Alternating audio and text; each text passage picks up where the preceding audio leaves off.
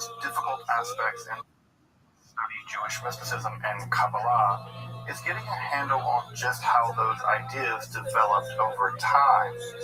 It's tempting to think that, for instance, Kabbalah has just always existed in the form that we have it, or that Kabbalah is just one thing at all. Of course, neither of these positions is really tenable. Such notions developed greatly through the ages and are still developing. And there are now always been numerous mutually exclusive schools of Jewish mysticism, Kabbalah. This is meant to serve as an introduction to Jewish mysticism and Kabbalah from the point of view of its incredibly complex development from the prophets of ancient Israel and to the rise of modern Hasidism in the 18th century. Of course, this series is meant to be exhaustive by any means, but only should serve as a sort of deeper study and reflection, and you to situate developments in Jewish mysticism and Kabbalah in their historical and cultural context, and embolden you to dive into the primary texts, which are admittedly as sublime as they are obscure. Let me express my gratitude to Congregation Tchia for allowing me to use these lectures to reach a larger audience here on Esoterica. If you want, you can find the entire series under the playlist Entering the Garden, an Introduction to Jewish Mysticism and Kabbalah. I'll be uploading them over the next few weeks, or if you find these episodes after autumn of 2021 and you want to watch the entire series, you can find them in that playlist. If you find this series on Kabbalah interesting, I hope you check out my other content on topics in esotericism, and perhaps consider supporting the production of free academic and scholarly topics in occultism, hermetic philosophy, by joining my Patreon or perhaps with a one-time donation. You can find those links below, and I really appreciate your consideration. Now, let's enter the garden of Jewish mysticism and Kabbalah. All right, folks. Well, we're about at 5 after, I'm going to pick up with some summary from last time, so we can all be on roughly the same page of completely mysterious books that no one really understands, which is great. That said, we'll do some summary, then we'll jump into it after. I'll open up things a little bit more for questions, just in case there's some lingering questions. And again, I say questions, I mean questions I can possibly answer. If you ask me questions like, how do I make a golem, I'll tell you, I have no idea, but here are 3 books in Aramaic that allegedly tell you how to do it. Go forth, have fun. So as we covered last time, we took a look at some of the really foundational texts that go on to form what I might call proto-Kabbalah. And anytime I hear the word proto-anything, it just sounds like completely pretentious academic speak. But what I mean here is these are going to be texts that are going to either underwrite, or they're going to deeply inform, they're going to give some really important terminology to what will become Kabbalah, but they're kind of bridge texts from the period before the rise of the Kabbalah, which we'll get to in earnest tonight. And they're texts that underwrite or undergird or allow or serve as a foundation for what's going to become the Kabbalah as you may know it, or as you don't know it, and you're here to learn more about it, or you've heard this word from Madonna or whatever. I think even Britney Spears, God bless her, has a Kabbalah tattoo, I think. I don't know. May the Lord help her. She needs help, and not she doesn't need help. The people that are doing terrible things to her, they need help. At any rate, the Sefer Yetzirah is probably one of the more famous of these books, and it's a very tiny little book. Like I think I said last time, in its normal recension, it's only a couple thousand words long, and it's a book of cosmogenesis, which is just a $2 word that means something like how the world came into being. We're still writing cosmogenic books, right? If you've ever read The Brief History of Time by Stephen Hawking, other kinds of books like that, we're still very interested in how the world came into being, and the Sefer Yetzirah is an early attempt to describe that using 2 different categories. The first category is the Sephirot of nothingness, right? The Sephirot Belima. And as I talked about last time, we're not really sure what these are. What we do know is that they're not divine emanations. And we know that because the text never refers to them as such and never even sort of invokes that notion.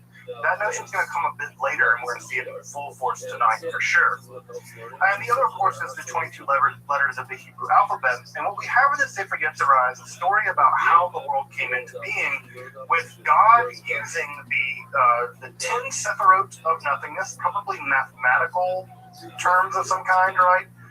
Some kind of math term, and then the 22 letters of the Hebrew alphabet, and using those together, God hews creation out of nothingness. And I love this image of hewing. It's as if God is sort of like hammering away at nothing to form something. And it's a really, I've always found this image to be very beautiful because it doesn't have this sort of, God just went, and then everything came into being. It's a kind of working class God in the mind, building things out of nothing with numbers and letters. And I always appreciate the working class God hewing the world out of being. This is the Rosie the Riveter God. This is not the aristocratic God speaking from a throne from on high. So I appreciate that image a lot more. The wobbly God. What we have, right, in these images of the undergirding structure of Sefer Yetzirah is that word and being have a continuity. That language and speech and ontology and metaphysics are connected in a very deep, powerful way. Parmenides, this is echoing Brown's idea going back to Parmenides, where Parmenides says that there is no difference between thought and being, between logos and ontos, that the ontos and logos are the same kind of idea. By the way, in philosophy, that idea is roaring back in the 20th century and the 21st century. And so, in many ways, we think of this as a pre-modern notion, but it's become both a pre-modern and a post-modern notion at the same time. The snake always swallows its tail. So, Sefer Yetzirah gives us an idea about how language and being relate to one another and how being emerges from divine language. And again, it's like the snake swallows its tail, right? It's also how one that speaks, us, we can also, because we speak, and if we can speak correctly, right, not that I can, I'm Southern, but if we can speak correctly, right, we can force reality to our will. We can magically use reality to do what we want. And of course, that's going to underwrite the entire Golem legend. And that Golem legend, of course, we see all the way back in at least as early as the Babylonian Talmud, where some rabbis were able to use Hilchot Yetzirah or Sefer Yetzirah to shape into being living creatures, whether they were calf or a human being. Now, they're not perfect, right? Because we never speak as well as God does. I don't know what dialect of Hebrew God speaks, but we never speak as well as God does. And the idea, right, I imagine that God speaks Yemeni Hebrew. I always love the way Yemeni sound. They have this, they still separate between all the different pharyngeal and glottal sounds that have been well lost to both Sephardi and Ashkenazic Hebrew.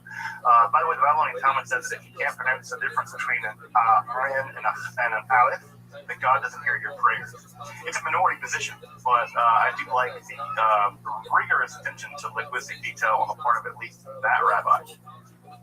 At any rate, what we have in the Golem legend is the ability to speak being into being. We can speak beings into being, specifically other people and even other animals. And of course, if you remember back to that line in the Babylonian Talmud, it says that if you're really righteous, you can speak an entire world into being, right? So this is a really incredible concept. It's not just that you can create people, right? That's already miraculous enough, but you can create an olam. You can create an entire world. And so this is a truly tremendous idea to be found in Jewish mysticism, reaching all the way back to the Talmud and, of course, to the Sefer Yetzirah, as it appears sometime before the 10th century. I say sometime before the 10th century because there's a lot of debate about it. I have my position, which I think I named last time, but there's a lot of debate about when exactly this text comes into being. Now, over there in Europe, the backwater that was Europe, again, we should always remember that Europe in the 10th century was a place that no human being in their right mind wanted to live because it was a dark ages movement of a bunch of barbarians killing each other. Back in there in the backwater that was Europe in the early Middle Ages, we have some elements coming together in what is called Ashkenaz, that is to say, people now call Germany. And again, Ashkenaz is sort of a more broad term for Germany, but sort of in the German milieu, where we have a couple of different mystical movements going on. And the two mystical movements that really matter for us are going to be what is called the unique cherub circle, and what is also called the folks called the German pietists, or the Chasdei Ashkenaz. The unique cherub circle is going to be very important because they're going to develop a very unique theology in which they really center the idea of Ha'atzalut, right? And Ha'atzalut is the idea of, or Ha'atzamah rather, it's the idea of emanation, which is to say that God doesn't just create being in the sense that there is God and there is being and God is outside of being. Rather, you can imagine it like, I always imagine those like really fancy weddings that have the big pyramids of champagne, right, where there's like one champagne, right, being poured at the top and it goes down all the different glasses. Well, imagine that there's an infinite amount of champagne and God is the champagne being poured down all the glasses, right, and all of those glasses are reality. And so, or whatever, or candles lighting one another, there's lots of images for this. I even heard one of like milk overflowing from when you boil milk. I don't know who boils milk, but apparently. At any rate, so the idea, right, is that what you have is that rather than creation being distinct than the creator, what we have is the idea that creator and creation are part of a continuum. They're part of a spectrum of reality where God is the most real thing, and at some level it tatters off into non-being, right? It tatters off infinitely into non-being. And that's a very different conception of God's over here and then there's creation over there, and God and creation are distinct. So this idea emerges in the unique cherub circle. And remember that the unique cherub was a kind of individual angel, a very special kind of angel, Metatron maybe, that is able to be the outer glory of God. There is an inner hidden glory, God's inner transcendence, and then there's an outer glory, right? And that outer glory is the unique cherub, right? And then that unique cherub communicates the outer glory to the rest of the Olam, and that outer glory sort of echoes out into being. And that outer glory is part of what creates our world. I also mentioned the Chasdei Ashkenaz. There's a lot of debate about the Chasdei Ashkenaz at this point. An earlier theory of the Jewish mysticism claimed that it was an entire movement of Jewish mysticism in the early part of the 11th, 12th century in Germany, in Ashkenaz. I don't want to say Germany because Germany conjures up so many ideas because of European Jewish history, and because Germany wasn't a state at that point. Germany was like a bunch of tiny little warring states. Like, it's like saying you're the king of Hamtramck. Like, that's what Germany was. It was 300 Hamtramcks all wed together with a bunch of different kings. I like saying Ashkenaz because Ashkenaz communicates how amorphous the barriers are, right? What was Ashkenaz? If you want a general idea of what we're talking, something about Germany, we're talking about the area around Regensburg. You may know another famous mystic also from the area around Regensburg. That is Hildegard of Bingen. Hildegard of Bingen and the Chasdei Ashkenaz would have lived in very close proximity to one another. At any rate, what's really important about them is they seem to preserve a lot of magical texts. They preserve a lot of the Hechalot literature. They preserve a lot of the amulet literature. They preserve a lot of this sort of strange ascetic literature that seems to emerge at that time. And what scholars now think, is that rather than being a mystical movement in Judaism, it was a kind of particularly weird family who just so happened to be very, very powerful, right? Who happened to be actually very, very powerful and have a good bit of money and a good bit of influence. And so the Chasdei Ashkenaz were famous in many ways because of the relative influence they had, and because they were literate. They were connected to the Kalanimus family, which was a big family down in Italy. And it seems like what ends up happening is a lot of works are coming in from North Africa and from the Middle Eastern world. They're entering into Italy, and they're being pushed into the Ashkenaz via the Kalanimus family.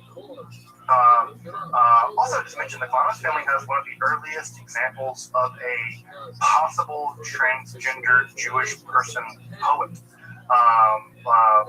So we have a Kalanimus, one of the members of the Kalanimus family, writing a poem wishing that they were a woman, actually, and probably expressing some, again, something like a kind of queering transgender identity.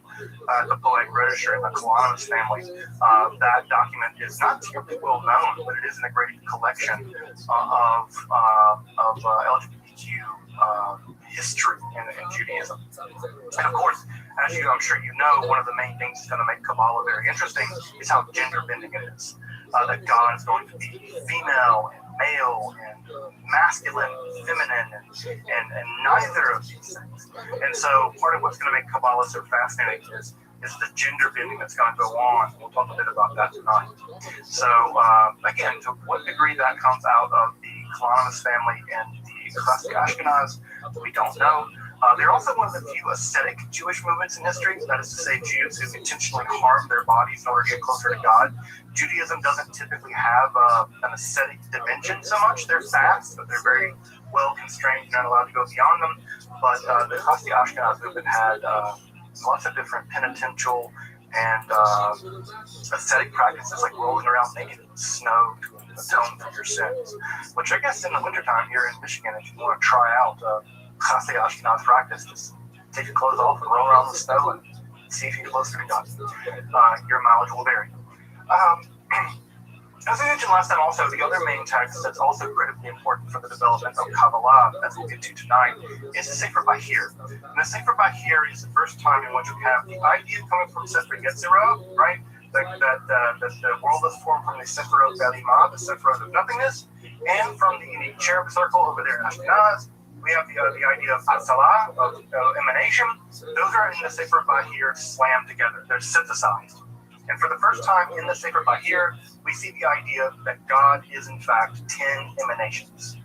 That idea first appears in the Sefer Bahir. And so in that way, the Sefer Bahir is the first true Kabbalistic book. So sometimes people ask me, where should I start studying Kabbalah if I want to start reading Kabbalistic literature?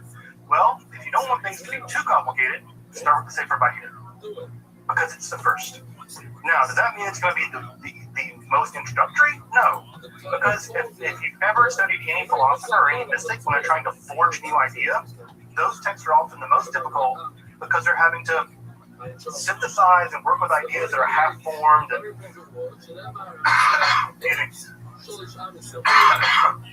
those ideas are very half-formed and they're very groping at things. And a classic example of this is I tell people, right, if you want to read the first book of metaphysics, you can go read Parmenides' books, or you can go read Aristotle's book of metaphysics. Now, those are some of those difficult books about metaphysics ever written. Why? Because they're inventing it, right? They're inventing the very language by which you describe things that aren't physical. It's the most abstract, difficult things you can imagine, so the language is very tough. And so the Sefer Bahir is notoriously difficult to understand. Now, again, is it always impossible to understand? No, but it's pretty hard. It's pretty hard. But again, I think the Bahir is a perfectly approachable text in lots of other ways. The other two things to say about the Sefer Bahir that are crucially important as we begin to get into Kabbalah tonight is one, the Sefer Bahir is a pseudepigraphic text. I like that I said pseudepigraphic without making a single mistake. Pseudepigraphic texts are just texts that are written as if they were being written by someone else, almost always someone more famous than the person writing it. I don't know, Taylor Swift is probably not going to write a pseudepigraphic text because Taylor Swift is famous enough to write Taylor Swift, and Taylor Swift's going to sell her own book because she's mad. Well, if I write a book, I might attribute it to Taylor Swift. That's a probably bad idea because I'm pretty sure that she would sue me. But, right, what I could do is attribute it to someone who couldn't sue me. So what I would attribute it to is Nakana ben Hakunya, right? A guy who lived 2,000 years ago in Palestine, and he had a kind of general mystical idea. That's exactly what these guys are doing. Or I contribute it to Enoch or Abraham or Moses or whatever. There's a long history of doing this in Jewish lore. And the Sefer Bahir is attributed to a first century sage. That same structure is going to be picked up by the Sefer Zohar, which we'll get to next time. And that text is being attributed to Shimon Bar Yochai, another second century sage, who's also very important for mystical stuff as well. The last thing I'll say about the Sefer Bahir is that there are what we might call Gnostic elements in the text. Gnosticism, as you may remember, was a religious current in the late classical world, the late classical world, that second, third, fourth centuries, and it survived a little longer. In some ways, it survived even into medieval Europe in some ways. And the Gnostic idea is the idea that there is a world is fundamentally dual, right? There is a good world and an evil world. The physical world is typically bad. The spiritual world is typically good. And the task is to get out of this prison world, right? We live in a prison world of physicality, and the task is to get out of that world. And we see some elements of that in the Sefer Bahir. And also, by the way, in the Sefer Bahir, it's one of the first times that we begin to see the idea of the feminine divine. It's there that we see Chokhmah, of wisdom, being personified as divine. And that's going to be a huge shift in a minute as we get into Kabbalah proper, because it's also going to be the time when the Shekhinah goes from not just being feminine gender grammar-wise, like it is in Talmud, to being feminine gender divine-wise, the way that it is in Kabbalah. So again, one of the things you'll see about when we get into Kabbalah is that often what makes Kabbalah very radical is not that it reads text in strange ways. What makes Kabbalah very radical is it typically reads text very literally, hyper-literally. So if Shekhinah is a feminine gender grammatical word, they say, no, it's not just grammar, folks. That's being. Because the Torah never makes any mistakes, ever. Nothing's on accident. And so if the word is grammatically feminine, that means God must be feminine. Full stop. And so part of what makes Kabbalah so fascinating is not that it bends things around. Of course it does that too. It's just how literal it takes things. And so we'll see that when we get into the Sefer Zohar next week. All right, folks, just briefly, any other questions before we jump into Proto-Kabbalah tonight? We'll still be in the Proto-Kabbalah world tonight. But again, I think a lot of the stuff will still be Kabbalah, strictly speaking, as well. This might be a difficult question, but All are. the authors of these texts, any idea or any speculation on who they might be? We have a lot of speculation. Sefer Yetzirah, Zahi Weiss has, I think, the best book about Sefer Yetzirah. He claims that it's being written in what he calls para-rabbinical circles. That is to say, people who are adjacent to the rabbinical world, but also have their knee or have their toe in the philosophical world and the Christian Syriac world. We forget that that prior to the Islamic conquest, there was an enormous amount of translation of philosophical texts into Syriac by Christians in places like Syria. And that world was a booming philosophical world. And what ends up happening is that area is conquered by the armies of Islam. And then the milieu in which that world existed is eclipsed, and those texts are rapidly translated into Arabic. And so Zahi Weiss argues, and I think convincingly, that if you look at some Samaritan literature and we look at some Syriac literature, there are texts that look a lot like the Sefer Yetzirah existing in those milieus. Does that tell us who? No. Does it maybe tell us when and where? Kind of. So someone with rabbinical knowledge, they're writing in very pure Mishnaic Hebrew, probably in contact with the rabbinical world, but also probably having their toe in the philosophical world, and it's maybe in the mystical world, somewhere there. But the problem is that once Islam took over those areas, and once I think the Umayyad Caliphate took over, the data gets really jarbled. Because we're talking about a period of maybe a couple hundred years, like 150 years. So that world existed and was quickly eclipsed in the literary circle. The Sefer Bahir is just a mess. It could have originated in Europe. It could have originated in Mesopotamia. There are people, scholars, who are much better at this stuff than I am, much more articulate, much more learned. Convincing arguments have been made on both sides. Some people say it originated somewhere in Europe. Some people have argued it originated somewhere in Mesopotamia. I don't know. I've never seen an argument that's a slam dunk case.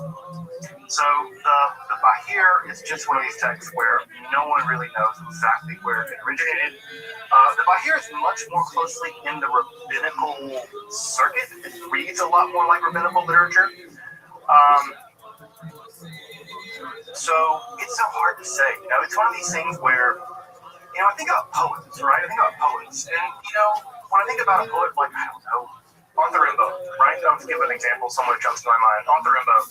Arthur Rimbaud was a poet who existed in poetic circles in France in the 19th century, but created a poetic language that no one could have saw coming. He basically gave birth to poetic symbolism as we know it, in some ways, modern poetry. And if someone would have told me that was written somewhere else completely by someone else, it's just a genius is a weird thing. And so it's so hard to know exactly where these texts emerged, how they developed, but the Sefer Bahir is profoundly mysterious.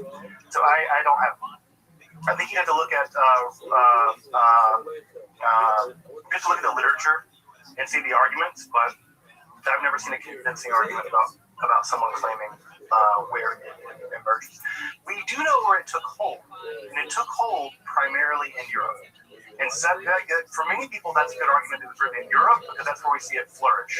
Sefer Yetzirah is weird because it seems to flourish in 5 different places simultaneously all through the world. So we see versions of it. We see commentaries being written in Italy at the same time they're being written in Iraq. At the same time they're being written in Egypt. And you're like, how the hell did this text get to these different places fast? And why do they all start writing commentaries in the 10th century? What happened? Right? And the answer is we don't know. Scholarship is still working on this problem.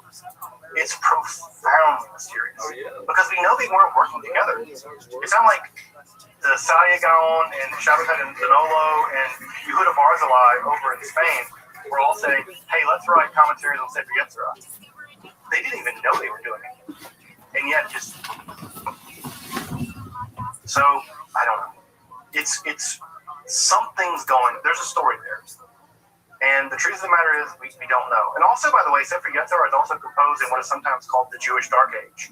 There was a period after the Talmud, but before the rise of the Midrash, where we have basically no documentation.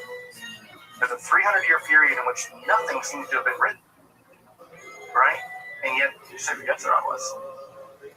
So it's weird. It's super weird. It's a weird thing. It's profound. Again, and sometimes I tell people, young scholars who want to get into this field, they're like, is there anything left to do? And I'm like, you have no idea. Basic things we don't know.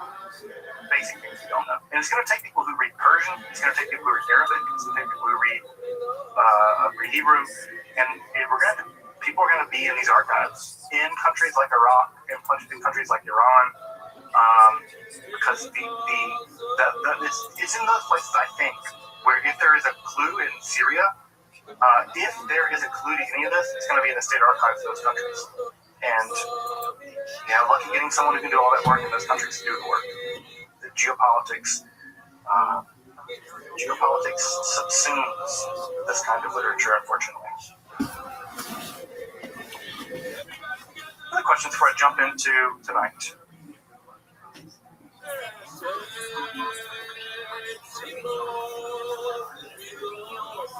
All right, folks.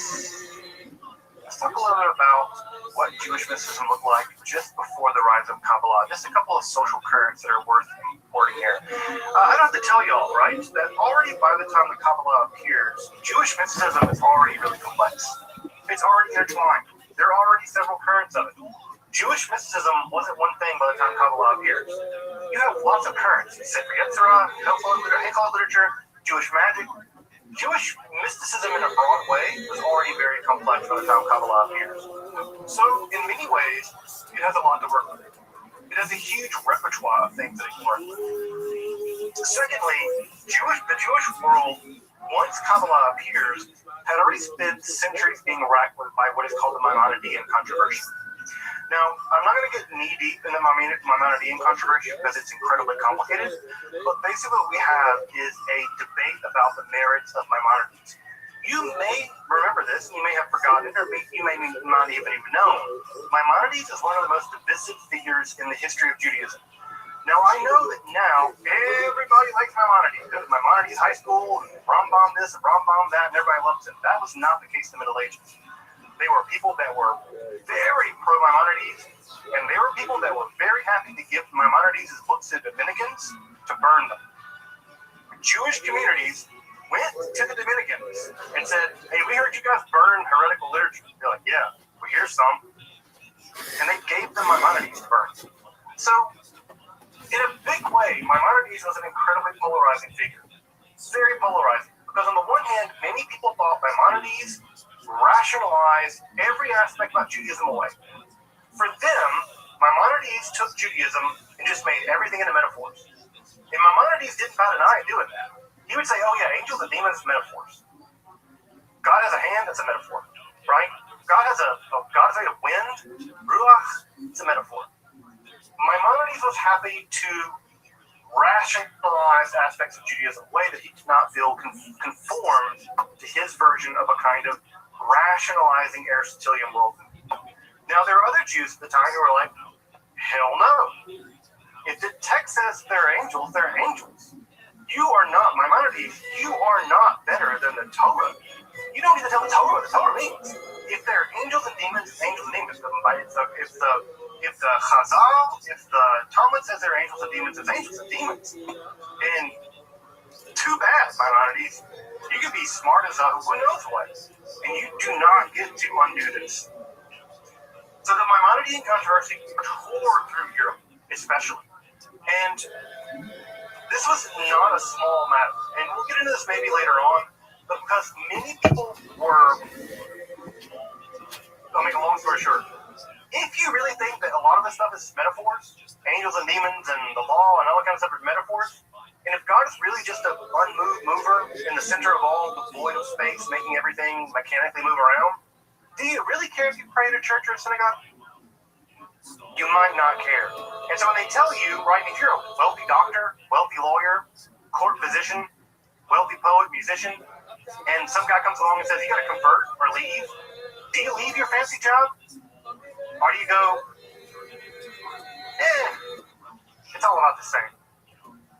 Well, that happens. And many Jews felt that Maimonides led other Jews into conversion. He assimilated them, right? Again, think about all the things we talked about in the 20th century about how many people love to hate on assimilation. Well, this formed a reaction in the Spanish Jewish world, especially the French Jewish world, where Maimonides really got. People really polarized the world, this Maimonides thing. Well, one reaction to rigorous rational philosophy is a kind of romanticism. And we know that because we've seen it happen over and over and over again in history of philosophy, right? Kant gave way, right? Kant, Descartes, the hyper-rationalism of people like Leibniz gave way to the romanticism of people like Goethe, right? And Schelling. In the 19th century German phenomenon, 19th century German situation, right? You can't imagine the Baroque ideas of Hegel as anything other than a response to the hardcore rationalism in a certain kind of way of Kant. So Romanticism is always a reaction to rationalism in some way, and we see it actually play itself out here in the 13th century. Also, what's really important is Jews at the time in Spain are living under the administration, at this time, are living under the administration of Alfonso X. Now, Alfonso X is one of these guys you probably haven't heard of, but it's actually really, really important in the history of a lot of things. Because Alfonso X was probably one of the most tolerant and curious monarchs in European history.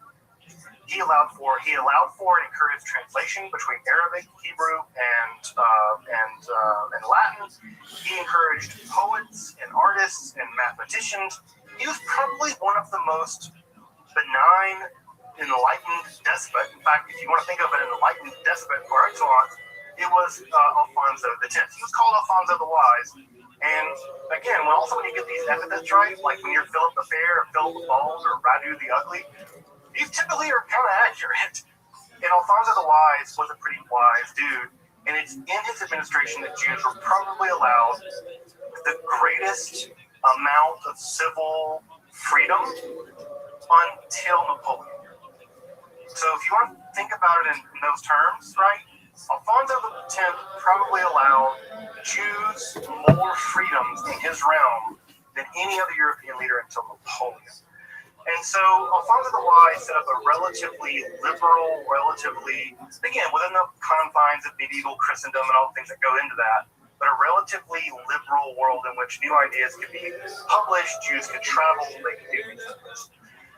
Also, what's important to note about this at the same time is that Jews and Christians are living at an unusually close proximity, especially in Spain and Girona, and they're talking at a level that they really hadn't prior, and they really don't ever after. And they're influencing each other. Two things are really worth mentioning here. One is the Cathar cult, right? The Cathar heresy, right? I say heresy, whatever.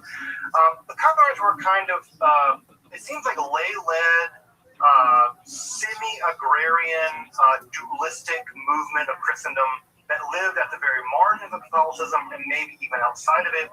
And they were intensely persecuted by the Catholic Church during what is called the Albigensian Crusades. People forget that the first Crusades were not Christians against Muslims, they were Christians against other Christians. The Albigensian Crusades was a crusade against, in many ways, other Christians, Albigensian Christians, Catholic Christians. And also what's important to note about this time period is this was the time period of the rise of the Marian cult. When I say Marian cult, just know that I'm going to use the word cult. I'm using the religious studies term. I don't mean the word cult in a negative way. I just mean it's an intense religious movement. And that is to say there was an intense spike in Spain at this time around the image and theology of Mary, and Mary adoration became intense at this time period and around the early 13th century around Mary. There was a lot of intense veneration of Mary at this time. That's going to matter in a minute because that's going to be a marketing problem for the Jews because Mary is very charismatic. People really like Mary. You've been to a Catholic church?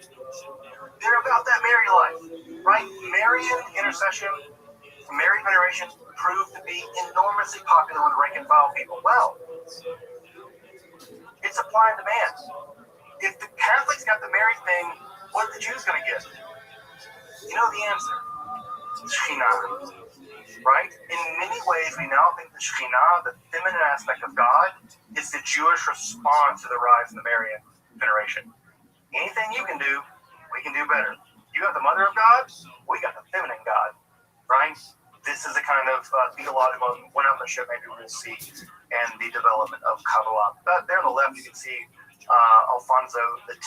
I actually have a coin. I collect medieval coins because I have to have every conceivable dorky hobby that one can have. And I actually have a silver dinar of Alfonso X.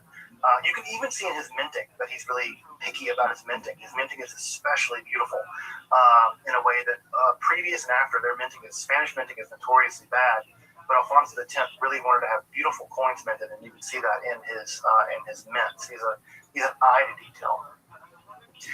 All right. So, what are the kind of core philosophical problems that are going to intervene in the rise of Kabbalah? Because one of the things I always like to point out to people is that mysticism and rationalism are never really opposed in history until now. It's only in the aftermath of the 18th century that we really oppose the mystical and the rational. You don't see that in the Middle Ages. You don't see it in the late classical period. It's a really modern thing in many ways. So what we get, right, is an attempt to solve a group of philosophical problems. And when we say philosophical, what we really might say is theosophical. They're philosophical problems that heavily overlap with theology. So it's not quite philosophy, it's not quite theology, it's something in between. Because there was already a developed Jewish theology, and there was already developed Jewish philosophy, Maimonides, Sadi Gaon, right? And there was a traditional visions of God that had been inherited from the Talmud. Well, this isn't either one of them. This is something in between, sort of a cutting-edge kind of thing. So the question became this. This is basically a Neoplatonic question for folks who know a bit about the history of philosophy. And I say it's a Neoplatonic question because Neoplatonism is now moving into Europe via the Islamic context for the first time. And that question is this. And it's a pretty basic question that is probably unanswerable. We have an infinite God. Because no one wants a finite God, right? You don't want a God who doesn't know stuff. You ask God, hey, what's the derivative of this? God's like, You don't want a God who doesn't know calculus. You want a completely transcendent God that is all-knowing, all-powerful, all-wise, all-good, all the things. Right? You want this God. Everybody wants that transcendent God. And yet, we ain't transcendent. We're immanent. I don't know everything about calculus. I guarantee you.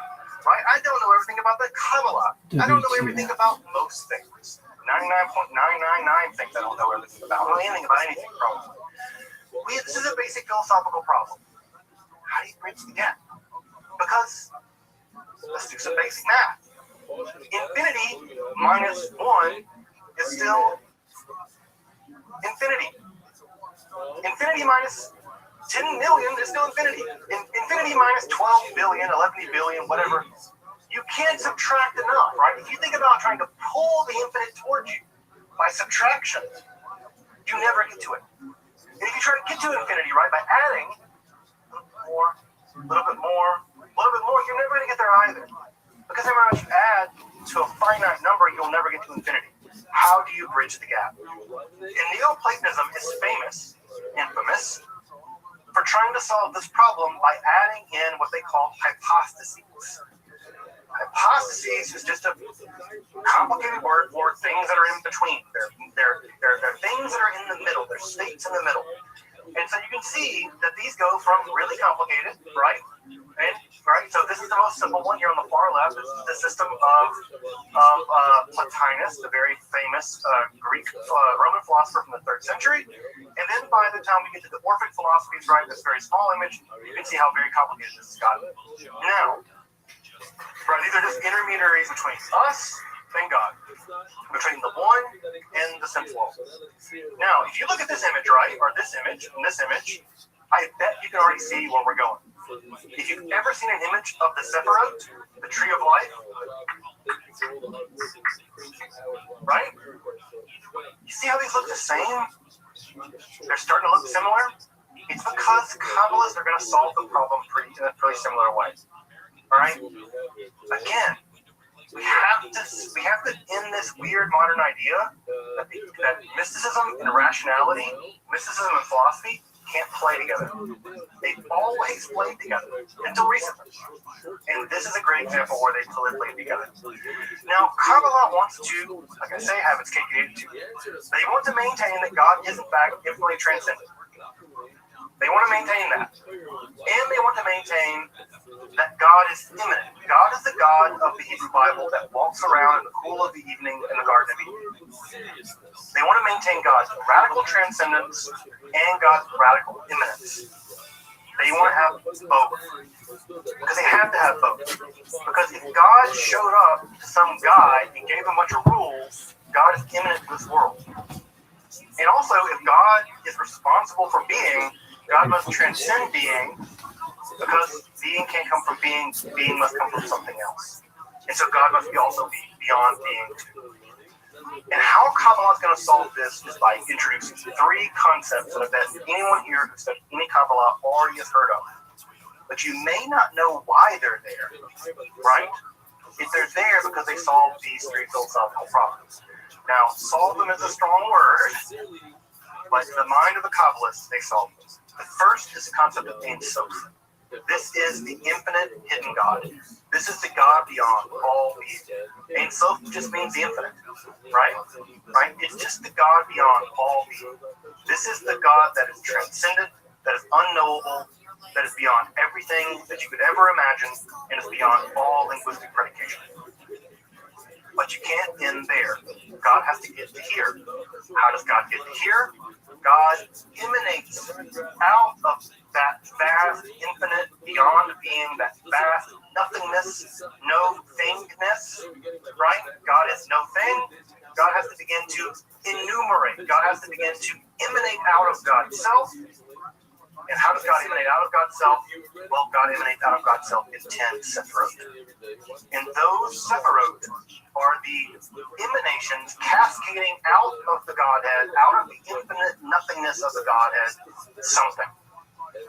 And bit by bit, a ladder is built, reaching down into being. And the very last rung of that ladder is God's presence. Shekhinah, the feminine aspect of God, right? God pours out God's presence. And as God pours out God's presence, that in the shelter of that presence, right, is the immanent reality of God in this world. And in some sense, is this world. That's that final one, not this world. So the solution to this problem, the gap between the infinite and the finite, this Neoplatonic problem, Kabbalah is a very, very, very, very complicated way of solving that problem using these three philosophical devices. Ein Sof, Sphirot, Shekhinah. Now we're going to greatly complicate that story as we get into this, right? But my argument is that if you boil it down to a basic problem, that basic problem, the gap between the finite and the infinite, and the basic solution are these three things. Now, when I say basic, not basic at all, and also when we get into Kabbalah, as we'll see, it gets much more complicated, right? It's going to get much more complicated. Let's talk about some of the early groups of Kabbalists at this time. The earliest one we can talk about, right? We may need to stretch this lecture till next time. That may have to happen. So we're actually kind of going kind of slow. We'll make what time we have, and if we have to pick up next time where we leave off, we'll pick up where we like to pick up next time. The earliest school of Kabbalah that we can recognize as such is what we would call the Iyun circle, the speculation circle. This circle of folks existed somewhere either in southern Spain, although more recent scholarship puts them, or more southern France, although more recent scholarship puts them in Spain. And this group of folks, who seem to have been a very small group of rabbinical elites focusing on these kinds of problems, for them, they also posit the idea that there's some kind of ladder gapping the infinite and the finite. And for them, however, that ladder is actually 13 separate. And what they do is they say that there are 10 separate, but the 10th separate contains 3 additional spherot, right? So they think that there are 13. Now, you might be asking, why 13? Well, because they're trying to solve another problem, and that other problem is that there seem to be 13 attributes of the mercy of God in the rabbinical literature, and they think that it's much more logical for there to be 13 attributes of God rather than 10. So they kind of roll the last 3 into the final one, kind of nested in there. Now that idea of nesting emanations within emanations, right? That's going to go absolutely bonkers in a couple hundred years, where you have nested Sephiroth inside nested Sephiroth inside nested Sephiroth. It's going out of control. Their metaphorical language, what really makes the Iyun circle really important, is that a lot of their symbolic language, like the language of lights, flames, lights and fragrances, right? That when you smell a beautiful rose, right, it doesn't take anything away from the rose. Now, strictly speaking, I guess it does, but they didn't know that, right? But the idea is that when you smell in the rose still stays the same, even though you get the fragrance. And so in some ways, you can think about that the rose emitting fragrance is an image for the emanations of God in the world. In fact, this idea survives. If you've ever read the 13-petal rose, the idea that the fragrance is given off by the flower that is God, which, by the way, is a feminine symbol, right? The flower and the vulva are almost always connected together in medieval poetry. You're already beginning to get this sort of queering aspect of the nature of the Godhead, where God is feminine and male at the same time, both an active force, right, but also a passive force. That humans are the ones smelling, but God is giving off the odor. So again, you get this idea where this gender bending stuff is already beginning to happen. The image of the overflowing fountain, it's very clear that they're actually looking at medieval fountains and imagining these cascading fountains in the Middle Ages in Spain as kind of like what God is like. So you can actually look at these medieval fountains. I've actually gone to Spain and seen some of these medieval fountains in Castile, and they're still there from this time period. And you're like, oh wow, that's what they were seeing when they thought of the Sephiroth, right? And sometimes they imagine the sun going down, and they can see the sun coming through the light of the water. And that image to them is very powerful of how the universe, how the cosmos functions. They're also very keenly interested in the Sefer Yetzirah. They do write some commentaries involving the creation of the golem, and they're very interested philosophically in how creation began and it persists. About 32 very brief works of the Iyun circle, the earliest circle of Kabbalists there, probably in Spain, survived. Although some of their works are only a page long. The most famous work they produced was a text called The Fountain of Wisdom, and The Fountain of Wisdom goes on to be reprinted and reprinted and reprinted well beyond the the survival of the Iyun circle. There's a book, I'll give a reference at the end. If you want to read basically the major works that have come down to us from the Iyun circle, I'll give you a book that you can check out if you want to read some of their works. So many of them have been some of them have been translated. The other major group here is going to be the Provence circle, and specifically the Provence circle being led by Isaac the Blind, who is also referred to as Saki Nahor, which in Aramaic means the one who is full of light. The idea is that while Saki Nahor couldn't see from birth, he could see from his eyes, but he could see with his soul, and the fact that he was blind was not a disability, it's actually an ability, because Saki Nahor wasn't deluded like the rest of us. Saki Nahor could see the inner structure of reality, whereas we just see a bunch of illusions. And so the idea that Saki Nahor was not blind, he was full of light. So I always like to refer to him as Saki Nahor rather than Isaac the Blind, rather focused on his ability than him as a disabled person. At any rate, Saki Nahor thrived in the late part of the 12th century, and he is, so far as we can tell, the first full-time Kabbalist. He wasn't an adjunct Kabbalist. He was a full-time Kabbalist. He was a Kabbalist tenure track. And we can thank him for fixing the amount of the Sephirot. He fixes it to 10. After Saki Nahor fixes the number of Sephirot to 10, he uses a verse in the Hebrew Bible from 1 Chronicles 29:11 to fix the number of Sephirot to 10. It never changes after that, ever. Saki Nahor basically sets the stage for Kabbalah, at least in terms of eliminating the amount of Sephirot that there are. And what he argues is that the Sefirot actually existed prior to our world. They're a bridge to our world. So God exists in God's utter transcendent state. The Sephirot are a kind of intermundia. They're a world between worlds.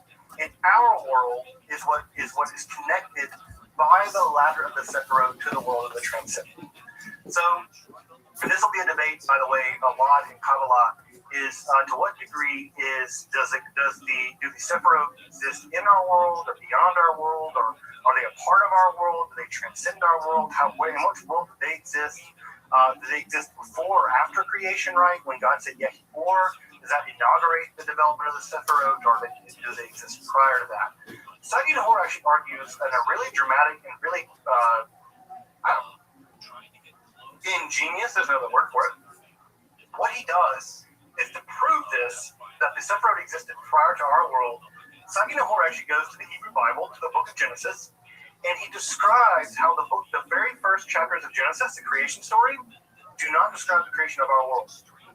For Saki Nahor, the Genesis creation story, let there be light, and there was light, and there was lights, and there was a firmament, and all this stuff. For him, that's not our world. That's the world before our world. So the Genesis creation story, the first Genesis creation story, describes the world. In fact, the second one too describes the generation of the post-divine world, the world after God is utterly transcendent, but before our world comes into existence. Now, we're very lucky because our world mirrors that world. And therefore, the Genesis story does double duty. Read on one level, it's the story of how our world came into existence.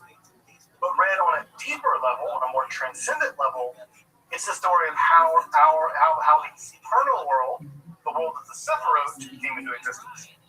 And so if you know how to read it correctly, according to Saki Nahor, in this very esoteric way, you can read into the Genesis story the preternatural coming into being of the world.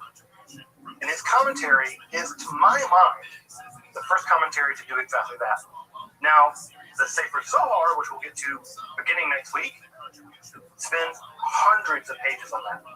So again, Saki Nahor sets the stage for what's going to become the huge unfolding of the world of the Zohar and the world of the Kabbalah proper. Now, as you might imagine, Saki Nahor also prohibited teaching these ideas to the public, even prohibited writing them down. He had a famous quote that he sent to some of his students over in Castile, where he said, and Isaac de Blanc in Provence, he said, look, if you, he said, a book concealed in a cupboard isn't. If you lock a book in a cupboard, it's not concealed.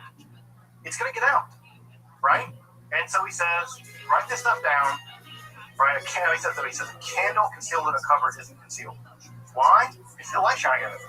If you try to conceal a candle in a cupboard, someone's going to see it. Well, if you try to conceal this stuff in books, it's not going to work. Why? People are going to find the books. People are going to publish the books. They're going to copy them. And so he's the first person to actively forbid the writing down of Kabbalistic ideas. And it was for a very brief time successful. Let me focus on the phrase very brief. Right? Very brief. Because as soon as it gets over the border to Spain and Girona, the brothers, the Kabbalists over in Girona, immediately began disseminating this material. And what ended up happening is they further disseminate it, and they further write it down, and they began to disseminate it. You can see here, this is an image of the Girona synagogue, which is still there in Girona. I've been there. It's very weird to walk around in the old Jewish sections of Girona, knowing that Kabbalah was basically birthed there. It feels like a wall of Kabbalah and stuff like that. And trauma, considering how many Jews were evicted from those areas. Rabbi Azrael, one of the Saginaw Hor's students, systematizes the Sephirot for the first time. And not only does he systematize the Sephirot, he systematizes the very earliest doctrines about the Sephirot into what is basically a Kabbalistic catechism. When I say catechism, I mean catechism. Question, answer, question, answer, question, answer, catechism. Again, Catholics and Jews, they kind of talk to each other. Catholics are about that catechism life. Well, right, many Jews look to scholastic literature with its question and answer structure, and they copied it. And Rabbi Azrael is one of the first to really systematize, for the first time, Kabbalah, and in many ways produces the first systematic account of how Ein Sof gives rise to the Sephirot, and how the Sephirot gives rise to our world. So it's something like an early Kabbalistic catechism. It's a really fantastic little text. Also, one of Rabbi Azrael's students is Nachmanides, who you probably know as the Ramban. Right? Ramban. Nachmanides is one of the most famous Bible commentators in the entire Middle Ages, and he's famous for pointing out mystical parts of the Hebrew Bible in his commentaries. Now, his commentary itself isn't overtly mystical, but he always says, right, if you know, you know. And he always points to these very clear instances, right, where there's a Kabbalistic thing happening. Here's a thing, here's a thing. There are these signposts in his commentaries telling, right, that there's a Kabbalistic thing that's a secret here. And in many ways, Nachmanides' commentary is very mystically imbued commentary on the Hebrew Bible, goes to great lengths to making the Kabbalah more mainstream. And we're going to see this to be an issue, right? Kabbalah has always had a PR problem. It's always been the case that it's been very alluring, but rabbis have always been pretty skeptical of it for many years. And Nachmanides, one of the main things he does is he legitimates a lot of Kabbalistic ideas by including them in what was taken to be one of the most definitive Bible commentaries ever written. So sometimes you don't have to innovate a thing, sometimes you can just legitimate a thing. And by including it, by legitimating it, by the way, we've already seen that happen with Sefer Yetzirah, right? Sefer Yetzirah basically became part of the Jewish canon because very famous Jews like Barzillai, Shabbatai Zolo, and the Sadia Gaon all wrote commentaries on it. Well, if they wrote commentaries on it, it must be good. It must be true. Well, ditto is Nachmanides has written, right, if you understand this, right, al derech, al priya derech, right, if you understand this, right, al pri derech emet, according to the way of truth, then it must be some Kabbalistic thing that must be important. Also, Jacob Ben Sheshet is important here as well. He's basically a moralizer, right? He writes very moralizing treaties, and those moralizing treaties go a great deal of the way of developing a Kabbalist moral system, which we'll get into. And also, he leads an attack on how Moses Maimonides interprets the throne of God, This is very important, right? Because one of the things that Kabbalists want to do is maintain earlier forms of mysticism, like Merkabah mysticism. Remember, it ultimately results with one being able to witness the throne of God. And part of what Yaakov Sheshet wants to do is maintain a very traditional mystical understanding of the throne of God, as opposed to Maimonides' very metaphorical and symbolic and non-literal, maybe more rational of God. Last one, folks, as we start to wrap up for this evening. We're now moving over to Castile, right, into northern central Spain. And again, the drama of the Kabbalah is playing itself out in southern France and Spain, over here now to Castile. The Castile circle really focused in on two brothers, the Coen brothers, which I know you're now thinking the Coen brothers, like they make movies, not them.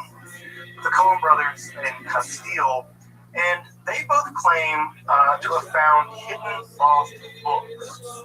Now, these hidden lost books they claim to have found, typically we look at those claims in history with a lot of skepticism, but they might have been lying. Scholars think that they may have had access to some relatively unusual books from maybe late antiquity, maybe a little later, but there's reason to believe that some of the things they were looking at weren't completely made up out of their head. And what we get in Rabbi Jacob is a very interesting interpretation, a very esoteric interpretation of the Hebrew letters. That idea of an esoteric interpretation of the Hebrew letters we've already seen in the Sefer Bahir. We get another version of it here in Rabbi Jacob. And in Rabbi Isaac, we get perhaps one of the most shocking books, I think the most top 3 shocking books ever written in Judaism. This is a book called The Treatise of the Emanation of the Left-Hand Side. And what Rabbi Isaac argues is that flowing down the left-hand side of the emanation structure of the divine is evil. That evil is a quintessential aspect of the development of God, that the Sephirot have an inherently evil concept that could not have been, right? Now, this is very important, because traditionally in Judaism and in Christianity and in Islam, evil has typically been imagined to be a privation. Just like cold is a privation of heat, or darkness is a privation of light, many theologians argue that darkness and evil doesn't exist on its own. The Coen brothers, specifically in this tractate on the treatise on the emanation left-hand side, argues, no, evil is part and parcel of the structure of reality. It could not have been otherwise. And further, God did try to constrain it, and it didn't work. God tried to constrain it 3 different times. Every time it reared back into horrifying reality. And by the 3rd time, what ends up happening is there's an entire alternate Sephirot system on the back side of the Sephirot system that's evil. So imagine the divine system, right, with like all the little dots of the Sephirot. Well, imagine they have an inverse version. That inverse version is evil, right? Now the first 3 are destroyed. God destroys them, but the rest remain. And the last 7 that remain are demonic forces that still haunt our reality. And those demonic forces are part and parcel of the necessary structure of reality. So this is where evil is actually primordial. Evil existed before creation itself, and it will be here until creation is destroyed. This idea, right, the idea that evil is primeval, seems to have really been influential in the development of early Kabbalah, and the idea that evil is fundamental to reality is going to go directly into the Zohar. So what's going to end up happening is this evil is going to be here basically until the Messiah comes, and this world is completely transformed and purged of that evil. So insofar as it is a reality, that reality is penetrated, inherently, logically penetrated. Now, the idea, right, is that we can resist that evil by doing the mitzvot. This idea coming from the treatise of Emanation on 10 side says when you do the law of God, when you follow the Torah, you're not just following the rules of God. What you're actually doing is metaphysical warfare against evil. So when you observe Sabbath, when you lay to felon, when you give money to the poor, you're not just doing a mitzvah. You're engaged in a titanic battle of good versus evil, where the goodness pushes back against the demonic forces of evil. And by pushing back the demonic forces of evil, it creates a kind of gap, and into that gap, Messiah will come. And so the idea is that you have to do this. And the Talmud's also pretty clear about this. Messiah only comes in two circumstances: when a generation deserves it because of their righteous deeds, or when the world is so evil that only the Messiah can fix it. And so the idea here is you must do the work of creating a gap through righteousness in the forces of evil so that Messiah can come through and wipe it all out. So the treatise on the emanation on the left-hand side, and we're going to see this when we get into the Zohar next week, is decisively important in the development of the Kabbalistic conception of evil, which is not anything like Maimonides. It's nothing like St. Augustine. It's something like the proponents of Al-Ashari in the Islamic tradition. This is a rigorous idea that evil is real, it is part of reality, and it must be actively resisted. Again, look at some Christian theologians in the Middle Ages to see also their focus on evil. Right? You can even see the art of the Middle Ages, right? Where if you ever seen the art of the crucifixion, right? You can see that around the time of the early Middle Ages, Jesus is hanging on the cross looking very serene. But by the High Middle Ages, he's bloated, green, he's dangling almost in a Y shape. His body is frail and broken. Evil becomes a huge conception in the 13th century in Spain. We can see those ideas beginning to leak into the Jewish sphere with the treatise and the emanation on the left-hand side. It's in this circumstance, folks, as we start to wrap up this evening, I'll take some questions. I'm sorry I went a little bit longer than normal. It's in this circumstance that we meet Moshe de Leon, right? In Castile, in the middle of the 13th century. And it is around Moshe de Leon that a book called the Sefer Zohar will be composed. And if you know anything about Zohar, anything about Kabbalah, this is the central text of Jewish mysticism, the Sefer Zohar. And I will say, in many ways, it's the last text to gain universal recognition by all of the world's Jews as scripture. Let's say that once more before we end for tonight. The Sefer Zohar, the book of the Zohar, is the last text to gain universal recognition from Jews in Yemen, Jews in Spain, Jews in Northern Europe, Jews in North Africa, Jews in North America and South America, Jews in the Caribbean. All of world Jewry came to accept the authority of the Sefer Zohar, and it is the last Jewish scripture to become a Jewish scripture in many ways. The only Jews who really rejected it were 19th century reformers. They rejected it.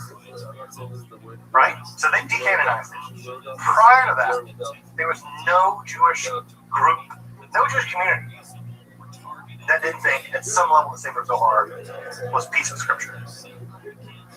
I argue we got to reclaim it as scripture. Liberal Jews, right? We got to reclaim it because I think it's one of the most amazing documents ever written in the history of spirituality. It's an amazing document. We should reclaim it, and we should reclaim it because of what it does with gender. We should reclaim it because of what it does with language. It's a postmodern text in many ways. We should do it for what it does to all the amazing things in theology.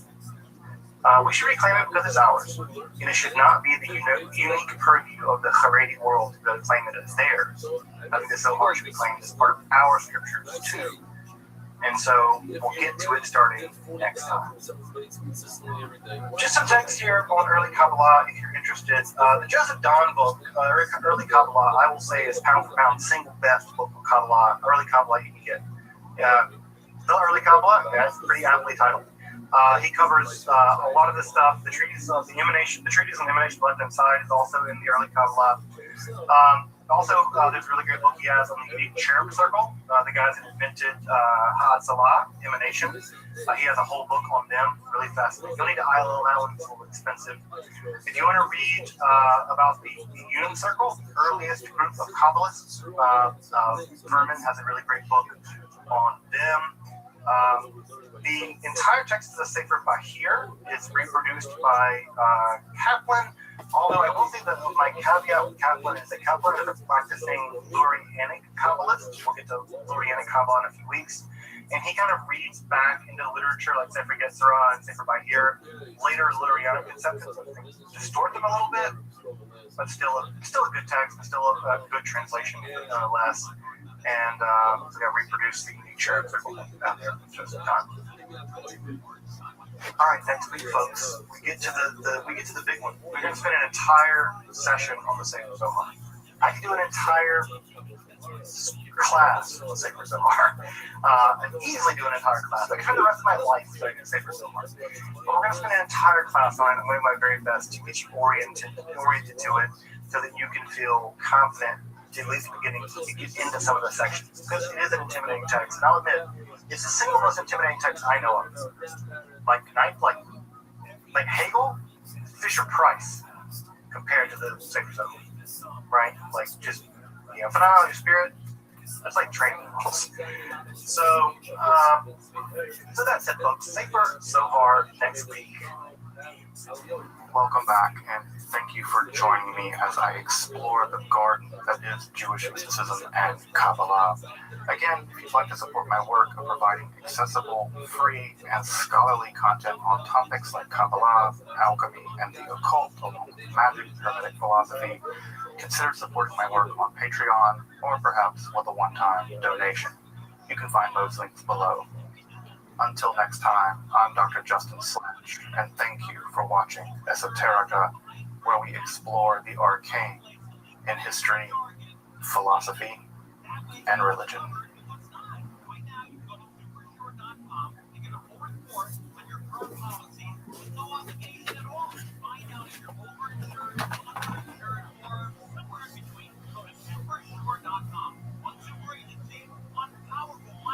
August 1687.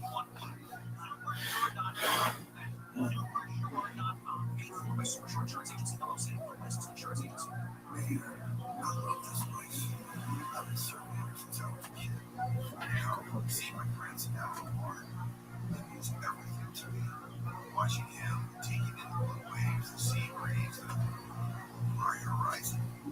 If you have geographic atrophy or GA, subtle changes in vision could mean it's progressing toward irreversible vision loss. Izervay is proven to slow GA progression and could help preserve your vision for longer, so you may keep seeing the world around you. Izervay, or Captain Pickle, is an eye injection. Don't take it if you have an infection or active swelling in or around your eye. Izervay can cause eye infection, retinal detachment, or increased risk of wet AMD. Izervay may cause blood in the white of the eye, blurred vision, or a temporary increase in eye pressure. Do not drive or use machinery until vision has recovered after an eye injection or exam. Ask your retina specialist if they can slow your GA with Izervay. To learn more, call 1-855-IZERVAY or go to izervay.com. Paid for by Stellus Pharma. No one likes talking about that. So someone just wants to change the conversation and talk about fresh food. In fact, the freshest food you've never had. Even after having your favorite meal or snack, onions, garlic. And right now, you know about some of those things you know. I don't have to tell you how effective these protein capsules are. And supplements have become so popular because they work and are unlike any other blood pressure on the planet. And if you don't believe me, take the Zelman's challenge. The way it works today, see for yourself how great they are. And since Zelman's comes with a money-back guarantee, if you don't love them, you determine now, how's that for confidence? And I've known the folks behind Zelman's for over 30 years. I stand behind this product for surgery millions who love fresh meat prep. Zelman's not available in stores. Zelmins. Zelmins.com. That's Zelmins.com. You got something to say? Well, you just have the Red Talk back link on the free iHeartRadio app. requests, contests, or just to say hi. Get your voice on the air fast. Open the ViralRadio app and try now. Lose the weight, feel incredible. Just call 1-800-WEST-MEDICAL. Portions of the following program are pre-recorded. KFI AM 640, more stimulating talk.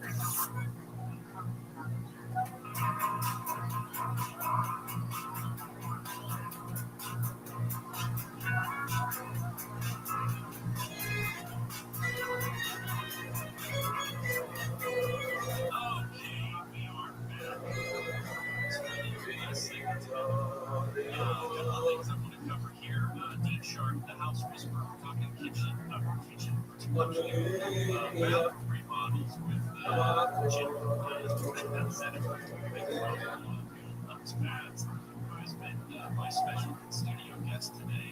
Thrilled to have them there because they're just such a big self-organization, doing it right. And it was my intention to just kind of show them off, not just for the sake of thinking that you live in San Diego County, you should absolutely go to this map. And everyone else who lives everywhere else can know this is what a bad remodeling should look like. I mean, because of the way they treat their systems, how they manage what they do.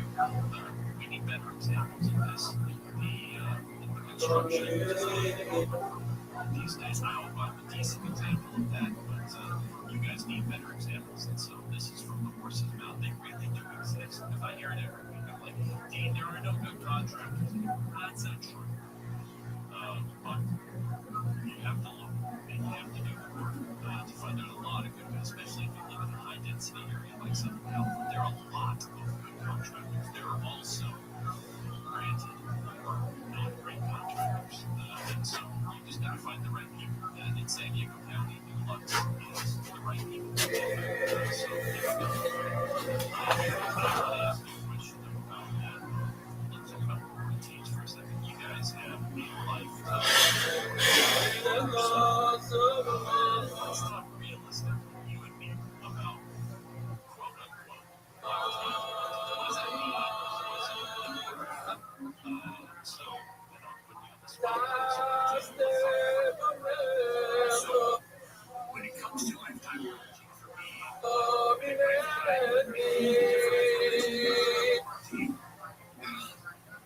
we're trying to convey is very simple.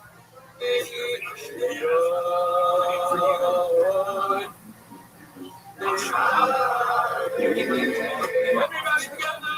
We're going to come to your house and find out what's going on. If there's an issue with the manufacturer, something that somebody did, we're going to definitely come out and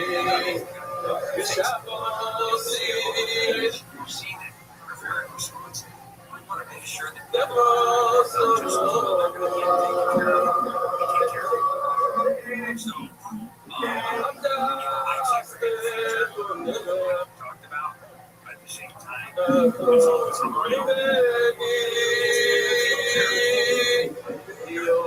manufacturers. So,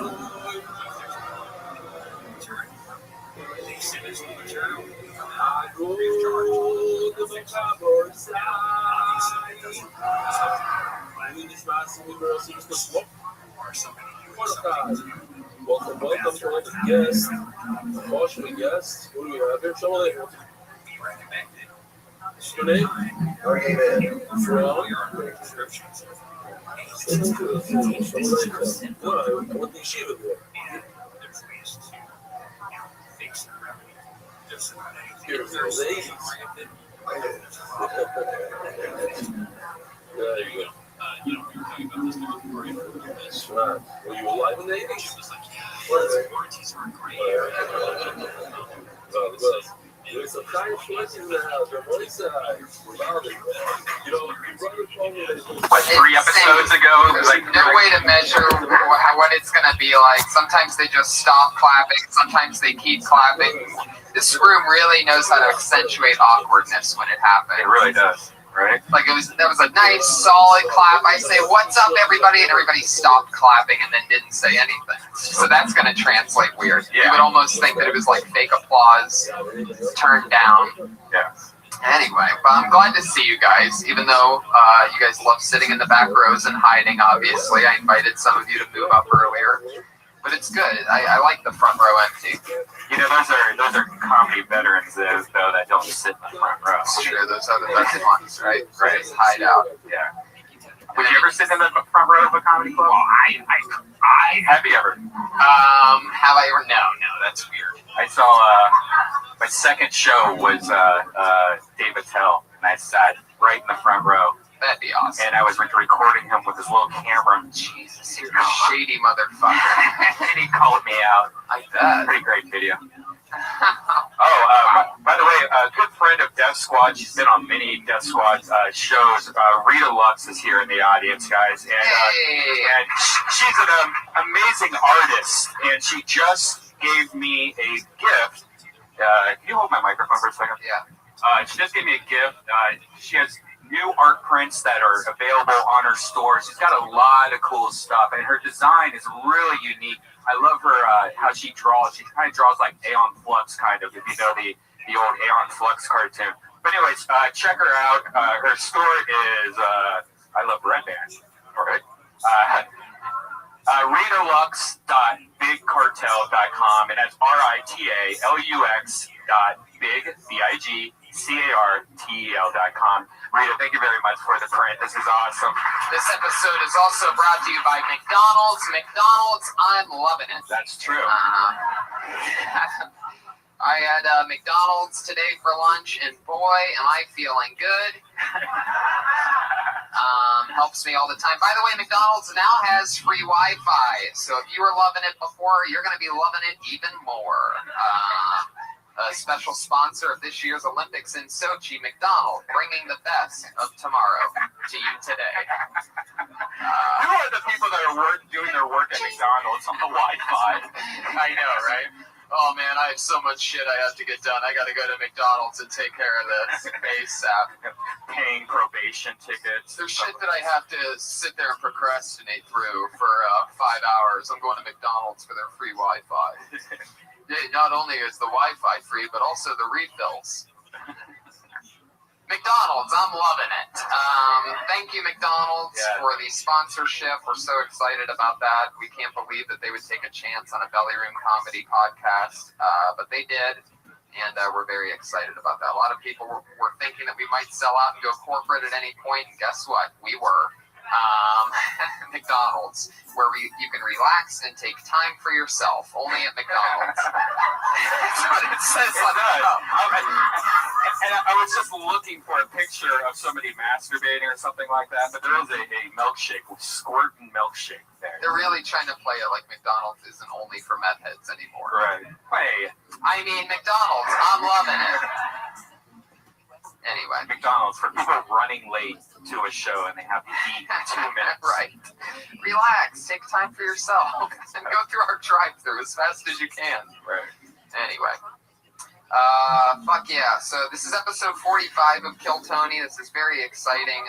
My God, I don't want to really bring this up, and we can't talk about who it is, but I just want to say, because I have to acknowledge it, we have some guests coming up on this show that are unbelievable, and I had one today that couldn't make it. Turned out something happened a few hours before, but by God, there's some big ones coming up. Just wanted to get that out there. Nice dick tease for the audience now. I was so excited for what was about to happen that I just had to mind fart that one, because we almost had somebody diabolical. Yeah. Even though we have an amazing show with 2 people that have already been on, in fact 3, as our Patriot is a return Patriot. Probably one of the best Patriots. The response from this Patriot's been amazing. No doubt about it. I mean, this one is out of control. Before we bring them out, we should talk about our shows on the 18th, 19th, and 20th. Oh, yeah. Portland, Seattle, and Vancouver. McDonald's. I'm loving it. You know, you need to take time for yourself once in a while by going to that April 18th, 19th, and 20th. Before 20, we're going to be at the Edgewater Casino in Vancouver, which is awesome. I can't wait to get crazy stoned in a public place. Yes, absolutely. 420 at Vancouver. We're going to smoke some pot and then enjoy a good McCafe, a new dessert treat. They even have real maraschino cherries that they put on top. They only give you one. You can get a refill, but only one cherry. And this new Taco Bell breakfast, fuck Taco Bell breakfast. Who wants Taco Bell breakfast? It's disgusting. I don't want Taco Bell dinner, so it's really tough to convince me. I'm not a very big pro breakfast person. I'm like a horse. I'll eat some oats, but you know what I really love though is McDonald's breakfast, available before 11 p.m. Right. So you guys get it. Let's bring out our head. Since the beginning of this show, for some reason, we've always had a head of security, somebody to keep us safe. For more than 30 episodes, we had the Iron Patriot, who was a very loyal member of everything, and then he turned his back on us. So we've been rotating in new Patriots each week. This one is a return Patriot, one of our favorites of all time, and he's stronger than ever. Put your hands together for Iron Earl Skakel, everybody. Ravishing Patriot.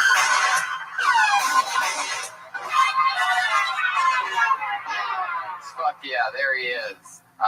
Some people wonder, how's it going, Patriot, first of all? I'd like to take a moment to tell all you fat, lazy, untalented potluckers, you better be funny or you're out. I'll show your women what a real sexy body looks like. God. Fuck yeah. For those of you that don't get it yet, Iron Earl sort of plays it like he's the bad guy in a wrestling match. And I gotta tell you, Earl, that is quite the up. I don't know if that's an upgrade or a downgrade, losing the pants and just going with underwear tonight. But Jesus, it's very hard to look at. It's not. There's too many shadows going on over there. But yeah, people just squeezing in to get a closer look at Earl's junk. Welcome, guys. Yeah. This is disturbing. A lot of people said that Earl was our most controversial Patriot. A lot of racist remarks at some points. One of the facts that you said was that your special power is white power. It's the only power to have. I watch Roots backwards. I get hard. I'm not even exactly sure what that means, but I'm not either. if you watched it backwards, that means what? That they'd be free in the end. Yeah, but the beginning's great. What is that pelvic thrust you're doing? Do you have Tourette's of the crotch? I just have a crotch. It's ready for action. Oh, Jesus. Whoa, there you go. Lady, that's 30%. All right. I love the fact that you almost don't wear any of the costume, but you do wear the bra part of it. You're willing to let your junk hang out, but your nipples, no way. You gotta pay for that. If you just look at his dick while he talks, it just looks like his dick has one of those like throat cancer microphones on it. Watch. Oh, yeah. Talk. Yeah. Jesus. Fuck yeah. Well, welcome back, Patriot. It's very exciting to have you. He's the only Patriot that doesn't wear the mask because we actually think his face is funnier than the Patriot helmet. So he's got a Kennedy head. You have Kennedy in your blood, right? Yeah. If I was riding shotgun with Kennedy, he'd still be alive. It's a joke about how big his head is, folks, for those of you listening at home or in this room. It's just not acknowledging how gigantic of a head he has. That's not an optical illusion. I see one lady cleaning off her glasses right now. Very shocked at what she's seeing. But you have some hefty glasses, too. What are those? Like, how bad is your vision? I can see the sun with these glasses. Well, we can all see the sun. That's really not a very good... I think you should have a different answer loaded up for next time on that. I can see the sun and the moon. There may not be a next time if you keep this up. You weatherman one. Fuck yeah, did you feel the earthquake over the weekend? That's fucking what was happening, so I thought it was me. You felt it, right? Did the dudes think the same thing? It's possible. hole's a hole at 4 in the morning. I actually felt it. They were filming a documentary, Graham Elwood's documentary, Earbuds, was filming it. They were interviewing me during it. And I had one of those freak out moments like they did the guy on the news. You did? Yeah. It was very close to this Epic Center or whatever the fuck it's called. Epic Center. Where it's like super awesome. Yeah, it's like so epic. Epic, bro. No, but it was like near Pasadena where I was at. So I got footage, like nice HD footage of me acting like a bitch now. Great. Yeah. That's awesome. Fuck yeah. Well, let's get this party started, shall we? It's episode 45 of Kill Tony, ladies and gentlemen. And as always, I had two of my funniest friends here to sit with me and hang out and watch comedy. So, put your hands together for two of our finest return guests that we've ever had. Earl, can you tell your dick to settle down a little bit? Fuck yeah. There you go. Josh Martin, everybody, the worst comedy producer in Hollywood. Always there 5 minutes after you need him. One of the only grown men that I know that looks like he drinks juice boxes. Josh Martin, everybody. There he is. Doesn't he look like he should always have a juice box in his hand? Yeah. Anyway, here's our guests, everybody. Two of my favorites. It's Jade Catafretta and Kirk Fox, everybody. You know Jade from the podcast. Kirk Fox. Comedy Central. Love this test. One of my favorite shows to watch when I get a chance. No, it's so true. Hello. Hi, guys. Hi. Well, Earl. fuck yeah, what do you guys think about this Patriot? I've always thought he looked like Flanders, you know, because he's like kind of dorky and then he takes off his shirt and you're like, that's Good comparison. Yeah. you know, because Flanders has that like fake, really super hot Jesus chest. It's like, Earl. I think it's working. His head might not be big. We might just have small We heads. have tiny heads. Well, we know he has a tiny head down there. I can say that. Who are you asking? Anybody. Oh man, I like it. I can see every tiny part of your dick. Your underwear was a little wet earlier and then let it dried out. It's cute. That's a better look. He really got his balls busted about that one. God Almighty had to use. He had a little dribble. Yeah, it is tough, right? Yeah. Guys get a little dribble. It's okay. Yeah. The older you get, that starts happening. It's really hard to avoid the drip. I mean, I notice it. Sometimes I'll wear like gray underwear. Red's another one. The red almost turns purple if it's wet. Is this a problem you guys all have? There's a couple drops that'll happen. Not like it wasn't like he peed his I pants. could stop mine at any moment. Yeah, it's just one tiny drop. But even if the tip's wet, it turns into a drop. If I drop, it's because I want to. There's some in the barrel that you have to just squeeze out after you've stopped. Yeah. But, you know, Sort of who like does that? mini jerk it off for a Yeah, second. little baby blowjob. Sometimes I just drip in the toilet and then pee in my underwear. Ah. Just to confuse everybody. It's pretty sexy. All I guess it's all very sexy. Yeah. You don't ever drip? I don't drip. No, I You don't actually know. never You drip. got your seed. No, I can feel it. I She can has feel things. a lot of lips covering up. A lot of lips, Yeah. big lips. But when Thank you for those get reading it. wet, see, I've had a thing No. lately where I'm trying to figure out where girls pee out of exactly. You don't know. I couldn't tell you. I couldn't tell I you. sort of know, but I've never actually seen Does it. anybody know? Nobody knows. Nobody knows. It just comes out. What does the pee hole look like? It looks like a little hole. Yeah, it's a tiny hole. Where? Look at But like, I'm not gonna show you my pee but hole. it doesn't look like a hole. It just Yeah. looks like a piece of Yes, it skin. Yes, it looks like a You can tiny put- hole. You could put a flower in it. Like If a I flower try, like pot. if I spread it, I can kind of designate where it goes. Really? Yeah. But I feel like I'm talented. Oh, here's the best video you need to watch. I don't know if it's still online. It Oh, used to be on God. Live Leak. It's a guy fucking a girl in her pee hole. It's Earl. It's Earl's dick. He's in that video. That's real. I'm just taking it in, Brian. I'm just taking it all in. I'll find it by the end of the podcast. Yeah, I'll show it. was it a tiny penis and a giant pee hole? Kind of. It wasn't that big. It was like a pencil dick. But still, to stretch out the pee hole and fuck it, it's crazy. Was there a horse involved or no? No horse. Okay. I always think about that, like, because there was a thing with a guy stuck a tiny fork in his pee hole in jail, and it was like an exotic thing, like he was into it. But it was like a tiny fork. I mean, I guess some pee holes are bigger than others. Tiny fork. That's a pretty big fork. I mean, as far as fork goes, yeah. As far as something you shove up your penis, no. Do you know what I mean? Jesus. How did we get on this? Pee hole. Pee holes. Earl started. Earl started it. I started it. So let me ask you this: like, so if a guy is going down on a girl, they're pretty much licking the pee hole at one point. Here we go. Pee hole fucking 2 on X2. No. This is the sequel, which a lot of people say it's not as good as the first one. Are you playing it? Yeah. Where are we watching it? Are we watching this video? No, I'm watching it. Is McDonald's sponsoring this video? Guy fucking a girl's pee hole. In my pee Oh, it's a hole. black pee hole You also. need to relax and take time to. Okay. Jesus Christ. What the? Oh, yeah, there we go. See that? Wait, what? That's not a pee hole. Yeah, that's her pee hole. No.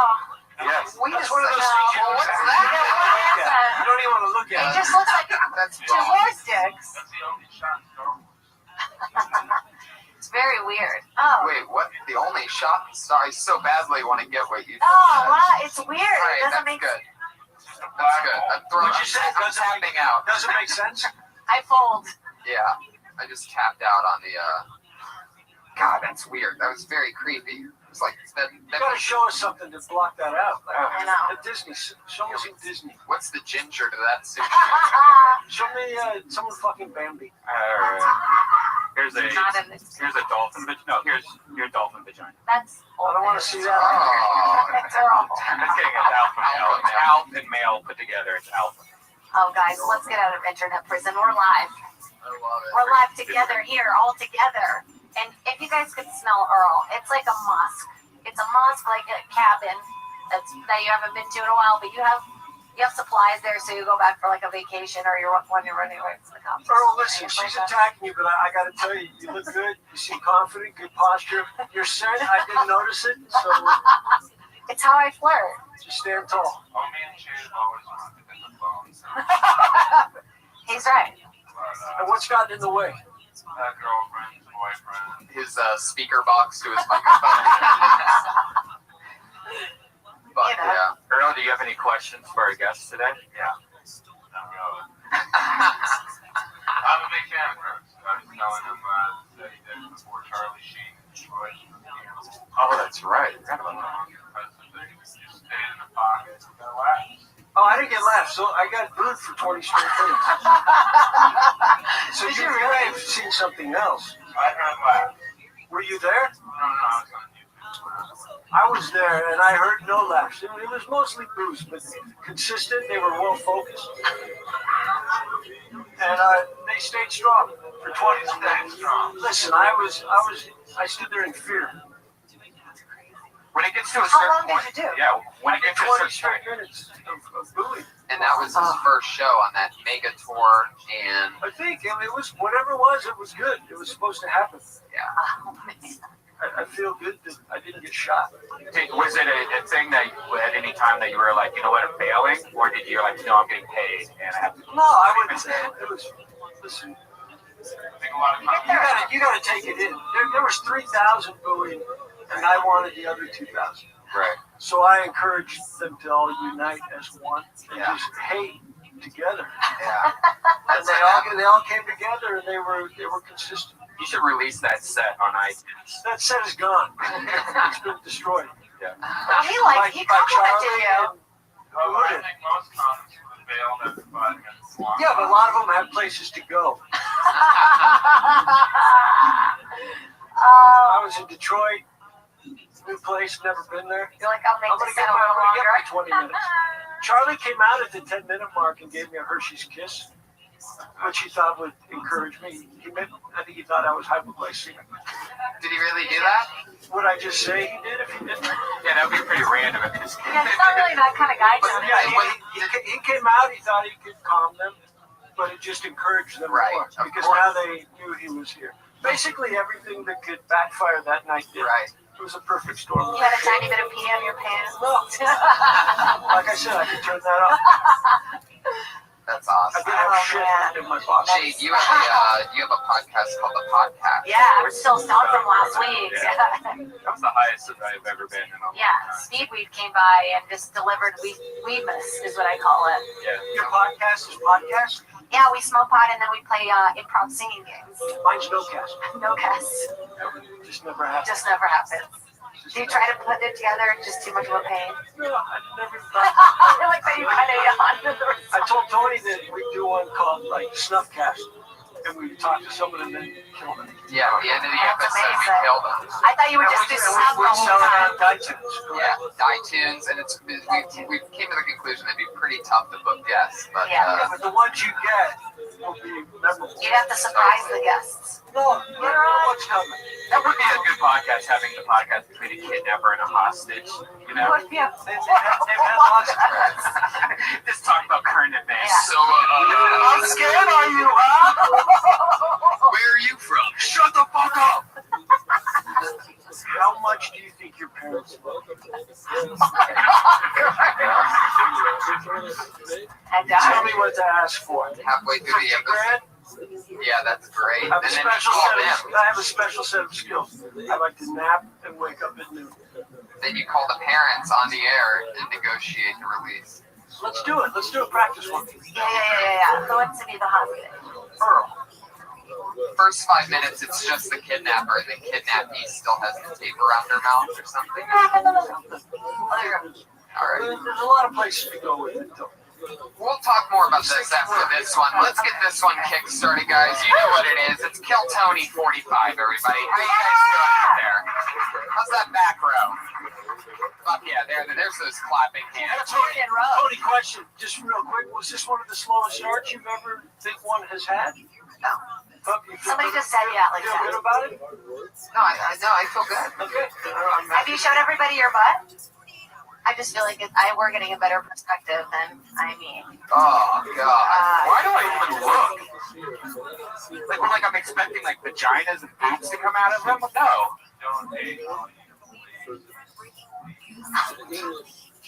Just show them your butt again. Don't talk. Earl, those are audience members. The comedians are up there. Be mean to them, not them.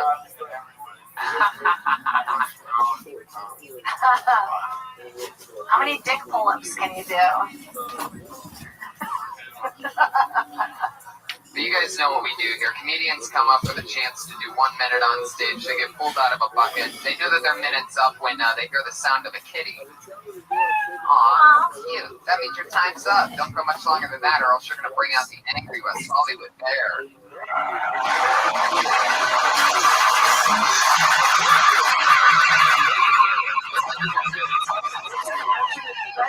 Sounds hot. That is a bear that, on his way to space, killed a couple monkeys. So let's get this thing started. All right, let's go. Try to talk. Whoops, there you go. Why not just have that person be first? It literally just jumped out of the. Here, let's go for T-Pack. Oh, wow. Front row. Fuck yeah, T-Pack. What's up, everyone?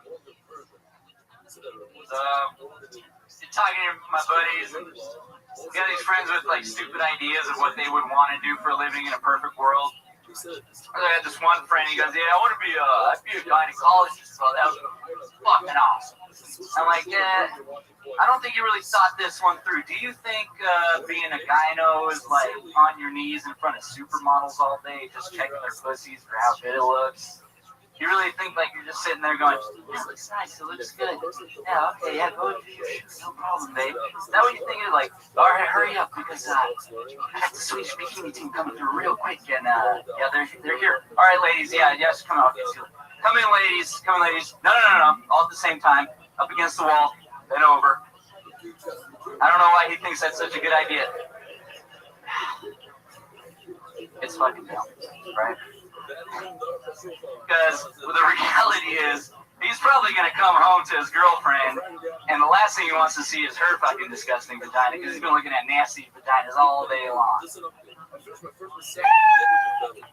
Right? Give me the fucking cat already. There it is. No, that was a minute. Was it a minute? Yeah. It's so hard to compress those into like a minute. It's just really difficult. I thought you took an ump break. You have a lot more time than you think. Yeah, there's You umped a lot, so you could have been talking.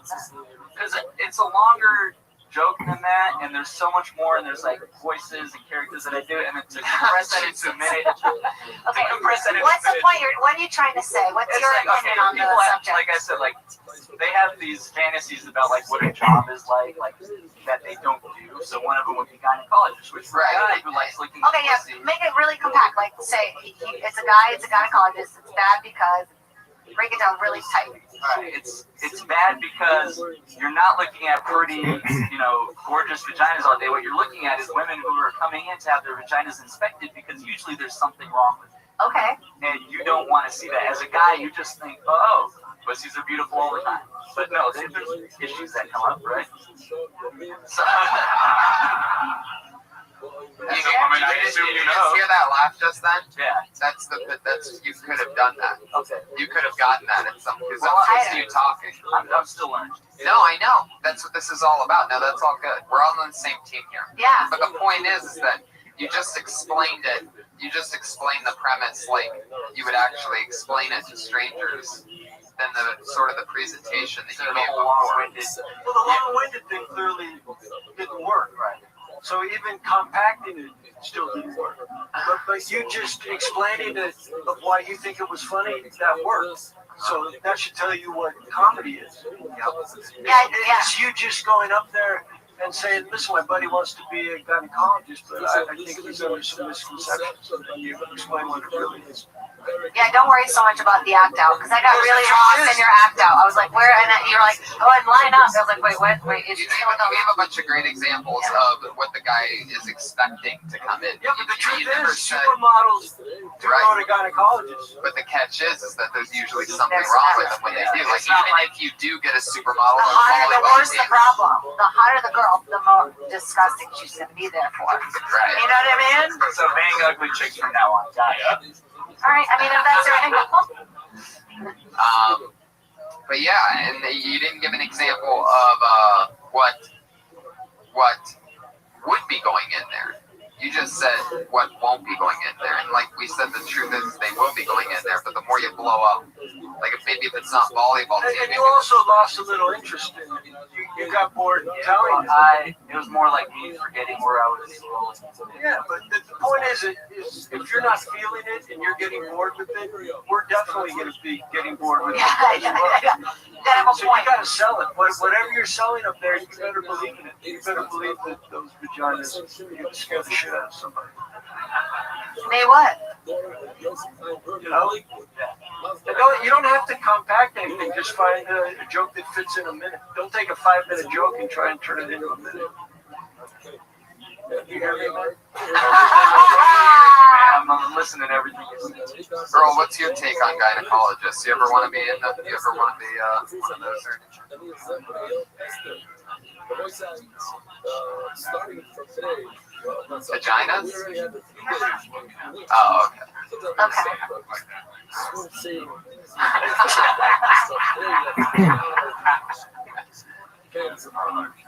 This play is going to be the first time that show us in the English here. Fuck yeah. A son that really Oh, it's a slow burn on that one. It just gets more disgusting. But I would not think about it. knock his girlfriend. I mean, his girlfriend might have a beautiful vagina. Yeah, I didn't understand the girlfriend part at the end. Like, you're making fun of her. Threw in there. Jay, do girls just A lot of Hail Marys don't get covered. Yeah, we go to gynecologists for just checkups too, but you know what's uncomfortable when you get a hot gynecologist? I hate that. You're like, yeah, you know? You mean, like every once in a while you'll get like a nurse practitioner, no, like a hot woman, and then you're like, hi, oh, hey, you wanna, and you feel like you want to be friends with them. It's very weird. You're like, are you sure they're even a gynecologist? Maybe you're meeting somebody no. Does it moisten you up? jeez. Get out of here, you're done. Is it mostly women? The fuck? Yeah, Wait, can we address that? This guy's trying to be the new host of Dysentery. He has to dance per day. He was also in San Diego, right? No, I was on episode 42. Yeah, he's been What is the answer that you want for me to say to that? Like, wait, yeah. Like, Jade, I have a such a question. weird. I wasn't expecting. I just wanted to say that. So is it mostly women, or are there? It's mostly women. You'll get a guy gynecologist. Do you think there's ever been a gynecologist that pulled like a Jew on a man and pretended to be a woman so that it can see a lot of vagina? I feel like you sometimes will get. You say a they're not woman men, who's but yet it's called gynecologist. You know, you have guys in the very first three They letters. should really call it a gynecologist. I think a lot of women demand other women. Like, I demand a female. Yeah, I always wondered that. Like, as a woman, would you rather have a woman who also has vagina Yes. affecting yours versus a guy? Yeah. Because, like, See, these are questions you should ask yourself before you get up and do a vagina check. Yeah, or before, yeah. Fuck yeah, T-Pat, good stuff. Take any of that you want. I like to tell them, It's a good world, get out. but believe in it. Take some of that magic that we just gave you and get the fuck out of here right now. T-Pat, everybody. Yeah, that is weird because, like, with guys at least, I think, like, if I get a massage, I'll definitely not want a guy massage, you know? Yeah. And if I have a doctor, I would probably want a girl doctor. Yeah. Well, I don't want any guy massage. You know, like, it's weird, like, for girls, it's backwards. It is uncomfortable when you get a hot one. You do feel uncomfortable because it's like if it's a little older lady down there, you're like, all right, she loves me, you know. And then the younger ones, you just want to be like, oh, as far as the guys go, that was fine. I'll let anyone massage me. I just, you know, I don't want to hurt their feelings. Really? Yeah, get on me. I honestly, I prefer, Prove yourself. I say whoever the biggest person is on duty. And sometimes it'll be, with the best case scenario is you get the big Asian chick. There's always one that's like the. I just want a strong massage. You like really strong? Yeah. Get the knot out. Yeah, that's it. That's all I care about. But you know, I don't The like last thing I need is some hot 75-pound Asian chick walking on my back, not doing anything. I'm just like, this is fucking annoying. Kind of ruins it when the person's hot. I have to agree. When you were going to like do a service kind of a thing, it's like you don't want to think about getting horny during it. And I told this once, but the last massage I had where a Korean girl was walking on my back, she took like 2 steps and just like said, "You're too tall, you're too long, I'm tired." Yeah, she just like took 2 steps and just like, you know, my spine's a little curved. So she didn't want to walk uphill. No, just the mattress was low. So she just said, you know, do I have to walk? I just said, maybe you can start in the neck because that's where the knot is. Don't walk there. Awesome. was that followed by a montage of how too tall you are in life? Just knocking into the I can't believe she quit on you. If at first you don't succeed, Just tie grab the again. hair. No oil. I didn't want oil because I figured she'd just keep sliding down. just fall face forward on your back. Continuous human dictate. She asked it. Fuck yeah, Earl going for it for a moment there. Earl, do you have a dick doctor? We're talking about gynecologists. Do you have a dick doctor? Yeah, I got a guy who's got there once every year. Yeah. What does he do for you? Puts it up there. What does that mean? Is he a doctor or just some guy who comes and fucks you once a year? Tim? Dr. Tim? Okie dokie. After the first 10 seconds, it feels like he's taking cotton candy. Tony, isn't it easier to listen to this shit when they're in full outfit? You don't have to really. Hey, you don't feel like This is amazing. Earl, It's too personal when I can see your face. It's true. You put on the helmet. The helmet's too big for your big head? I mean, my head's too big. Okay. Jesus, because that helmet would have been like a VW bug. Josh, can we turn that air conditioner off? The vent's right over Earl. I always It's feel really bad. cold over there. Yeah, it's like chilling. Cold air can't rise this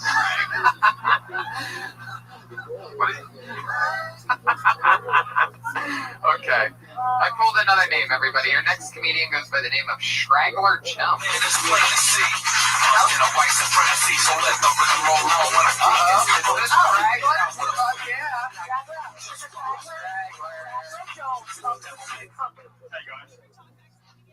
So I'm Australian, and it's great being Australian in LA. I was over at Inglewood earlier. I love the legacy left by other Australians. I was walking up to get a beer at the gas station. Met a lovely guy. What are you doing here, motherfucker? Jeez, man. Are you kidding? Whoa. He's got a nut. Anyway, I was at Venice Beach as well. I was sitting there next to an old guy. And, a dog walks over, lays down, starts licking his balls. And, the old guy's like, oh, I wish I could do that. Jeez, mate. Feeling petting first? So anyway, I'm here with my wife on honeymoon. Thanks, guys. Yeah. She's really good. We go order some fast food, and she's really good at fast food. She always asks us if it's a question. So she'll ask, can I have a cheeseburger? All right, Straggler. Is that your real name, Straggler? That's my stage name. That's awesome. What's your real name? My parents were assholes. What is it? If Straggler's your stage name, Yeah, and I want to know how fucked up this real name's gonna be. My real name's Craig. Bullshit. It's Straggler. Straggler. Your real name's Straggler? Sally. Tell us the truth. My real name's Craig. What's wrong with Craig? Using your name. I don't know. I just thought it was cool to have a stage name. I'm new to this. Craig Jones. That's a great name, man. That's your name. Straggler? Straggler. Yeah. Straggler. Interesting, It's right? better in your accent. Straggler's a lot to live up to. You should start with Craig until you earn the Straggler name. Yeah. Fair enough. Don't just come right out The because jokes are shit. So. they hear Straggler, they're expecting a lot. But Craig, you can start slow. And who had the knife? Did you or the guy? Sorry, it was supposed to be Crocodile Dundee joke. Right, Then that's what I thought. fucked it up, mate. Well, you know what? I thought you were convinced. You know what? Let me tell It you. was timed in my head. Let me tell you what fucked up the Crocodile Dundee joke is that he's 20 years old. That movie. I just think it's an Australian reference. But you're not in Australia.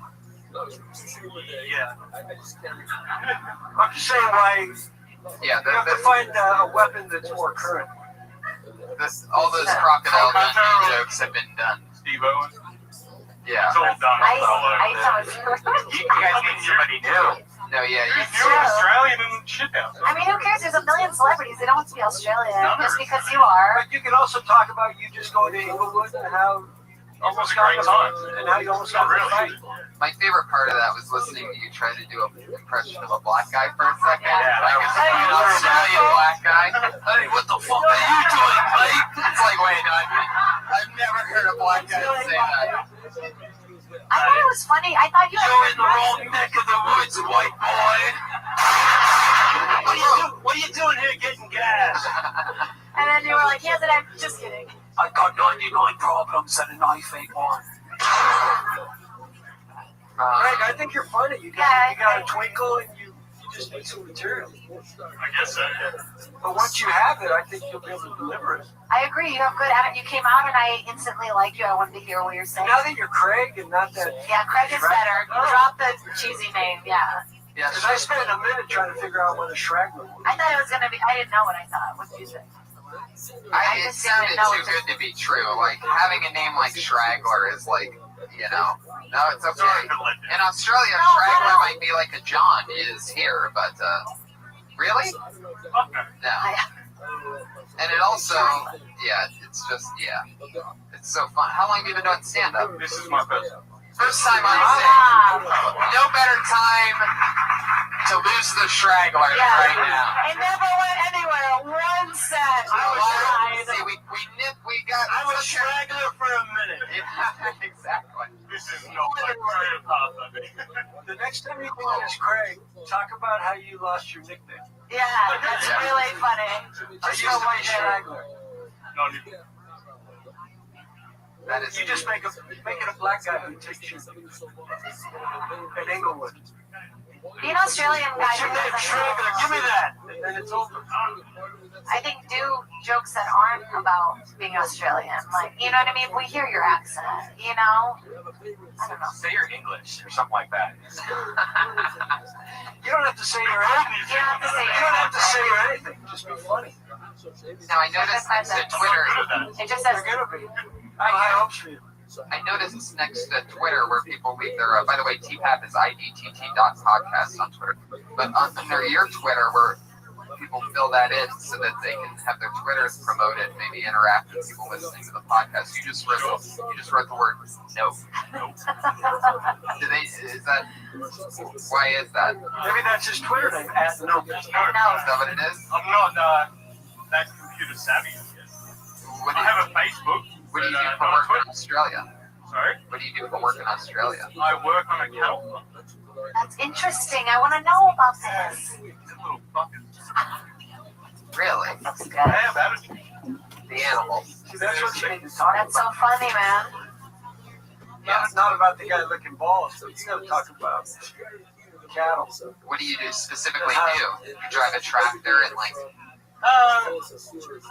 that's what I think people do on cattle.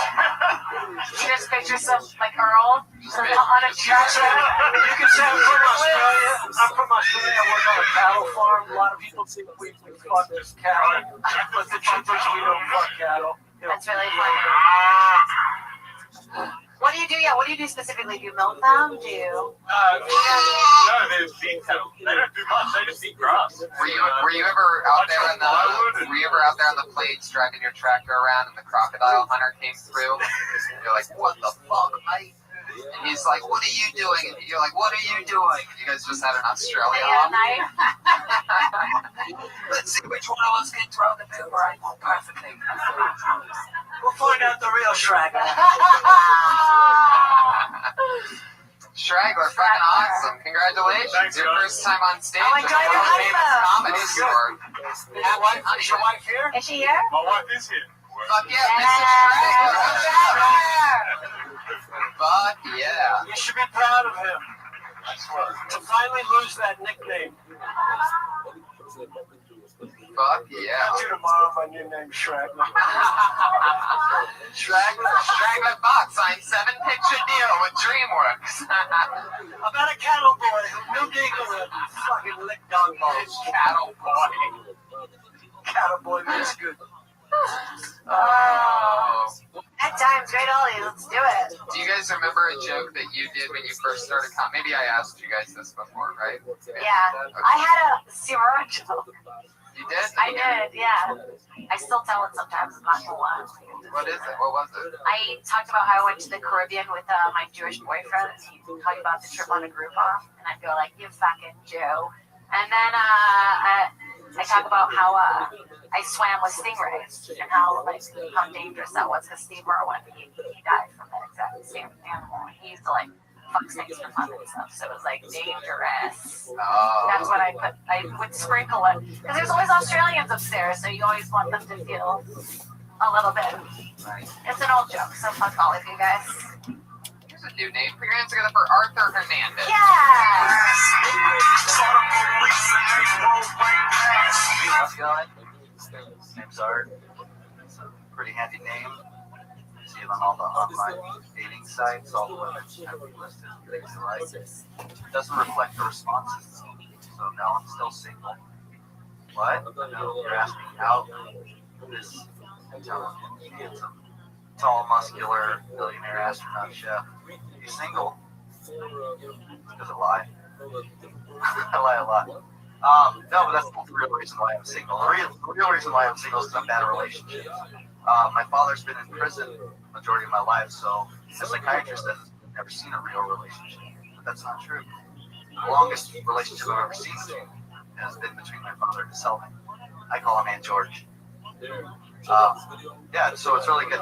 Having a father in prison is really cool. He's always trying to give you really fatherly advice. I had a bully once, and my dad was I was like, Dad, I don't know what to do. And he says, well, just rape the motherfucker, establish dominance. So, I took that into consideration. All right. That's awesome. Your dad's really in jail? Yeah. What did he do? I don't know. My family doesn't really talk about it. Yeah, that's a good one. Yikes. That's some butt fuck. Anytime I ask to bring up my father, they're like, oh, he's a good man. Wow. You really don't know. That's No, I really amazing. don't. Wow. Would you like to know? I've never asked him. I've gone to visit him several times. You've never asked him? It's pretty easy to find out. Yeah, it's not Google him. Well, I don't know. I don't know. Our friend. I don't know. Does he You want to find You out? want to find out right now? He fucks cattle. Good luck. My father's named. I'm named after my father. I'm Arthur Hernandez. So you Google us, you're gonna find the billion. I didn't hear you say art, so I didn't understand. Yeah, you said parents, like My name's really Art. fast. Oh yeah, sorry. I think it's funnier to say that your name I've is never been a Arthur. man man, so Arthur.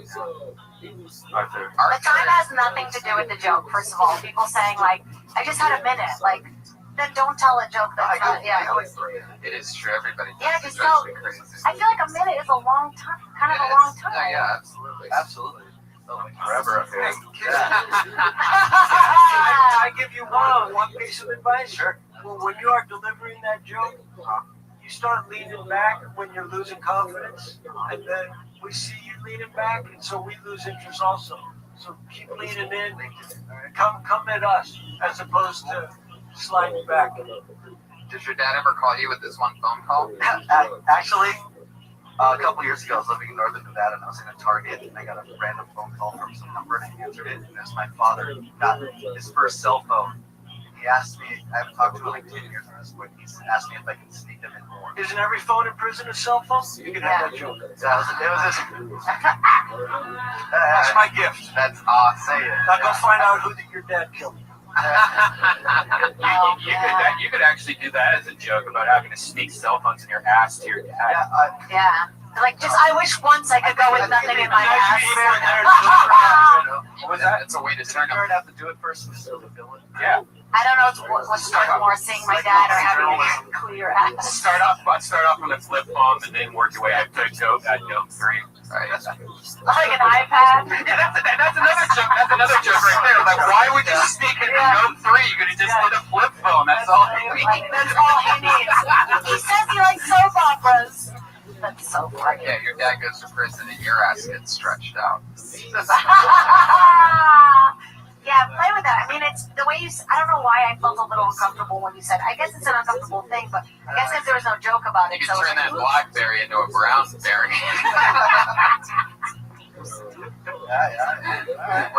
What did he want when he called you a target? He asked me if I could get him more cell phones. Did you ask him what the fuck he did? No, I just said, I was like, who's this? He's like, man. So how long has he been in? Since I'm 30 now, and he's been in since I was 4. So 27. Wow. So you can assume it's murder. Maybe, I don't know, man. California laws Maybe are it's fucking not like, I think it's funny to You talk get about. 25 years for stealing something. oh, he got life. Oh man, but I think you could like it's kind of a comment on yourself, but you don't like to really ask about things. Like it's been 20s. You said you were what? You said so. How old were you when he went in there? So it's been 26 years of him being in there. So for like 26 years, you haven't asked. Like you know, Did your mom remarry? Yeah, like. You should really. Yes, That's the word you need to talk about. Well, I do. Because I'm going to start. Yeah. Yeah. Kurt's doing everything It all tonight. gets there eventually. I just try to take it out. Man, I would be so interested if I was. I can't I know, believe too. I'd be you haven't so done Yeah, it. it's pretty crazy that we want to know what your dad did more than you. I feel like this is a part of a movie now. I'm gonna go find out. It's just the way we're raised. My family's just not. They don't talk about stuff. Oh, a Latin family that doesn't talk about stuff? Someone talk about something if he's in prison. Yeah, someone Someone in your family ratted him out. Someone ratted him out. Yeah. And now they'll never speak It's again. just always the way it's been. So. How long have you been doing stand-up? This is my 3rd month. Wow, awesome. Are you out for life? Probably. It's a family tradition, right? We commit to things. Oh man. Just, you know. Yeah, I liked your first joke about the lying. I thought that was really good. There's more to play with it. Now we see where it comes from. Yeah. All the jeans. Yeah, only 3 months. You have a lot of potential. Soon you'll be just like your father and really be killing. Hell yeah. Oh boy. Arthur, thank you so much. Thanks for flying through it. Keep coming back. Funny stuff. But you guys have the same Twitter handle? Here's the joke. They'll cut to his dad's in the parking lot waiting. He's just a fucking liar. He's just lying the whole time. Holy shit. I think also, hey, stay away from like I'm single, shocker, because, well, you know what I mean? I think every comic is single and it's a shocker, you know, kind of thing. Tell them about your dad and then you'll be single for real. Arthur is also at IBT Podcast. Oh, shit. This guy is a favorite here. Very, very, very funny comic. Put your hands together for Brett Manson. Very funny. Freakishly funny.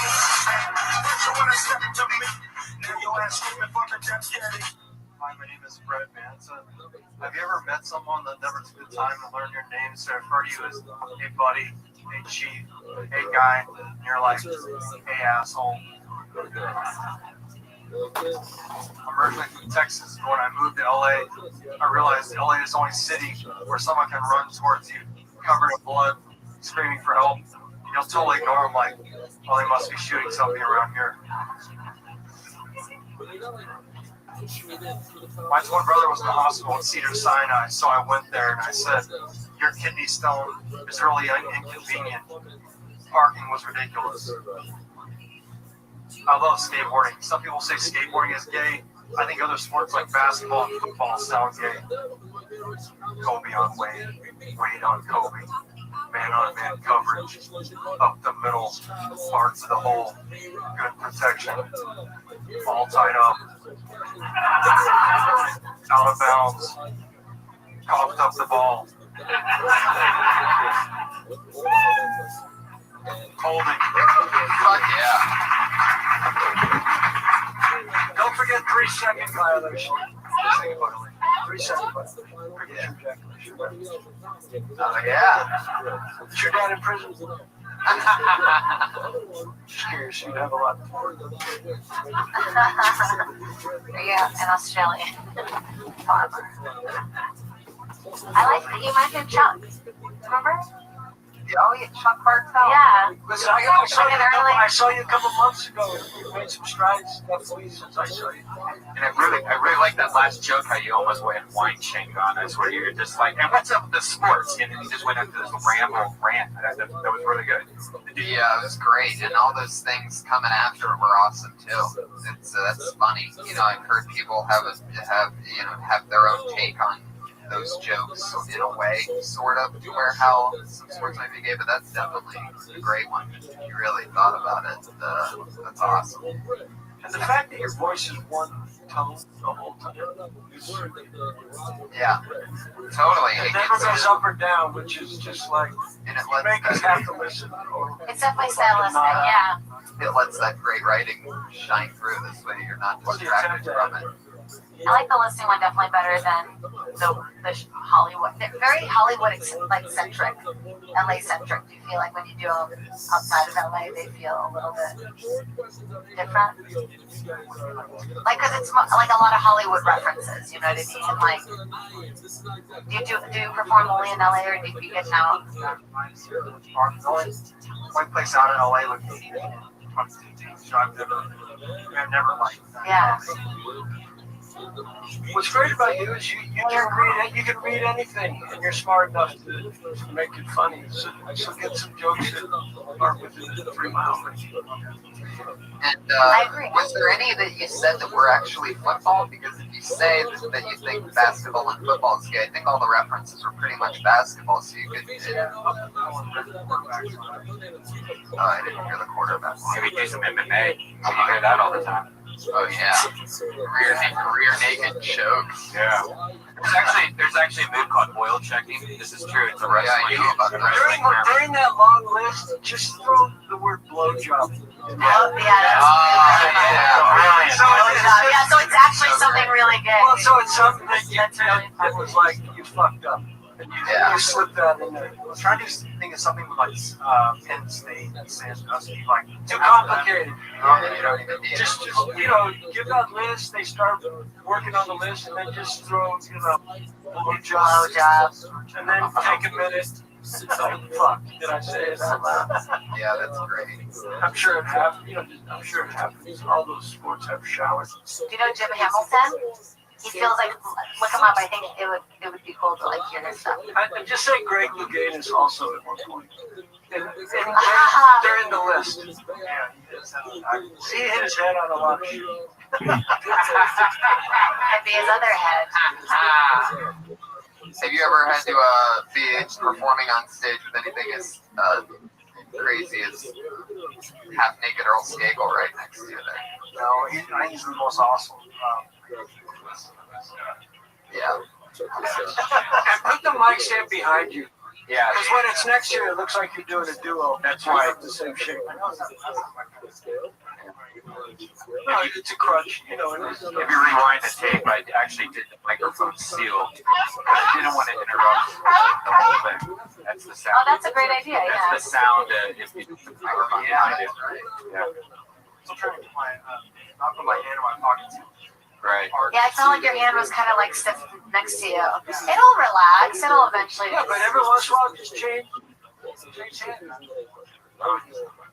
Yeah, it's Yeah, me great. too. I like his style.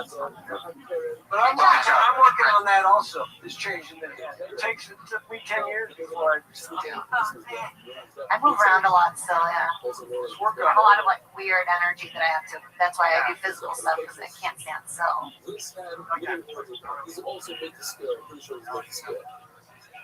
You can play with the mic. I mean, not that I love when people like hang on the mic and like play with the mic, Listen, it's but just eventually you'll become find it. Yeah.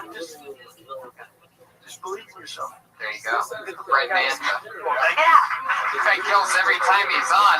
He's on Twitter at Brett J Banta, BRETJBANTA. Brett J Banta, 1T. He's a funny guy. How you guys doing back there? How's Dev Dynasty in the Yeah, building? literally.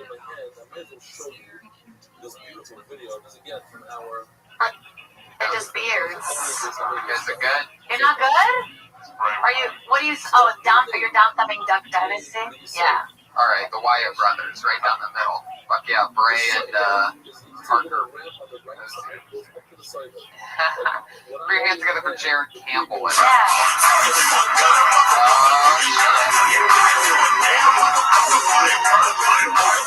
How you guys doing? Shout out Earl, looking like the gig, go a little dancing here.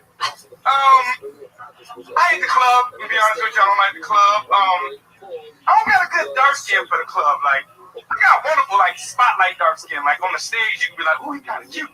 In the club, I'm just black as fuck. I see people on the what's up? Ooh, shit, you scared the fuck out of me. Okay, I should wear my neon shirt. Then you can't get drunk with the right kind of people. I got a friend, I found out he was more of a fan than a friend of mine. Like, I used to play football. We talked to these girls. He's like, you know what the fuck this is?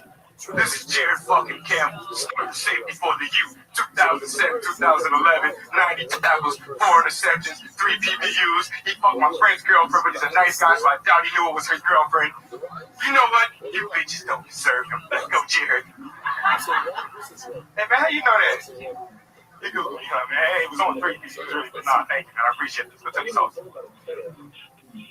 9 seconds. Yeah. Hell yeah. Were you in the club in that last show? Yeah. Then there's definitely something like there's definitely space for a callback right there when he's like, let's get out of here. Hey, where'd you go? Yeah. And Oh yeah. You know what I mean? Oh man, I'm sorry. I forgot I was here with you. And he gets scared just Yeah. like the character does. You also have like very aggressive eyebrows that can add to the whole thing. Oh no, hold on. You know, like it's a double scare. Wait, what do you mean by that? Just because like he lost me at he eyebrows. gets scared. They get scared. He's so black, and then he also has like these thick eyebrows. So it's like, oh man, you're just like, oh god, oh no, it's just your eyebrows. It's like a double. And then maybe there's a third thing. I think we just found out about Jade's fear of eyebrows. The thick ones really scare me. I'm black dudes. Now, do you feel you need to say fuck? Do you feel you like to say fuck?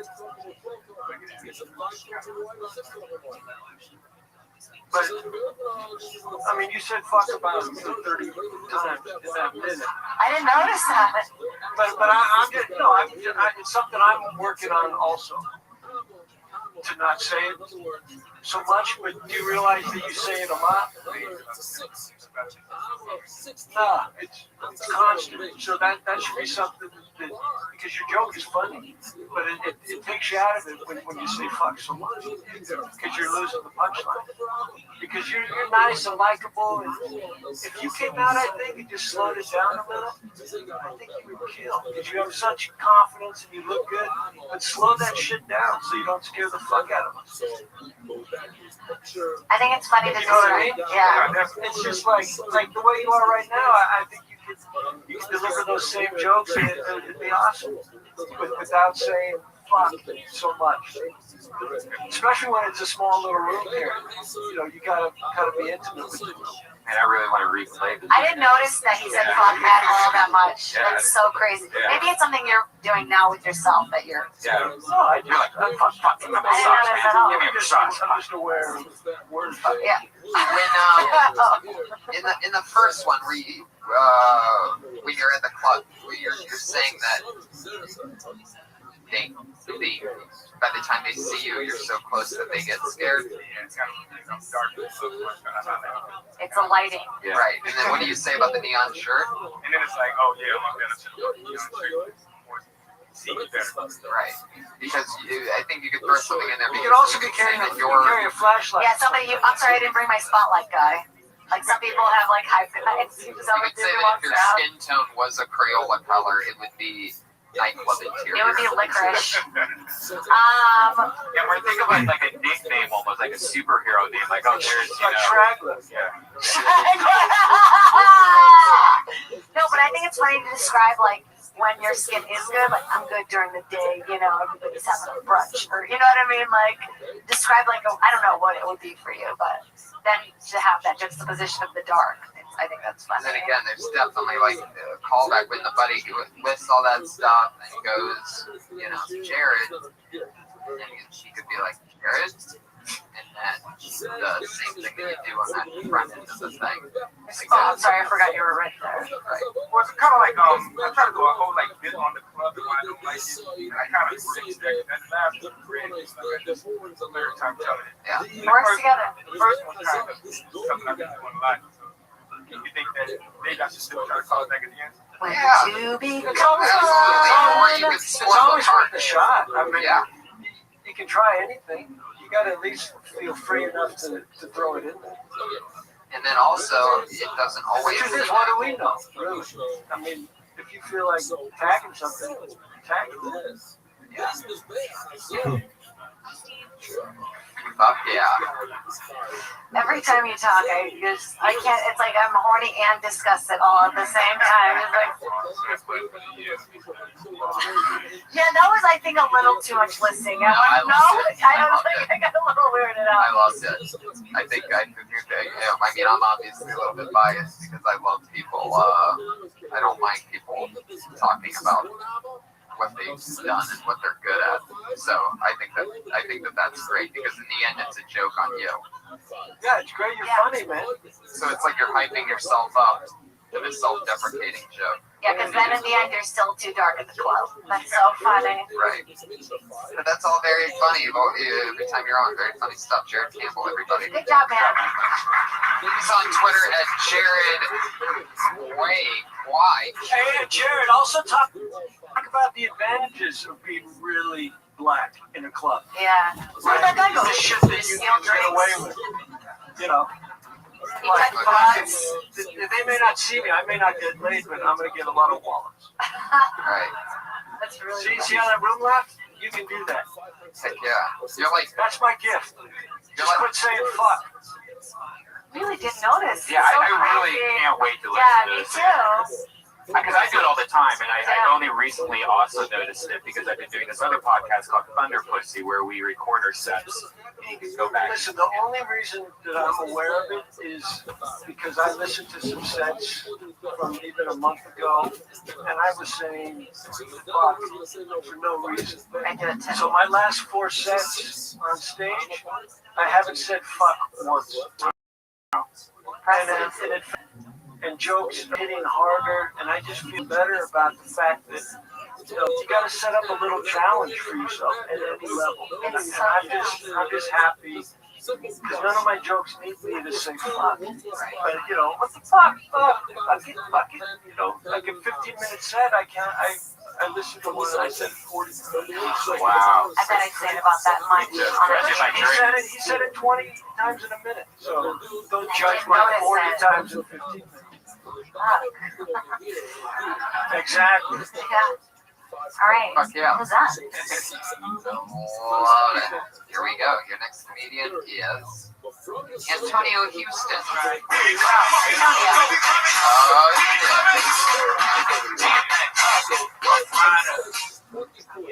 Yeah. I'm that nigger.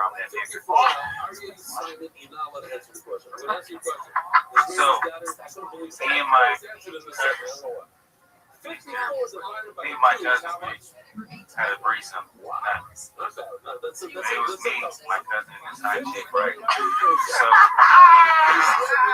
So I'm banging her. Got her. No. I'm getting it up. I'm turning it up. I look in the corner, and this guy's in the corner.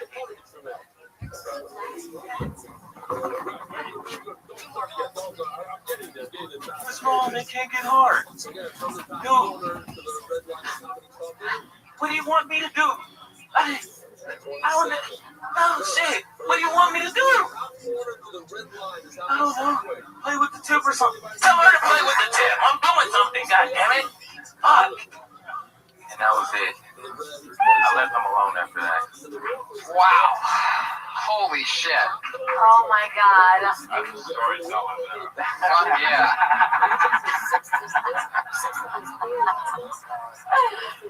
Oh man, I'm glad that Fuck yeah. Earl loved that. Earl, is that a Malaysian plane in your underwear? yeah, your tip is a little harder. Started with the N-word, which is a good move. Oh. How much of that's true? All of it. Oh man. Wow. I'm glad that you're So it wasn't really, so it was more of a twosome. Yeah. A one-some.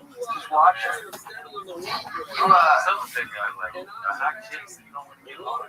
maybe it was because his cousin was Right, fucking that's her. exactly. I totally thought I that's mean, what was you she were going related to. also? Yeah. Was she related? I don't think so. And it was I don't think so. That might be something you have to ask. Fuck yeah. I thought for another guy to get hard when you find his Right. yeah. I can't even be in the same room. Harder. Let's see, there's room Well, she for. was saying harder for Yeah. his dick. For your cousin. She's like, get him harder. Weird. What a weird thing. How did it? Was it a bad dare? How did it come about? Like, it just things like that just Sometimes happen. in life, things Just happen. Me and my cousin, right? We're just hanging out. Shit happened. Naked. Does he love that joke? Does he love to be reminded of that night? No, not really. Especially when he had an afro and I get to see him in the corner. Maybe it was the fact that he was looking in the corner and not looking at you guys. I don't know. Why was I'm trying to find the afro shaving? scientific angle in. Okay, wait. Right. We get it. Yeah. Maybe he was stroking it too hard. You can just say that he was jerking off. Yeah, I feel like it almost takes away from the story when you're violently It might explain fucking why he the wasn't getting his chair. dick hard. The fact that he was trying to rip the top Yeah, you're off. violent. Yeah, and the way that you fucked that That's stool. cool. I mean, my goodness. I feel like this. I feel like I'd like to talk to this girl and see if she's okay. Yeah. For some reason, I feel like in 9 months, that stool's going to have a smaller stool. Once you go black, And you're coming up to shit custody. once you go black, you're gonna need a wheelchair. So something you can open up and spend the night. Oh. I was expecting the very end for you to like do a twist, like something like the girl's your aunt or something like that. But I don't know. Yeah. I feel like you can't just. I gotta tell you, it's a great story, but it's gotta get to a punchline. Yeah. Maybe that's actually something there because like you could say that either your mom, basically, right? It would be something like either your grandma is going to have. Well, the joke is, I mean, Depending on which one of the you. joke simply is, she kept yelling harder, and he kept saying, I'm trying. That's funny. Trying, Mom. I'm trying, Mom. I'm trying. Like she's saying harder, and he's like, I'm trying. And you know how cousins fight, and then it's like your other cousin. Listen, if I can't make that joke funny, it's too. I just figured it out. It's either if he ended up fucking her by the end of it all, it's either you're going to, if she gets pregnant, either you're going to be a father or a brand new uncle. That's really funny. That's really funny. It's a little bit too smart for this room right now, but it would work in real life. I just think avoid. We're making that threesome joke too small. Yeah, avoid the humping of the stool. I just think avoid it. Avoid it. I know when I brought this was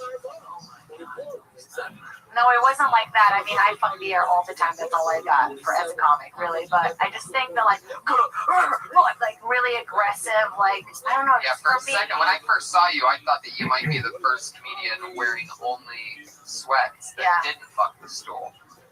But then you fulfilled the prophecy. Just full sweats, and then like a cell phone carrier on the sweats. Right. Is it a picture? Eventually get hard. Is he doing okay? He's doing okay now. All right. No, about you. Yes. I mean, I hope it works out.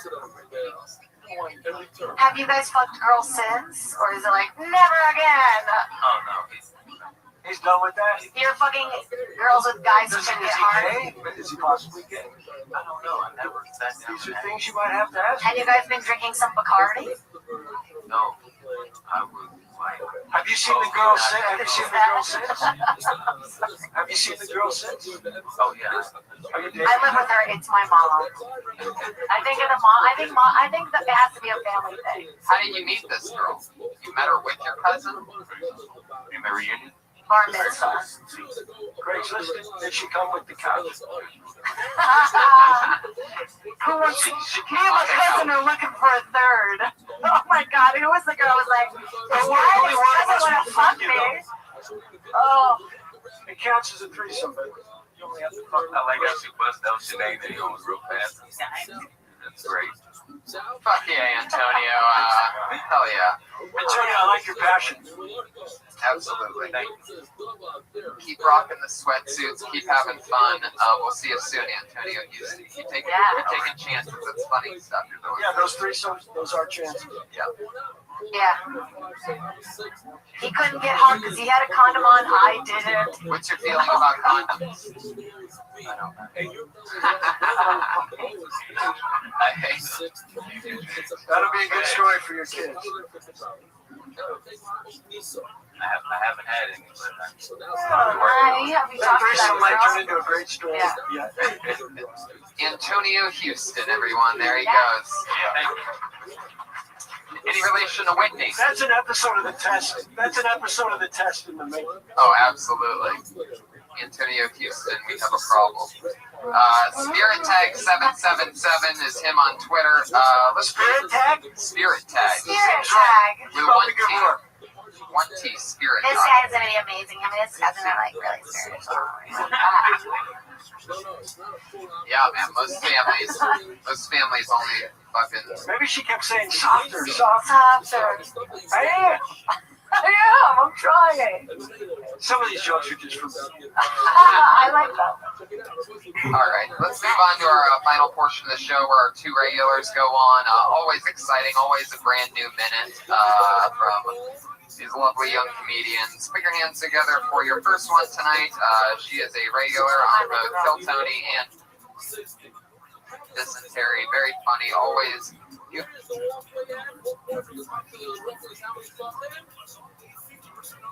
4 hours on 6 buttons. How much? He's staring at 24. From the 24 points, the halfway point was the 30. 24 to 30. How many fucking? 6. That's why I said he stands on the walkway. He would bend over up to 6'12". That worked out great. But how it says the 5 back or something's 5 up. We just made everything 6'12". Okay, so the height, everything is 6'12". That's the valve. Now we have to make our path narrower. We have to make it this way. The 7 says some of it is at 5 buttons. We're measuring 5 buttons. House. Hello. That's why I'm with Lisa. I'm with Lisa. And this side is only 5 buttons. The walkway is only 5 buttons. and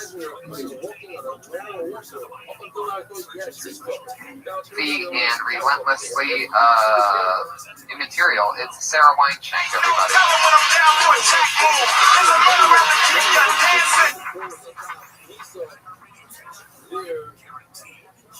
The top is fine. With that kind of high she can. So now we're going to set the level of hip hop. The items in this bag is 10, harvest 1, 6, 12, and she can 6. Turkey meatloaf is way worse than just regular meatloaf. It's the color of terracotta. It's the color of a Spanish root. The whole family got food poisoning when my mom tried out turkey meatloaf. But Fridays were the best, guys. That was fend for yourself night. I'd say, Mom, what's for dinner? She'd say, hey, fend for yourself night. I don't know. Fend for yourself night. That's a tradition that I hope to pass on. Fend for yourself night included me eating waffles, which was awesome. Now, as an adult, every fucking night is fend for myself night, and it's not great. But then, it was awesome. Anyways.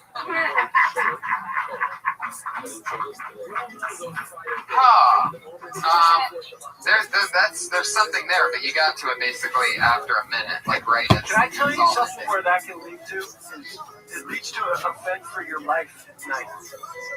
Yeah. Right. That your mom was instilling that she would never be there for you. Yeah. Figure it out. Fend for your life. Yeah. I like your rhythm. It kind of feels like I'm reading like a lesbian autobiography monologue show, like in book form. It was Friday at 2:26. You know, like you kind of have this storytelling rhythm to it. Right. Which I don't know what you could do with that, but doesn't it feel like that? I haven't read a lot of lesbian autobiographies. Oh, I guess you didn't go to Emerson, but it would sound like me.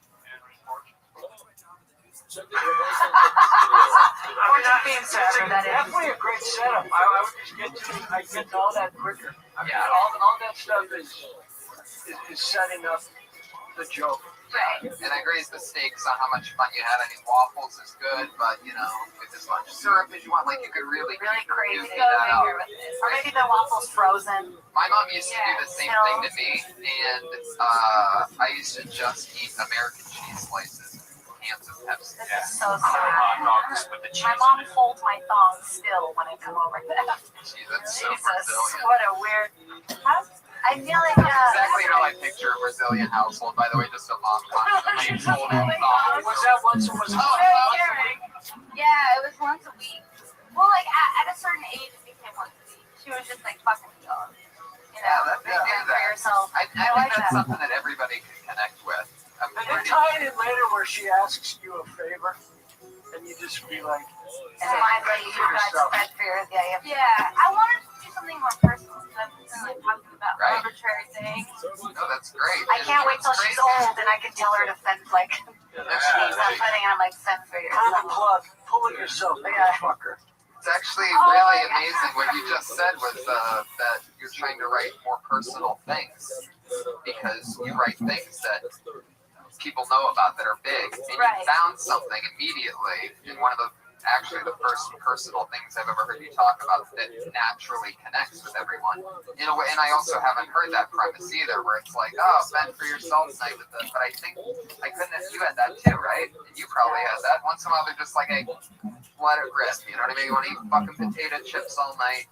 Yeah, kind of like Don't Tell Mom the Babysitters did, but all the time. Do what you want to do. But it's great because it sets up the. There's so much there. Yeah. Yeah, I just like So, will you cook something? No. Fend for yourself. Fend for yourself. You had your checks. Remember that You night make your gross food and she wanted it. I'm still making waffles. Yeah, she like asked me what I'm cooking. Yeah, and she's like, what's that? You're like, Mom, fend for yourself. Your business. Yeah. But why was it fend for What's yourself cooking? night? Non-turkey meatloaf. This is your book club. Oh, that's really funny. Like, what is she doing at book club? That makes she's getting tips and some rosé. Oh, yeah. My dad calls it wine club. Yeah, wine club. And now every time I drink, it's fend for yourself night, which is every night. So But that's why you tie it in. It's like, why do I have to cook for myself? You know, because I'm on a book club. Wine club. Very I fun. just tie all that in there. Did it again. Sarah Weinstein. She goes. She's on Twitter at Princess Shank, SHENK. Always fun. I thought she was a cape on. But yeah. I understand. She would say the same thing if you were wearing pants. Oh, Earl. Oh my god. Oh, God, Earl. All right, your final comedian of the night, the other regular, dropped out of college with just a few months to go from the University of Florida because she began her career as a comedian right here on Kill Tony. She's with you again. It's Kimberly Condon, everybody. Here she is. Wow. What's up, guys? So I'm going through something kind of weird right now. My mom is 45 and she's newly separated, so she's dating again. And she's decided that she's wanting to date guys my age, which is kind of weird because I started dating a guy her age, and I think it's gonna make for a pretty interesting Thanksgiving. I'm just like, what are you gonna do? Is your boyfriend gonna sit at the kids' table with me, Mom? And then we're gonna go over and listen to like war stories from my boyfriend. I feel like her guy's just me getting out of diapers and mine's gonna be going into them. I know, it's a lot of pressure. And then she's doing this whole thing where she keeps telling me she wants me to have kids. She keeps telling me to give her a grandson. And I'm like, why? You know? I don't, like, what do you want from a 23-year-old anyway? Like, is it like a thrill to always be on gas tank or something? Like, There you go. Fuck yeah. What do you want to date him? I had like a guttural, like,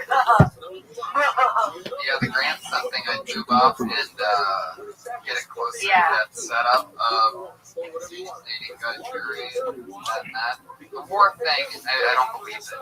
He's that old. Yeah, I don't think. What is he investing in? Like his investments? Something that we. But I think where I thought you were gonna go is they would watch something on TV together, like reruns of Friends, like something that somebody heard. Yeah, she's dating your friends and you're dating her friends. Yeah, like she's telling you about like the weird new drugs. Like what's the hippie dipping? Well, like realistically, it just bothers me that my mom's having like sex that a 23-year-old is having. Like, Right, your mom's I feel like getting she should be having pounded. 45-year-old sex, not like 23-year-old. Oh yeah, You know? she's living for the first time in a long time. That's what. Yeah. Yeah. Thank you, girl. Such a weird emotion. I should create a word for it. I know. Weird. Yeah, no, that's great. But That's really funny. it's naturally a great premise. It's blatantly real. It feels true. What's the guy's name? Is it like a, what are the two names? Dating? Yeah. I don't know his name. It's like a big thing. Like every time she calls me and tries to talk about it, like, I don't want to fucking hear it. I don't want to hear it. So maybe if he's over 30, we can talk. Maybe her boyfriend just got her on Facebook Oh, or on Twitter or something like that. Like maybe she doesn't want you to know because it's somebody you know. no, it's definitely. Okay. It'd be funny if he's like getting her into things. And, Yeah, like new young drugs people and do. social media. My mom's like going on hikes. You run into her at Coachella. Like she's getting into things I can't get into. It's so fucking unfair. She's going to Burning Man. That's In the sweet. rave tent, Mom? And then your boyfriend is like, Wishy, you gotta go to bed. Like he starts being your mom. Mom, put those fucking glow sticks down right now. No, that's fine. So your boyfriend is yelling at your mom. If he's the older guy. The dynamic is all fun. Kimberly, you did it again. Another great set. There she goes. Kimberly You Condon, guys both have everybody. mom stories. Fun, right? Fun. So fun. Whew, we did it again. Earl, what's going on? What do you got coming up? Inappropriate Earl, that's available on iTunes. Follow him on Twitter at Earl Skakel. Very, very funny. Yeah, so funny. Woo! Fucking legend. Put your hands together for Earl Skakel, everybody. Oh, where's the bathroom? Kurt Fox, Jake Tenafred, Kurt Fox on Twitter. What else? What else? What? What are you up to? A lot of new episodes of The Tech. Yeah. 50 new episodes begin Thursday. Wow. ABC. No, but that's nice. CBS. Close enough. KTLA Yes. in LA, or check your local listings. Go to thetesting.com Yeah. and watch me save lives. Tomorrow I'll be at Irvine Comedy Juice. And then April 2nd, watch out for me on Worst Thing I Ever Wore on E. And then April 15th, Californication starts. Fuck yeah. That is so awesome. Yeah, this is fun. Are you nude in California? Am I what? Are you nude in that show? No, not nude at all. 18th, 19th, 20th, we are in Portland, Seattle, Vancouver, and 25th and 26th, me and Dave Patel at the Brea Improv. Listen to podcasts. And thanks again for Rita Lux. Check out her store at ritalux.hotel.com. Yes, listen to Jade's The Podcast and Kurt Fox's The Snuffcast coming soon. If you want to get on it. If you want to get killed, call. Thank you very much, live audience. Thank you, guys. Thank you, guys.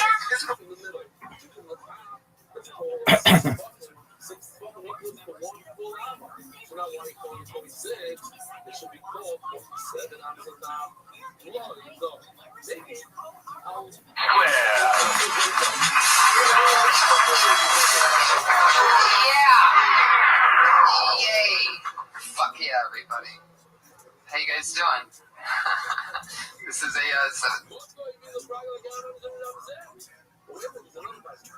awesome vibe in this room tonight.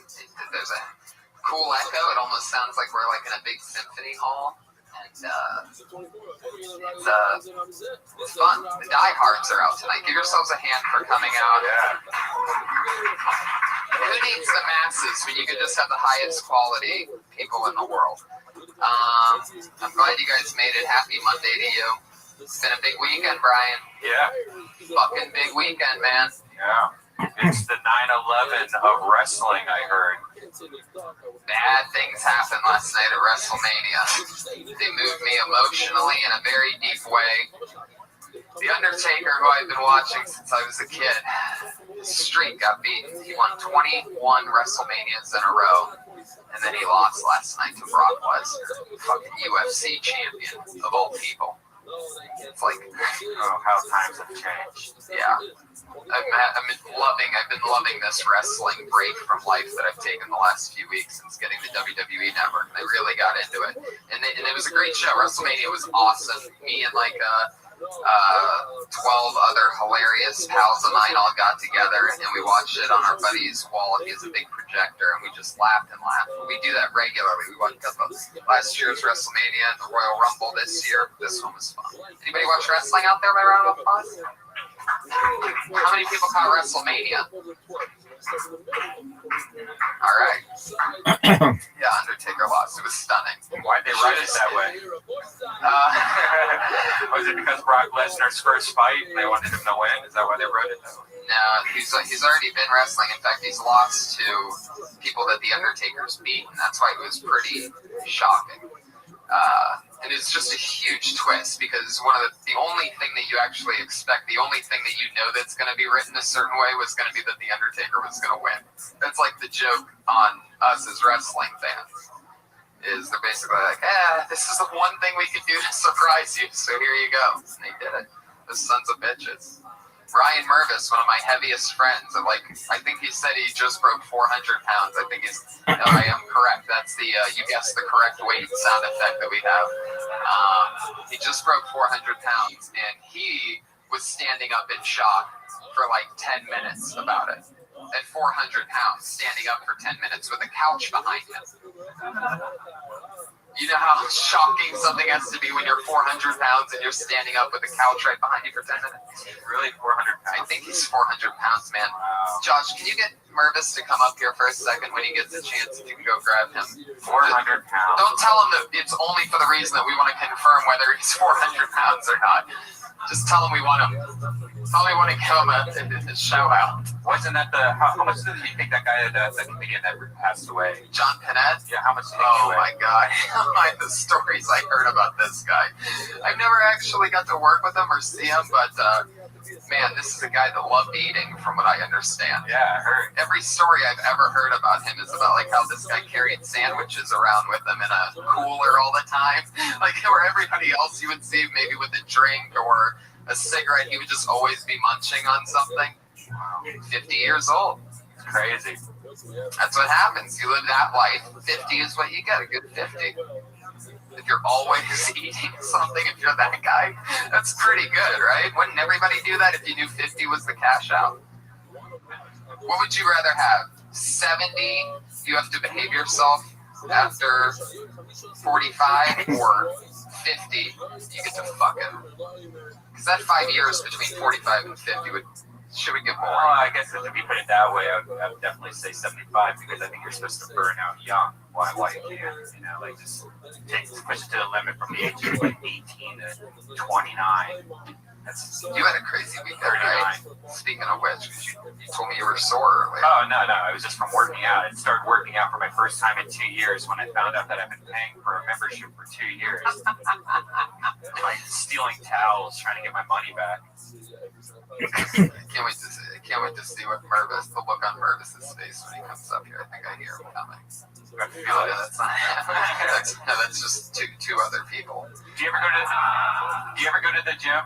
Do you ever do the workout shit? I don't have a membership, but no, I don't go to the gym. I'm a cardio fucking. I just go outside and jog. I use the universe's gym. Right. It's fun, right? Anyway. That's a lot better than elliptical. I just sat there with the elliptical, bored out of my mind, and then switched to like all those weight machines with all the different things you can do. Yeah. It's pretty fun. I like the weight machines. They make it fun. I pulled my back out taking off my jeans a few months ago. So I've been taking it easy.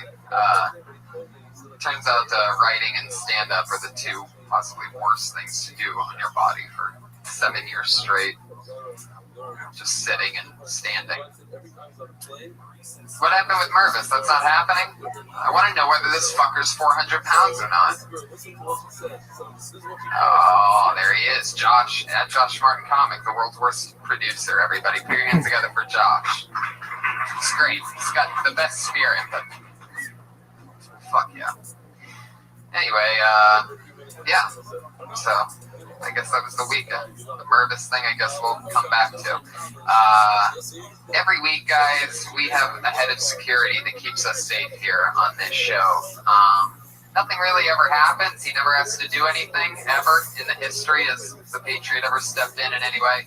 But we always have a head of security, and always somebody new and different. This is this guy's first time ever doing it, and this is a special one, perhaps one of our favorites going into it.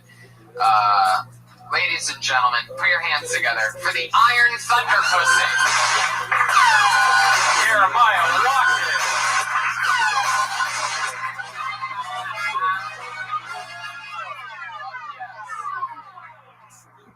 Ladies and gentlemen, here he is.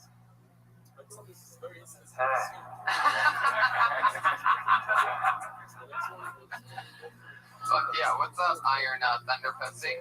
My nose is too big for this mask. It's like literally sideways right now. But other than that, I'm great.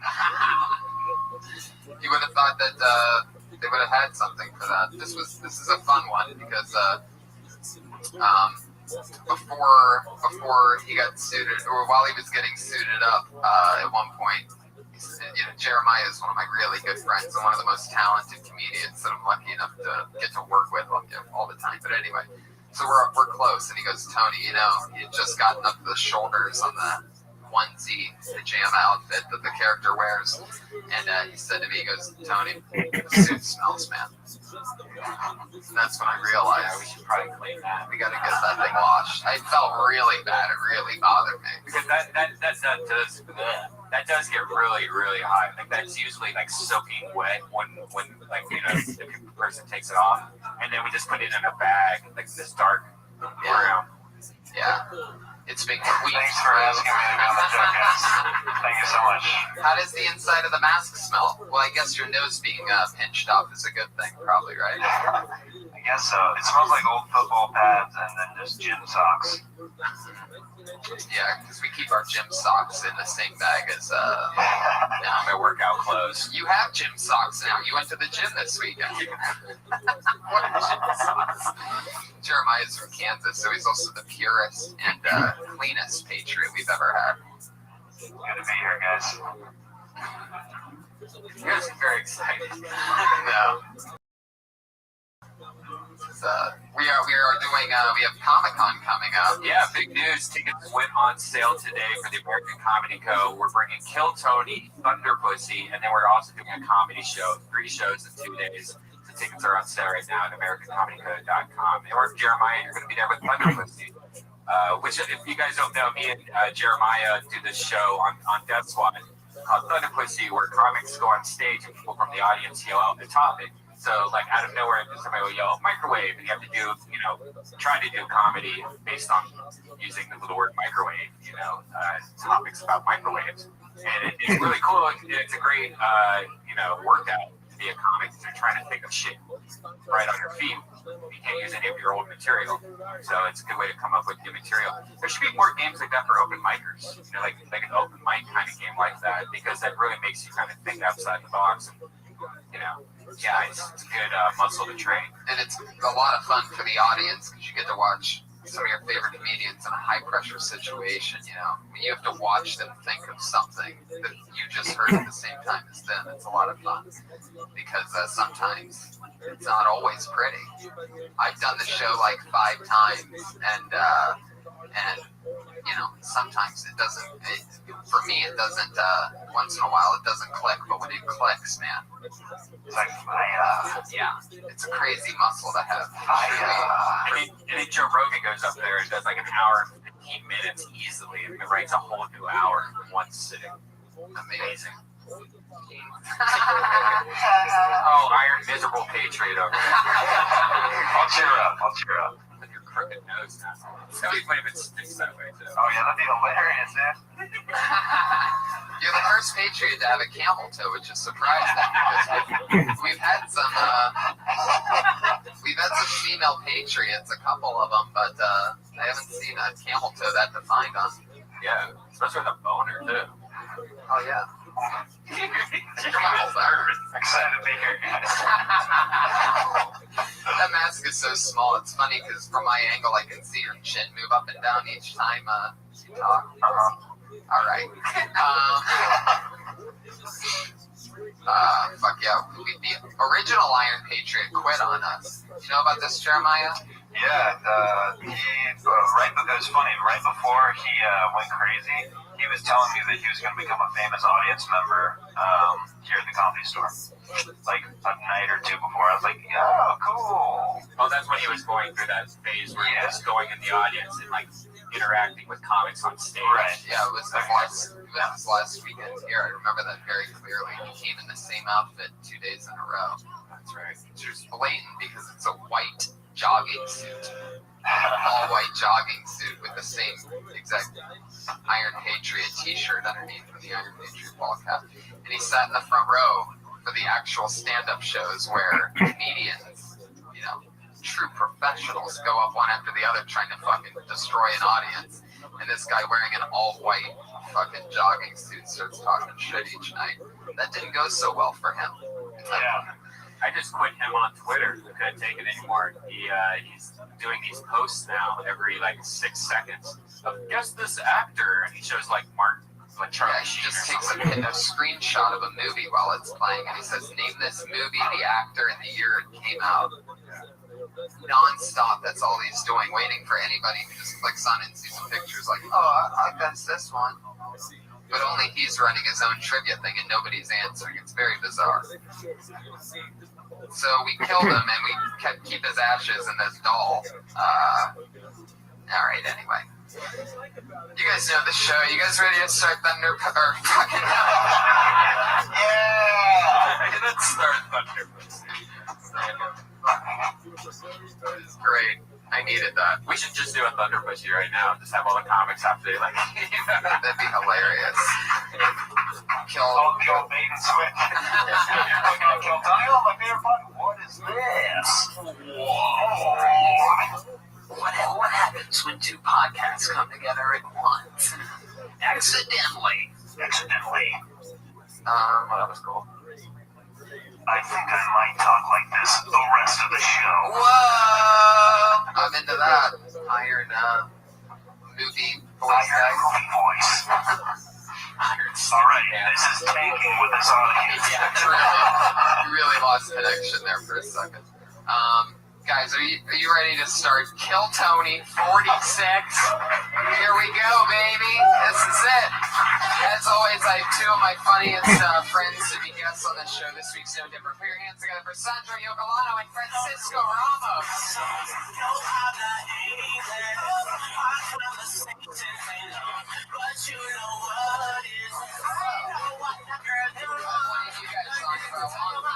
Two guys that I started stand-up comedy with, and fucking young legends on the scene. Legends. Fucking love it. Living legends. Two of my funniest Right. pals.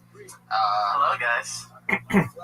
Hello. Hello, energy here. I like how the head of security he starts complaining the first thing. Like, Yeah. he just walks up and he's like, "Guys, your head of security's here." I'm hot. Head of Really uncomfortable. Who's our head of insecurity? Alright, that's not even hitting. What's up, guys? What do we need to do here? We all need to do a shot or something? What's going on? Alright, everyone, shots on. I think I just gave the Chihuahua mark for that one.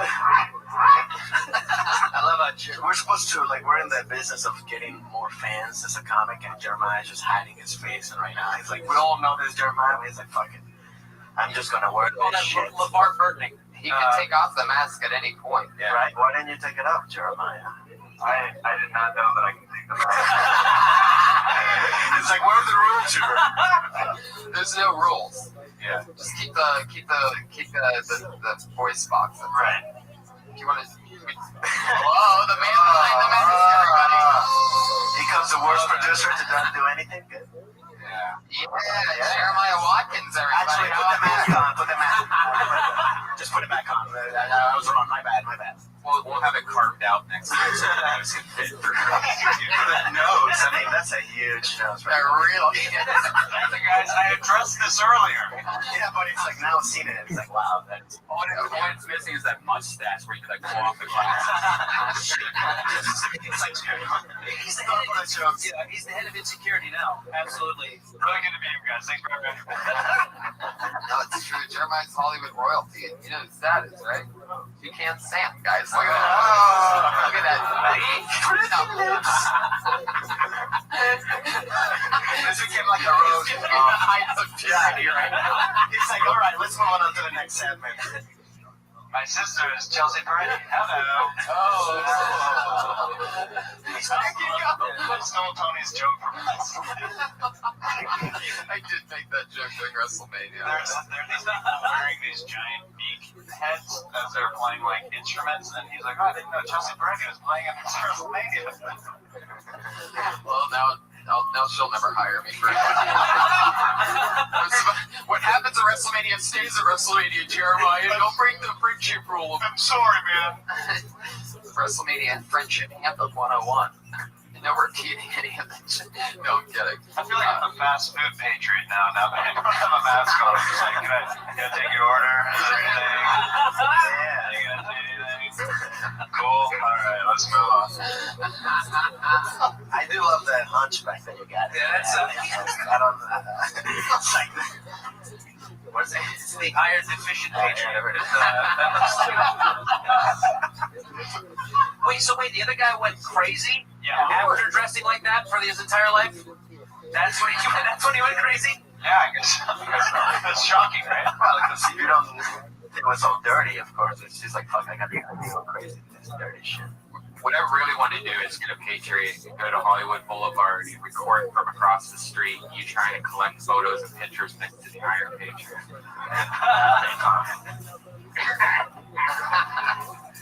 He's having, what's going on? What's going on, Janet Jackson? Rhythm Like, is your shift over? What the fuck? He's like, I gotta take a break. Believe it or not, these gloves have no traction. So whenever I grab my mic, it just keeps slipping. Here we go. Let's do the show. Okay, guys. All right. Well, how are you guys doing? Everything good? Everything good, man. Thanks for having me. Glad to have you guys on. It's fun to. Thank you. A couple of claps here. I appreciate it. Thank you very much. We've been doing stand-up together forever, all of us. Yes, we kind of started together. I mean, we started working here basically at the same time. Me and Tony. Remember those times? Oh yes, definitely. We asked, we're gonna roll the store At one one day. point, we were just here checking IDs with 2.5 minutes of material. Yes. And I still have to. I'm not. I'm still checking IDs, but. Get right to his car. He stands outside his car and checks IDs. It's a marvel. All right. Anyways, Anyway, am I moving on? that's a defense mechanism. Well, you guys know what we do here, right? Iron Stinky, do you have any questions for the audience? For the guests? Why is your other mic in your penis? What the fuck? Like, No, that's the speaker. that's a speaker for that. Oh, okay. It's tradition. The Patriot has always spoken out of his groin, so we kept it that way. Yeah. Francisco, how long have you been a U.S. citizen? Is it the Iron Patriot speaking? What the fuck? Do you work? It's like, do you actually work? Actually, I've been, 4 or 5 years. Actually, I think that's how they actually become, make people become U.S. citizens. Like, they're like, great. After you become a U.S. citizen, have the Iron Patriot be like, are you ready to become a U.S. citizen? It's like, what the fuck? The final guy you have to beat like a game. Like, that's the final thing. It's like, I passed the test. Now you gotta fight with the Iron Patriot. Like, fuck. That would solve the immigration problem. Nobody's gonna fight this. Nobody's gonna fight that. Did you have to take the test, like at the Statue of Liberty with all those old people? No, that's it. What year is this? What was your history teacher? Yeah, Titanic. It's like all these songs. Like, well, that's it. 77. It's like, yeah, I changed my name to John Smith when they. You look great for 65, by the way. You look really good. I still work as a shoe salesman. Yes. I think you said a masseuse shoe salesman. How'd you get masseuse? I know how that. Maybe you combined masseuse salesman? I maybe heard masseuse. Maybe it's just me. I'm sorry. I wonder, like, if I would have gotten, like, in the, because they always change your name. Like, what kind of name would you guys have given me if you were, like, the immigration? Fernando? No, it's supposed to be, like, an American name. It's, like, in the 1950s. Oh, really? What would your wife name be? Yeah, what am I name? Dylan. Yeah, or Trevor. Dylan? Trevor? My name's Dylan. Hi, good to be here. Hi, I'm Dylan. I'm Dylan. God damn you, Dylan. No. Hi, I'm Trevor. I'd say Bruce. Bruce. Dylan Waters. Great to meet you. That's a powerful name. Dylan Waters? Yeah. That's you, man. I'm Dylan. If you don't leave here right That now, sounds like a go change your name. Dylan Waters? It's I can't say that Waters. powerful of a name. You can do whatever you want with it. It's got something that I can pronounce well. Waters is gonna trouble me if I get drunk. I think the R's are where you can hear your Latino, so maybe like Yeah, something that R. Ricky's got an R. Yeah. Enrique. That's You know how many times I get that? Oh, I don't mind it, but I get it a lot. you got more ethnic as you said it. My ethnicity goes ups and downs. You see, I just did it right Goes now. ups and downs. This is like everybody. Did you have a question for Sandro? Yes, Sandra, you are Italian, right? Yes, I am. What is your favorite dish to make? Nice question. Thank you very much. Very original. Honestly, whatever I have in my fridge, I put together. But I like chicken Florentine. Yeah, that. Somebody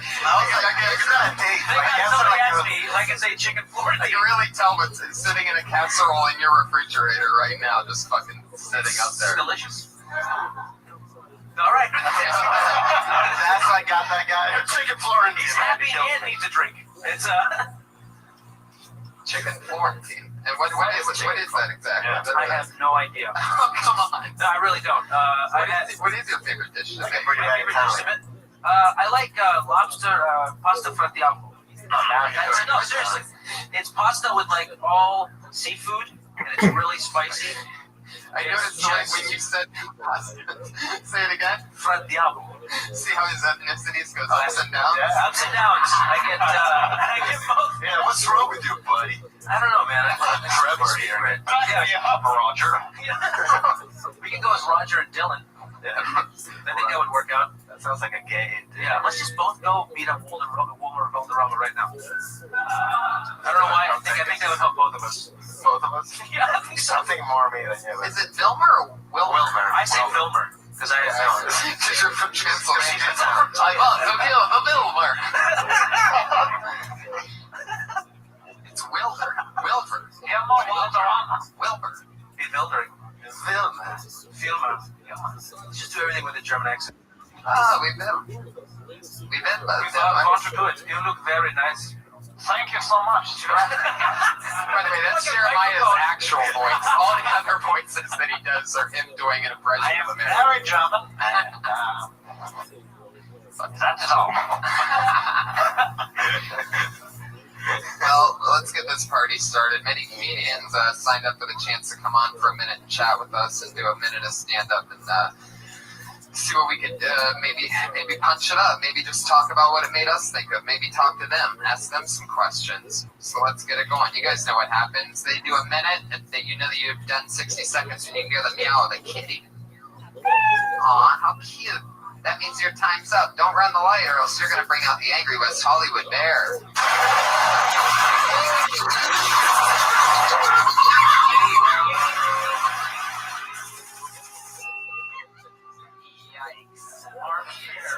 Furious tonight. Obviously, if anybody goes over their time, they're going to be in big fucking trouble. Did we get new speakers or something? Because that was really Maybe. loud. Was there an upgrade? Brent and Josh, anybody know? That sounds better. It sounded really loud. Fuck yeah. I felt like the Maxwell guy with my hair blowing back.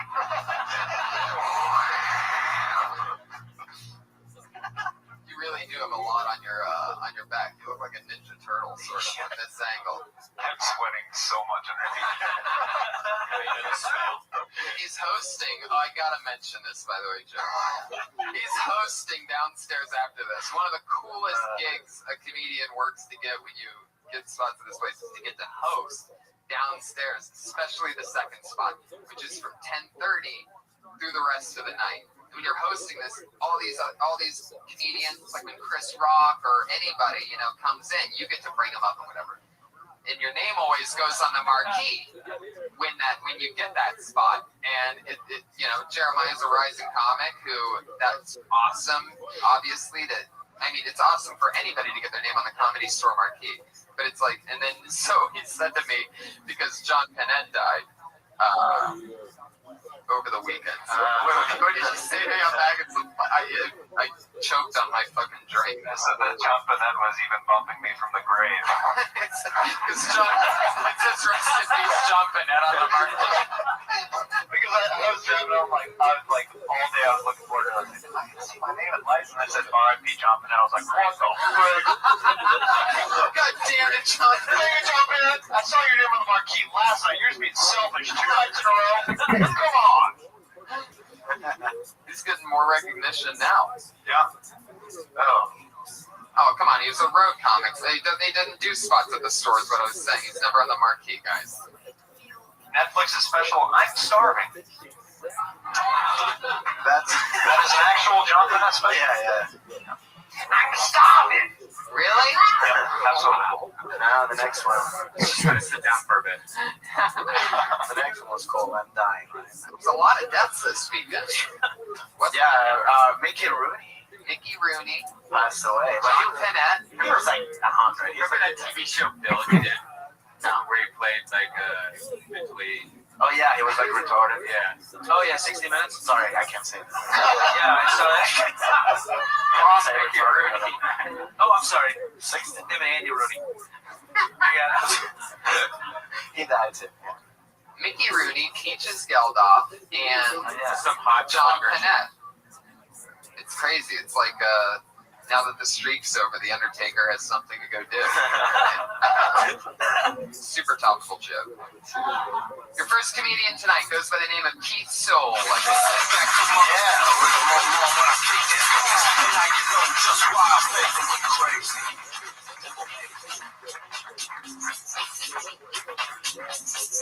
Folks. Hey, man, my best friend recently passed away, and I realized I may have been more of a comic than a friend because they had me speak at his eulogy, at his funeral. And the first thing I thought was, how much time am I doing it with my life? That's bad, right? Like, that's bad. But I know he's looking down from me or to me in heaven, wondering why the fuck I haven't returned his Redbox DVD. Okay, every time I hear a rap song, I always think, like, what important message in life is it holding me back from? Like, I was about to sign up for Obamacare, and then Boosie was free. That threw me off track. You know what I mean? Like, I feel like Chief Keef is preventing me from learning and being a better man. Okay, I'm sorry. Fuck yeah. I like that your friend's dead Redbox thing. Like, I thought that's an interesting thing. If a friend dies and you have this Redbox, because I think that's a premise that really stood out to me. Are you like on a break from working from Banana Republic? Right, it looks like. No, I mean, I do like the clothes. Definitely our best dressed comic so far. Yeah, it's the presentation is good. Material, you gotta. Francisco, are you getting lost in his eyes right now? Brown eye, like. Is that it? You have an actual handkerchief, huh? Like a gentleman. Wow, that's classy. He's a very classy individual. Look at his socks. Show him your socks. No socks. No socks. See, look at that. Yeah. He can do that. Stinky Pete. Well, that's the thing. I'd be worried about that. I don't think he cares. That's how smooth he is. That's the worst. Do you always dress this well, or is it a... Hell yeah, no, absolutely. I think you just gotta take it more. Like, if you dress good, also fucking have confidence to say the jokes or more. Yeah, I like your stage presence too. You're like, I don't know, you're very commanding with your voice too. You're aware of it and you use it. You know, like one of your jokes. One of your jokes with, if you guys don't like this, it's just gonna sound like 3 minutes of smooth jazz. Like, that's funny. Like, that's a great joke. Like, you're very aware of it. No, I enjoyed it. So did your good friend really die, or is that just? That's sad. It's sad. I'm sorry. Are you gonna return? Are you gonna return them? No, you don't return. Not for his heart. That's it. So he's dead. Adding debt. Maybe it could be something that you do Francisco, more he's often. dead. You've said it enough times.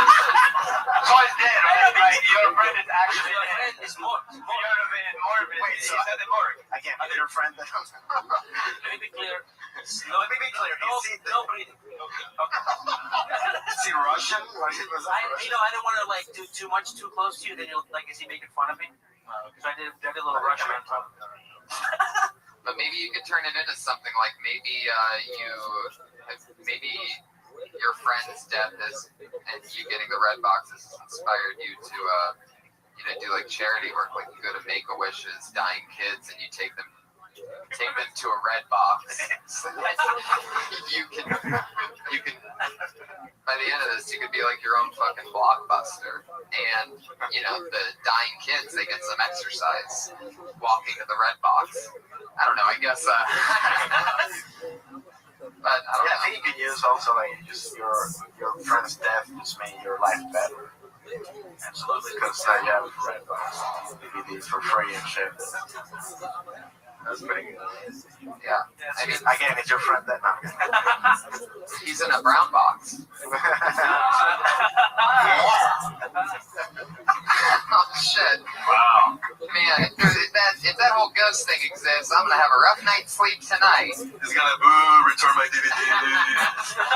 Wait, what DVD was? That's the ultimate question. Beat me to it. Yeah, it's probably something like whatever you got mail. before the two movies.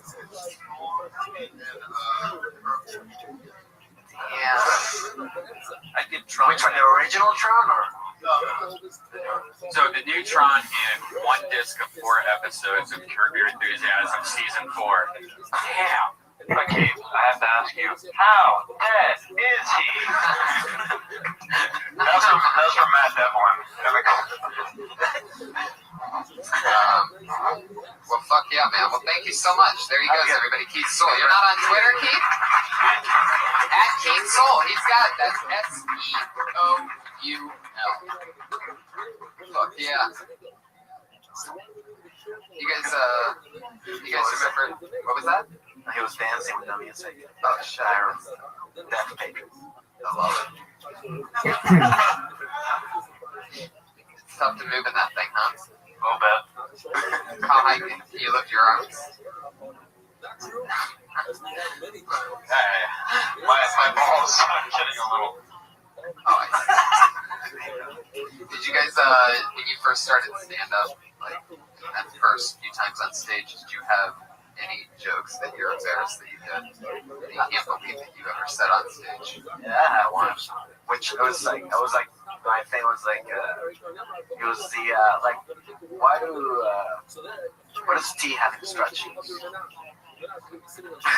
Because it's like so it's like just I forgot it was like just heat the water and the thing whatever, and I was like that's like having instructions how to make a guy happy, pull out his pants, suck his dick. Yeah, I got the same response as Scott back 7 years ago. Yeah, thank you. You gotta steep the dick longer than it was the bag of tea. I'm not using it anymore. It's over. You don't have to. I just, retroactively criticizing you. When were you back then? How about you, Sandro? Did you have one? Every one of them. No, I had one. I still do it from time to time, and well, it's because I do it because I try to figure out why it's funny to people. It's I can't remember it. Oh, you're crying. Yeah, I'm very, very moved by this. This is part of the bit. It is. I bit where he cried. get really emotional, and then I shit myself, and then we move on to something else. It's a very weird bit. Yeah, it was. I worked for Jimmy Dean in their marketing department, and my last slogan got me fired. It was Jimmy Dean's breakfast. It's like a sausage fest in your mouth. That's a great joke. But part of me is like.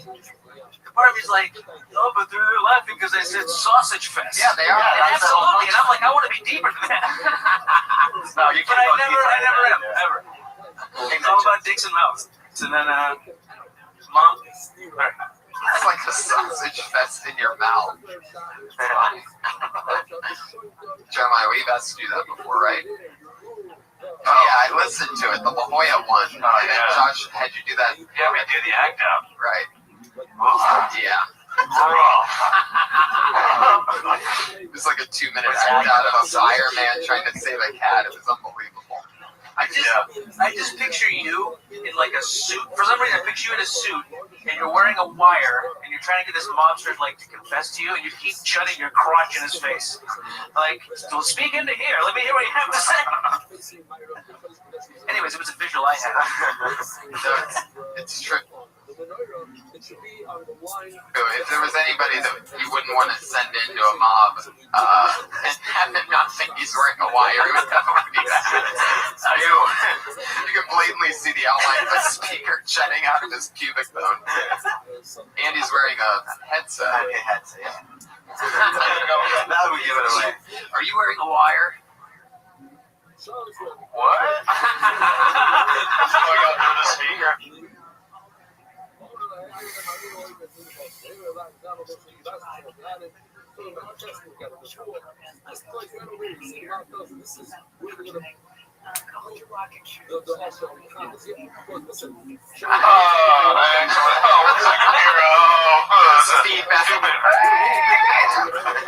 Fuck yeah.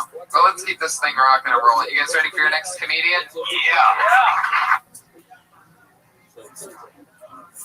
Hell yeah. It's all happening. Goes by the name of Jeff Albert. Jeff Albert. Hey guys,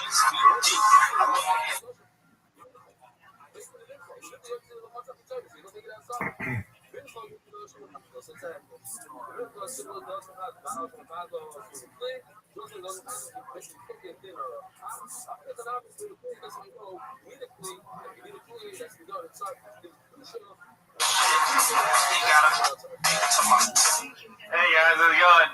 I have it written down because you'll like it. See?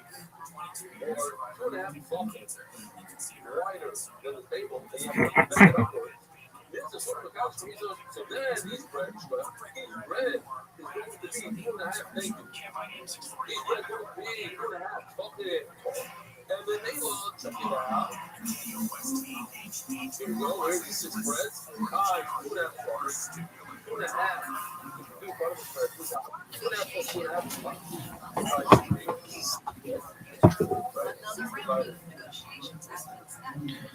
2.5 plus 2.5 is 5 times 3 is 15. So if you take nothing higher over here, 2.5 plus 6 times 3 is 5 times 2. Right, whatever. Let's tell you. I break it down to 4 pieces. 2.5 plus 2.5 is 6. Well, then we have 6, 5, sorry, 5. 2.5 is 5. And we have 6 breads. Do this 3 times. Do this process 3 times. You get to 15. It's easy to do 2.5 times 6. Yeah, easier steps. Easier steps.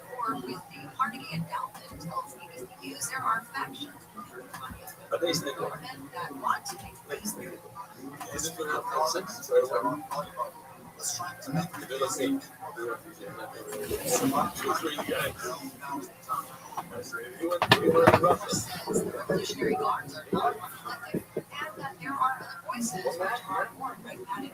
Oh, you said that man was in this way, did same thing. The keys is shit like that. So, the Adam is, what do they call them? Well, he is the son of a mathematician, in case you know the stuff. I bet you actually probably just like me. 2 plus 2.5 plus 3 equals 3. Okay, so you want to think someone got the 3 shots, come out. It's like, now, that we made fun of us doing Irie's way, because now we're these 2 instead of half. So 2 times 6 equals 12. That's people know. So they go, it's a shit guys say, what's going on here? Nobody's been pause for a second. What's that? What's going on here? What is the shop saying that the table gets construction goes on the bottom, the boat piece all the way up. They put it on the watch, 12 months. Of course, it's the tell us that if you take, let's say, a sack of flour and put it on the top of a bread, you should stick to that area up there. Yeah, but I don't know. Let's just try it. Maybe on the floor, there's still club.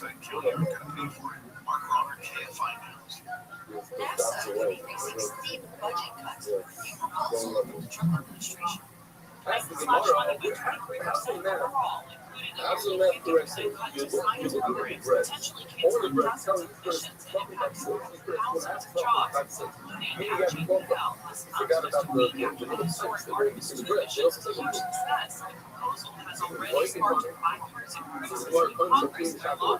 these pipes don't take up any room at all. They actually, they put them inside the bread. So there's a little indentation in the bread, within the bread. So you want to make some sense when you're telling me, why do you need these pipes at all? These pipes, if they're flowing, if they're completely condensed in the bread, then the bread are laying on each other, there's no way for by the time you should be using left them. So it's like when you have left them, it's going the rod or whatever it is, mold thing. I believe it extends slightly outside of the bread.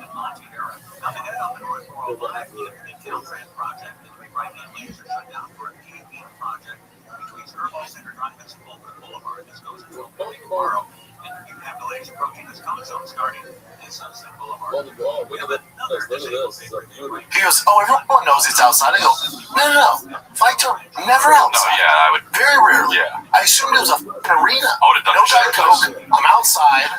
I left. With my wife. There's whores. Right there. Gosh. And you're hot, sitting with a boner. I was like Denzel watching a flight when he gets to the hotel room. I'm horny right now. Friends that shout. Sometimes we don't know what we're talking about, but that won't stop us. Nothing can stop us. Let me show you use the love. Just rebrand it enough. It's stronger, better, bigger. They didn't take up any room for on the bottom. Discover a new podcast from our library. So basically, podcast radio. What about the corner? You have this giant corner that have 7 fingers each by 7 fingers. It's 4 on the floor. 7 fingers is 1 3/4 chocolate. It's a pretty significant carrot. Since our brothers was like, hey, the left type, you have to bend them inside, like this picture right over here. You have to corner to bend inside. With the left hand, allow you enough room, and then you put bread on top of each other. The art school wonders if these corners are bent inward, and they're 1 3/4 chocolate. But you also have the actual look of the bread, which is a cutout. So it bends, you can actually see right over here. You see that little square for kids, so it's 1 cutout plus 1 3/4 chocolate. Each side is a 1 3/4 chocolate is just the corner, that piece by itself, plus the width of the bread. That's 2 3/4. 2 3/4 plus 2 3/4 is more. I don't know the math, but it's really fun. This podcast for free on the iHeartRadio app. Number 1 for music, radio, and podcasts. All in one app. Like this. That's what they do.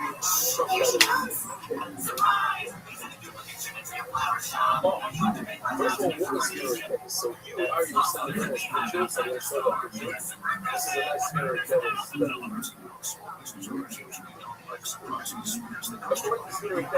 I'm not going to get into it. But yes, they do spread this on the other angle, from a coach, from an angle. Let's see, I'm not getting into this video covers. It says, turning the dial, our global experts across borders and I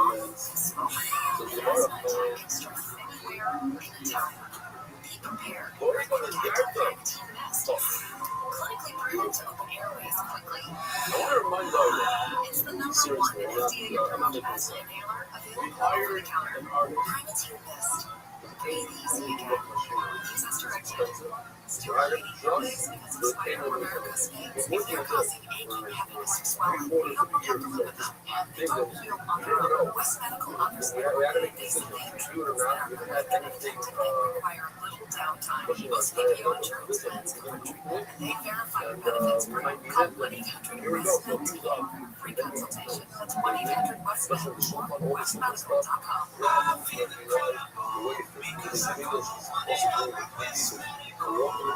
Get around. These kind of things are very important. So having the art. When you get near, try to speak with big surprises today.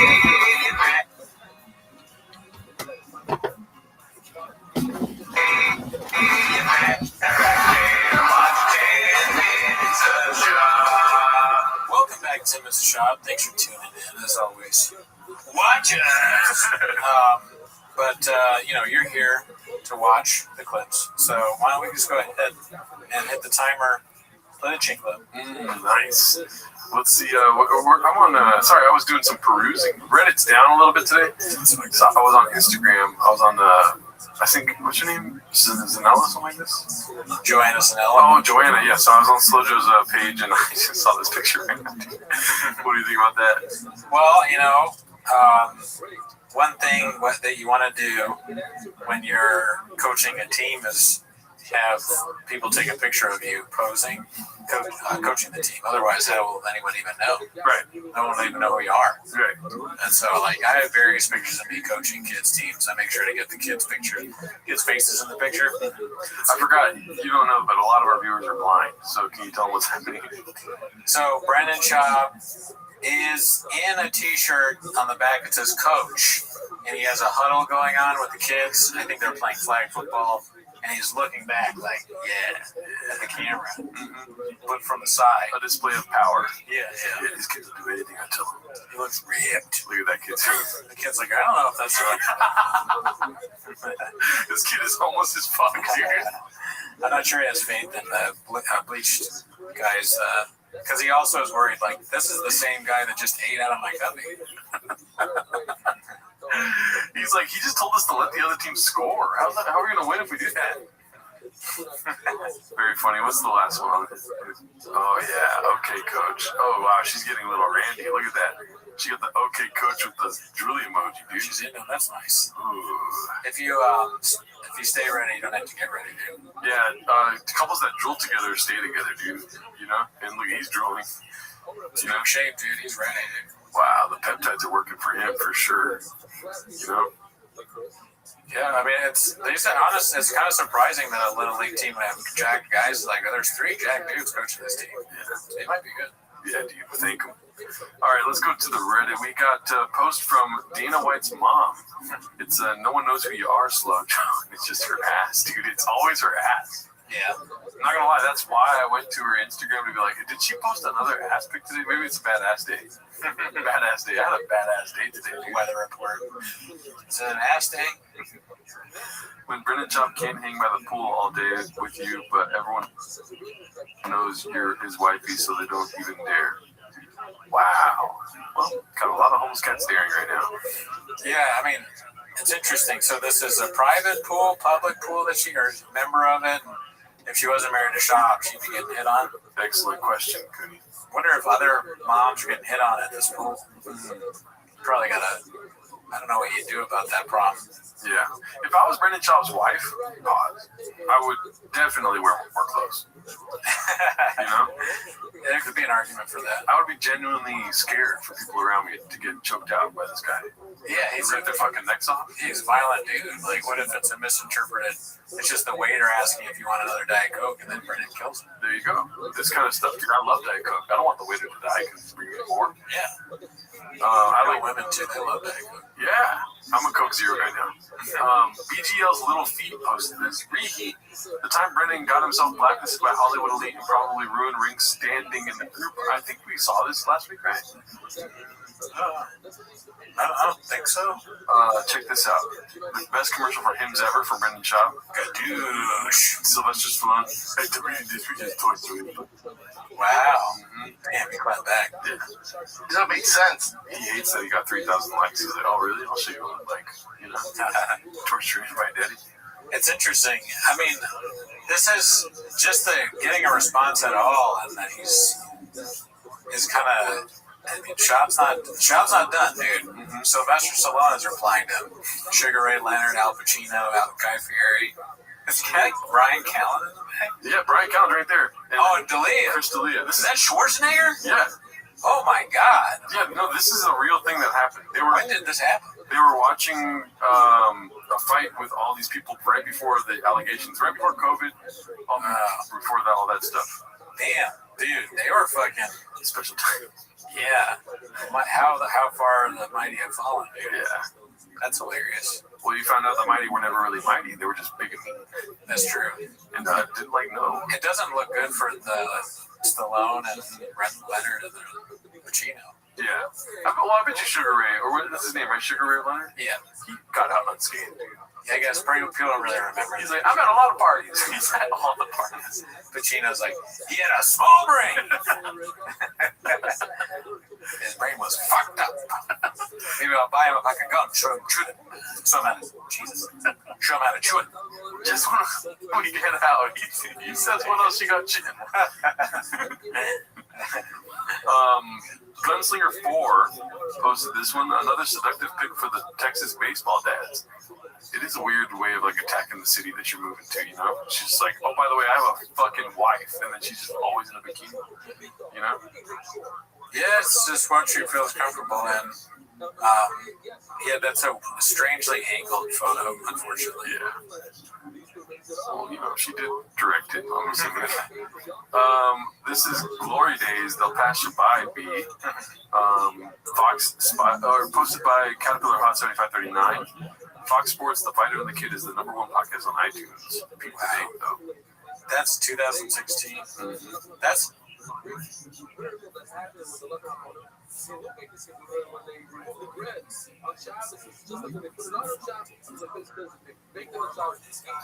I still never, every time someone brings that up or something like that, it surprises me. Yeah. I can't believe that it was that popular. I think it speaks more to the state of podcasting in 2016 than how good their show was. There was only like 6 podcasts. Damn. And also shout out to Bruce Spring, because that's Bruce Springsteen. Oh, okay.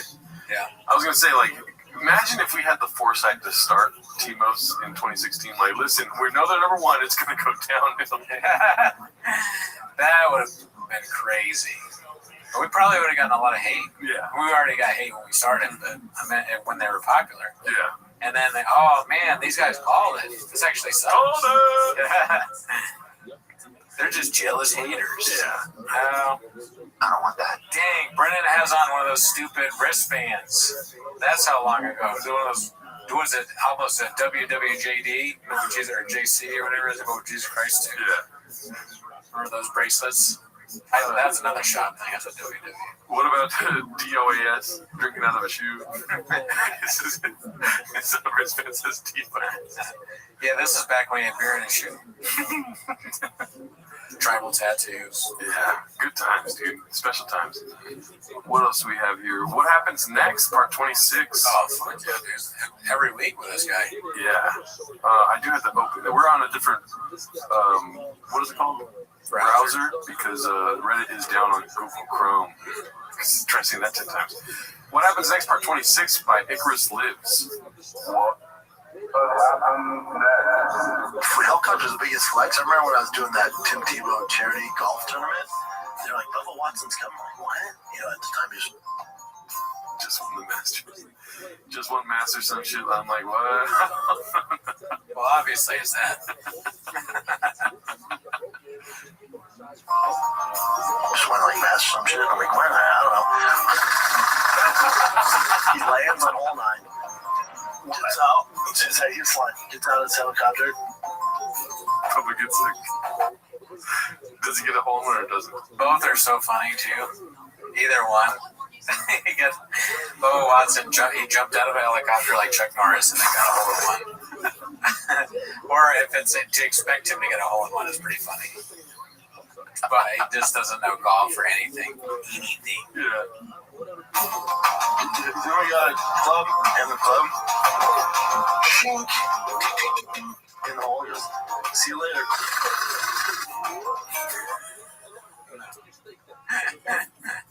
Bubba Watson rolls up. That'd be great. He just got out of a helicopter to make a hole in 1. Yeah, he's that good. How does that start?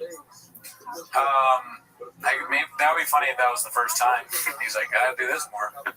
He thinks, wouldn't it be cool? He didn't expect to make a hole in 1. But he's like, what if I just leave? He says, Kelly, if I just leave? He's like, yeah, you should do this every time. Instagram. Gangster. He made $500K for doing a hole in 1? Or it just cost $500,000? Oh, $500,000 to like ride the helicopter? Let's go back. I don't think so. Instagram. Gangster producer. Who did that? Bubba Watson. Who is Bubba Watson? Professional golf. Bubba Watson. The Masters. Professional golf. Sorry. You know the other Kardashians. Yeah, I don't think he comes around to the family fucking shit. He doesn't like what they're about. Good for him. Do you know if you met Kanye?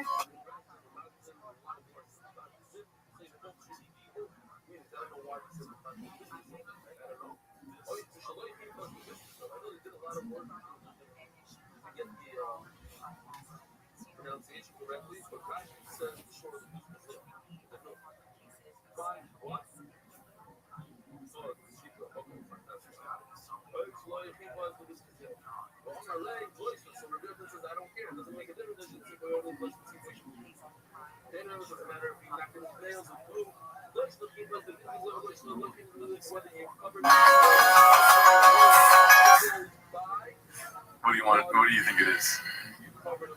I feel like Kanye is on his shit list where he met them. Yeah, no, for sure. He definitely met Kanye. Look at who we're talking about, Brendan Shaw. But I think it's probably yes, what about him? Yeah, so Hitler is dead. Let's see. Yes. What about him, dude? Yeah. Unreal. Because he doesn't know what to say, I think. Yeah. He knows who you are? He texts me every day. No chance. He's not gonna say that unless it's a bit. Yeah. I doubt it. Let's see. I doubt it. Or just a whiteboard in the face. Or he might in the face. He just thinks celebrities are racist. Yeah, why does he think every non-white celebrity thinks he's a white boy with a, like, works a lot, does drugs? Yeah. Are you that white boy that tells jokes all the time? Are you that white boy that fights and... I just doubt that that's their interaction, but maybe I've never met Floyd Mayweather. So. You that white boy that had a cappuccino with the Bills. A bunch of people that think that.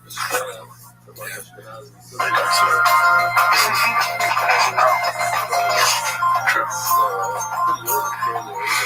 What else you got, Jim? Wiggles and Joe. The best podcast of all time. What else you got, Chin, on every episode? Do you know Kanye West? I doubt it. What else you got, Chin? Hey, here's what's cool. Did you see Ethan Hawke when Steve Colbert asked, he goes, Ethan Hawke, what happens when we die? It's his question. It was a question. He goes, what happens when we die? Bring up Ethan Hawke's answer. It's pretty cool. It was awesome. I definitely saw it. Did he do it in the robot voice? Remember this? Yeah, because he thought it was Stephen Hawking's. In his mind, he's like, yo, Stephen Hawking's on late night? What the fuck? I mean, did he do the robot voice? Let me ask you a question about this. Which one's funnier to say? Like, not really funny, but like in the ironic us watching shot for him to actually say. Was he in the wheelchair or did he do the robot voice? I don't think it was easy. I think did he do the robot voice is always going to be the funnier answer. Because he gets straight to the point. He thinks it's Stephen Hawking. Well, yeah, because then you think like, did Ethan get in like a crash on set or something and he's in a wheelchair? What do you think? Both, I agree with you. I think did he do the robot voice is funnier because it's so stupid. It's like it's dumber than saying was he in the wheelchair? Because, but actually, maybe was he in the wheelchair is pretty stupid. Because like. Well, of course he is, but also he can only do the robot voice. You're right. Hey, was he in the wheelchair? He's always in the wheelchair. But both are gonna be like both is obviously yes, right? He's never not in the wheelchair, and that's how he communicates now, is with the computer and whatever it is. So. It'd be funny if he had an anecdote about Ethan Hawke. Every time he sees Shab, he's like, "Oh, what's happening, Shab?" You know what's funny about Shab saying this is like it's a perfect example of what Mark talks about, how Shab's idea of humor is just saying something mean, right? Or because was he in the wheelchair? Yeah, he's in a wheelchair, dude. Was that a joke that you're trying to make that he's in a wheelchair? Does he do the robot voice? Yeah, that's how he talks. Was your joke that he has to talk like that? But it ends up being hilarious that he said it. So it could be either one. I fucking thought you doing the robot voice. Nope. No, real quick. I thought you said. No laughs, just total silence, man. Tony Real quick, I thought you were saying Stephen Hawke. Stephen Hawke. No, Ethan Hawke. We can't watch these. It's just the deleted stuff. That's our man. The WWF is like heavy on our tail with the fucking copyright suit. I know, they're trying to get us shut down. They're trying to shadow ban us, retreat the power. Yeah, they're trying to get us to hold a microphone and step on their stage. It's like, That's social media. This isn't real. let's see what we have here. House socials from Big Battle 9416. Right before a spray tan. Stay tuned. Oh, okay. That's the narrative. Let me ask you the most important question of this podcast. Are you changing the channel or are you staying tuned? I'm changing the channel. Same. Thumbs up. Dicey by Banana Soprano. This is pretty funny. Let me open this in another page here. Let's see Joe Rogan's name. Joe Rogan and Arsenio Hall discuss being politically homeless. Arsenio. That's why I say when you That's why I say when you deal with Democrats, Republican, you have to attach a year because it's evolved and changed many times. Rogan. People are being manipulated by these two teams, and you have to pick a team. Arsenio. I hate that. Rogan. I'm politically homeless. Neither one of them make any sense to me. We need like a logical centrist government.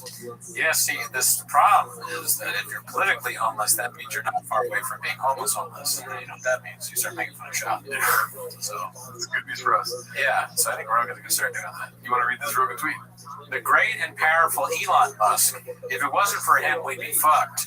He makes what I think is the most compelling case for Trump you'll hear.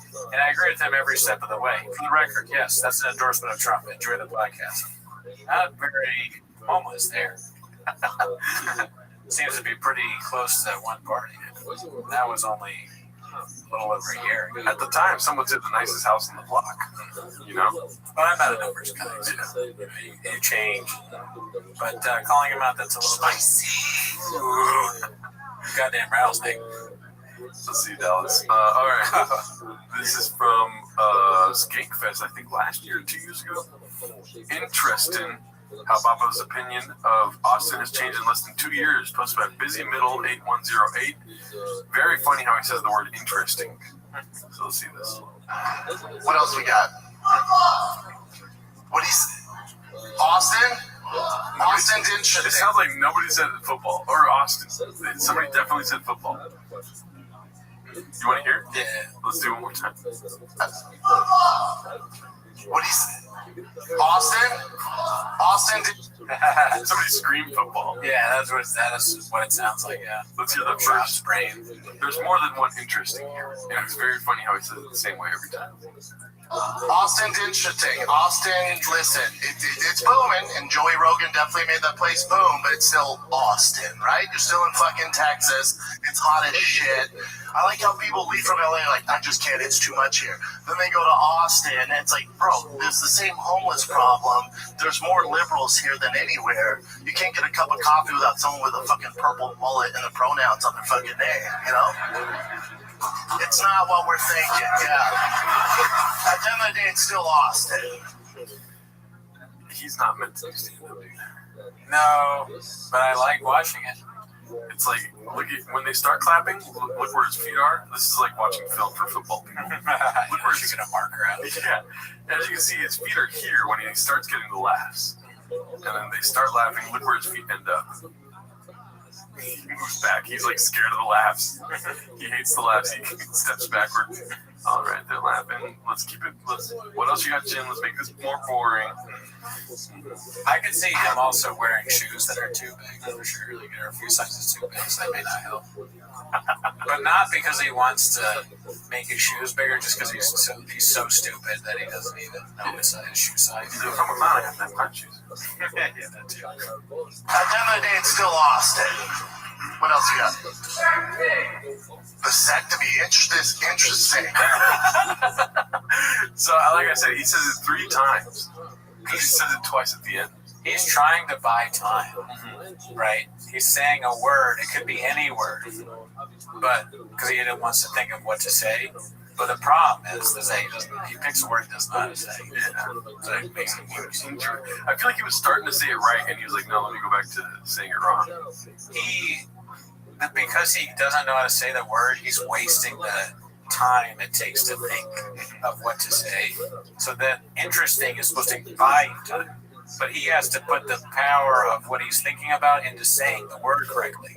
So it takes away that time. So when he's done saying interesting, he still doesn't know what he wants to say. It's dicey.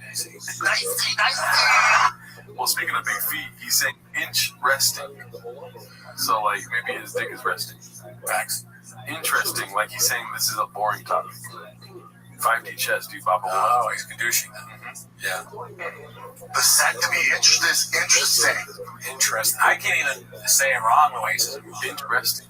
It doesn't feel right when you're trying to say interesting. But interesting. Interesting. Yeah. Yeah. You got it. Dude, next week, follow us as we learn how to say giraffe. Like what? It's like, what? Weird thing to lie about, Bubba. Panther and Kanye's kids were best buds in Calabasas. Me, no believe EB. Yeah, oh my god. Posted by Responsible Weight 305. What? Why is the caption on? My kid will play it on same team as his, as Kanye's and Kim's kid, Saint. Okay. Saint was Tiger's best friend in California. So, Saint know them pretty well. Yeah. So we drop him off there. They drop Saint off all the time. I don't believe that. It explains both of them going Baja mode all the time. I could see, or how so? I mean, they're just in a vacuum of insanity. Oh, yeah, everywhere they go. I could see Kanye, because you know how he was mad at Kim off all these things? One of them is that, and she's dropping my son off at Brendan Schaub's house all the time for that stupid bullshit. Where's my son? Where's my daughter? Where's my son? At whose house? Brendan Schaub's house. Terrible thing to lie about, too. Like, your wife's in a bikini all the time. What is Kanye's favorite thing? Latinas in bikinis with big butts. You know? There's definitely some similarity between the Kardashians and JoJo. The shops. Yeah, and the shops, yeah. Keeping up with the shops. Shopdashians. This one is Reheat from 990VR. Hater990VR. Reheat, Rogan finds it hilarious that Callan came inside of a woman without her consent. This is a rough clip, dude, from back in the day. Guys, that guy's smart. I love him so much that I broke up with this girl, and Brian, she was calling me because she was horny, and I was like, look, I have a new girlfriend, but I have a friend who'll fuck you, and he's just like me. And so I sicked Brian on my ex-girlfriend, and he fucked her. That's the weirdest thing ever. Just that part is strange. Can you imagine saying, like, to a person you're in a relationship, but I have a friend that loves you? That's kind of weird. Well, tuning to Sandbaggers, I kind of did that too with Miguel. You're just like Rogan, dude. I'm 4'3", huge dick. Girls love having sex with me. Got a big podcast, you know. The similarities go on and on. Ice baths. Yep. I live in Austin. Those facts, you just moved there. Conversations I ever have with an ex-girlfriend. She calls me up. She goes, your friend came inside me. And I went, what? She goes, yeah, your fucking friend came inside me. And I was like, well, did you tell him that you were on the pill? She goes, no, I'm not on the pill. And I was like, well, I don't know what to tell you. You know, that's Brian. You guys should have worked that out. But to have an ex-girlfriend call you up mad because your friend ejaculated inside of her, it was one of the most... I hung up the phone. I literally fell to the ground laughing. I was lying on my back on the floor of my house going... Like, it's just so ridiculous. That's Brian Callen. Brian Callen, everybody. So, that's significant. Like, he's happy at this joke. Brian Callen, he doesn't know what to say. Brian Callen. Like, deep down, he's like, I'm not okay with this, but he's like, I love her. That's that scientist guy. And I think it's funny to bring a scientist on your show and tell him a story about how your friend came and your ex-girlfriend. Yeah, this is the scientist Harvey Weinstein. Yeah, isn't his name? Something with Harry Weinstein. Harvey, I think. Harvey, that's right. I think it's actually Harvey. Yeah. Mom, I said, did you, what happened? And he's like, whoops. Bring on some famous scientists and just be like, yeah, so I got a few more stories about friends coming and stuff. Oh, Okay. Just dying laughing at the idea of some friend banging some whore. Yeah. You know? Shout out to you. Chin Menuda posted this one. Joey got so annoyed from Brendan on the last fight command, he now has to smash Slojo just to get even. What the hell? I saw this, actually. I saw this one. She got Brendan playing photographer on vacation. Oh, shit. I wouldn't mind fucking eating that muffler. Lee, give me another Viagra, Lee. He's warmed up. Lee, have you had sex with Brendan's wife yet? Dude, fucking, that's wild, bro. Yeah. A lot of friends getting on friends' girls in this episode. That's social media. This isn't real. Don't know what to say about that. So Brendan, his wife was horny. He didn't want to fuck her. He called me up. He said, "You get in there, Uncle Diaz. You fuck her good." Brendan likes a finger in his ass. But I'm old school. We go and take a shower, get all nice, smelling good. I eat your pussy. All right, but your muffler smells like shit. It's motherfucking Friday, or it's motherfucking Monday, cocksuckers. We're fucking Brendan Chop's wife. You wake up, you fuck a wife. Grab your dick. You see it on Instagram, you go on your friend's wife's page and check it off. It's Monday, motherfucker. It's Monday, you know, Shav has a finger deep in his ass. Alrighty. We got another clip from False Gods, a hit special from last year. Where You Gonna Be posted by You'll Do Nothing. This is pretty great, dude. This is our favorite part of the special. Oh, yeah. Dopamine, cortisol, adrenaline. And I thought to myself, damn, maybe it's not a coincidence that this machine I can't turn myself away from. Maybe it's not a coincidence that this machine is also called the Apple. Thank you very much. Right, where you gonna be? It sucks so bad. It's the worst thing ever. It's like the worst thing anyone's ever said. Yeah. Brendan Walsh called me on his stream. Yeah. They were watching that special, and they're talking about it. It was him and Cornell Reed, and they're talking about how much they hate it. This is the worst. Like they can't laugh at anything. And I was saying, yeah, it's almost. I think Swab said he's the least funny person he's ever seen. And I go, it's almost at a point where he's medically unfunny. Like a doctor has told him it's impossible for him to make someone else laugh. And he shouldn't try. And he's so bad. And then, what? Why they call us an apple. He puts it back in his fucking. Not even thinking, dude, you know, at the end of the day, it's like, why they call this sin. Shut the fuck up. Have a great night, Austin. Yeah. Should never be allowed to do stand-up again. Yeah. After that, what you did. So it's horrible. Yeah. It is, insanely bad. It makes you think, how can we do this show with such bad stuff going on? Yeah, because that is a good point. I agree with you. You were talking about, you remember, I don't know, your friend from Iran? You remember what he said? Well, not that. I'm saying, they suck so bad. How does this show exist? I guess people like cringe. Mm-hmm. But yes, my friend was, he's an Iranian stand-up comedian, very funny guy. And he's like, he's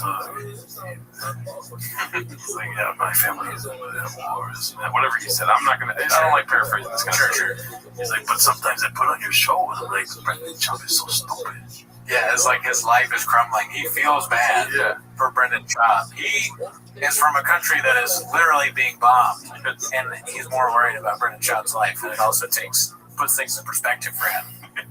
We got to show the T-Fat-K to people in Iran to give them perspective. It could be worse. Which, if he's listening to this, I apologize for saying that. If you want me to delete it, I will. But he's like, yeah, you guys break him down. I'm like, dude, you were just talking about the war. Yeah, that's a whole country, Iran, that's taking their son to baseball practice. Yeah. You were just talking about the war, and you're bringing it back to Brendan Chop. This is a fucked up world we live in, If anyone's flipped their truck, it's Ayatollah Khomeini. Yeah. Let's see. So he hits them with the apple.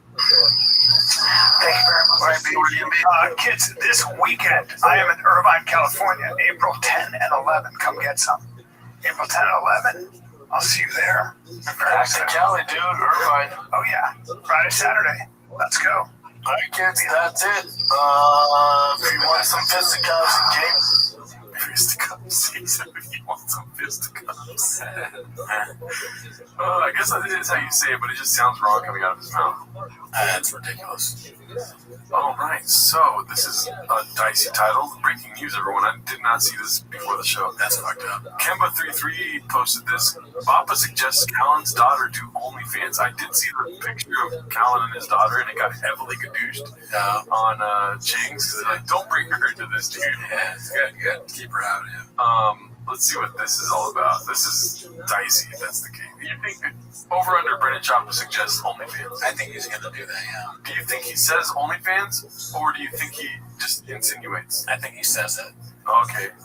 Yeah. Wow. I'm guessing I would. Alrighty. Great baseball. My daughter turns 18. Flying to LA. Holy shit. How about that? 18? Can start OnlyFans. Yeah. No fucking way. That's the narrative? Oh my god. That makes sense. Fancy yourself a fisticuffs. Wow. Why would you say that? So fast. Yeah, I mean, well, that's the thing. It goes right back to it. The simplest, dumbest, most like offensive thing and degrading thing you can say. You hear someone say Steve. You don't even hear them say Stephen Hawking. So you hear a word that sounds like Stephen Hawking. So you go, "Was he in a wheelchair?" You hear an 18-year-old. You go, "Oh, that OnlyFans." You know, it's just that's his comedy. We should go back to making like those Back to the Future movies and make him the bully. Yeah, he's good. He'd write his own line. Yeah. I'm turning. Yeah, I'm turning 28. You go bald yet? That's meant for me, I guess. But I went bald way before that. Hey, how's it going? I haven't heard from you in a long time, Brennan. You still fat? Oh my god. Okay. My wife actually passed away. She, you get a new wife? Fuck, I didn't. I couldn't think of a good one. I had something in my head about like my wife, and then I couldn't think of like. I had something about funerals, but I completely forgot it as I was saying it. See, that's what they don't do. When Sean says something that makes no sense, he doesn't explain it. He just keeps going. He goes, "Flaming young." You're flaming young? And it's never like, "Oh my god, I can't believe it's flaming young. I meant flaming young." He never does that. Unless Chin edits out that part of the podcast. Which we know he doesn't. Yeah. How about that? 18. Can start OnlyFans. What? No. Like all my friends have to say something. Yeah. My friends are like 18-year-old daughter. Yeah. 18.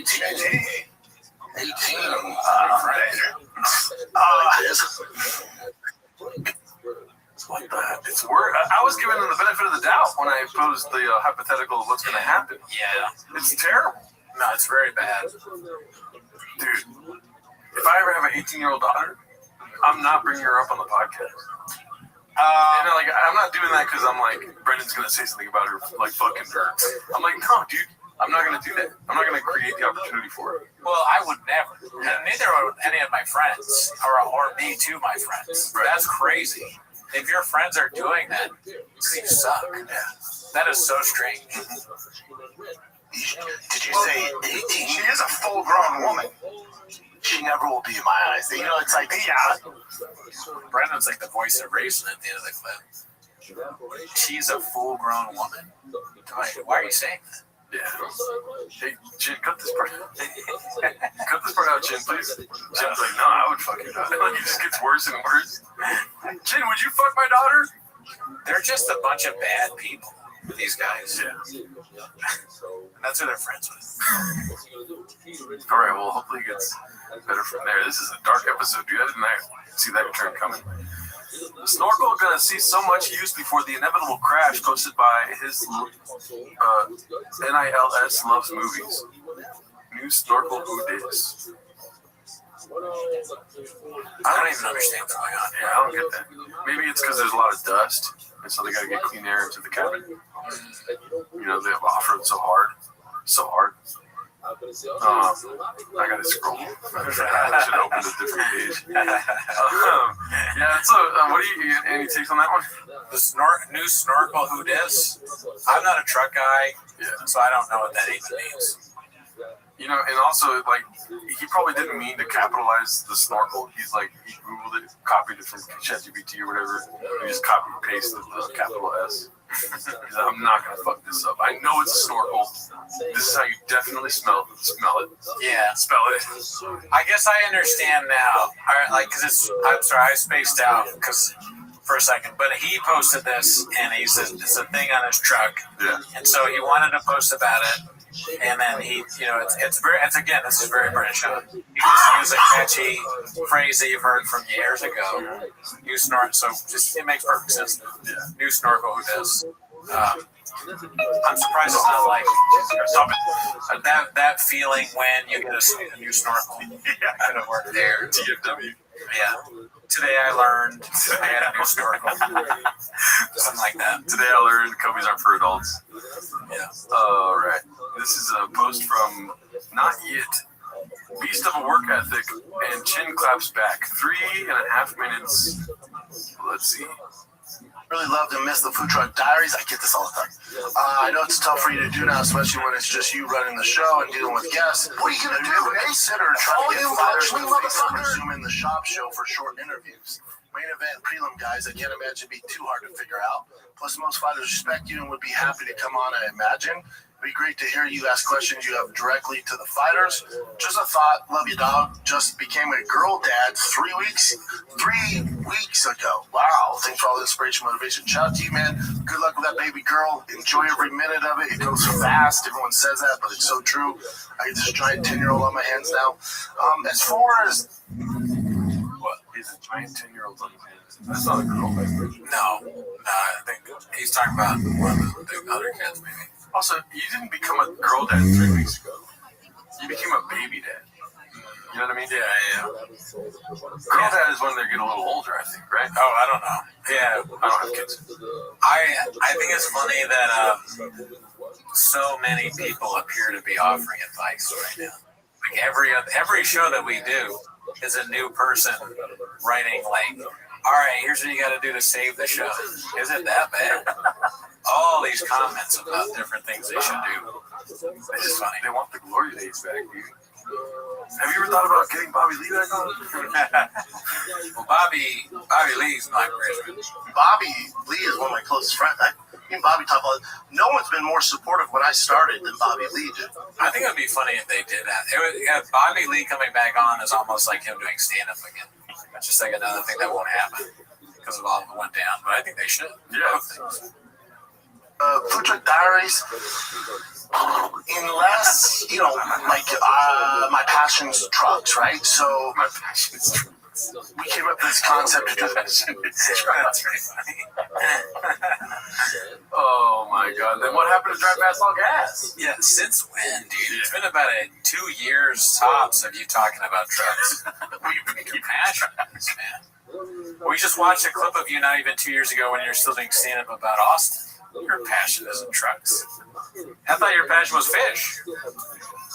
I thought you wanted to be a stand-up comic since you were a kid. Yeah, you wanted to be on SNL. You want to be like the first truck guy on SNL. So they're like, I was doing on YouTube. I'm like, I'm not doing that, man. There's too much time commitment. Just do a YouTube show. And then a TV network bought it. Okay, well, there's money in it. That makes time. I can take time away from podcasting or what I'm doing because that's actually going to bring money that can help my family out. Let's do that. It's TV. Let's do it.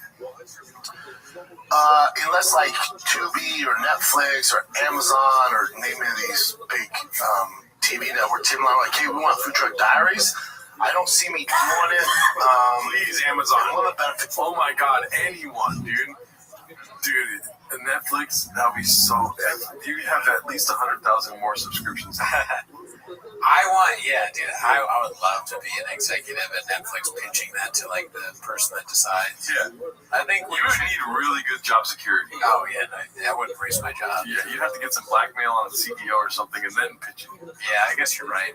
It's a bad idea. Yeah. But it would be very funny to pitch that. It would be excellent for the show. Because I think you'd say, listen, you guys have probably never heard this guy. Yeah. Okay, I barely know who he is, but his name's Brendan Shaw.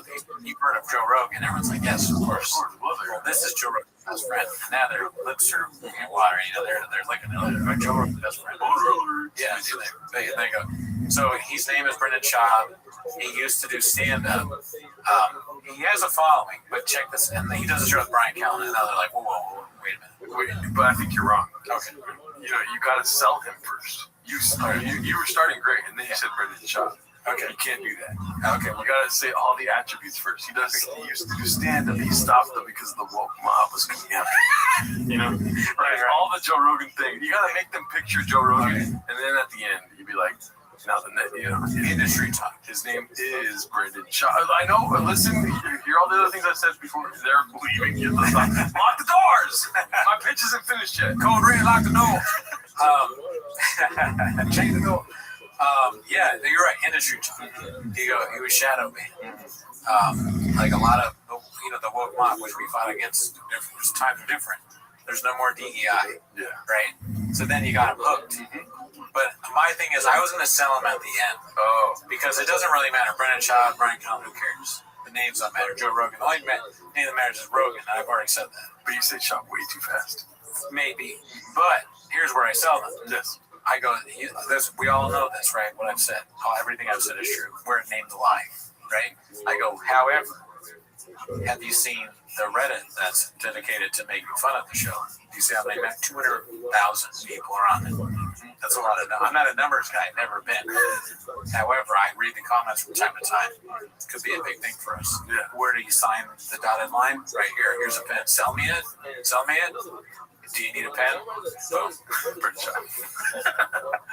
Sell me it. Does he work with Brian Callen? Yes. Does he work with Tim Kennedy? Yes. Yeah. Will they be involved? Probably. But we just give them free reins. We get these other guys, T-Mos. They make a show 10 minutes long. That's when they really leave.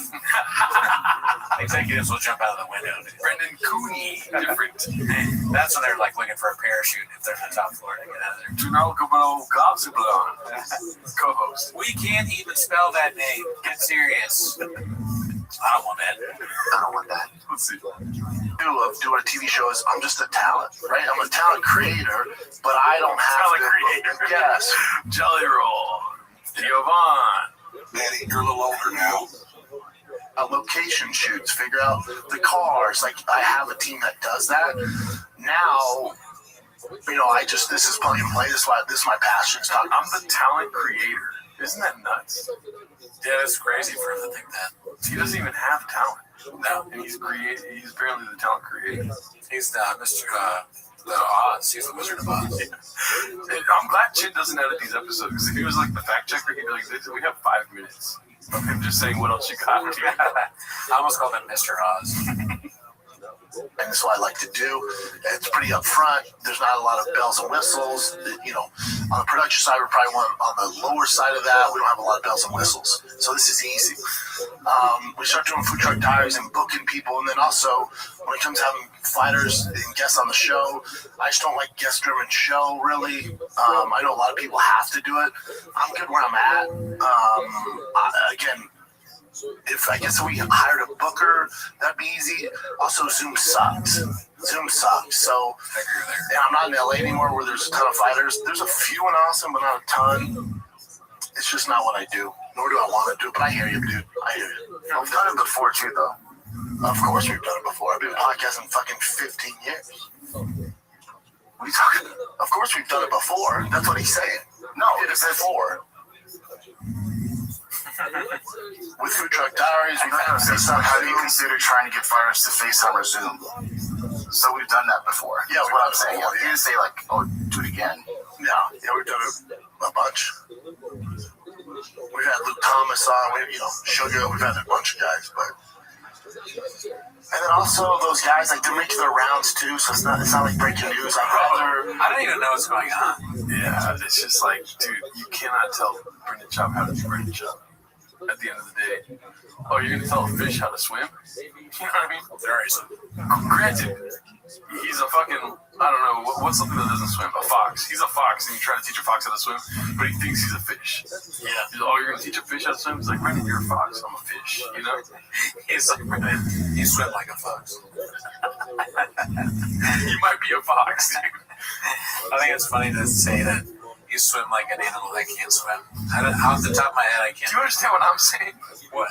I'm saying that he is a fox. Yeah, and so he can't swim. But he thinks he's a fish. Yeah. And he's saying like, you cannot fix what he's doing, dude. There's no way. He thinks he's doing everything right. I know.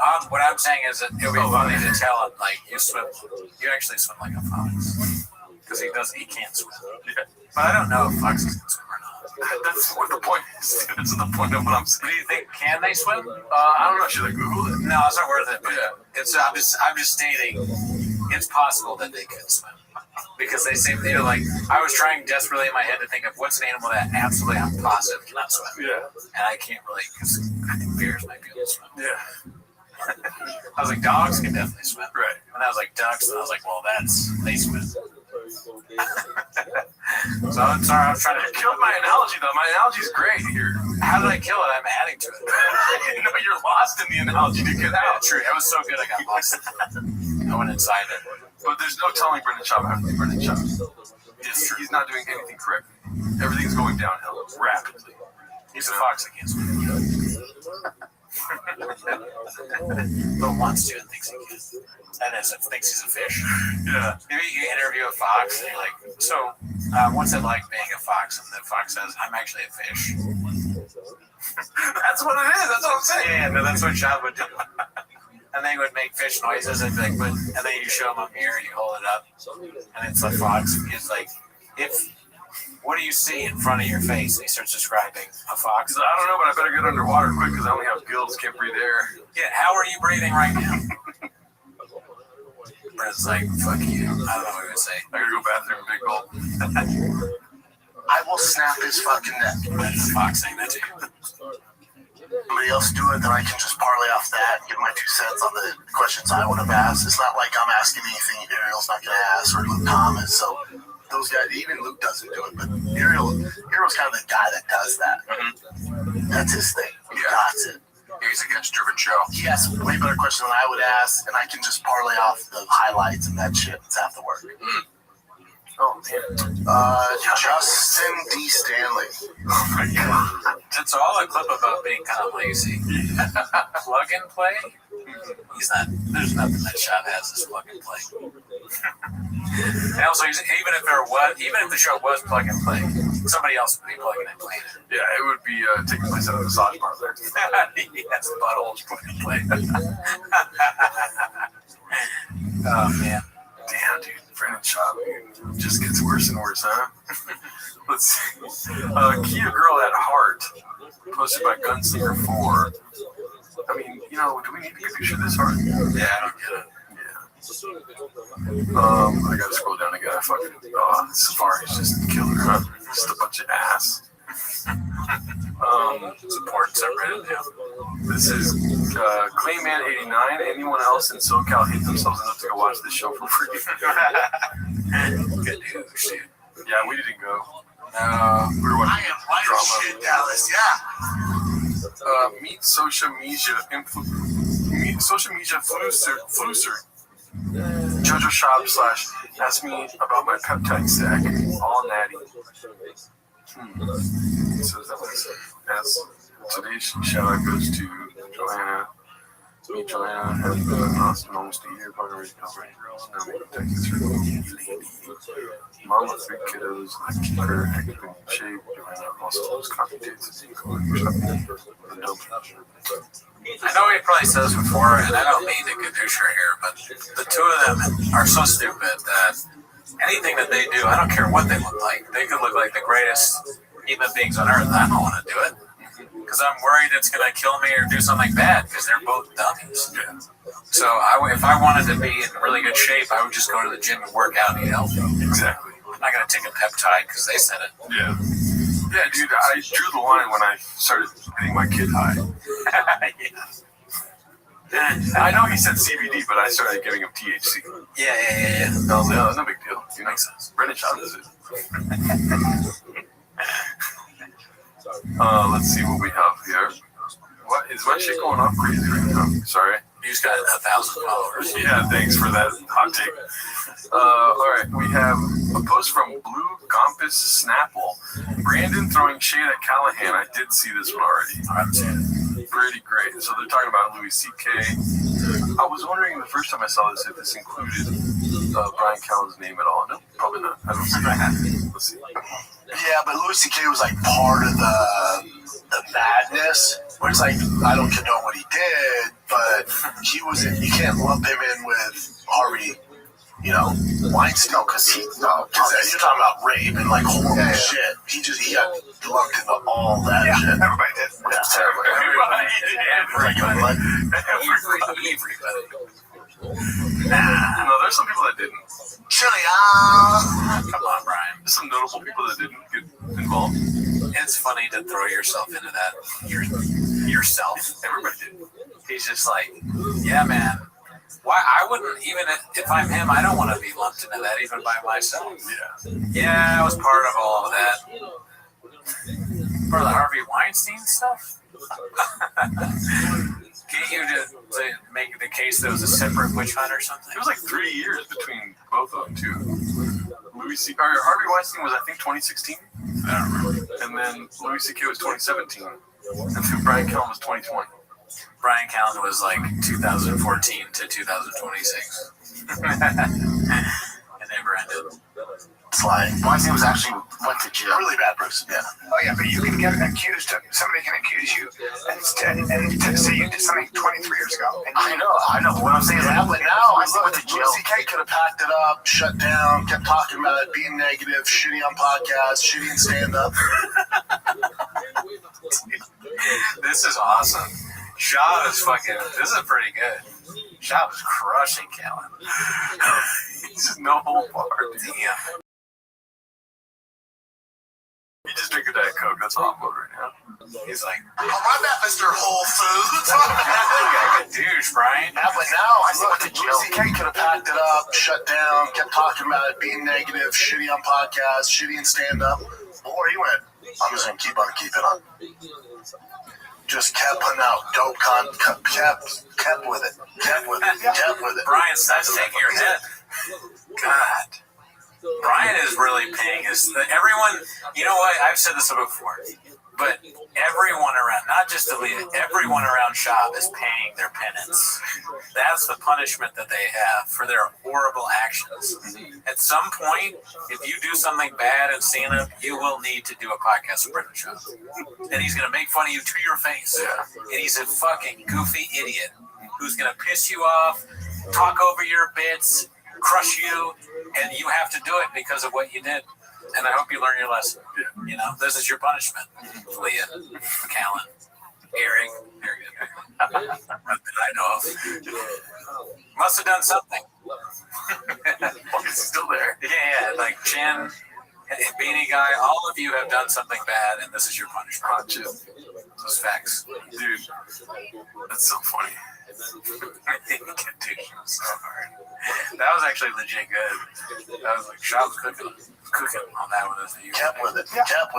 Now he's on Netflix. He's on Netflix. Yeah, dude. Well, I'm so glad he is. I think he's great. You're real happy. And I think he paid his price too. I'm just can't hear what you're saying. So we can all see how happy Brian is. We can tell from his facial features. He's ecstatic. He's very happy about it. See, the thing about Louis C.K., whether or not, they didn't, apparently there's like a video online, there's like a 4-part Louis C.K. fucking documentary thing that some guy made in his mom's basement. And he's arguing that they didn't give consent to have his dick shown to them, whatever. But you knew that he did that. You know what I mean? When it came to Brian Callen, nobody really knew that he was about to rape them, It really came out of left field from Brian Callen. I'm doing a 20-part on Brian Callen. Yeah, and it's possible. And there'll be a lot of evidence to do that. You do 20 parts, and then there's more that you're like, God damn it, I gotta do 20 more parts. Yeah. What is this monster in jail? This is my magnum opus, I guess. Dude, Brian Callen, it's just so sad that he has no, he just refuses to accept it. Citizen's arrest. He should become a manager at Whole Foods or something. So, Papa definitely didn't watch the BGL pod posted by Key Lobster 9996, but it's not available anymore. Let's see if I can click over here. Yeah, it's not there. No, just not available. BGL. This is posted by Busy Middle 8108. Bob Bakadouche, Kim Kardashian's kids from being friends. Lion's friend, I guess. Long, but lots to unpack. Busy Middle 8108. How often are your kids on phones or tablets? Never. We don't have them. Yeah, they don't have them. Can't afford it. We don't have them. No, we don't have them. We don't have them. Your wife is posting ass pics every day. Your kids are taking the pictures. Yeah, how do you do that? No, we don't let them go on YouTube or anything, but we do force them to take pictures of my wife's ass. Yeah, they only have phones when they're taking pictures of me or my wife or filming our content. Yeah. Or doing TikToks. And me and my wife are on our phones all the time. Yeah, I don't even know what they do really during the day. They're chompies. But that's one of the reasons we have to have one of Tiger's friends stop coming over, saying because he'd come over, he had a cell phone at 6. And instead of playing, it is hilarious to throw a child under the bus, and the absurdity of saying that a 6-year-old is a cell phone. Like that's crazy irresponsible because they're gonna lose it. And then somebody will have your celebrity child's phone, all the information in it. You want that? There's no way. Common sense.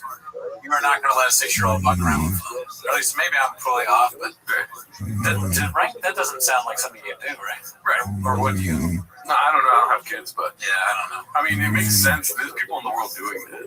Yeah, probably. I completely flipped my. I mean, I was on your side, but it's just insane to think that Saint's over your house. That's why Saint's not allowed to come over anymore. Just because he's a cell phone. Yeah, that's Kanye West's son is not allowed. You pulled the plug on Kanye West. Kanye West pulls the plug on you. You know what I'm saying? Yeah. He finds out that, like you said earlier in the podcast, you find out that Brendan Chop's hanging out with your son. You're like, we have to stop that. That's a good point. T and Bossy in the backyard, he was on his phone. I go, oh, but I took it from him, and no one ever did. I go, oh, buddy, we don't have cell phones in this house. I don't want my kids get used to that. So if you're going to come over and play, there's no cell phones. What do you think happened? He stopped. He never came back. Wow. And T goes, Dad, where's Sam? I'm like, he wants his cell phone. Wow. So instead of playing with you, he wants to scroll on his phone. And then I get pretty rude. I go, parent, fuck him. Yeah, I tell T, fuck him. Okay, fuck him. So your best friend? Fuck that guy. And it is funny to say best friend because he just said that he came over and then never came over again. That was his best friend. Does that make sense? Came over once, best friend because he's a celebrity. Wow. Oh my god, dude. He's on his phone talking to his dad. He's like, hey, we don't have phones anymore. Tell me to go buy tickets at your game. Okay, cool. See you at the game. Let me know if you need tickets while you're scrolling on the fucking phone. Oh my god. Good luck. You're fucking like 9 years old. Oh my god, dude. This is so bad. He is talking about a 6-year-old as if it's an adult. Yeah, that's weird. It's not him. It's the parents. Correct. It's like, you are. They're also so busy where it's also nannies. The nannies don't have the hours. It's a night. You don't wish that upon your worst enemy. It's a nightmare. It's a recipe to create no motivation, to create incels. It's not.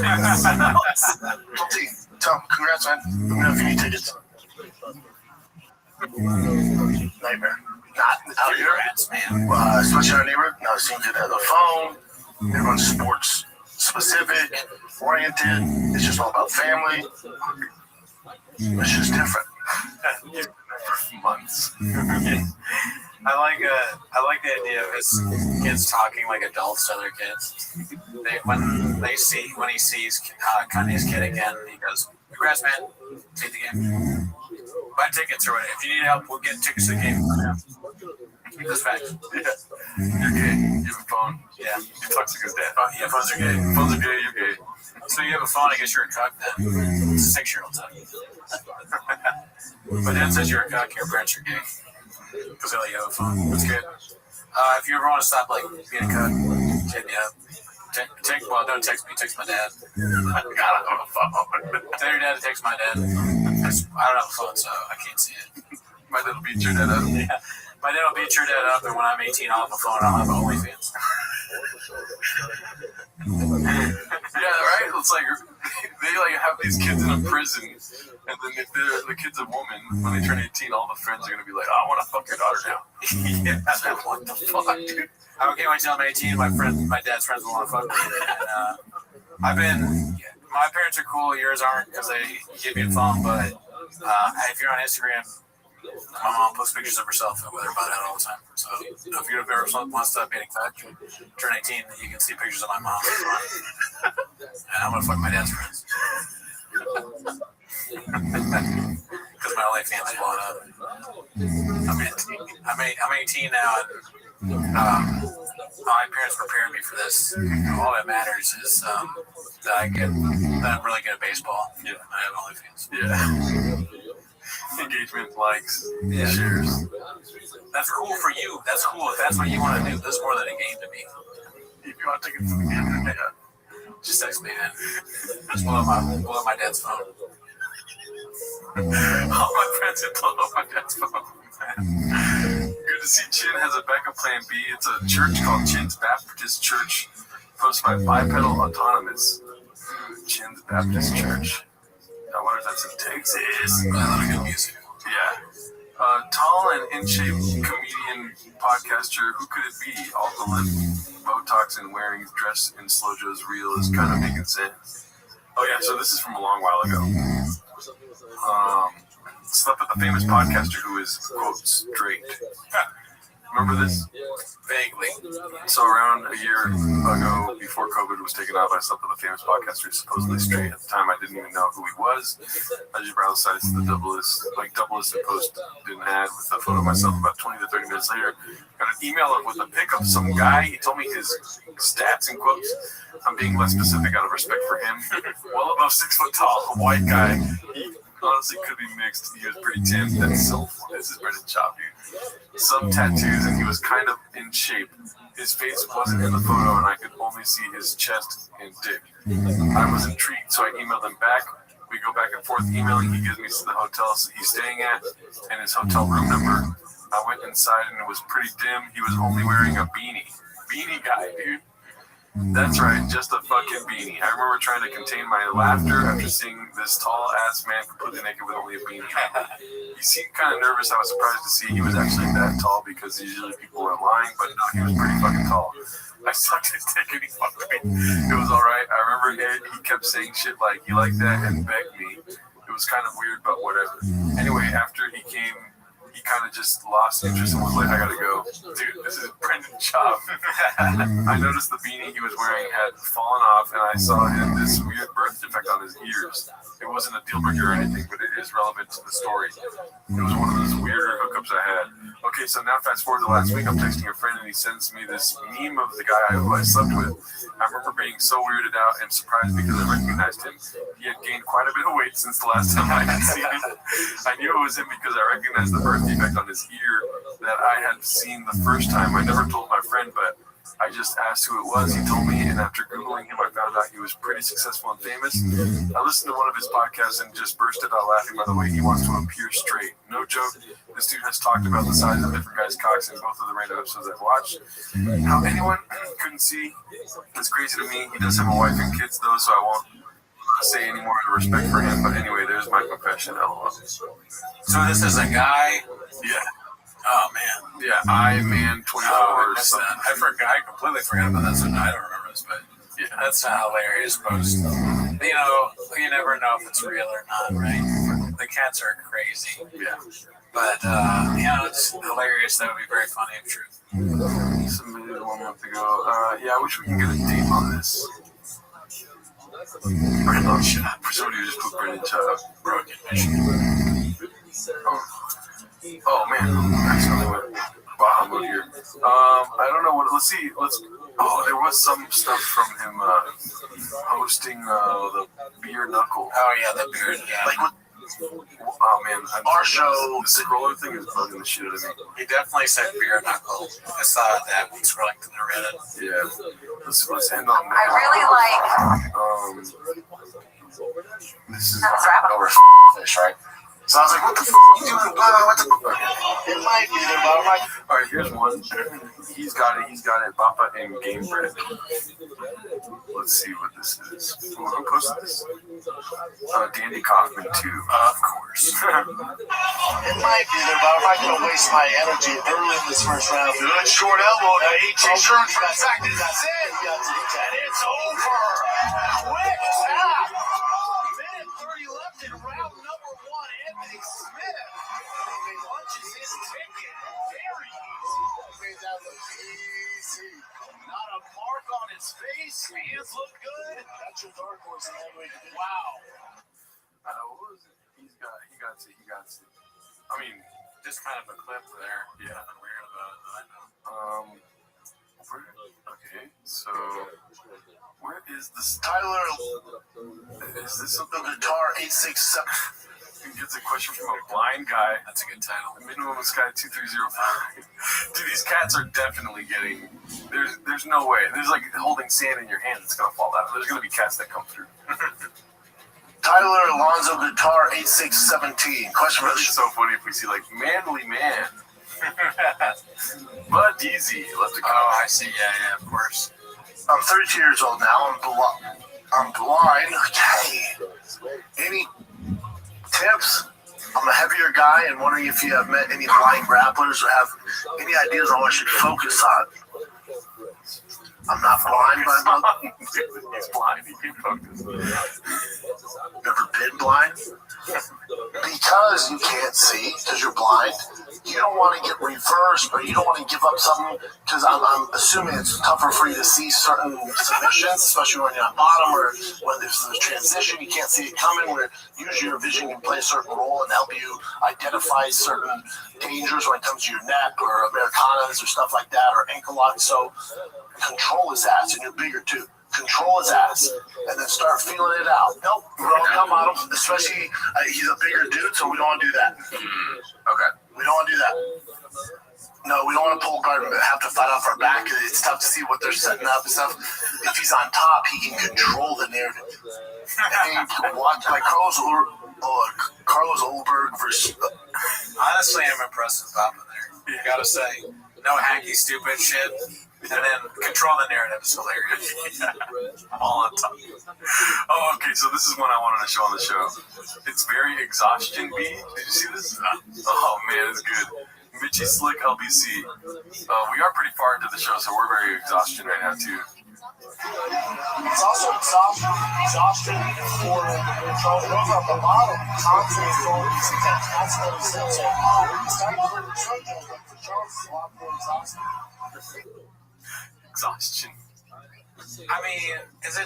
He didn't. I don't know. I think that one's gonna. He definitely said exhaustion. But isn't that could you say? It's also exhaustion for. Yeah, he's trying to say exhausting. Okay, all right. I don't. That one's. I don't.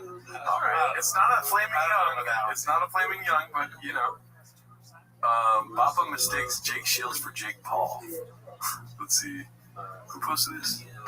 Far Cry. Tonight, facing a match tonight, Vancouver is getting there with the very best. Beat some of the best. Beat the likes of Jake Shields.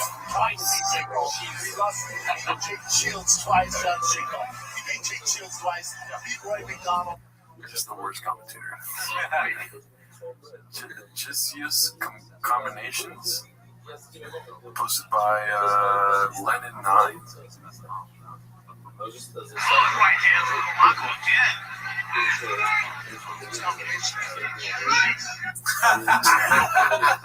That was crazy. That's what we're waiting for, dude. Wiggles and Joe. Those combinations were vicious. Oh, we got the beer knuckle one here. Dapper beer knuckle posted by CDP screens on Reddit. They're beer knuckle for a reason. I think that's it for this week, dude. Shout out to all of you guys. Join the Patreon for early access of this show. And Sandbaggers, a podcast that I started. Yes. And I think Cowbell's trying to do a podcast on the Patreon, so check that out too. Yep. All right, see you next week.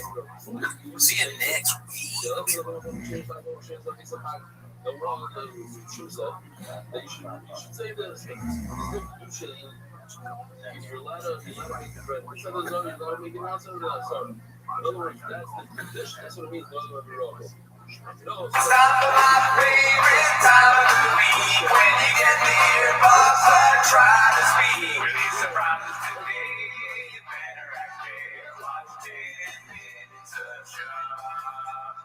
back to 10 Minutes of Shop. Thanks for tuning in. As always, join the Patreon, join the Reddit, join the Discord. On our Patreon, you get early access of this show, but that is not why you're here. No, it's not. You're here to watch 10 Minutes of Shop. So start the primer, play the chip, Glenn. You just showed your whole phone. Yeah, come on. God damn it. Yeah, start the timer for real. We know you're just phoning it in this week, dude. There you go. You just started. I saw you guys. You saw the timer start. Yeah. Alrighty, let's see what we got on Chang's this week, dude. How's your Chang's week going, dude? You know, I haven't really been checking with Chang's a lot this week. So you're depressed? Yeah, it's, I've been hyper focused on my side business. Calci, yes, and truck stuff. Truck business. I like your hat. Thank you. Yeah, I just got this from our favorite business. Oh, did you do that thing you said you were gonna do? Dude, I tried. Oh, yeah. What happened? Well, you want to tell the audience? Sure. So we've been trying to. If you guys remember, there's the Drive Fast All Gas website, and they have the pictures of all these people that have bought the merch, and they write really fun, cool stuff about the merch that they bought. And I wanted to do that because I bought merch. We bought merch. We had this hat. There's another Drive Fast All Gas hat that we own as a team. We own it as a team. And I looked. I looked through my emails, and they have these old emails where it's review our product. You click on it, and that link is dead because we bought it so long ago. So I think we need to buy a new thing, and then they'll let us do it. But buying another thing of merch for them. Well, I want more golden hour jackets. No, sadly, this is a collector's item now. Yeah. Golden hour jackets. Some girl was like, "I like the jacket." Keep in mind, she doesn't know anything about this world. She goes, "Next." I just say next out loud. She's like, "I like the jacket, but this is somebody you have to cut out." Let me finish what I'm saying. I'm sorry. And then you'll cut her out. Yeah. She goes, "I like the jacket, but why do you have two?" If you like it, it was one for you, baby. Well, I mean, what do you mean? You like it, but why do you have two? Because if one gets stained on it, I don't know. You like it. I'm a b-boy. Yeah, what are you talking about? All right, let's go. Chang's here. Start the timer. Play the Chang clips. New brother 630A posted this one, timing in all caps, because Brendan Sharp is still gay. Is Brendan Sharp still gay? Yeah. It's a bad look, dude. It's a weird. Does he have a toothbrush in his mouth? Yeah. Just don't have something in your mouth while wearing a leotard, Eddie. I wonder who. I think we probably asked this last time, but whose idea was it, or did he require convincing, or? I will say this, dude. I saw some spicy comments. Oh yeah. Why does it fit him so well? It's his. Yeah. He had this in his closet. She's like, "Why don't you put on your leotard?" Oh, my jammies? He has it in his cubby.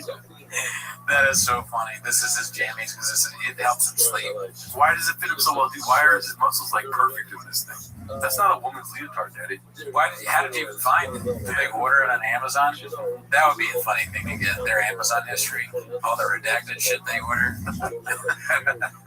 If you see shop at an Amazon return thing, that'd be. I don't know why that's funny, but that'd be so funny to me. You see him, he's trying to stick this into the return thing, it won't fit. I bet Shop often he's unable to fit the returns in. The code doesn't work. He's holding up the QR code for some other website. They're like, "Sir, that's a McDonald's QR code." Whatever.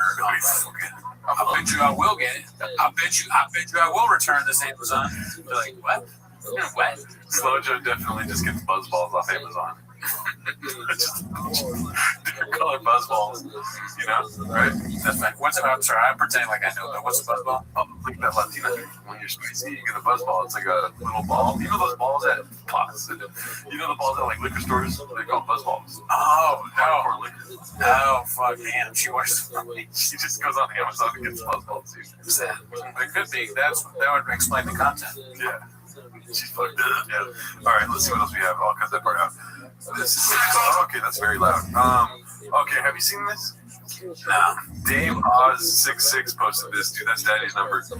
Cosplay at the rodeo. It's pretty great. We can watch this probably 30 times, dude. We don't need the music. I don't want this to get confused. Yeah. But just look at Brendan's face, dude. Why is he doing that? He's eating the hot dog, did he? You know, comedy genius. Oh, bits time? Time for skits and bits. Skits and bits. What do you think? You're so quiet. I thought you were I'm taking it in. So it's the same thing over and over again, his reaction, but he's doing a bit, right? He's doing the classic hilarious face, right? He's on camera, so he's turned it on. He's always on. And this is the best he had. He looks young there. It's like aging. It looks like gracefully. Yeah, it's depending on the day, he's a different. This day actually looked different. He's younger. But usually he looks older. Chris D'Elia sees this and goes, "Yo, what do you mean?" Chris D'Elia sees this and he goes, like the Joker laugh. That's what, and his body is starting to look like the Joker too. All these guys are having horrible things happen to them. This guy's realizing, oh fuck, I'm on change right now. I'm here with Brendan Schaub. Yeah, so that's Daddy's outfit. He's got the bandana on too. He's I'll give him this too. He's also somebody he's gonna do the bit. You know, if the bit is dressing up like a cowboy or whatever it is, Brendan's not gonna be like, I'm not putting that on. He's never once said that. I'm not putting that on. That's something he just won't do. Dude, same with the leotard. Yep. This is big, like 5'4" energy. You know, right? Doesn't he look shorter? He does look smaller. Yeah. He's got the smaller guy face on. The bandana makes you look short. I don't think a 6'2" cowboy is going to be wearing a bandana. This face, it looks like a guy that you could beat up. You know, this is not the intimidating guy. I'll fuck you up. Or rip your fucking neck off. This guy can't be ready. He looks like you caught him doing like something like bad.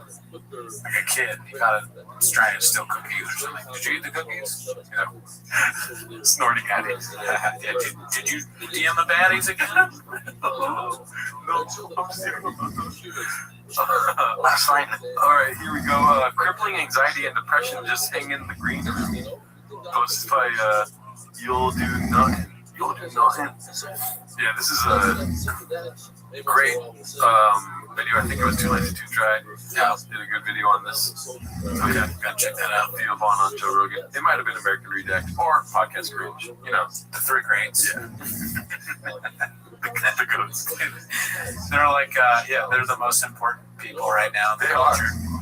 There's Siskel Ebert, Grover, Siskel Ebert. It was like we're three things that were really amazing. Andrew Tate, Nico, Myron Gates. Sorry, let's go. Last night in the green room, it was Shane, Ron White, Tony Hinchcliffe, Brian Simpson, Asan Ahmad, Derek Poston. We were just laughing and laughing. It's so fun. And everyone's going on stage and fucking tearing it up. It was exciting. Oh man, I gotta get you up for the present, son. You're losing your fucking marbles. You think I am? Come hang out with us. Just chill out. Here. Just chill out at the mothership tonight. I don't want that. I'll eat a hot chip. I wonder what that would be like. For them, it probably is great. Just for us that don't really get it, aren't a bunch of redacts we don't understand. It's not for us. They're playing on a different. There's levels to this shit. We're on like whatever level we're on, and they're 4D chess. I don't know, Cootie, because my doctor the other day said that I was going to take some medication. And I was like, dude, puppy. But I'm in the mothership. And he was like, oh, my bad, bro. His name was Jamal. He was Asian, man. Asian, man. Yeah. That makes sense. It's like, instead of Pagliacci, it's the mothership green room. Yeah. But I am the mothership green room. Okay. I don't know what I mean. Dude, what are you doing, bro? You can always save it with some teleprompter. Yeah, dude. That's why it's here. That's how you know how hard Brendan bombed. You just push like 5 buttons. I'll push 5 buttons and I'll remember longingly the dolphin sound. Unscathed. Yeah, that's how I left it. One usual 4460 posted this. Gotta love how her weight journey is documented with pics of her. Feel bad for Leopard in Minneapolis. Weight journey. She just looks the same. She has a fat fucking ass. We get it. Yeah, there's nothing wrong with either one.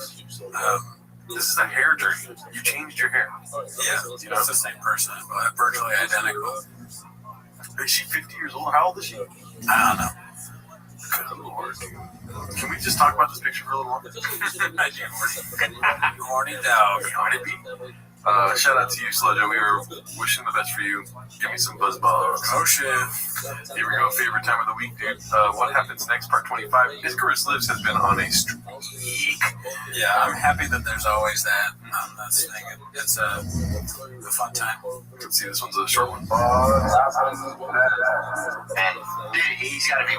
There must be something really amazing about him. I was at a gym one time in Hollywood, and they kicked everybody out because he came in with his crew. No way. And what you do, you. Dude, no way. Turns out that he's a fan. No way. Papa It makes sense. I think he's a fan, dude. Both are so funny. Papa is like, nah, I'm not doing it. Brace me up, daddy. I like him, the idea of him not leaving. He's like, I got fucking a few more sets. And what'd you do? You hit onto the water fountain? No, I refused to leave. Oh, nice. And they let me stay. Then they eyeballed me for the rest of the time. That voice. The old Callan thing for the rest of the time. Dye does that a lot. Jeff Dye. Did you ever think of voting Republican? That's Jeff Dye. And then I was like, women are a bitch. Yeah. I thought, oh, dudes are cooler without hair. Actually, toupees are awesome. Do you really need listeners on the podcast? His eyes are great. We should start doing more bits like that. Bill Cosby. Oh yeah. He learned from other greats. Yeah. Either one is so bad in hindsight. I think it is I am the P. Diddy of comedy. I wonder what he means by that. He's a hype man. And he also slapped his baby on newcomers. I'm the P. Diddy of comedy. It just sounds so bad. Icarus Lives was like, we don't need the explanation. He's like, he says things wrong, but he also says things that in the future will be even more funny. Like he's an incredibly Achi. He's back then. In what fucking sense? Okay. That was dangerous. No, it's lit. You went to the concert, didn't say. You went? XJ. That's definitely XJ. Never it's true. That was dangerous. No, it's lit. You went to the concert, didn't say. You went? My brother did. So that's another What? Oh man. Dude, why does he do this to himself? I don't know. I mean, my brother, that's not the craziest thing, but just the fact that he always, It's always something. yeah, he always says something about Jay, X, and Jay is like his, Jay, in reality, Jay is his handler. You know, we always talk about like Brennan Choppy's a handler. Jay is Brennan Choppy. Maybe, what if he went with a girl? And so he realized, oh, I'm public right now. You know, my wife's going to ask me about the concert that I definitely went to, you know? Yeah, that's also a possibility. Yeah. Jay just gets blamed for everything. Yeah. Jay is his alibi. XJ is, anytime that he's wrong, because he knows Jay will fix it. It's kind of nice. reversal. Keep tagging me because I'm on social media. I don't have social media and then people run it for me. I'll check in. Because I'm on social media. I don't have social media and then people run it for me. I'll check in whenever I don't see you. Thanks for replying to me. Yeah. I slid into your DMs, dog. Thanks for replying to me, though. I don't check it. Yeah. Why call him out like that, man? mortgage needs LLC. Is that what this whole podcast is about? Like, you get a mortgage, you need a mortgage. I hope he learned something on this episode so he can use it now. Dude, that'd be so funny if there was a coffee cake on the table. What? I am right as shit, Dallas. Yeah. Mark's got that Diet Coke on him, dude. This is before Papa was into Diet Coke. What if Papa got into Diet Coke after letting go of Mark? Facts. Wow, this is his last attachment to him, dude. He's like, he cries drinking Diet Coke. I love you, Mark. And Mark started drinking Diet Coke after me. Yeah, because you're a veteran. So my whole family's military. No, right? Because you're a veteran. My whole family's military. Ex-J's in the military. He has some sort of thing on his social media that tells him if it's military people. I guess. That's good. Yeah, that's real supportive. This is your face after hearing that. What? That makes sense. Brian said he couldn't tell, and then he was filming The Hangover 2 out there, and he was in a bar, and this lady was dancing. He's like, she's bad. He's like, they're on the dance floor making out. And then you go in the back room, he's like, what you? He's like, making out. A handful of those. I wish there was more boner alerts. They did it once. Yeah. We kept it alive for a long time. It's hard that you don't hear it all the time. I want to hear more boner alerts. Yeah, but it's so redacted that even they won't do it. That's how redacted it is, but they did do it once. You're like, boner alert! We do it all the time. Yeah. They're not redacted enough. He's like, we're making out. Oh, yeah. Because I go down, I just get a handful of nuts. And I go, what'd you do? He goes, okay, making out. What'd you do? He goes, I don't want to hurt her feelings, so I kept making out with her. And I was like, yeah. Patriot. Vampire. Nationalist. Mental retard. Justice. A scared man. Really. Retard. Traitor. Vampire. Thanks, Lo. Thanks, Moses.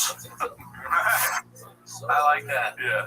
They should do that with Chang chefs like Danny Kaufman, Icarus Liz, yeah. John Africa. Do you want to talk about what Mark was texting us the other day? Oh, sure, yeah. Yeah, dude, Mark was texting us that Slow Joe's alleged brother was going Baja mode on him, dude. Yeah, out of nowhere, apparently, allegedly. Yeah.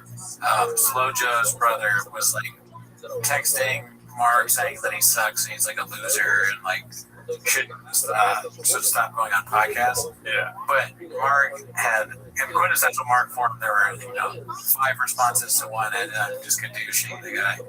But the guy was so annoying. It's a classic, annoying commenter in text form. Yeah. Like, you're really out here doing that, huh? That looks good. Not like smiling, laughing face. A lot of smiling, laughing faces. Yeah. And then when he's making a sarcastic comment, crying faces. Yeah. Wow, real unbothered, smiley face, laughing face. He said, this is allegedly Slow Joe's brother speaking. Funny how this whole interaction just proves how emotionally unintelligent you really are, laughy face. I was never stressed. M- might be ChatGPT. Emotionally unintelligent. I was never stressed and never will be. Meanwhile, B has clearly been living rent-free in that empty head of yours, Gadoosh. And jumping straight to violence, which we all know Mark jumped straight to violence. Yeah, same here, dude. Same here. Your first response, there's a lot of violence in the DNA of this chat or whatever. That's not tough, that's just unhinged.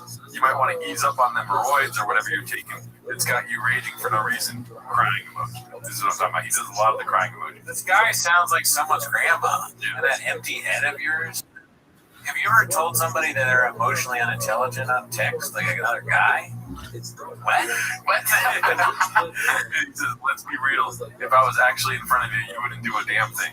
I don't think you want to test that. No, I don't think so. He lives cars. Yeah. Should we remind him, What's really funny is I reached out once, and you're still going. That says way more about you than it does about me. Anyway, enjoys those guest spots on low-budget podcasts, which, by the way, major offense taken. Yeah. Now you got two problems. Yeah, dude, you got a big problem. I hope you're not in Los Angeles. Yeah. Because I'll fuck you up. I'll push your neck off, dude. I'll fucking push the fucking. Okay. I will snap his fucking neck. Yeah, we get it. I have a show about 10 minutes shop. It's a low budget thing. I get all that. Okay, but at the end of the day, this is not social media. This is real. I will fuck you up. Okay? If you come into a room and I'm in that room, I'm leaving. I don't know if you're leaving. Okay? I'm leaving that room. I'm going to be fine. All right? C-Clan, stay with me. I will fuck. What are you going to do? What are you going to do, Gabe? Yeah, ask your friends how it went for them, dude. Yeah. Ask fucking Shab how it went for him, dude. All right? Ask Brian Callen how it's going for him. You want this? You don't want this. Okay? Ever heard of it? You're going to the hospital. And I will say, Mark, it did not disappoint with the amount of replies. I'm like, no way. Mark's not going to reply 35 times. If I was the brother of Slojo, allegedly, I'd be like, I regret this whole thing. Why didn't I reach out to Mark? Why are you reaching out? Yeah. It's a very weird move to reach out to the former employee of your sister's husband. Like, what? Yeah. I'm sure you're unbothered by it. You're very bothered by it. Otherwise, you wouldn't have sent so many texts.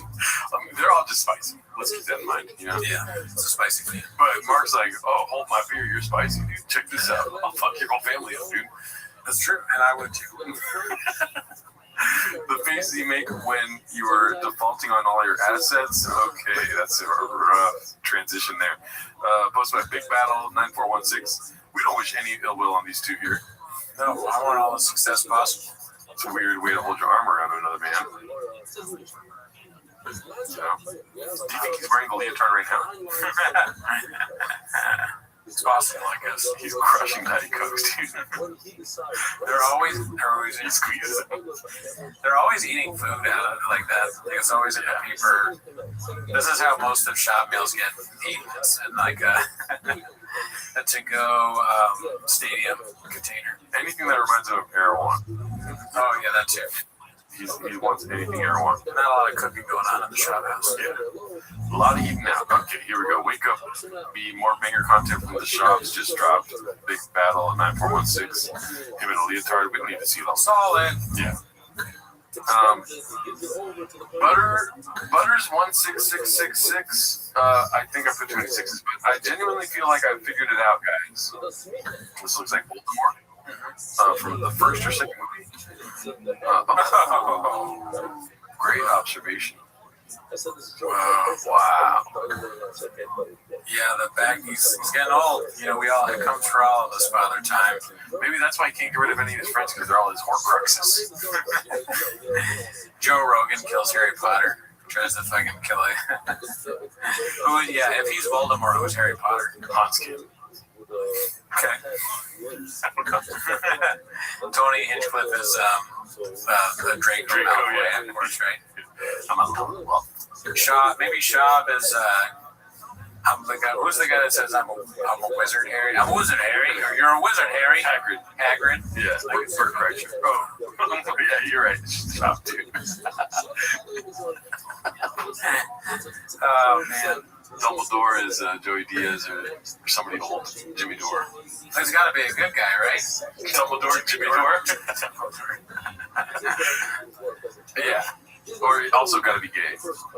Oh, Dumbledore's that's right. A wise gay man in comedy. There's probably plenty of those. Yeah. Gay men are hilarious. That's true. I can't think of any off the top of my head. You know what they do in their free time, right? Comedy. Papa with the smallest dick. We've already seen this. I don't want to see it again. You know? Not really. Okay. Just real quick. We can stop it right away. Yeah. There's no chance it's for her. It's a huge leotard. She wears the tightest clothes of all time. You know? Yeah. R Word having trouble selling tickets. Posted by Savage712. No. That's so sad. But fuck it, dude. We ball, baby. Yeah, I mean, it's just like when Shab went to that Oklahoma or Arkansas club, you know? Yeah, they gotta fucking move the thing. You're not big, you're not a draw. You're not a draw. No, you're right here. Okay? Do you mind if I do some research while you talk to the audience? So Sooners are playing, okay? Anywhere Brian goes, that guy's like, Sooners are here. Guys, no limb say, right? Nobody knows who you are. All right, you didn't say that. You didn't say that. If you're lucky, a tornado will throw a couple people in here for you. All right, this year's Flappers, okay? This is big leagues. All right, you're in Burbank, okay? You're not in like one of them other places that don't have big draws, okay? We gotta sell out the show.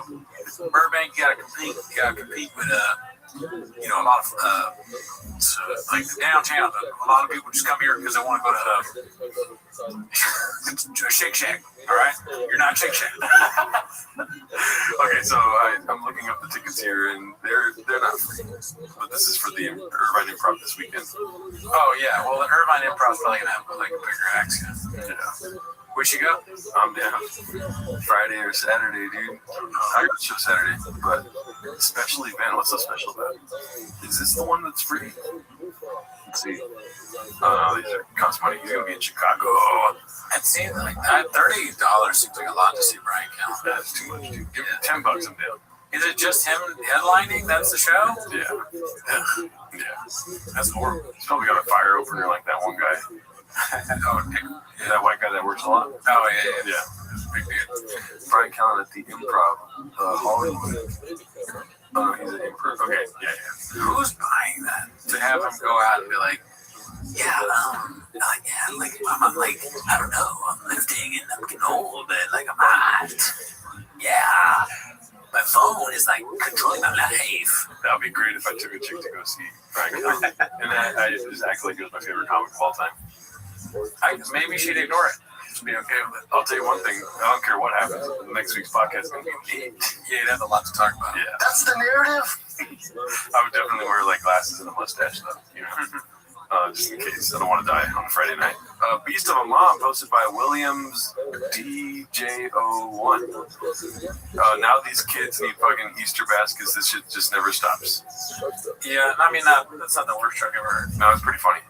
And when I saw this, I liked it. As you can see down here, pretty good. Granted, she didn't make the video. No, it's still reposted it. Yeah. The scam got rinks explained. Okay, so you know about the scam thing? No. You'll Do Nothing posted this. Basically, Brian Callen fell for a scam where Amy Poehler was wanting him on her podcast. Really? Yeah. And people are alleging that that's when he started getting really sad. Let's start with the email. Let's actually read this email. A candid conversation on comedy and culture. And this is the episode where Tim Dillon fed himself. He put those huge tits on. So someone sends this email. Greetings, Tim. I hope this finds you well. My name is and I handle guest bookings for Amy Poehler, host of the Good Hang podcast. On the show, so immediately I'm like, wait, what? Well, I'm supposed to do Amy Poehler's podcast. Can I say about that? So I was supposed to do Amy Poehler's podcast in LA. Yeah, her assistant reached out and she was like, hey, we'd love to have you on Storytime with Amy. Dude, this is hard to watch. Not even the name of the podcast. How could he think that that's possible? Oh my god. That Amy Poehler would have him on his show. Why? He's like this human being. Okay, I'm sorry. Nobody heard that. Just delusional to the extreme, you know, just, I don't know, man. Yeah, Ryan, he's a big podcast. Yeah, big podcast. You know, and I know Amy from back in the day. I love Amy. I love Amy. I've known Amy for many years. I haven't talked to her in a long time, but I love her. Here's what's sad about this. This is being emailed to people that are so excited to get booked on this show. Because of the state of LA right now and how these people haven't worked in a while, and but they still have a home and they're paying a mortgage, but they're looking at the money in the bank. The hourglass is turned over and it's getting less and less every month. And because we're gonna I found out it was gonna be a Zoom first because she does it with so you'll have somebody comes on on the internet and then talks about the person there. And I was like, it's a surprise. It was probably like a friend of mine. So I was like, okay, great. So they have to make sure that your camera is all, you know. And oh my God, so embarrassing. Jay, cut this part out. Is it even embarrassing at this point, though? Because, okay, in my mind, it stops getting embarrassing after you do it wasn't even only, it was like Pornhub podcast or whatever he did. What was that? Was it Pornhub? Something like Bang Bus. Yeah, it literally was something like that. He literally did the Bang Bus podcast. Taxi podcast. He fucking, Bang Bus picked him up on the street. Bang Bus picked up Brian Callen to do a podcast, and he thought he was gonna get fucked, and he was so happy they didn't fuck him. They just did a podcast. But dude, after you do that, bits aside, I really that's as embarrassing as it gets almost. So him falling for a prank that Amy Poehler is somebody new, it's just a mean prank. Yes, it would have been embarrassing had he not done the Bang Bus already. If he didn't have a Bang Bros credit, if he didn't have a Mike in Brazil credit, dude, then he would be embarrassed. Yeah. Because this is nothing to him. He let another man hit him with a fucking whip dressed as a cow. Oh my God, so, dude. This is nothing. Keep in mind, he got those wrinkles done, whatever that eye surgery thing is, right before Chris D'Elia went down, dude. And then he went down months later. So that's what his trajectory was before all this. It was like, I'm getting my eyes done. I'm a fucking dude. He's probably still planning on going on the Bang Bus. I'm gonna look fabulous on the Bang Bus, dude. Name of the episode is Brian Callen drives the Bang Bus. Brian Callen's on My Friend's Hot Mom. He's like, his wife gets fucked by some kid. Brian's gonna start doing cameos in porn. Welcome back to the Bang Bus podcast. We're here with Brian Callahan. Dude, he's talking to shop. I'm getting some stuff. I'm getting on some stuff. I'm on this very OnlyFans person site. They're fucking a guy, and I'm in the room with them. And yeah, it's been rough. Why would they even want him? They're like, Brian, how you doing today? He's like, you ever pick up a guy with thighs? Brian's on this is too far. I'm gonna go too far. Brian's on one of the OnlyFans chicks thing, and he's just sitting there, and then some fucking guy comes in his face.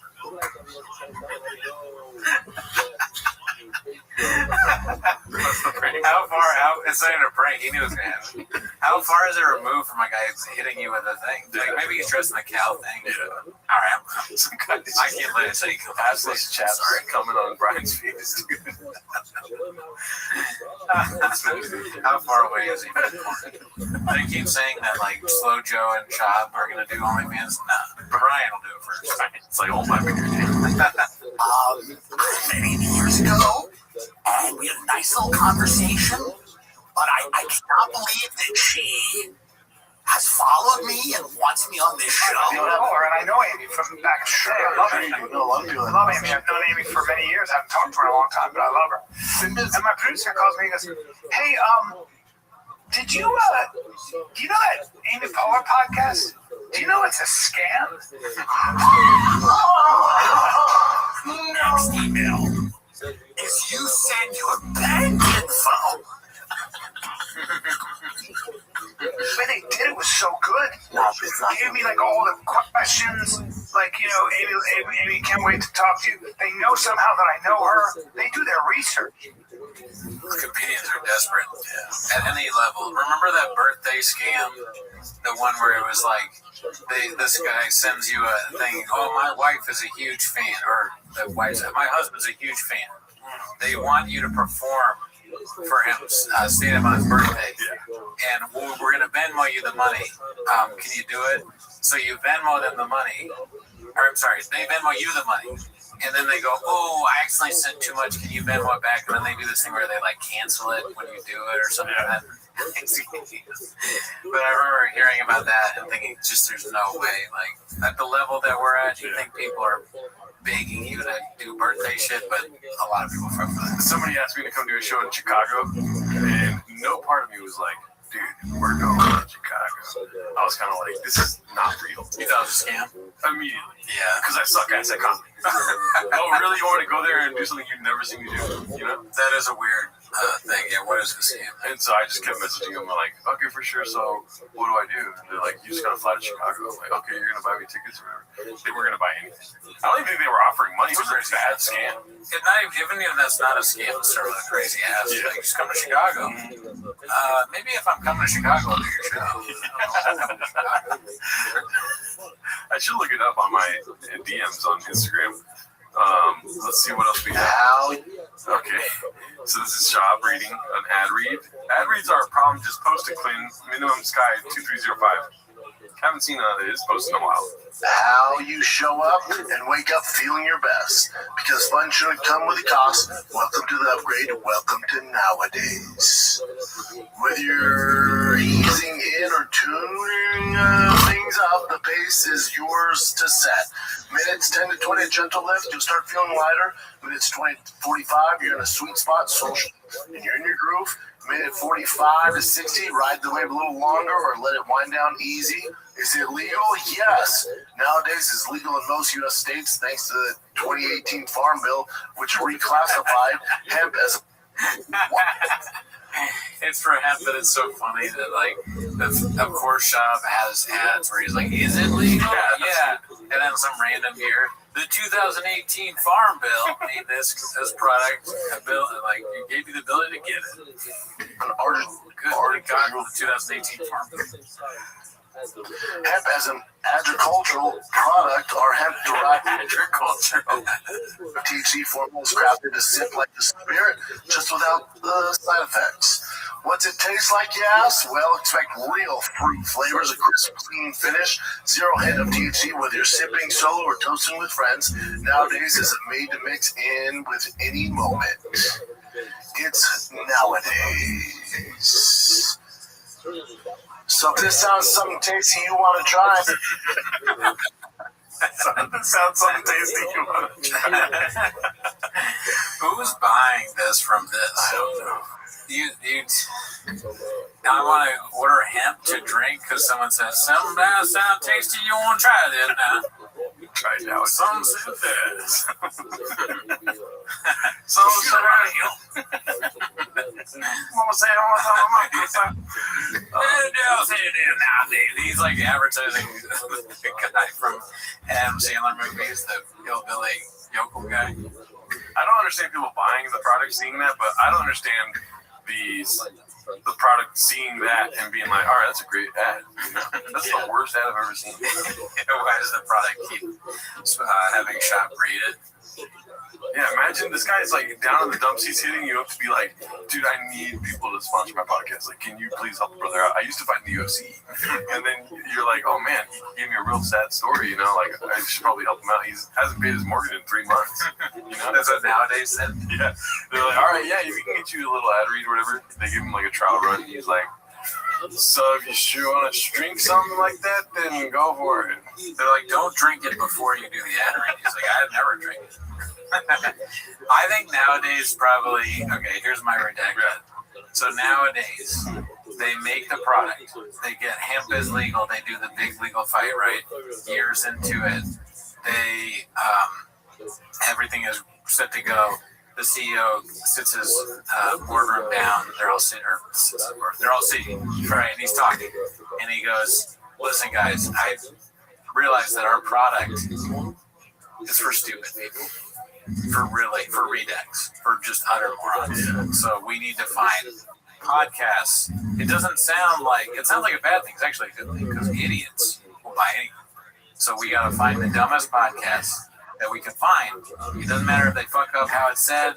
All we need to do is have a promo code and a link, and these morons will find it. They'll start drinking nowadays. So get on. Anybody got any ideas? Anybody got any? Oh, I did TFAK. There's a whole Reddit that talk about how stupid they are. That's why you're my vice president. Yeah. That's why you're the CFO. Well, we should probably be sponsored by them too then, because we are literally more redacted than TFK. That's a good point, I guess. But Don't kill me.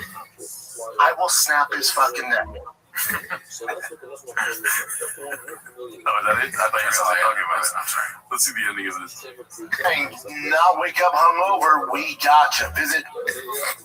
you're trying out some days now. Some days I try it, and then nowadays I don't drink it. This crazy motherfucker is all out risking his life and blatantly breaking traffic laws just to make a buck. LOL, poor Papa legit looked terrified. Ha ha ha. Different Report 123 posted this one. All right, let's go.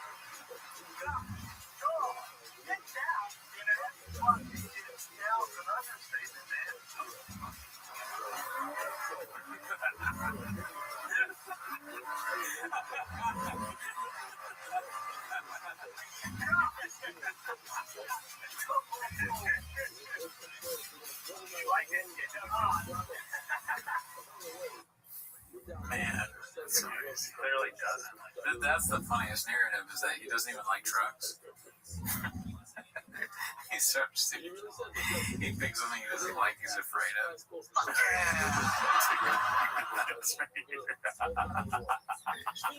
So this is my life now. Wearing this Probably asking how I got myself here. Why pick something you don't like? I wouldn't want to be in that either.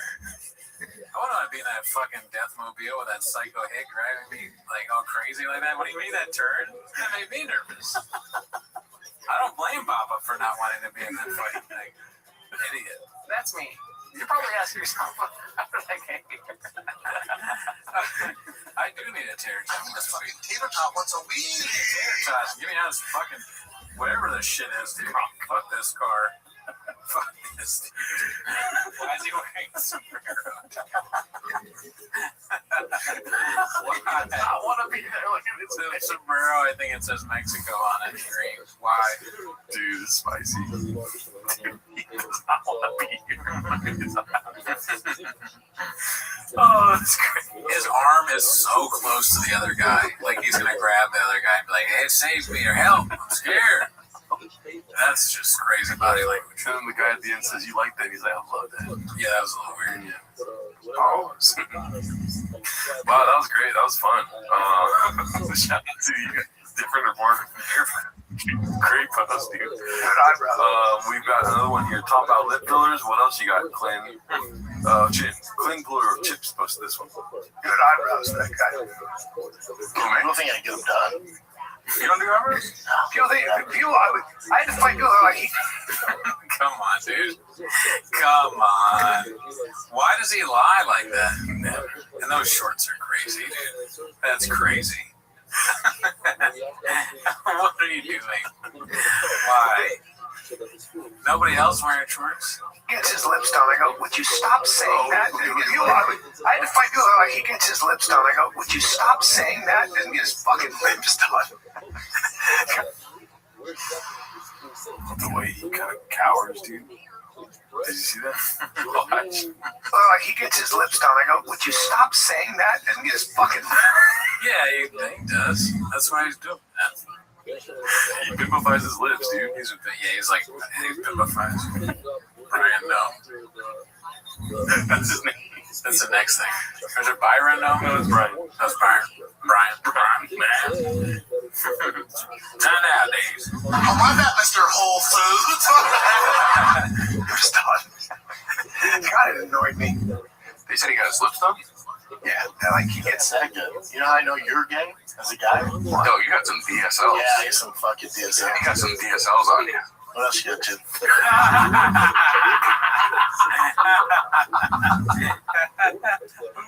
No way, dude. You can't lie for too long. And then if you think I have it, you're gay. Oh my god, dude. What else you got, Jim? That's so funny. Why does he keep saying that? Which one? What else you got, Jim? It's like, I don't know, it's a transition. He's got nothing else to do. Look, he's like, you really think I suck dick? I guess that makes me a big old pussy. Why would you ever consider, like, as a dude, getting your lips done? I don't get it. That's like just the craziest. I don't get it. Yeah. Yeah, I get some fucking DSLs. You got some DSLs on you. What else you got, Jim? Move on. Why the fuck you lying? Why you? Oh my god. Dude, what happened? If not that. Spider bite? Some sort of facial thing. That's why I, on our other show, Bracken Tweeties, I'm very honest about all the weird things going on with me. So to stave off, so you don't think, like my small teeth. No, it's been like that. I didn't get them made smaller. My big gums, I didn't get them bigger or whatever. The horn on my head, that was there. It's been there. It's been always been a horn guy. This is so weird. Always lying. Stop fucking lying. I mean, does he not know that people can take pictures of him? He's like, people can take pictures of video. It's just, everyone is saying it, and then also there's stuff about him going to Mexico. So, smoke, there's fire. Yeah, wherever there's smoke, there's definitely a disaster. Always lying. Driving my son to baseball practice. That'd be funny if he was going to get his lip filler. When he saw that message from Nate saying you're a big old pussy. Every time he gets called something like that, it's when he's getting lip filler. He'd say, oh man, again? Actually, I was driving my kid. Oh my god. This is insane looking face. This has to be Photoshopped. Very puffy. Addie's drinking lip filler. He's like, dude, I don't get lip filler, but when I'm drunk, I get lip filler. I'm glad that I don't. I'm glad that I'm not affected as much by, like, I had a McFlurry last night and my face doesn't look like I have big lips or a puffy, weird drinking problem.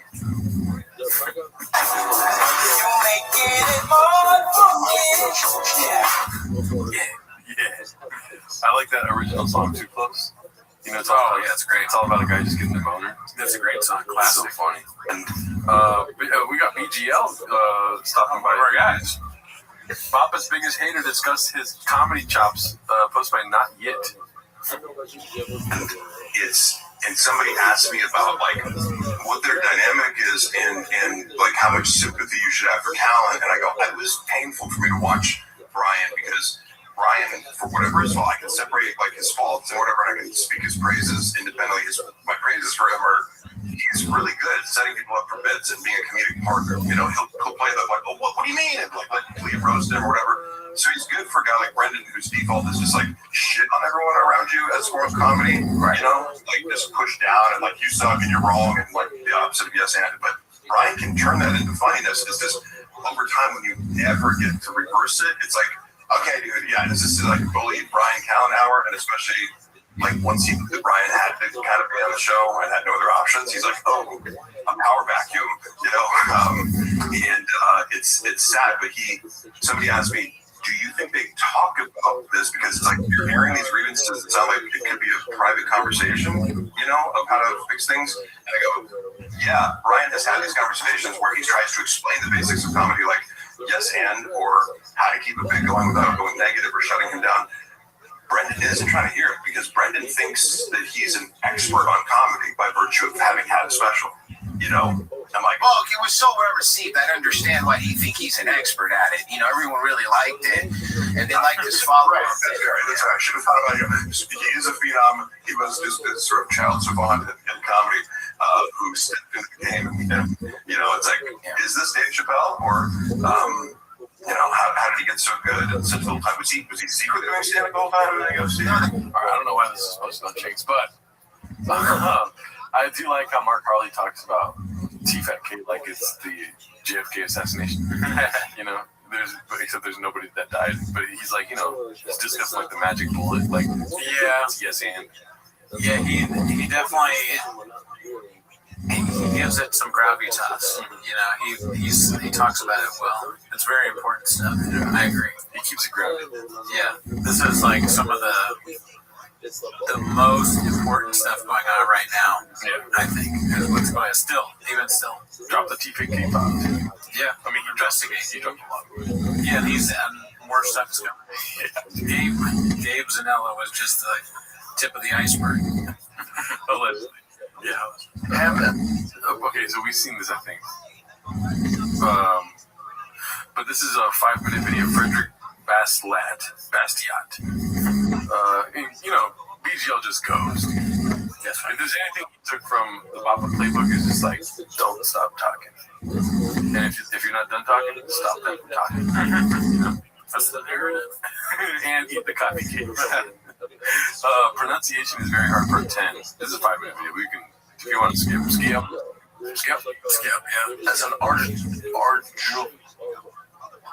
As an agricultural product. I like the shame of not knowing how to say that. Is it that he doesn't know the word agricultural, or is he just worried he's not going to say it right? You'd think that a cowboy would know what agriculture is. That's a good point, you know? Yeah. Well, he should ask Jeff that. How about this? Chili. Okay, You forgot about that one. You should have threw away the bit right there. Yeah, when Jesus didn't laugh. Bring back some hardware as a team. Because we were promised one thing. We were promised a flaming young. We were promised.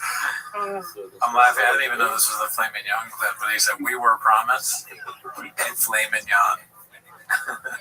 We got spaghetti.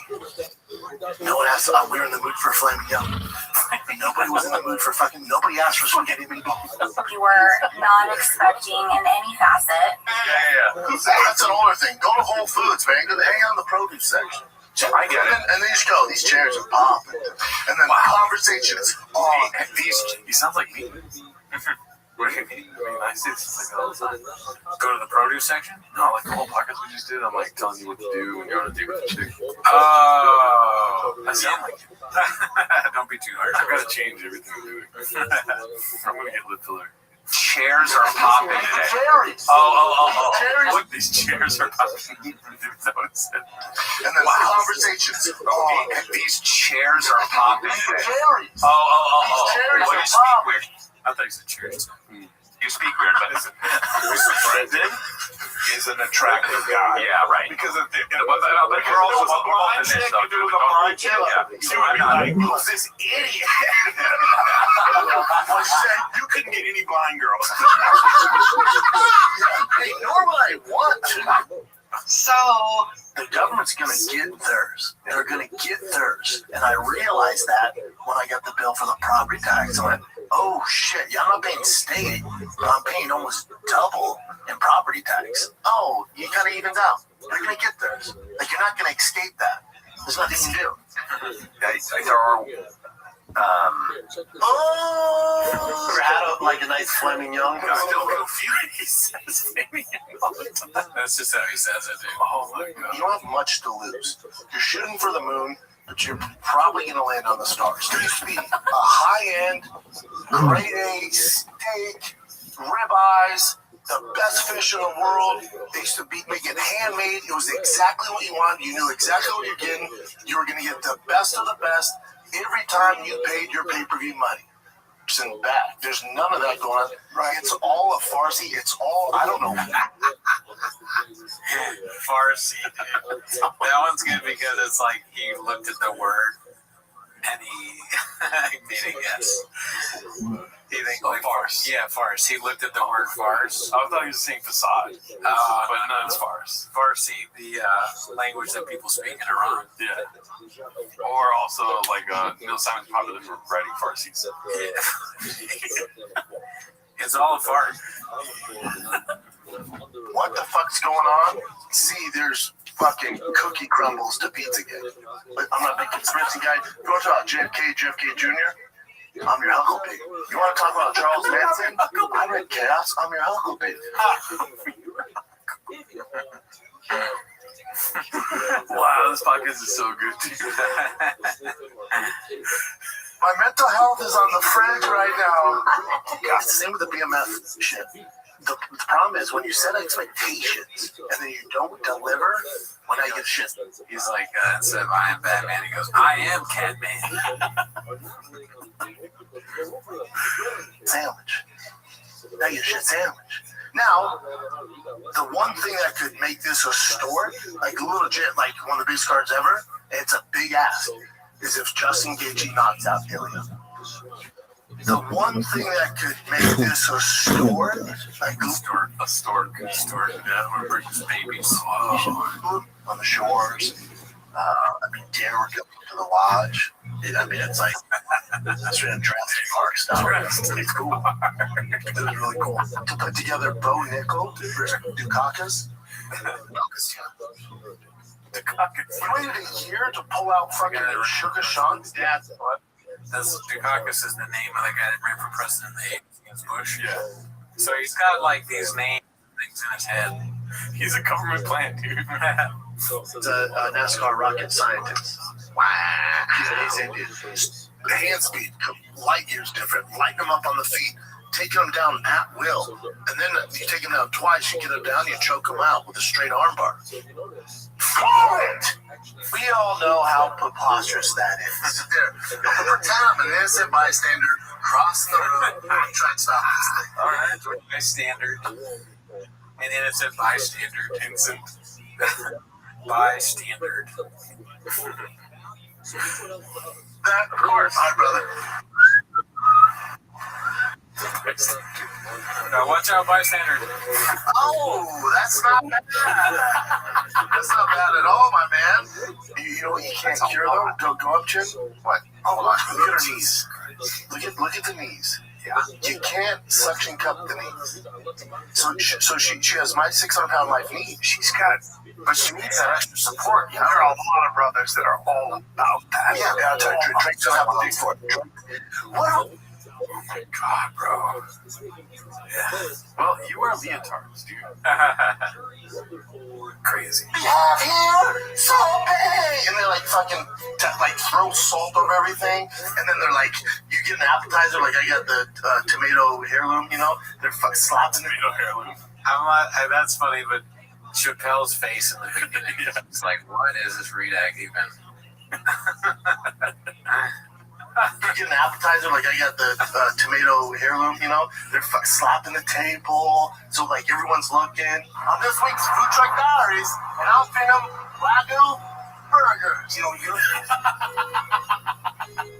not feeding them Wagyu.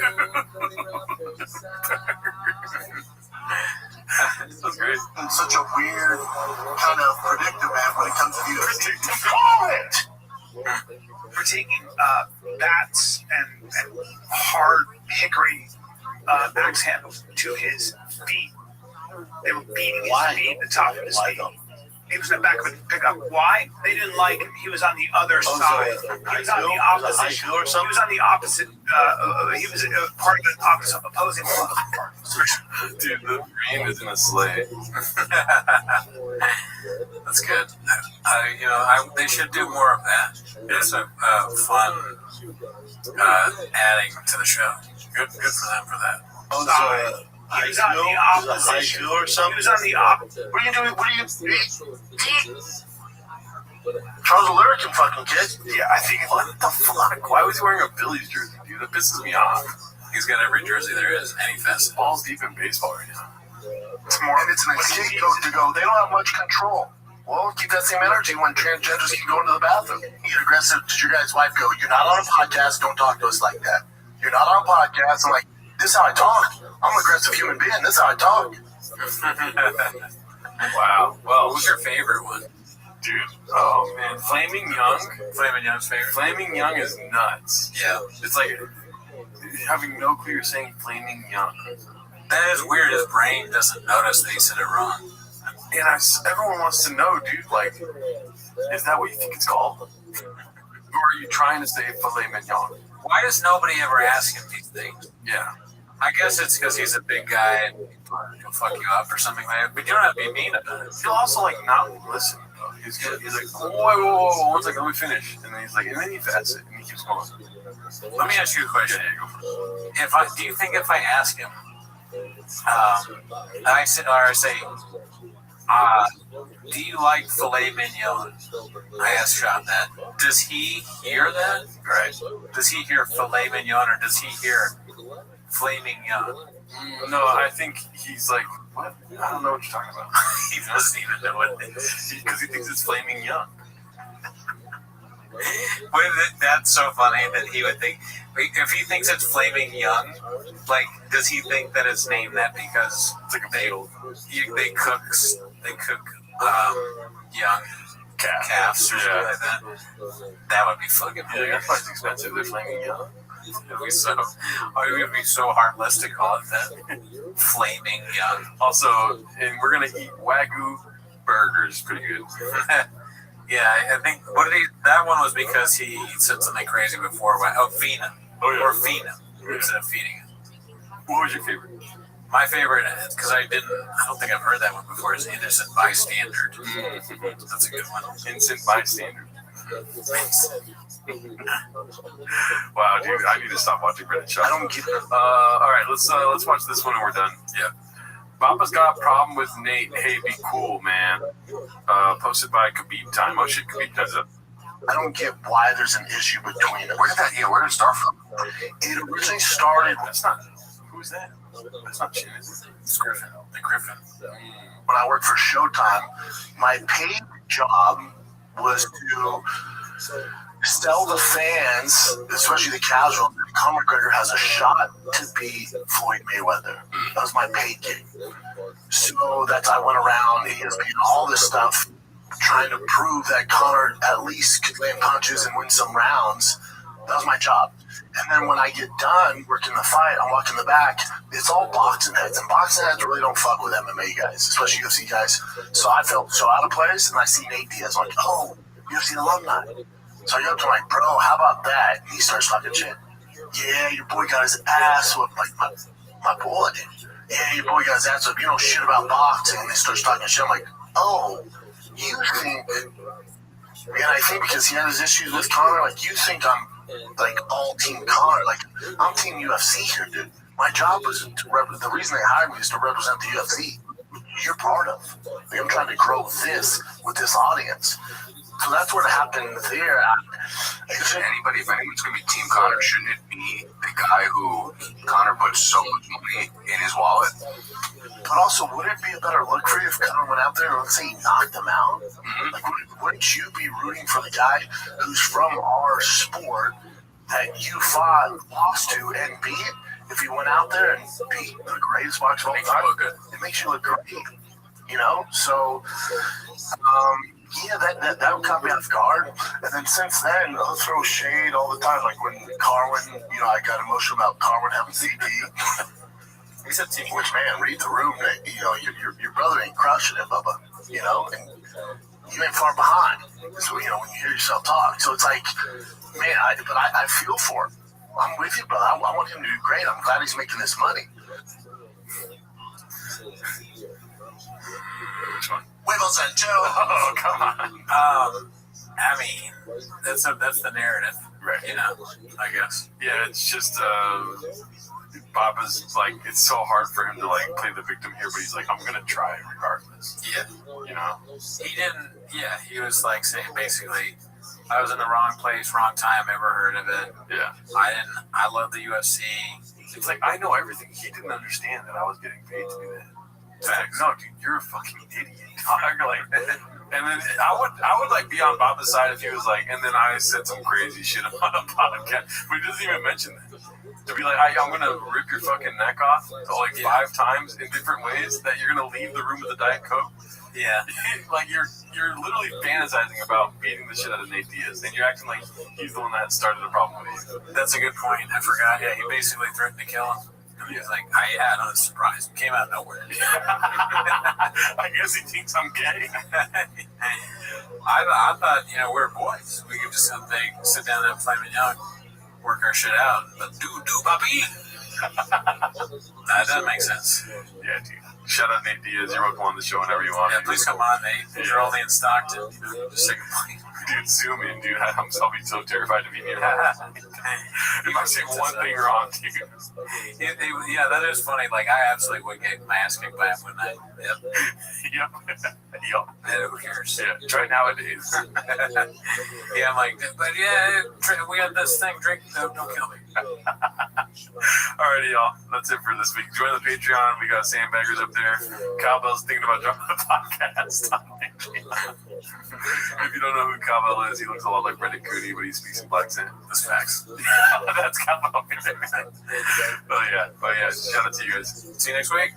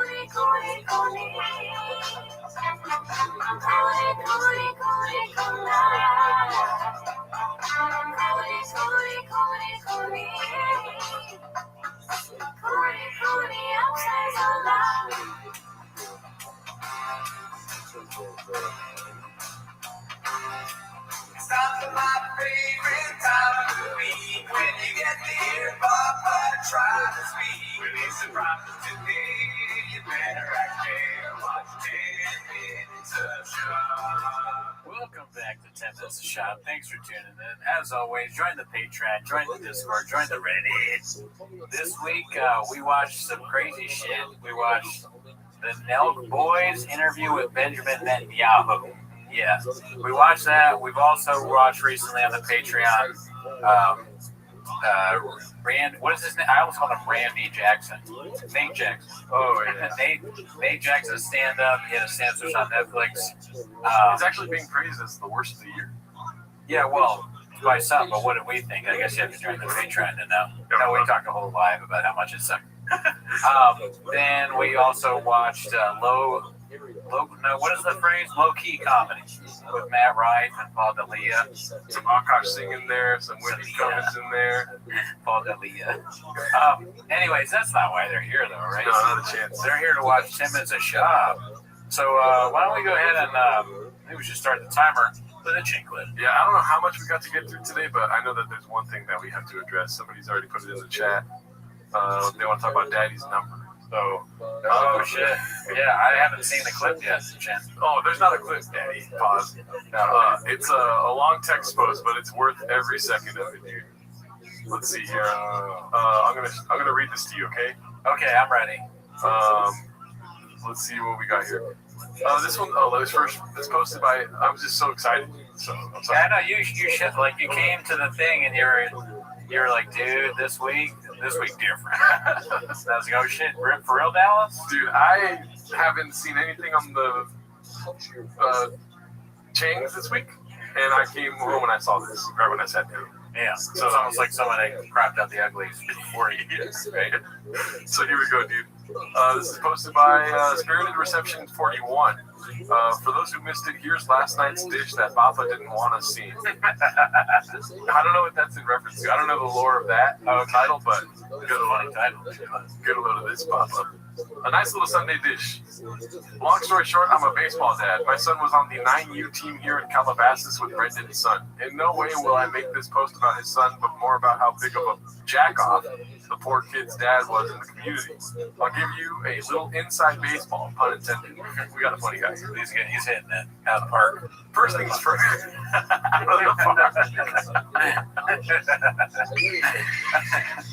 First things first. Also on our Reddit, people want us to use the trumpet sound during Timos. So I'm down. I might have to introduce it during this speech. Yeah, please do. First things first. All of the dads on the team send Reddit links to each other all the time. We laugh hysterically at them. We would have a designated number at each game. That number would be the line on how many times Joe Rogan's name would get dropped by Brendan. He couldn't go an entire game or an event that he would always invite himself and his wife to. When we found out he was moving to Austin, we joked how long it would be until a restraining order would be filed. His obsession with him is unreal. As Brendan would say. He told us over and over that he and Rogan were best friends and also says nobody has been on his podcast more than him. He also told us he needed to move to a community where he was around more conservative people like him. But move to a super liberal city. Ha-ha!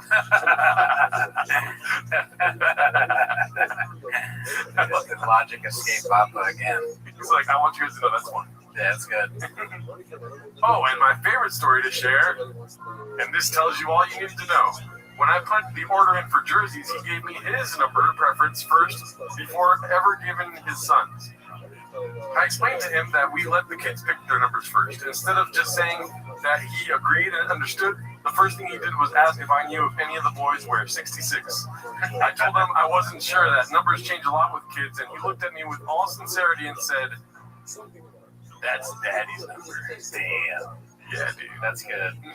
That's Daddy's number, dude. What's Daddy's number? What's Daddy's number? Like your number. Oh, what is my number? 8 inches. Trick question. Fuck, you got me. Yeah, dude. Whenever I see you put the hand on the chin, I'm like, just say 8 inches. What are you doing here?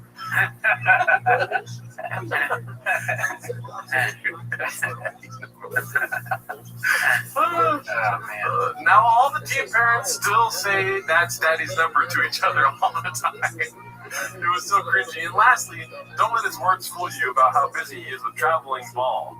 On multiple occasions during practice, he would just sit in his truck on his phone. Then come game time, he'd be the first parent in the dugout. His wife in there with him taking photos. Anything for the gram, right? He kind of just rounds out by being like kind of embarrassed. Or, like, not without saying that, but he's like, anyways, that's all I got. Anyways, just thought I'd share some funny moments from America's dad. Damn, dude, that's amazing. Yeah. It sounds so real. Mm-hmm. That's Daddy's. I mean, can I play devil's assistant here? If Sean said that's Daddy's number to me, I'd laugh hysterically and think it was great. I guess I would also do the same thing, like with the other dads. When he wasn't around, I'd be like, that's Daddy's number. Even when he was around, probably I'd still do it. Just fuck with him. That's Daddy's number. Like this, they don't like him. They're just like ripping on him. Yeah. It's funny that this makes sense. Like, you can easily just disguise yourself as a cat and act like, or like as a baseball dad and act like it's some random shit, but it seems so specific, you know? You know it's real because there's no mention of the cubby. Yeah. If he was like, and he'd never left his cubby or whatever, then it's like probably fake. Damn, I wish the baseball dad would have watched our show and been aware of our fascination with the cubby and brought some insight to that. It's possible that he's real and did watch our show. I mean, I would have loved to shout out. And, we still got to check that website. Remember I begged to be on the website? I forget what the website's called. BrandonShopOfficial.com. Whoa, we paint narratives, B says Stone Cold. And I'm just checking in with the chat. What up, Stone Cold Steve? Yeah, I mean, this show is all about painting narratives. So that's what we do here, kind of. I don't know if you're new here. That's Daddy's painting. Galactus, my North Star. What's up, Mark Ramirez? Okay, Mr. Whole Foods, Classic Papa.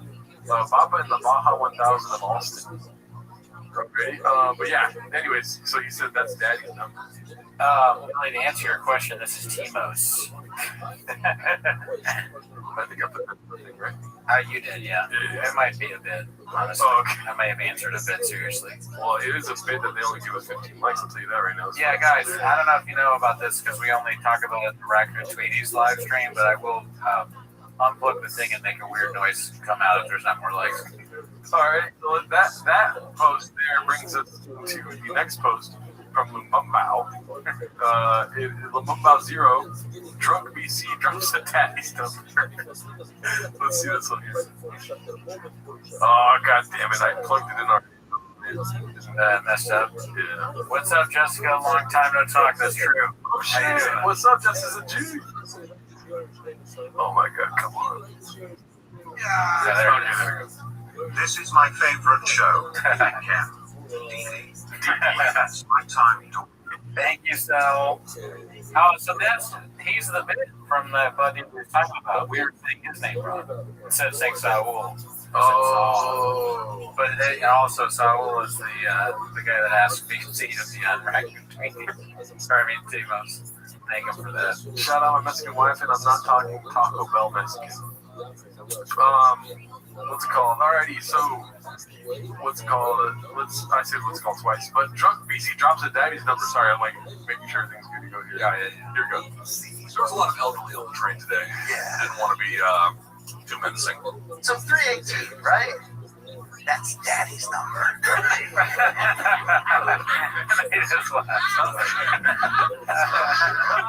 All right. No reason crying over spilled milk. Let's get into this. I know you're a little extra. Spilled milk. Had a little more before, but now I'm a little bit more. Blaming on the devil. I don't know if Blame It on the Devil's a job, is it? No, I think it's the drink. The drink has a devil on it. He's been drinking, BC. Yeah. He lets it all hang loose. I mean, that clip kind of made me think, not to compare us to the greats, but in some ways, when you're telling a story and I go and I say something like, what are we doing here, or whatever, you kind of get like, you're Luke and I'm BC in that situation. But sometimes it's also vice versa, I think, maybe. Yeah, I do have a strange anger about me. Who's that third guy? Is that I don't know. Yeah. Hopefully just another person that, maybe it's one of the homeless cats. Oh, thanks for the subscription. Hey, if you haven't subscribe, and you can hear Tony Hinchcliffe say so. Yeah, every time you subscribe, that's what happens to me. Let's see here. All right, we got this one now. You that white boy that raps too much, posted by Icarus Lives. Right, he's got yellow hair now. Yeah, there he is. He's I haven't really seen any chins with this kind of clip hairdo yet. You know what I mean? Okay. I think I've seen them, but I don't remember exactly what happened in them yet. But I'm hoping to see a bunch in this one. Remember in middle school when people were doing that? Did they do that when you were in middle school? The M&M hair? Yeah. Yeah. Oh, yeah. Oh, shit. I wanted to do it when I was that age. Daddy's number is 66 and Daddy's letters are CT. Let me make this big pause. And then the other one is Cooney is Daddy Journaldo is Mexican. Shout out to you guys. David and Curtis. Cooney is Daddy. Journaldo is Mexican. That's so funny hearing the "What's up, Dallas?" Look at this guy. We watched the Gringo Poppy last night, dude. Yeah, and we did watch the Gringo Poppy also on the Patreon. But when I see him like that, when he got the haircut done or the dye done, he's probably like, I'm not used to this. What is it? Bleaching is what I meant to say. Which I assume is some kind of dye. I don't really know. No, it's just bleach. Oh, and you're bleaching. I didn't go to college, but yeah. Because it's called that. So it's putting bleach in your hair. Yeah. Wow. I thought that was like a fucking like a way of saying something. Colloquialism. I'm sure. Number 88, dude. Let's see here. What do we got next? Okay. This is all over the place. Let's see. Next, we have Urinal Zen. Okay, that's the baseball dad when he finds out you can screenshot posts. Oh, because wait, can somebody in the chat tell us how did Papa get them to delete the post? Oh, he deleted it? How do we know he deleted it? I guess the baseball dad deleted the post. Oh, okay. So it is real, and Papa found out? I don't know. I guess Papa didn't want us to see. That's what I don't know what that little mystery. Oh, Papa didn't want us. I mean, it could just be like Papa doesn't want us to see this. Yeah. Right. But the baseball dad did delete it. And that's why it's a screenshot. Very confusing. Can you though? What's up, Nina Bone? Baseball dad deleted it. Crack City, thank you for the insight. Crack City. Baseball dad is such a great name too. It's like the hero we needed this whole time. We needed baseball dad because we had other people like that for a while. There was Sorghum Bird, right? Rogan and Shorty Pie, and now we had for a brief moment baseball dad. Great.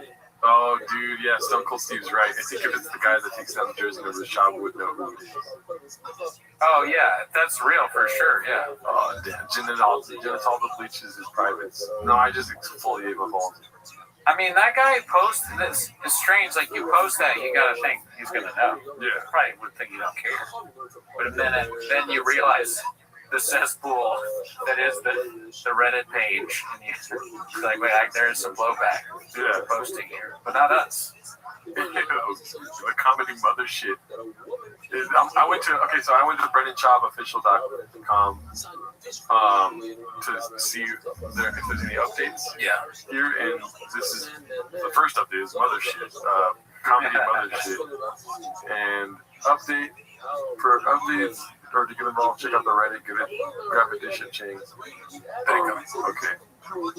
Can't keep up with the orders. Alright, media. Let's see if media is different now. I want to be in the Hall of Redact. Oh, Jesus Christ here. Hall of Redax, where's that? Go back. Okay. Go back. The Hall of Redax. Hall of Redact. Oh, no, we're not going to be in here. Who's in there, though? Richard Redacted, number one assassin. Oh, I see. So it's okay. Hey, Moana the Rock Johnson. What? I don't get it. I'm assuming that's like homeless cats. Oh, okay. Donate. A bunch of donate stuff. Oh, people that donated to the page. You're gonna donate. I probably will, yeah. Oh my! I think I'm gonna donate, yeah. Let's see here. I want to be in the Hall of Redact. If I have to pay, I'll do it. I'll pay for it. You gotta shout out the show though. Oh, sure. Yeah. Oh, I'm saying like that. Oh, yeah. You put us on, but I also will just force my way on by donating. Billy Glossy, you gotta be specific to the sound. I don't want Cooney reading that kind of comment and then making the high pitched noise come back. Billy, I will flip out on you.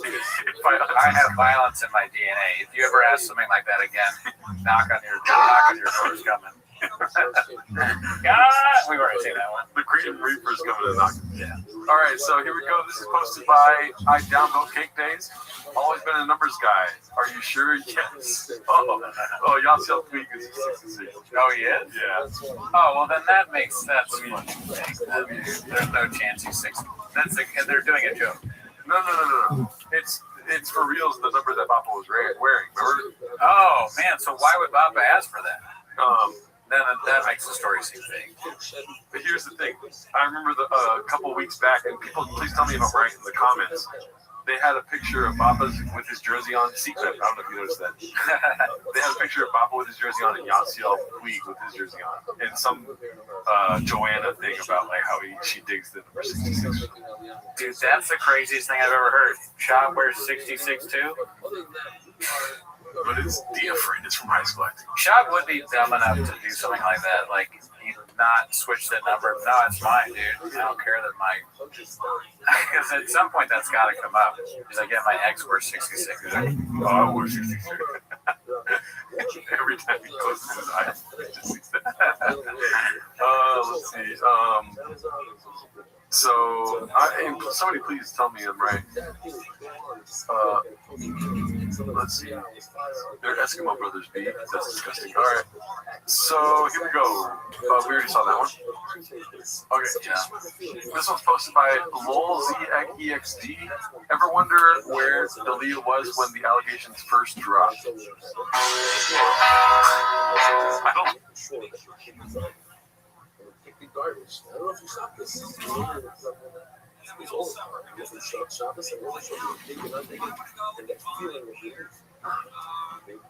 That also that keeps people here. I'm telling you. Okay, fine. I'm asking. You can write in. There's a lot of things you can write in there I was insulted by everyone. Great. So I was very busy. I'm hungry, not coming and I came to keep my whole thing and I left a little bit on the floor. And so we're not going to still do the public thing and the cats leave it to her. It's not going to get present.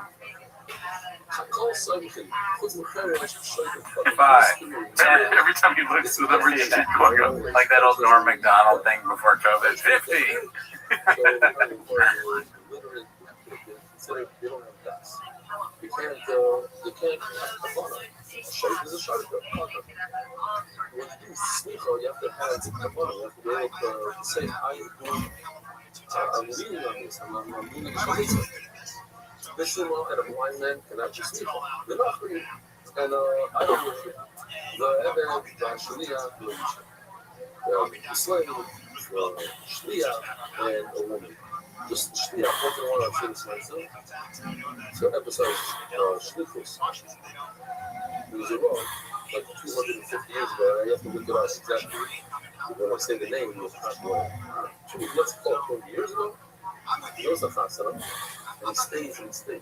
It's a weird meditation on like how it feels when it happens to you. Oh yeah, this like just seeing him move in such a weird way. Yeah, well, I mean, he can put it on him because he always does this weird expressions, right? He changed, like looking at his phone. So whether this is real or not, like this is the actual moment, right? It could be, could not be, but it's funny to put this on him at any time. He's just doing the show, and he's like, what is he doing? Texting his agent? Well, here's the thing. For me, to quote Hunter Biden here, this is kind of like doing powder cocaine without the sodium carbohydrates that makes crack, right? Because this is him without a lawyer and everything. This is him literally consuming the news and like his immediate physical reaction to it. You know? So we cut the bullshit and we kind of like see through him in a little bit. It could be anything. So many bad, like it could be other bad news that from his action. This is like one of the many things. Oh fuck! They found out about that too. Yeah. Oh fuck, dude. And much like Hunter Biden, I don't want to talk about the Gringo Pop for too long because I'll get a euphoric response to it and want to watch it again. You know. Dude, what if you just like you could watch like endless clips of delete bad things happening to delete or him finding out bad news? Like that was a whole TV show. Oh shit, though. Fuck. Oh my god, I'm so sorry. I didn't mean to play it like that. I was checking to see how long it is, and it's just him making different faces. Let's use all. You know what I would do? It would be like this.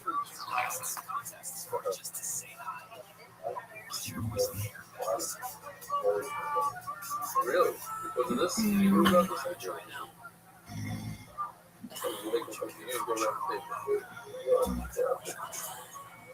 The whole kiss thing was good. Like, okay? I would like to say that. Smicha is doing that. So this is the prayer says to Allah. It actually pops up here as to Allah. If you want to say that's one Allah. I just noticed that design of the testimony as if it's considered Allah. To me, what he's doing is that this. Oh shit! Why you gotta talk, dude? I didn't know it was over.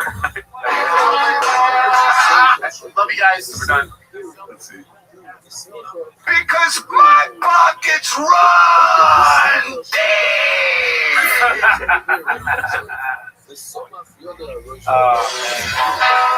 I've never seen that before. Have you seen that? My pockets are deep. He's doing the bit that you do when you're like on the phone in the meeting, right? And then you put it down for a second and you act like you were part of it the whole time. So you're like, like you make a face. You're like, I wasn't just answering another email. I was fully present. That's why I'm making a face. So I was honestly writing a note about how much I'm enjoying this meeting. Or whatever the fuck. I didn't want to break in between you guys talking. I was writing notes on what I'll say next.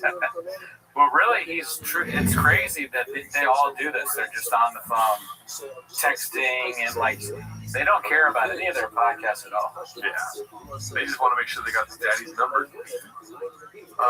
Let's see here. This is the Tim Kennedy post from last week. And Boba's lawsuit. Okay, this one's posted by Like a Brother-in-Law.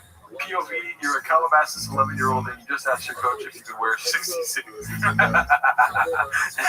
He's gonna beat up a kid for a number. That's good. What's the comments on that? Any good? Oh, here.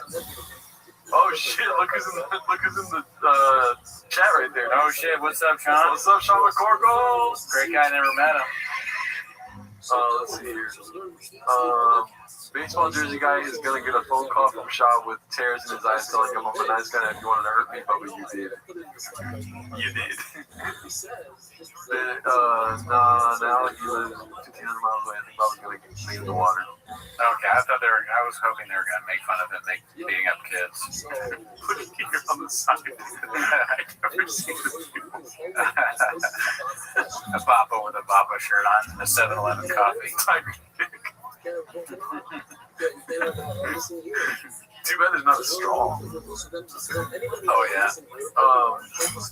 Artist choice. Talking about being a numbers guy. I like how when these kind of things happen, like all of the people come out of the woodwork like, I'm back. Daddy's number? Are you serious? Oh yeah. Sean, what do you think about Daddy's number? Have you ever said that to another man? That's Daddy's number. You're a sports guy. He would do that. He would wear his own shirt. That'd be great.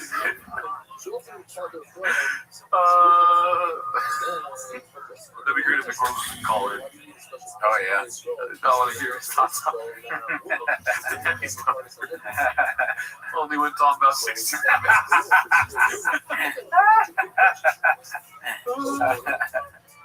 That's different. That's different. Let's see what we got next here. 15 days ago, we already saw that one. 5 days ago, Peter Gooch Sr. Doesn't make sense. Comedian, drug guy, baseball player, Big Shady. Which one of those is your favorite? Think about it for a second. Boner alert right here, dude. Baseball Dad. Baseball Dad's your favorite? Wait, what do you mean? The picture or the? Yeah, the picture. Yeah. Oh yeah. And the picture of Baseball Dad. Yeah.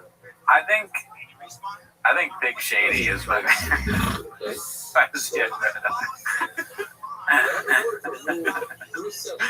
And he's got a crazy hair going. But Truck Guy, honestly, is my second favorite. Yeah, Truck Guy is pretty good. Like all these deepfakes are really good. And I like the weird. Yeah, this is good AI. Good usage of AI. Yeah. If Baba made any of these faces at me, I actually would be concerned about the Baseball Dad thing. But the first two, I would die laughing. This is him getting milked at the parlor, dude. Scroll up. Wait. I think the first face is what he makes to you if you ask him for a raise. Like if you work at Big Boy Studio. Excuse me? And he's like, hell no. Second phase is like also if you ask him for but it's also if he sees a baddie. Yeah. What about this? Post dick juice. When he sends the addies and baddies text. Yeah, when he's on Instagram and he sends the gimme. Millhouse Miller, shout out to you if it's your first time here. I saw you deleted your messages. I was gonna say what's up. Let's see here. But we've got a lot of posts from 2 weeks ago. That was a hot 2 weeks. Daddy's number 66, Lucky Brandon 97 posted this. I can't get over that. Strange. Yeah. Back to the drawing board. Shot mine is dry. He doesn't understand what a rave is. He thinks it's a physical action of lifting someone up. If any Letterman would have sucked him over, she would have ruined all his comedy goals. Oh yeah, see, he said boner alert. He's like, that's my first time in a live boner alert, but he said nice. Auto-printed a boxer alert. Which is boxer alert's good too. That's what you say when Shop is in the room. Let's see here. No, I say boner alert. This one is posted by Ronaldo Johnston. I like the title. Called Bappa. Goal was to be the next Gronkowski. Bappa is 7 years older than Gronkowski. He laid out as a full scholarship athlete. And then I was like, yep, I'm going to the NFL. I'm going to be the next Tony Gonzalez. I'm going to be the next Gronkowski. Like, that's the goal. Yeah. And wow. Which was heartbreaking. Didn't get drafted. And then I had a few offers from like Buffalo Bills, Miami, the Jets. Went to Buffalo, got cut there. I'm like, well, this isn't how it's supposed to go. Damn. I'm going to talk to the people who do our read comments. I'm going to look that up. So, what's up, guys? JR, hey, hello to you, baby. Hey, Millhouse, how many chicks you fuck? Miller, they're asking how many chicks you fuck. Oh my god. Oh, so okay. I see. So, I like, what's it called? So, I look up the ages, and I don't know if he's meaning this literally, but he was saying that he looks up to Rob Gronkowski. Rob Gronkowski is 36 years old, and he's 42. Yeah. So, when he was going through the draft process, there was no Rob Gronkowski to look up to. He was going to be the next Rob Gronkowski. Yeah. So he can see the future. He was like, I'm going to, or like, yeah, you can see the future. And be like, I'm going to fucking be that guy someday that I can see. Which goes to prove that what I'm talking about, he's always looking, he is the future. He always knows the next move. Ringo Poppy jokes aren't meant for you to laugh right now. No, it's meant for you to laugh possibly tomorrow.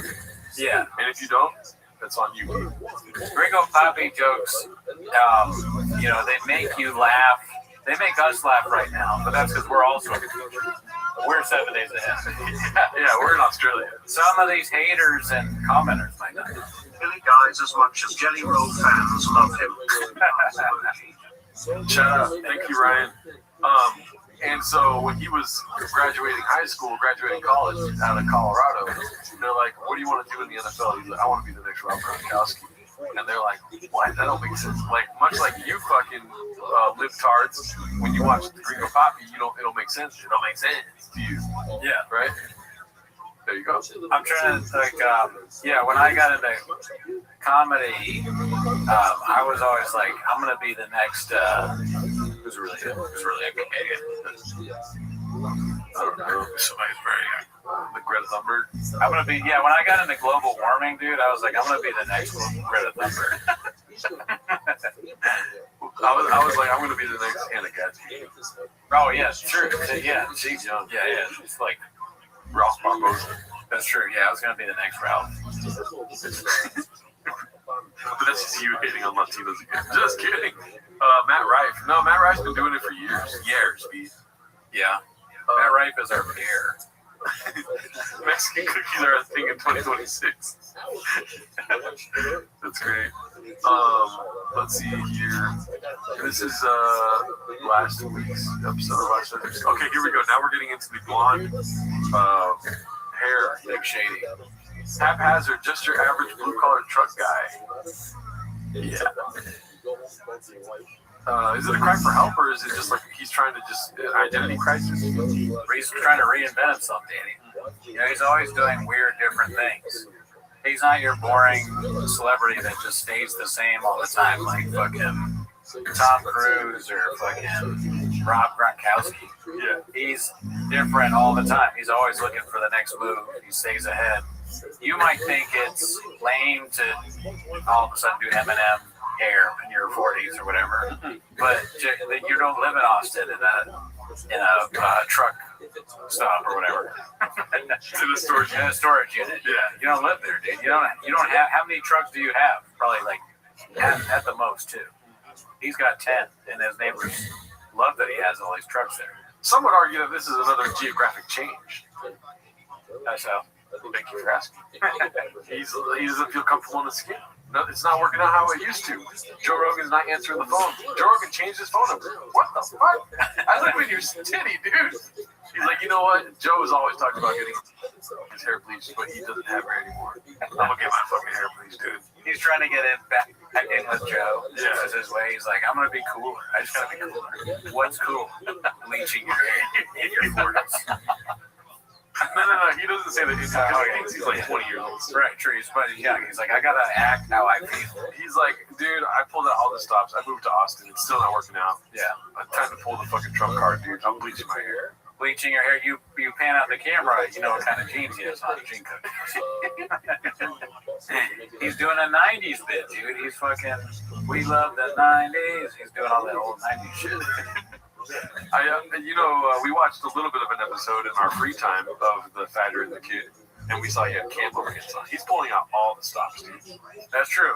Camo pants are definitely very cool, right? And that is something that we also thought was cool at that age. Trucks, benching, blonde hair, baseball. It's childish, yeah. It's very childish. He has pogs. He's like, Brian's trying to talk to him about some topic, and he just smashes Brian's pog on the table. Look at Paul C's commenting. Hey, Joe, did you see my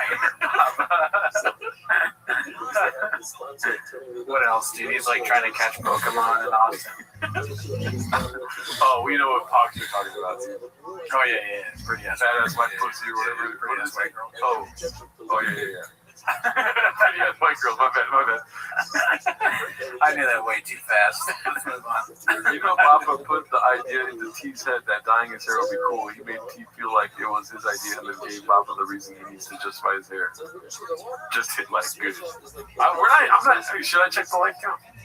Sure. We'll see what we're working. I mean, I could always turn the sound on if it's not on high enough. That is crazy, right? That can't be right. Oh, okay, we're at 81. That can't be right. I was surprised. I mean, that's still pretty low, but I'm okay with that. Yeah. I was going to get really angry. Oh, shit, no. That's funny. We should turn it back on and be like, I turned it on. No, I think we're still on. Oh, fuck. Damn it. I turned off the stream. If it turned off for you, that was me. Because the likes aren't high enough. Hey, Joe, I wrote you, but you still don't end calling. Joe, I wrote you. Oh, that's the stand. Oh, dude. That is clever shit. Damn. We should do that in 2 weeks, dude. Man, somebody wrote in the comments that, like, all the jokes go over my head, and I was like, fuck that. They don't, but they definitely do. Thank you for no sound. Thank you for the $10, D. What's the name of it? True. D. Dev Luckno. Shout out to you. It can't be. Is there really no sound? No. They're saying, do not the sound, fellas. Oh, god damn it. That went over my head, too. As you're talking about how things go over your head. It is a great disease. Oh, shout out to you, Juan. Thank you for the $10. Throw that, god damn it. Throw that Tiger Thick on ice. True. I stacked that over a week. You're toast. Cooney is 6'5". I'm 6'8". How tall is Cooney? 8 inches. No, I'm 5'8". I am 5'6". I think Gerardo is 1 inch taller than me. Yeah. Or 2. I tell everyone I'm 5'6", so I just don't have to answer any questions. True. Just do like you, me, and pathetically ask for donations all the time. Todd, welcome here, dude. We've already done that many times, dude. No, we don't do that. Okay, shout out to you, Paul C. I want to hear this. Cooney had too aerodynamic to catch jokes. Facts. Well, we have to get to the meat and carrots. Meat and vegetables. We got to get to the pornography here. This is Ronaldo Johnston. I want to see a ball or a fucking blonde clip of him talking. I want to see what it looks like. Psycho Tim's heroic story on how he earned Bronze Star medal with valor. I like that people won't let this go away. It never said anything about having a Purple Heart or a Bronze Star with a V device. You sure about that? Per the source I have here, you have a Bronze Star with a V. Is that correct? Yeah. Do you mind telling us about what happened there? How you got that? Oh, it's pretty straightforward.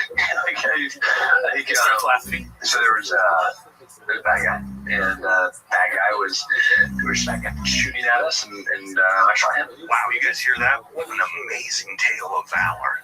So there was a bad guy, and he was shooting at us, and then I shot him. And that's worth a Bronze Star medal with valor, apparently. Now, I know a lot of people, obviously veterans, watch that and go, oh my God, that was such a pathetic reach to lie, because he obviously has a real story to back it up with. Yeah, it'd be funny if Tim had bleached his hair too for the clip. But dude, the veterans they're kind of like a Reddit of themselves. The way he was talking just then, he's like, I know a lot of veterans watch. Oh my God, y'all must have forgot. Like they have their own kind of. They knew that was bullshit, just like we know stuff was shot. That's very cool. I know that. Having a V device sounds deep. Yeah. Yeah, I don't know what that means with a V. Oh, valor. Oh, with a V is valor? Yeah. How do you get so you can get a bronze, or what did he get? A bronze award? Bronze Star with, what he didn't get was Bronze Star with valor. All right, so he didn't get a bronze, but you can get a Bronze Star without valor? I think he got a Bronze Star. Right. Without the valor. So it's like, I wonder what the difference is there. That's an interesting thing. It's like, I feel like I know this, but you're making me more dumb. I'm not trying to make you sound dumb. I have no idea. But I just think that's funny to be like, yeah, you got a Bronze Star. You did really good. But valor, I don't know. But I'm sure I'm sounding stupid because I don't know anything. This is 10 minutes of military service. Your standard Bronze Star is awarded for meritorious service or achievement in the combat zone, while a Bronze Star with a V device is specifically ordered for active heroism involving combat. I see. So you gotta be like, have violence in your DNA. You gotta be fucking somebody up, squeezing their neck off to get the V. Yeah, with the Diet Coke on skates. And that could definitely happen with me, just not in war. I could get, like, if there was a civilian award with a V, I would probably get that because I'm constantly in these fights because of my violence. And like nothing would really fit me. Like you could try to give me a star, but it's like I have such a big body that like the star wouldn't really fit. Yeah. You know, it's like where would you put it? Where would it fit? Yeah. Because I'm like, that's how I just always fucking people up. A lot of violence. We got a poll started by Danny DeVito is 80 in here. And yes, I'm well aware of your violence. I'm sorry. I know if I don't listen, then you'll fuck me up. I'm well aware of your violence. We got a new poll started by Danny DeVito is 80. Is Jordan dumb? Why you when I'm just saying nonsense? But I'm dumb, but at least I got a V on that device. You know what I mean? Dumb with valor. I'm heroically dumb. Yeah, you're fighting people while stupid. Let's see. Dude, I'm so down for burritos, man. Oh, I'm in. Fuck yeah. We gotta start putting some V's on things, not just valor. Like we'll give it's kind of like saying with salsa. So it's like you get stuff. If someone's cool, while fighting, then they're cool with a V. Gerardo would not walk out on skate. He doesn't even have a Bronze Star. Your fridge is small, but with a V. Because you fight people while having a small fridge. You're angry with a small fridge. You bitch. I've seen each other without clothes. Who is that? Have you all ever seen each other without clothes? Who's asking that? Christian. I know, but it's a fake profile. We know who did that. It's like, are we still talking about us without clothes on? I mean, we've got other than there's Texas Bloods going on. I've seen Cootie without a shirt on. Which you have? Oh, that's true. Yeah, I'm very hairy. Mm-hmm. Something else you gotta know. Jordansky with the valor. I'm feeling really redacted tonight. That's good. Goonies Limpers does not get a V, Daddy. Listen, okay, Formula One. Just because one wrist is not working at the moment doesn't mean I won't fucking squeeze your neck off, dude. What's it called? Policy says answer the fucking question. Listen, no, let me take this cookie. Don't worry about it. Yeah. I'm not gonna give any credence to such a stupid question by answering it. You know what I mean? Yeah. Usually my office doesn't respond to these things, but that is a total complete lie. That was my Obama impression. Obama. Yeah. Obama Trump. Mm-hmm. They said Graves with a V. You got Graves with Valor. The doctor was like, "Yeah, Graves disease, but it's with Valor." So, then the Chris D'Elia, when he got caught, they're like, "You are a sex offender, but a sex offender with Valor." Let's check in on this poll. That's not how you spell my name. Is Geraldo dumb? No. Fucking. That's the so majority of you think I am not dumb. Yeah. Miguel has been real quiet since the Epstein list dropped. That is true. All right, let's continue down this rabbit hole of Chang's. We already saw this, so we should sound off for now. Oh, that's Daddy's number. I noticed the post. Okay, so I'm gonna read this. It's got 738 upvotes. PF Chang's HR manager posted this. I noticed the post from the baseball dad is now taken down. That further leads me to believe that the post was indeed true. When one of our full-time employees cooks up a dish so sweet that gets a lot of love in the kitchen, 86ing it would be that's Daddy's number. Would be the last thing that chef would want to do. Something tells me that when he said he's going to know who this is if he reads it, maybe he realized it just wasn't worth it. And has decided a career in the kitchen isn't worth the hassle. Cheers to you, baseball dad. One day on the job, and then no call, no show, never even posting cups. Your time at Chang's is appreciated. We know you and the other dads read these. Bean cheese, bean cheese, bean cheese. Hell yeah. I mean, this is going to be such a hit if it's true with the dads. Yeah. They're going to be showing all these posts like, dude, you went viral on Chang's. No way, bro. Oh, dude. Oh, that's sick, man. And they're all going to start, there's going to be like a fucking epidemic of baseball dads posting in Chang's. Just like, I remember the time he came and he fucking spilled rain on my daughter. And then he said, oh, he acted like it wasn't his fault. He blamed it on me. Ringo be popping. We got a baseball dad popping. That's good. That's good, Mark. I saw Sonny Spinelli in here. Munches with a V. Shout out to you, Sonny Spinelli. Shab, the famous baseball dad. Never met him. Adam, that's not the same Adam, right? Because Adam never had a profile pic before. No, it's different Adam, I think. He might have got a profile pic. He's up in his game, his YouTube game. This one's posted by False Ad 2773. Oh shit. Tim Kennedy, Green Beret, and Army hype man under investigation for lying about combat valor. This is military.com. That's straight from the source, dude. And it's like recent too. So what does that even? So that military or what does that even really mean? Or is that against the law? It is against the law, isn't it? Sure. Yeah. Oh shit, Adam's here. Yeah. What's it called? No, just an old school troll here from Balloon Fart. I've bounced in and out. Nice. Yeah, Balloon Fart's still around.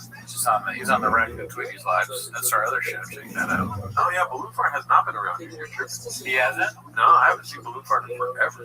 Every time when I do have some time to actually go into the lives for Reddit and Tweeties, he's there somehow. And he'll be like, what's up, Goonie? He's like the one person who goes, what's up, Goonie? And then I go, what's up, BF? Oh, okay. Here's my spectator. Feel love you guys. Oh, okay. Shout out to my son. Love you guys. I'm about to bust. Oh, check out. Thank you for busting. Sonny and Christian. Check out what Ryan said. Oh wait, Jesus. I'm about to bust. What's it called? Which one, Ryan? Ryan said Adam Ray posted a new character and the punchlines in the video was just him saying people's names. I'll look that up again. Yeah, sure, why not? All right. So Jay gave us, thank you, Jay. I have to donate again because I'm the #1 fan. If we were in prison together, I'd protect them in the shower. I gotta look up this Adam Ray. This is live breaking news. Adam Ray has posted a video where the name. So while Gerardo looks it up, if you're not aware, we discovered through watching Adam Ray that a lot of times when he has a punchline, the punchline is just him saying a guy's name or someone's name. Yeah. They'd be like, "Oh, is that for real, David?" Or, that's a terrible example, but he'd be like, "I don't know about that, Steve." Let's see. That kind of shit. Let's see what's happening over here. Oh, God damn. Oh, shit, you got it real quick. Stand up again, sir. What's your name? Are you E.T.? What's going on right now? What is your name? Edgar? Let's go. And Edgar, you watch the Dr. Phil? Yeah.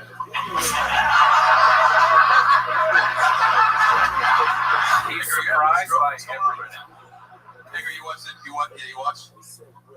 Yeah, or you just want to freak fuck it out? Either way, I'm not hating on your... Oh, nobody asked you to come up here, Edgar. Does that guy look... I mean, that's me, but does that look familiar? You know who he is. What does he sound... Wait, Edgar. All right, come up here real quick. On stage. Get the audience members on stage. Nice little kid at home like, I want to be Edgar one day. Edgar, what are you fucking doing here? You're a fucking idiot, dude. Everything you're saying is so stupid. Edgar. You know what, Edgar? Come on stage. I love that comedians act like they hate every interaction with the person in the audience. Like, everything they say is the stupidest thing they've ever heard. Oh my God. Oh, really? That's what you think, Edgar? Where do you work? What? A fisherman? Okay. The fuck? I am sure you want you fish. And they're just getting more and more angry and angry. Like, are you married? Oh, you're not married? Of course you're not married. You fucking guy. You probably hate women. Well, oh, what is that? What do you got? What are you wearing? Is that, what do you support the freaking Hamas? All right, guys. Let's see here.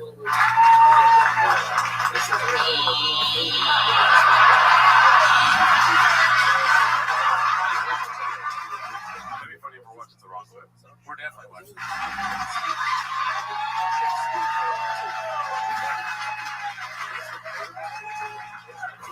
Is this the guy that killed my mom? All right, kids. So happy right now. So we'll be right back. It's his catchphrase. So there's the voice, right? That's Dr. Phil. Okay, so yeah, we don't need to see this. No. Timo's new episode every third Wednesday. Every third Wednesday, twice a weekend, 3 times on Friday. No episodes on winter solstice. So Sonny thank you, Paul. Sonny Spinelli says, Cooney, give us your best Robbie Goodwin. Granted, I have not worked on a Robbie Goodwin impersonation, but if I were to impersonate Robbie Goodwin, I'd go, who's fucking? Who's fucking? She used to do that all the time. So you're welcome, Sonny. Somebody check in on Stephanie West. Adam Ray's crowd work is from said from the psych ward. Yikes. Still gooning over crack ever since Hunter Biden talked about it. When can we get more Timos? Okay, we're doing the Timos right now. Who told us that it was the guy that donated, right? Told us about, we're talking about the clip? Oh, Ryan Hardy. Can you tell us which clip it is exactly? And I'll go back to it before we finish it tonight. Oh my God, I closed the fucking chat. Let me fix that. Yeah. I mean, I'm excited to watch Adam Ray and more shot clips, obviously. Let's go back to Timos a little bit here. Yeah. We still got the poll going. Oh, I'm gonna stop the poll because it's getting dangerously close to. It's at 50-50 now. Fuck. God damn it, dude. Alrighty. Let's see here. Next we got. We already saw that. All the new Timos episodes are on Hunter Biden's on top. Nut Boys responded to Brendan. Threats incoming. Dandy Kaufman 2. Did they really respond to Brendan? No way. Dear Dana, I wrote you, but you still ain't calling. Full Send MMA. That's not them. I can check if that's them if you want to talk to them. I feel like it's probably them. I mean, I wouldn't put it past them to have like their own MMA channel, especially now that they're being invited into UFC. I barely knew who they were. I remember when you told me that Benjamin Netanyahu went on their podcast. I was shocked. No, it's not them. No, it's just some random guy that does MMA. Honestly, a troll. Let's see here. Next is gonna be. Man, this is a light week at Chang's. Yeah, that's a lot of stuff we've read before. Looks like Papa's hero finally admitted to being a bogus beast of a liar. Thank him. American Redneck Tech to give you events to Stolen Valor before GTA 6. Alright, here we go, finally. Oh, God, dude. It's our guy, the last cowboy in LA, dude. We need to get some, like, whip sounds or, like... Is that good?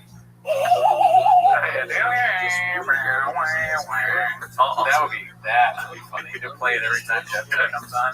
Dude, you know what he is, though? For all his faults, he's not a stomping pit. Yeah, he's not a stomping pit. He doesn't just sit there in shorts and take it. Every time we talk, I'm going to do this Clint Eastwood sound. If it sucks, you can leave. You'll find a new place. It definitely doesn't. And worst case scenario, you know, You see the straw? Somewhere. Is that new? Whoa. Why does he have such a big straw, dude? But he said he doesn't use straws. They're for bitches. And he put it up in his house. Dude, I love Shop. He's like, these are for bitches. We're still talking about straws. Straws are for gay men. It's matcha. Is he drinking matcha? I think so. Interesting. I wasn't listening. My fucking cowboy fucking sound is not working right now. Yeah, I mean that's a tough one to pull. I don't know how they do it. How they fit it. If it sucks, you can leave. You'll find a new place. Yeah, definitely doesn't. And worst case scenario, you go, we move back or we go somewhere else. I think the misconception is like, oh, you know, we moved here. I moved here to be close to the mothership or Rogue or stuff like that. I'm not really in that scene anymore. It's so funny he glossed over Rogan so fast. Yeah. Chin hating Austin makes me sad. Chin hating Austin makes me sad. Damn, we're not even there yet. It's like Shaw moved to Austin and man, this place sucks. There's no heroin. None of the stuff I like. I'm gonna bleach my hair. At least I could get some at home if I bleach my hair. He's like a little bit of LA is on my head. Yeah, he's trying to like move back to LA in his mind and body. He's gonna have spiked frosted tips when his hair grows. For the safety and the sports and the sport, yeah, and all that. Yeah, like I'm not in that world anymore. Yeah. That's the question. There we go. I can't see it sounds like it's a safari. It sounds like we're fucking seeing lions and jaguars and shit. I like it. It has nothing to do with divers. I like it. I actually don't miss LA. I mean, I didn't say when he's come back to LA. I said when he's come back to comedy. Oh. Yeah. I was like, me neither, ever. Yeah, I was like, you quit comedy. What the hell? Like, wait, hold on, what's happening? I quit today, guys. I quit today. Okay, well, that makes me like Jeff. Yeah, get back to comedy. Please convince him to keep going. Jeff's like, I need someone who's worse than me. You know? I need to look better.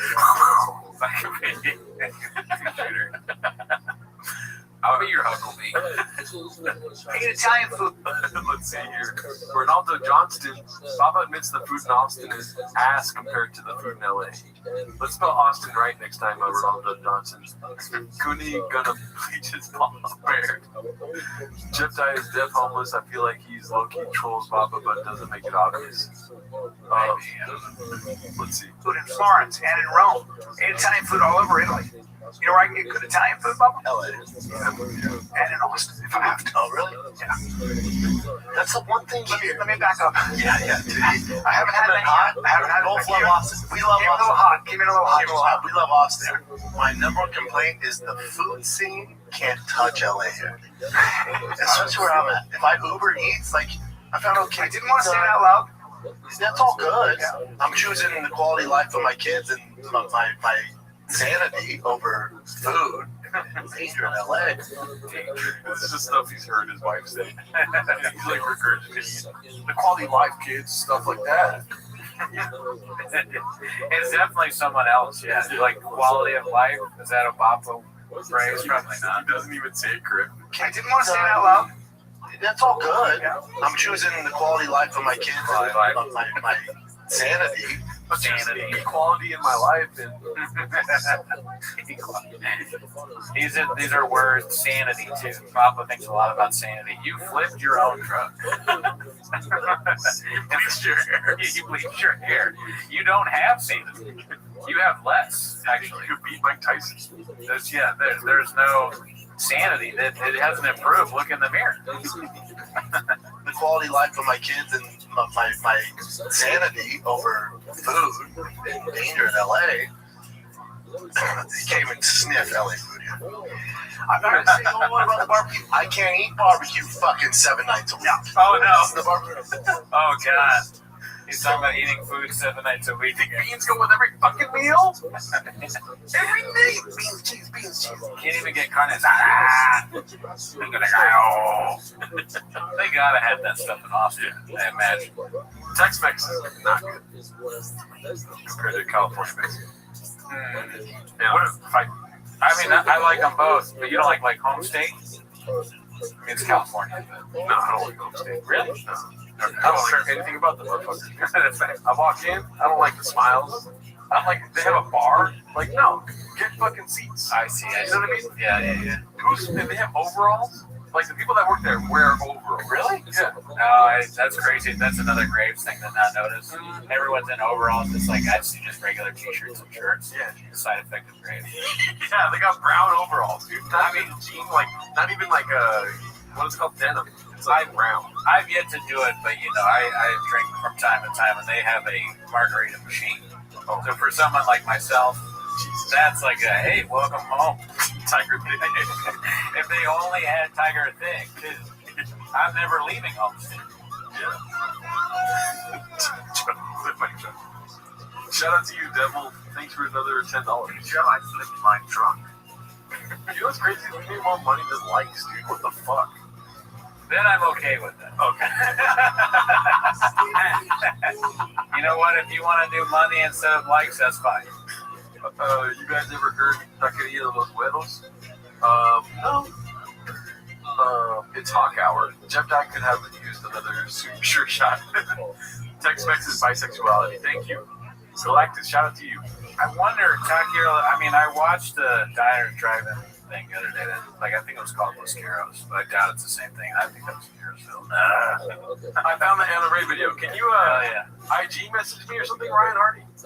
And I won't dox you, I swear to God. I have my shit on silent right now. There was a restaurant that only did towards us. Diner Drive-In. I was like, well, I gotta get my car and go there. If you can't DM me that video, Mr. Ryan Hardy, I got my DMs pulled up right now. Let's see here. I don't even think it's controversial to say something like that. I mean, obviously it's funny Bob was saying that he hates living there, but it's like, yeah, duh, right? Austin obviously is not going to be better than food than LA. So, like, New York's food is better than Austin.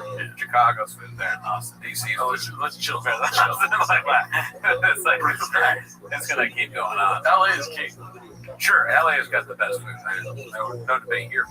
You know why? Because the weather makes for good food, and then the violence makes you have a little more extra ingredients. Right, you're gonna be hungry if you're scared for your life, right? Yeah. I mean, I could die at any moment. We go to a shitty fucking taco joint, and it's the best food I've ever had. Yeah, I always got I'm ready at any time to just if I have to pop off, like if the guy that tries to make me wear a mask or some bullshit. I'm like, oh, I bet you I won't have to wear that. Yeah. Anytime somebody tells me anything, I go, oh, I bet you I won't have to do that. Ariel Hawani gave props to Shop today. He said he's been cooking lately. Oh, wow, dude. What the fuck? Ariel Hawani gave props to Sean today. Said he's been cooking lately. Donald Trump is pulling all the stops so that we stop looking at the Epstein files. He's calling Ariel, I need you to give the shop a shout out today. I know you're the CEO. You're the wartime general of PF Chang's. Things are bloody out here. I've never even been to Austin. I'm just talking shit, but I just guarantee you that also Formula One Virginia is better. Let's see here. I'm not going to say something crazy and say that the barbecue's better here, but jury's out. I'll say that. I don't know what the barbecue's like in Austin. I mean, the barbecue is fine in California. Oh, yeah? It's all right. Yeah, I like Gus's. Let's see here. I just put my Instagram handle in the chat feed. Bro, everyone said their city's food is the best. I know this is an LA crowd, but I don't agree. That's why you deleted your fucking message, Terratone. Nashville's got good food. Had some good barbecue in Nashville. This is turning into the Netanyahu podcast where we just talk about food instead of They're like, oh, you like Burger King steak, dude? He's like, you press the button, kill the 9 people. Burger King! Burger King! Yeah! Double Whopper! But, no, what it is it's literally like Papa being like, best barbecue in Denver. But that's what this show's about, dude. It's fucking being Papa. Gelato. Yeah, Carolina, I heard, is good, too. I didn't hear that. Nothing beats Denver, though. I'm telling you, like, I have my doubts about Austin's food. Yeah. We'll see. I'll go there someday. Maybe I'm wrong. All right, we got Somali Gang 2025 posted this one. It's called The Papa Got Punching Bag Diaz Good. He teed off on you. I mean, we already seen this, right? Oh, yeah. Just realized Gerardo was typing. Oh.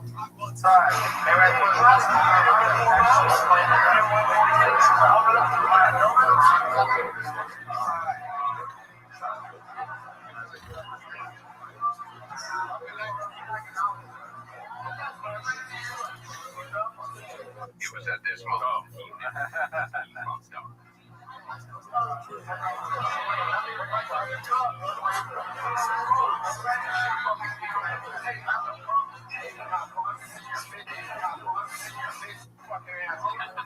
Remember your career?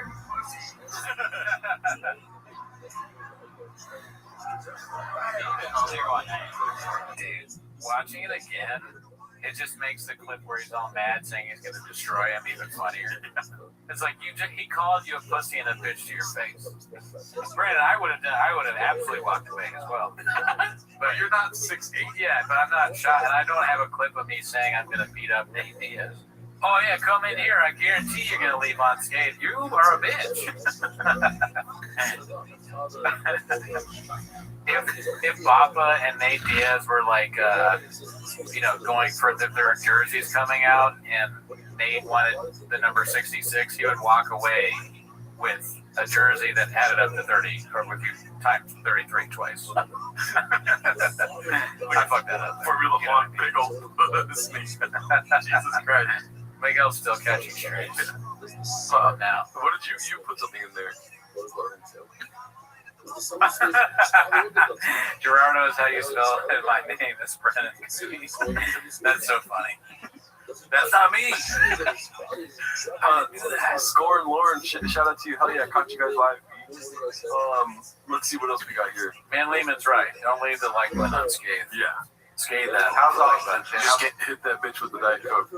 We got a long, warning, long and redacted with Chin. Remember when Chin used to do these cooking videos? Dude, what the fuck? Yeah, he used to do content. Now there's nothing. We hated those cooking videos, but I missed them so much. Yeah, he's just, I think what I didn't like about it is, I mean, we just talked about food for 5 to 10 minutes right now, right? We're food guys. We like food. Are you numbers guys? We're numbers guys as well. But food is like, we like the Food Truck Diaries. We talk about food all the time, right? And when Ken was cooking, the food looked horrible. Yeah. He made bad food, but it was funny. But the vibes are great. We're delicious. Yeah. Your shadow band home can't find you. Probably. Yeah, probably. I don't really go on Instagram like that. Yeah. Chinning with Chin. All right, let's see here. Chin absolutely hates Texas. Warning: long and redacted post by Clint Puller of Chips. Let's see. How's Austin? Just gave up on. Oh, it's fucking terrible. What's the positive? Let's start with the positive. Give me one positive. The one positive is I'm looking forward to try to visit back into LA or Oh shit. So yeah, see, and you guys were getting on me for saying the food sucks. I'm just going off what I heard, baby. Look, okay, I keep my ear to the grindstone. Yeah, don't kill me, don't. Yeah, I hear you. Don't kill me. It's not looking good at Austin. Right? There's no condom fish out there. Chin hates it. Okay. One positive if it gets yeah. I mean, everything so far, we've been talking in our own group chat. Everything, it's like, I mentioned it before, it's like a curse. There's like, this place is cursed. So many negative, bad things have happened. It's a bitch. Hopefully it turns around soon, but as of right now, it's fucking been terrible. Wow. Yeah, I mean, that's what happens. $1 million.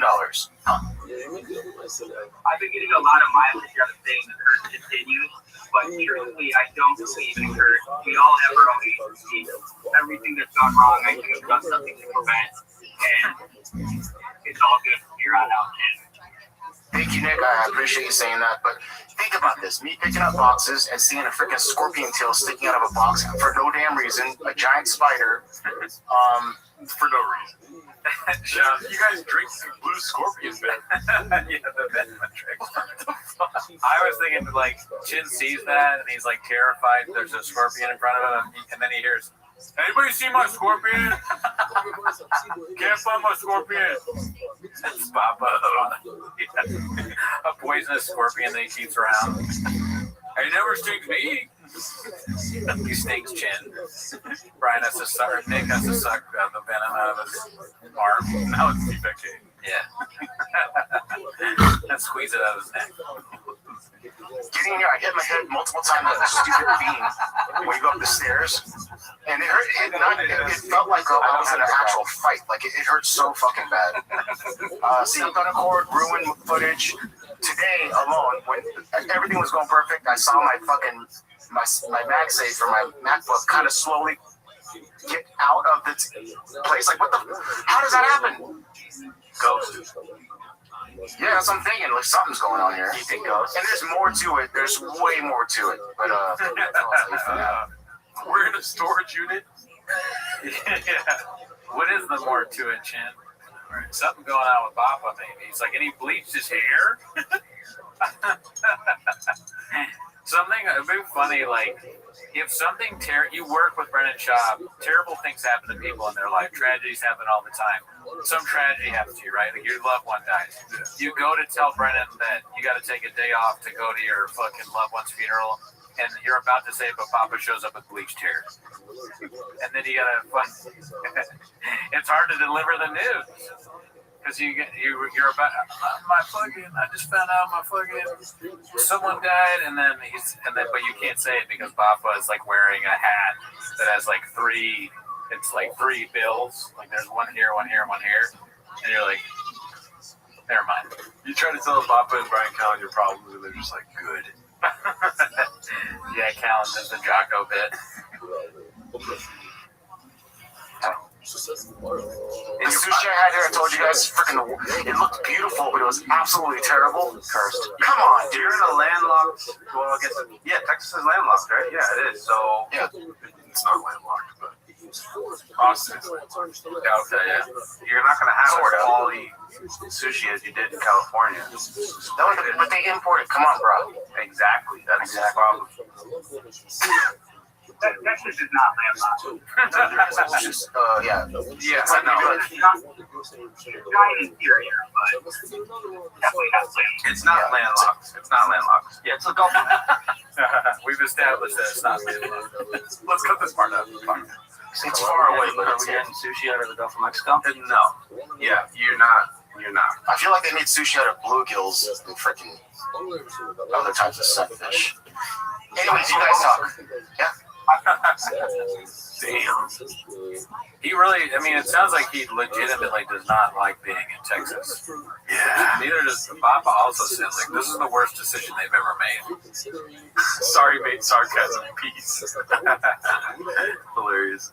So unfunny. Wow, America. Sense of humor. Comes to UK and gain one piece. Hey, Abraham, leave. Stop leaving comments that say peace. That's UK humor. Maybe he's just doing a bit. Being funny. It's probably an English thing. Yeah. You know, they do different breakfasts out there. Yeah. Fingers and mash. Let's see here.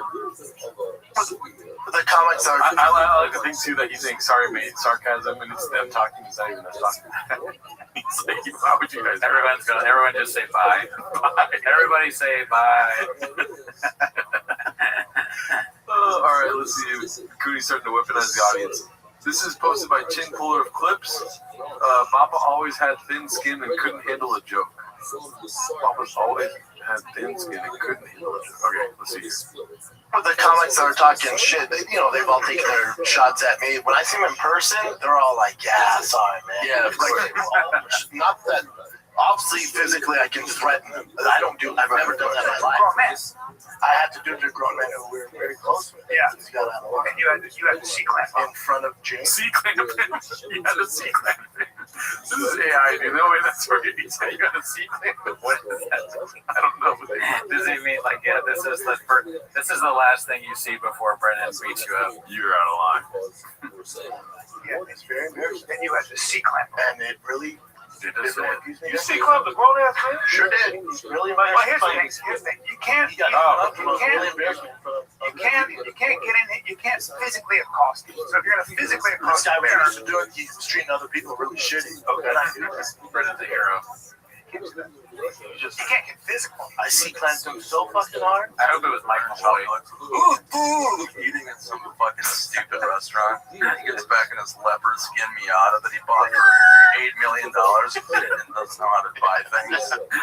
You fucking child. He's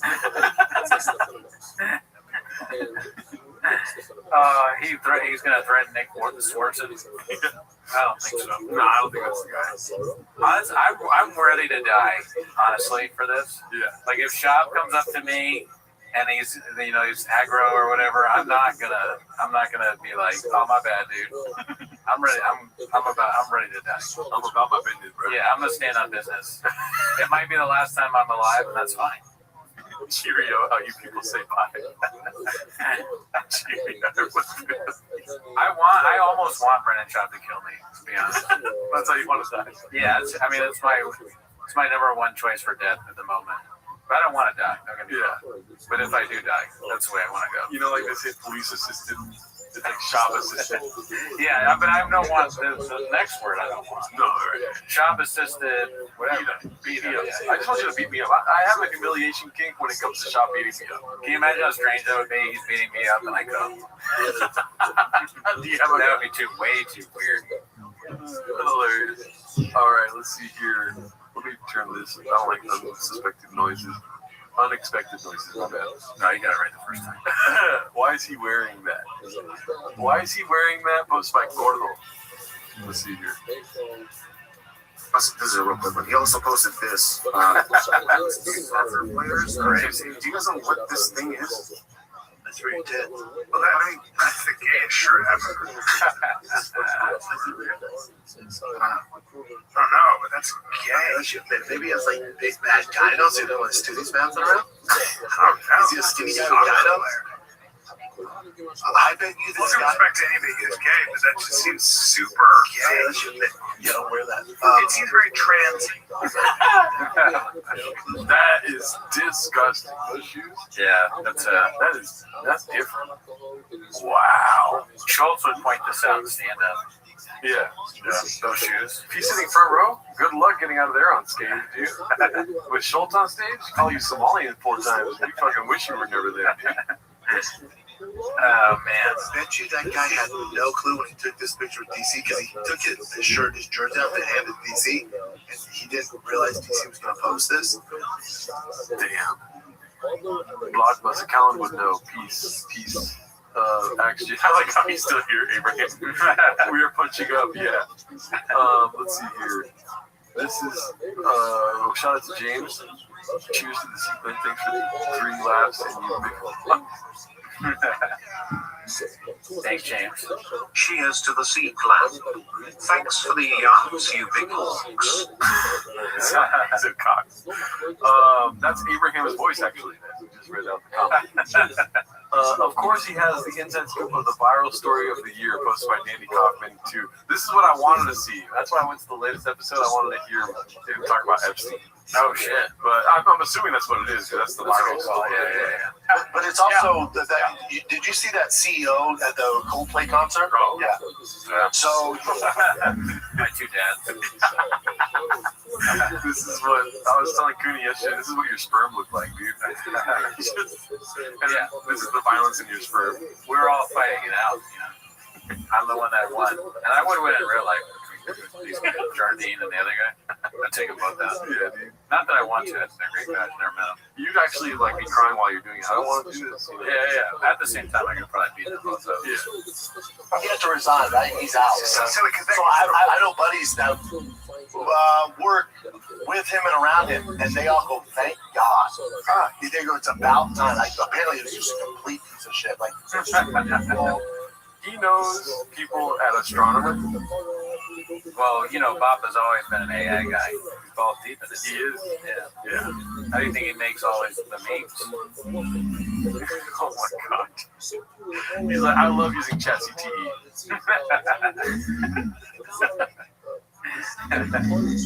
he started that company. He's been doing shady shit. And you know what I would say? He's impossible to work with. So when he finally resigned, they went, thank God, because if this didn't happen, he would have been there forever. They were nuts.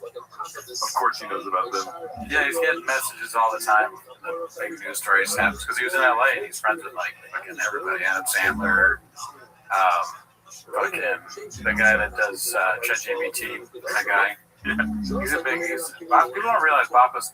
He's got his fingers and balls deep in a lot of hats.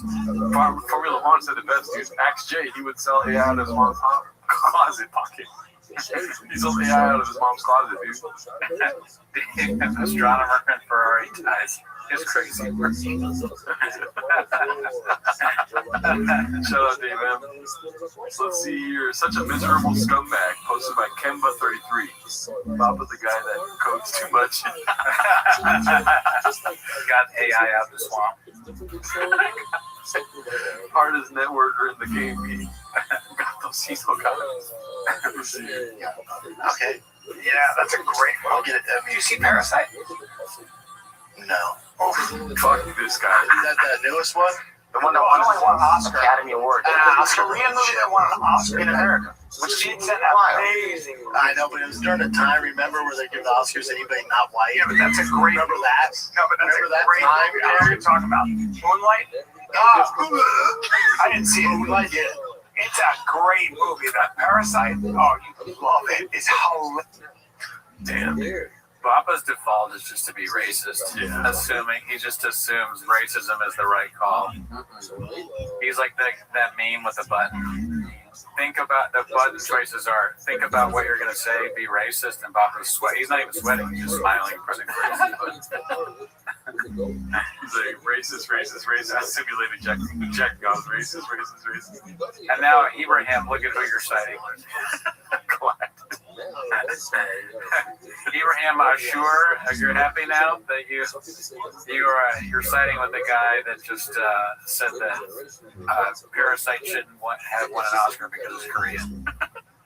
You don't think that's sarcasm? Yeah. That's definitely not sarcasm. Yeah, it's not sarcasm. God damn it, I lost my spot because I refreshed the page. We lagging. We are? I don't know, that's what happens.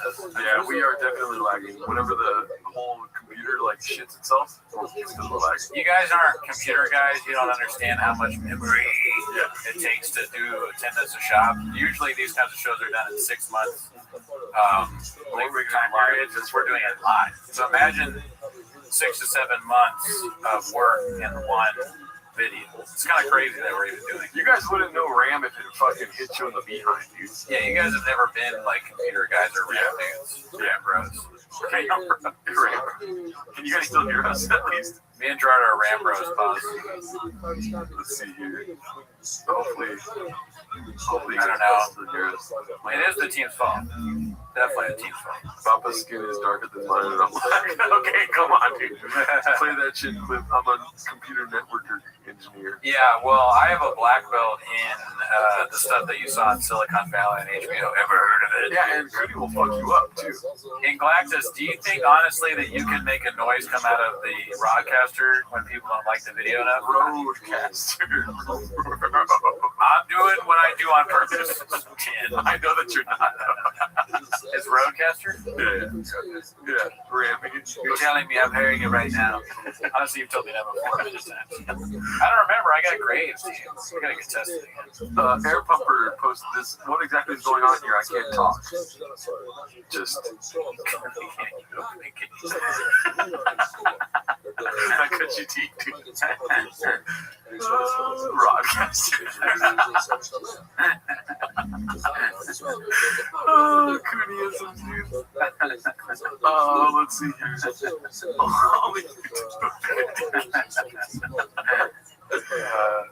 Posted by One Usual 4460. Only 250 can, but you think of.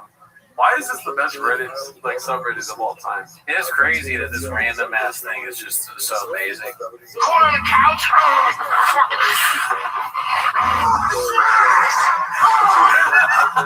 So fucking, if it's the right bit, can be funny. But it has to be a real comic with a real reason to fuck that stool. There has to be something to it. Why do you do that? You little Stitches.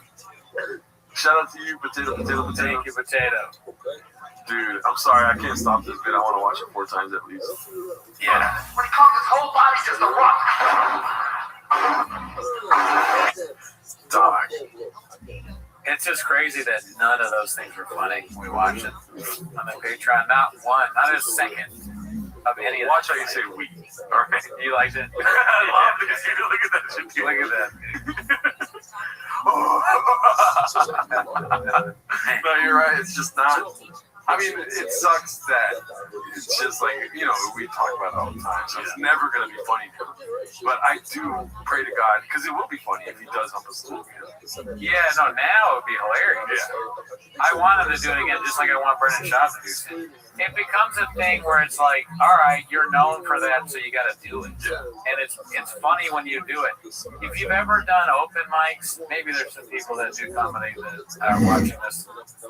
There's a guy that's crazy, and the first time you see him, you're like, what the fuck is this? But then he does the same thing, and you're like, how you still doing it? And then you are like, holy shit, I want, like a few more times, you're like, I want to see him do that shit that sucks. That's 100% true. Yeah. And then you start mouthing the word as he says it. Yeah, you know the stuff like R.I.P. GT, but man, people would come in just to watch it. Pussy motherfucker. You know what I'm talking about? He's like, I saw this girl. She was on the railing of the pier. And I was like, man, she's fun. I want pussy. I want pussy on the pier. Yeah, the classic GT. And that the laughs ever read. First time that he says it, nobody's laughing. But now it's like all of us are like Andrew Dice Clay saying, pussy on the pier. Yeah, pussy, yeah. Dice Clay, Andy Kaufman, you know, and then this, whatever that is. Yeah. That's just, he's just so, I mean, artistic fucking that stool, dude. Yeah, he's fully committed, man. And when stool hunting is done the right way, especially if you have violence in your DNA, clothes don't fit you and all that stuff, and like you're just asking questions. When you do that, it doesn't get any better than that. Yeah, how's he even feeling that thing? The stool's almost taller than him. All right. Top 250 hamburger. Papa has been Gadusha as a young Chambi for not being white, so that's why it's racism all day. I actually feel sorry for him a little for holding on to that trauma. Tight. Turn it upside down. He's the Shakespeare of comedy, my fellow cats. It's an art. 2 bros, 1 stool. Lando, shout out to you. We already saw this one. Maybe you can hire. Maybe you can hire post by It's Loon Meme. So this is the guy that made the website. Oh shit. Let's see what he's got. Bitch wise. 25. The Crack Commando unit was served papers for a crime they probably did commit. These men promptly escaped accountability to a man shot in Texas. They survive as soldiers of stolen valor. And you have a problem. If no one else can help, then if you can find them, maybe you can hire the B-team.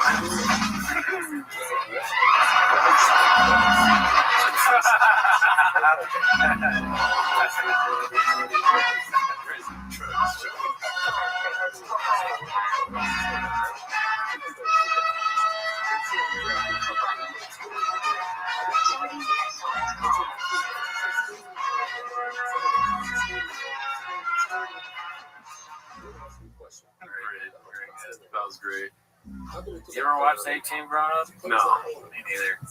I think it was like a little bit, even the reruns were a little bit out of my time range. Yeah, but I always heard about it.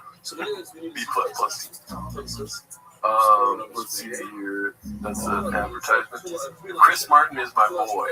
Oh, Snoz and okay, posted by Administrative Fun 10.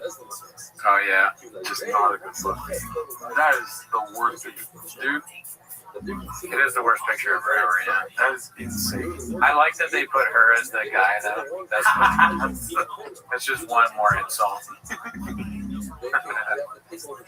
I tried to stand up for a bit and ate 10,000 dicks in front of my mother. Good. Let's see here. We saw that one. We saw that one. I mean, sure. Posted by Brian Lafeve. Porch Live. Not on the porch.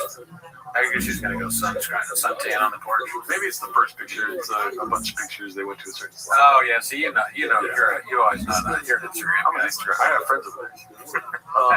Yeah, they told me that when she posted that they were all confused, and I was like, I know, right? They were glad though. You get DMs about it. You're so happy when she posted that. Yeah. They were like, thank God, this guy's a monster. All right, so this is about Zero again. BC added it again. Do you want to guess which Shabbos he's going to use here? This is approximately 10 days ago. So I don't think Daddy's number hasn't come out yet. Daddy's number didn't hit the chat. Deuce Macchiato. Oh, okay, that's what you're guessing? Why not? Go long. I'm gonna say what are we doing here, or 8 inches, boner alert. That's my 3 choices. Okay.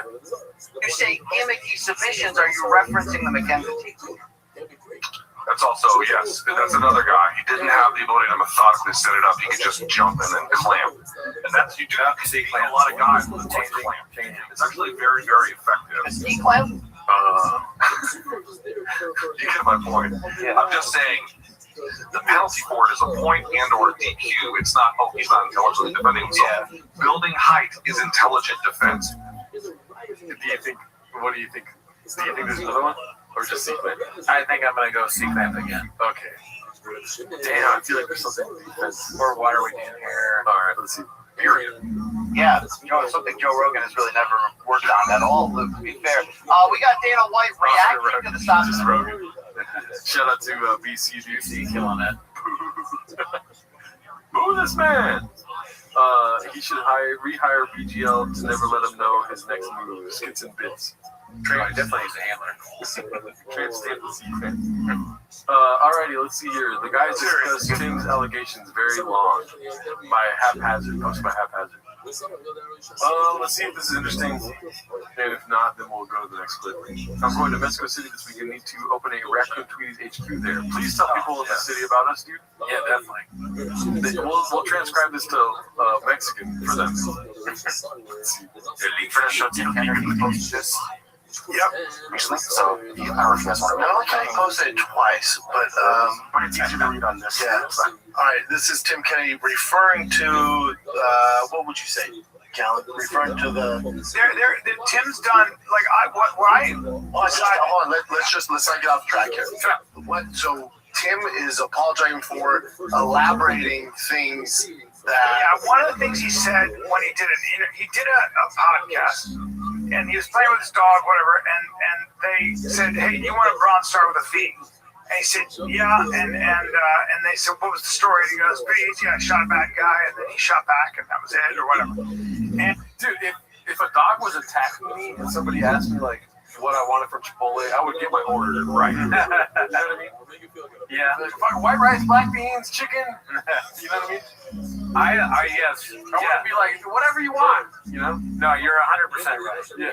I still, though, I like the idea of using that as an excuse. Like, it's like, you got, like, well, I lied about cheating on you, but I was, like, petting our dog. If you had asked when our cute, beautiful dog that we would have to share one of us keeps if we break up, I would have told you the truth. I'm keeping the dog. And shut up, bitch. You're playing with your dog and you're just like, yeah, I got Valor in the war. It doesn't make any sense. You said it. It's not like you misheard them, right? Yeah. You said that you got the Bronze Star with Valor, but you didn't. Very easy. I want to go. And then what people have to understand is after that, people would always say he won a Bronze Star with a V on Fox and stuff like that. Is that a big deal? And he would always correct your record. Can you look up what a Bronze Star with a V? Yeah, so I'll tell you what it is. I really am I really am chin, dude. So What's the highest? No, Congressional Medal of Honor. But then there's the Silver Cross. And forgive me, guys, but I think that you and I should do this about this. So Tim's a friend of mine. No, hold on, but let's stay on track with what exactly he's in trouble for. Okay, so upon start with a V device award is service members act. This is literally what we looked at. Yeah, the same exact video. Uh, I'm telling you, I'm not doing a bit. We are becoming this. Yeah. And I'm actively trying to become shop. I'll say one, if we are becoming this, I'm never going to sit like that. Well, you say that now, Diddy. God, you're going to make me? I know you're going to keep me busy, dude. What the fuck?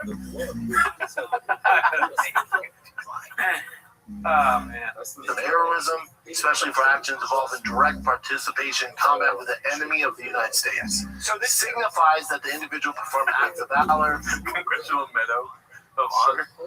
Stupid. Random thought I had this week. I can't get over that Chin's name is Jin, but he gave himself an opening. The chat is also fucking becoming shop. Look at what Mark Ramirez wrote. My girl gotta be divided. My girl gotta be divided. Transferred to him too. Those are these. And good, everyone should Zesty City. Demonstrating courage. I'm never wearing flip flops, dude. I'm never wearing slides. I'm never bleaching my hair. Some of these things are great ideas, though. You wearing flip flops is hilarious. Bleaching your hair is something I literally suggested to you as I came into your apartment today. Pause. Came into your apartment. That was the first. You didn't even say hi. No, like you done to bleach your hair. Yeah, I was like, are you done to bleach your hair? As you're walking up. You're making a bit about it, but you literally was the first. I did say literally. I say no. It's only those who go to the downs inside the hotel. Maybe it's referring to also the goat that's done in the Kippur. Why not be the goat in the Kippur that's also done inside the hotel? Yeah, it's like actually going to have elevation to the goat. That's the something similar to the goat of the Nasi. Meaning it's an Avery that you know, whereas the Sara and Nasi is new, as we discussed before, is called a First Legal Kadasha. First Legal Kadasha, you don't know. That's the whole point. You need a special kapara for somebody who doesn't know what he's saying. So that's different. But we also suggested, I was at on the Patreon. Oh yeah. We suggested careful when we're saying it to the public because they're gonna say yes. I know they want us to do it, but I mean it's probably. I suggested that we watch They're Gonna Go Poppy for 24 hours straight. So like, I think we calculated that that's 55 times. So we would just watch the Gringo Poppy all day long, from Saturday at noon to Sunday at noon. And, like what the chat would be live and all that, but it's like a Mr. Beast kind of thing.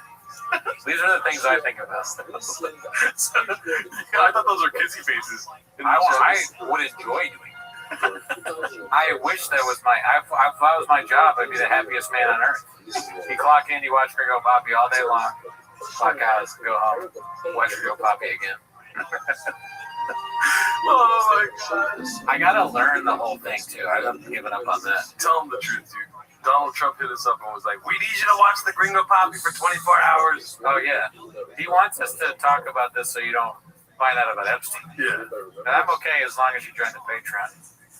Dude, we're gonna should we I don't want to ask because obviously they want us to do it. You can do a poll, that doesn't matter. It's gonna be not if we should do it or not though. It's gonna be will we survive 24 hours? Because when I did the first 10 minutes of the Gringo Poppy, also on the Patreon, it was difficult to do, and I questioned, doing it. It's actually honestly one of the hardest things anyone's ever had to do. And I got a bronze star with a V for that. But when I did it, first oh my bad, I didn't know the camera. I don't know. I don't know. I think they. Oh, I didn't hear the first part. Yeah. I mean, literally got that medal. So, but like when I did it, and I'm happy that people enjoyed it. The first video was public, and it got comments, Daddy. It wasn't enough. I needed more money. Butter Williams, no way you make it past 2 hours. Now I feel like I want to do it because it's like a challenge. I can do that in the sleep. It would be the easiest thing I've ever done. Yeah, 24 hours of sleep is easy. No, I'm talking about 24 hours watching her go pop. Obviously, people would have to bring me food and drinks and stuff like that. Maybe DoorDash stuff to us. True. If the chat could DoorDash, people in chat we trust could DoorDash to a location we give you, I'd accept that. Okay, so 15% say for reals, don't do it. We need to get Cooney his Rolex so he can Domify fully.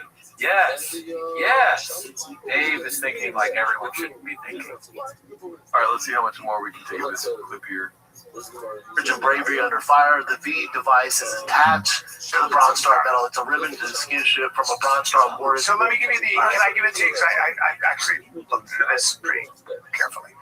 A Bronze Star is kind of like, so a lot of people get Bronze Stars. Even lawyers get Bronze Stars in the military, from what I understand. It's almost like I've heard Special Forces guys say it's almost like a participation medal. You know, you get it for good conduct. There's a lot of things. So a V is when you have demonstrated valor in combat. It is a combat medal. That's what it says right there. One of the things you'll see is, how many combat medals does he have? Okay. So a V device. Sometimes you can be awarded a silver star. Look this up, I think, and it'll be demoted as a Bronze Star with a V device. When you get an award for valor, you have to have two corroborating witnesses, expert witnesses who are there and saw. Gotcha. Okay. So the thing about the Special Forces, so Kennedy actually said he won. About 8 years ago on a podcast, he said that. And then we should say that he was introduced as somebody with a V device, I guess, and he did correct the record several times. It feels like Brian's describing to you, Cooney, and he's like, he did say he has violence in his DNA. I'm not sure if you want to fight him. Yeah. I mean, yeah, that's what you should probably be telling me. For about 3 years, they've been doing a show for 10 minutes a week, watching us do these content. And he did their shop the whole time. I was like sweating. He's like, what is TMOS? They search and Google search. It stands for what? 10 minutes of shop? With a V device. With a V device. Okay. So it was a time he said he's got to take responsibility for it, which he has. That's what he's doing. Because at the end of the day, if you said it, you said it. My thing with this is, let's go back to Tim's one before you. Yeah, I want to take full unequivocal responsibility for a serious mistake. Over the years, I made public statements and gave interviews in which I unintentionally misstated aspects of my military service. Most notably, I applied directly or indirectly that I had been awarded the Bronze Star without. That is not true, and there's no excuse for it. I never received an honor, and I deeply regret ever suggesting otherwise. That kind of recognition is sacred. It represents extraordinary courage under fire, acts that risk or cost lives. To those who truly are indebted to their families, brothers, and arms, I offer my sincere and direct apology. When I said disrespect your service, I take full ownership of that. I was young when I said in the public eye, when I was prepared for the scrutiny or pressure that came with it. That doesn't solve it. I should know better. Integrity is not situational, and I felt what both standards I think represent. To the military and veteran community, especially those who serve in combat or lost people they love, I am deeply sorry. I know that I let many of you down. You had every right to expect more from me, and I didn't live up to that. This apology is not the end. It's the beginning. I am committed to rebuild trust, honest reflection, visible accountability, honoring foreign service to the community. I've misrepresented myself too. I will no longer speak about my service the way that elevates me beyond what I actually did. From now on, my words will be guided by truth, humility, and respect. I understand that words alone don't kill this wonder, restore trust. Only time and action will. Thank you for those who helped me accountable. I will do my best to honor that accountability from this point. Now let me say this before you go, Pete.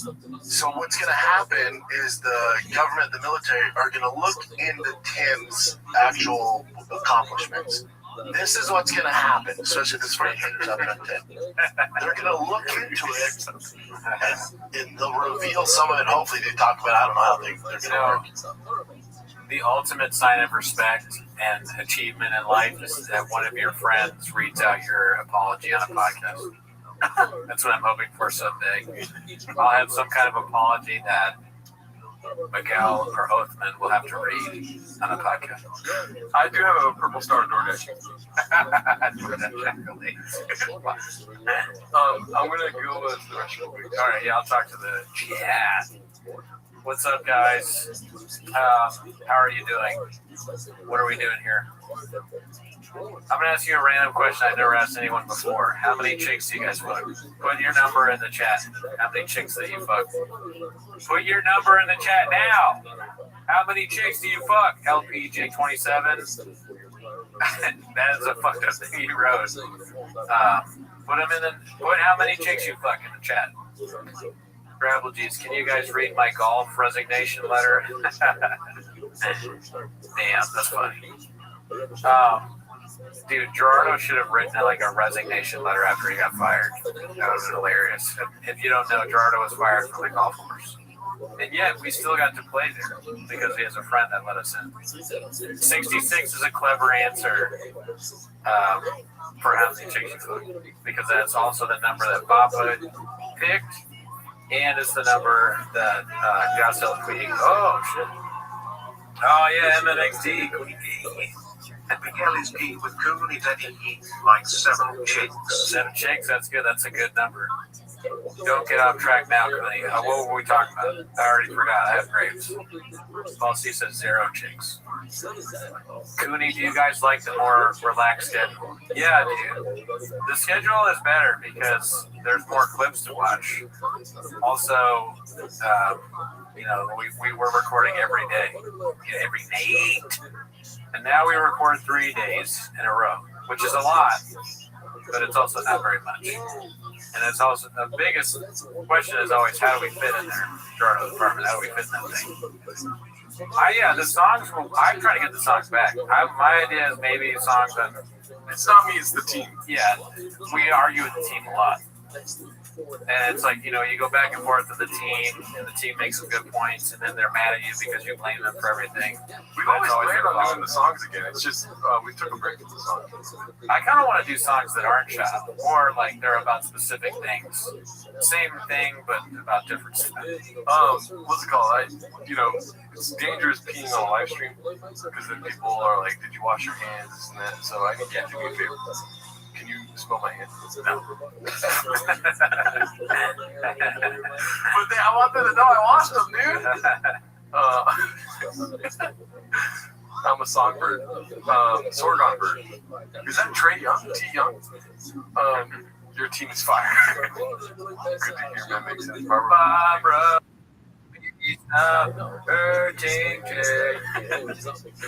I pissed in the sink and then I washed my hands in the toilet. Yeah, I just put his 2 weeks in there. You would have been funny if you had written a resignation letter to the golf course.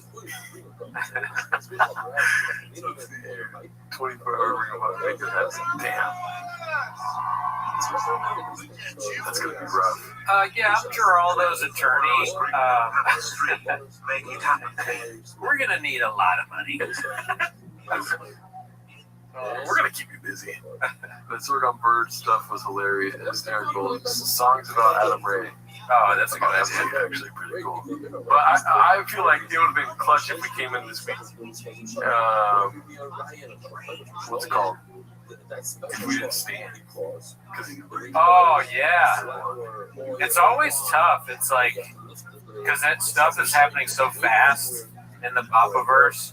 We did, and it's like, oh, can we do that song since it's relevant? Like when remember that fucking band they said Blockbuster? What was that band?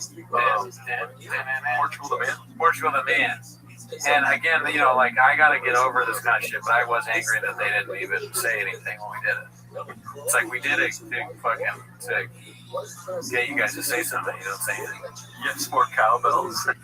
Jasmine, you don't even know what cowbell is. You don't know what you're asking for. You don't know what you're in for. Nobody knows who you are. You're gonna ask for cowbell, and you're not gonna like what you get.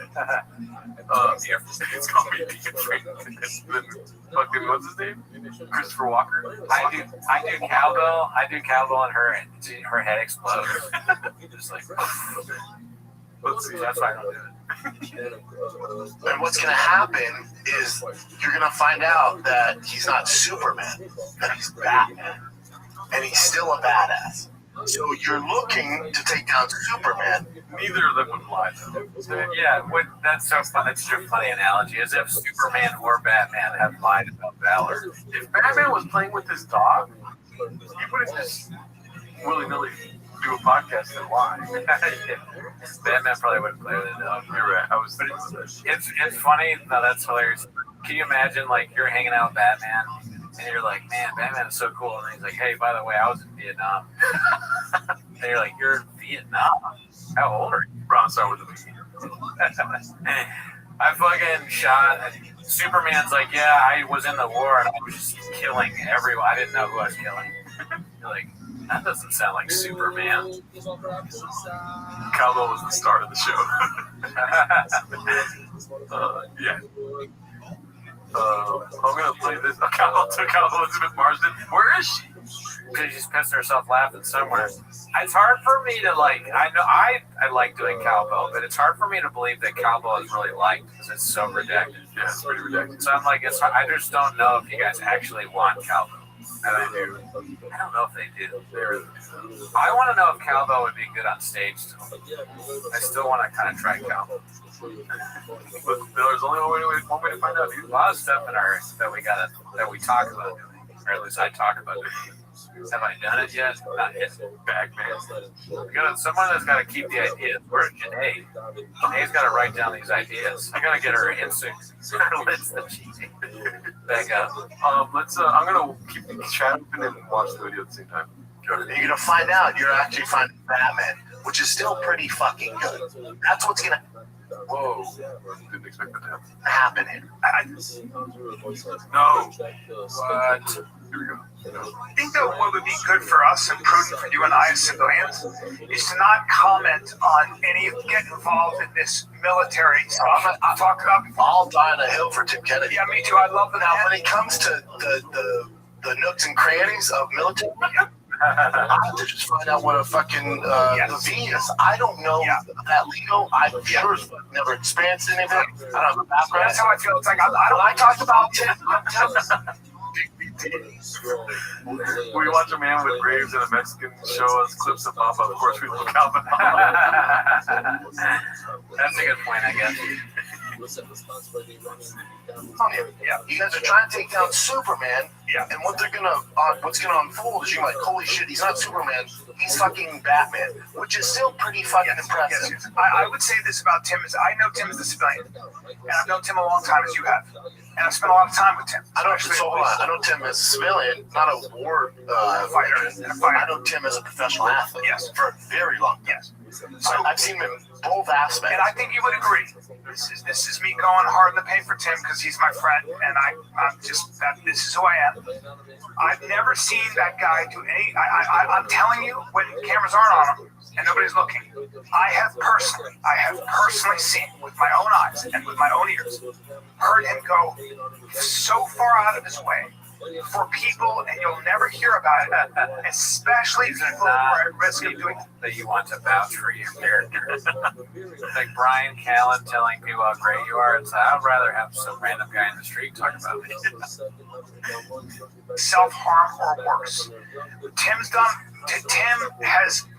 I mean, he doesn't want me to do this. He's Batman. He doesn't want me to do this. He's awkward.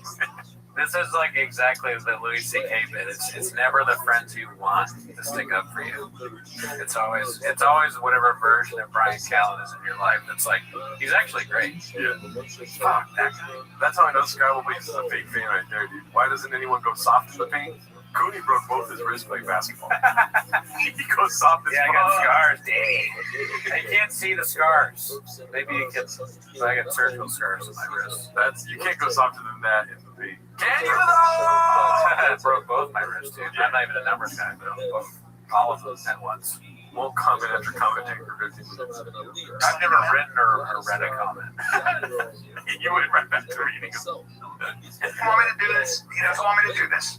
But I have to just at least. Just so everyone knows I can fly and see through shit pants.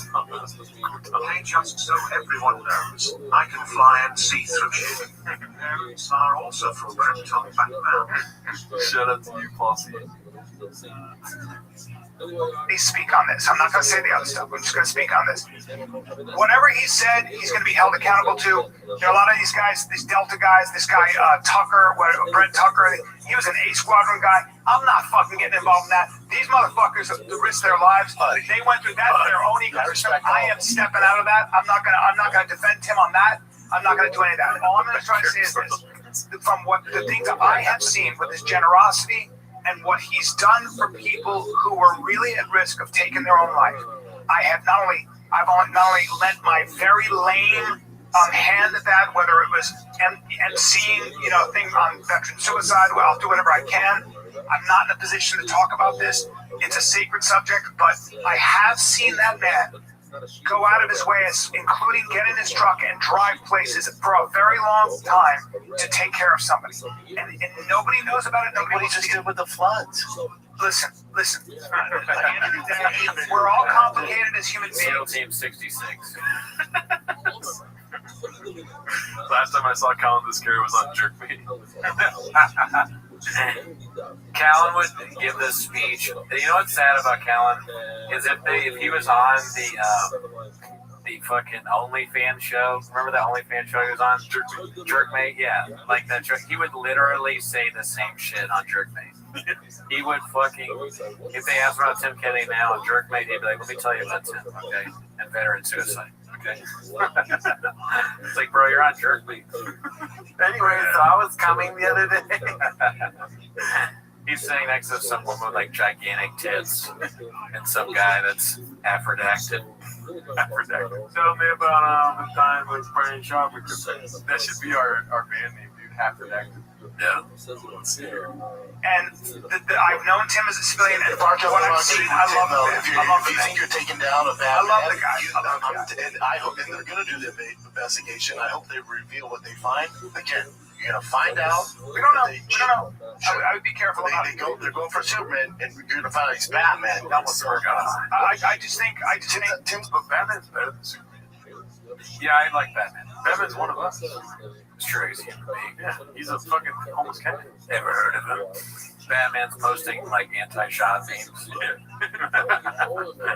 It's a 3 a.m. friend. I have about 3 of them in my life. Yeah. Tim's a 3 a.m. friend. That's true. I could call with anything. Tim, I don't let my kids date anybody. Oh, we're just going to take them. No, not happening. Because if something happens to those kids, you're fucked. Yes. I've never seen Brown Corgan posting here before. Here, guys are going to be doing an episode of how Tim Kennedy got in the way during the Afghan withdrawal of the future. So, whoa, really? I don't know if that's what's That could be a bit. sarcasm. Yeah. Sorry, I don't know why I said it like that, but I'm so down. I believed it right away. I was like, that's so hilarious. I hope that's not true. If it's not funny, that's a funny comment, Brown Corgan. I will kill you. Yes. If something happens to those kids, I don't give a fuck, mistake or not, your life and mine are going to change forever. Yeah. oh, shout out to the subscriber.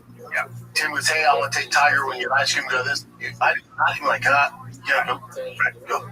And I He's one of 2 people ever. not only I have done that with my kids with Tim, and I've done it several times. And so, for me, again, my experience with Tim as a civilian is nothing but he's one. Gerardo has Superman hair. Look at my hair. You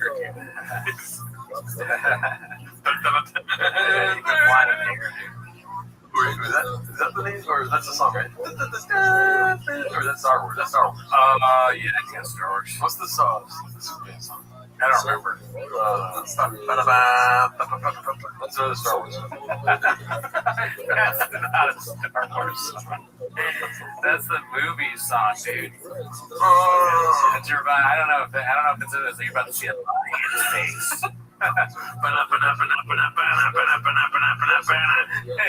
Mortal Kombat. They're like, that's a Superman, dude. Superman? Es mariachi loco quiere bailar de Superman, right? Oh, shit. Superman's messing his bug down there with one bug. Yeah, everybody knows the guy that did the Superman music is Bad Bunny. Superman goes get some. Everybody knows that. Were you stupid?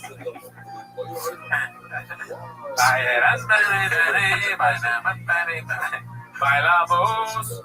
Alright, I'm done. I wanted to do another Superman part 2. Bobby. One of my favorite guys on the planet. He's got to be held accountable. He will be for this. I'm not going to step into that. You know, we all make mistakes, and we all, and this, if this is, the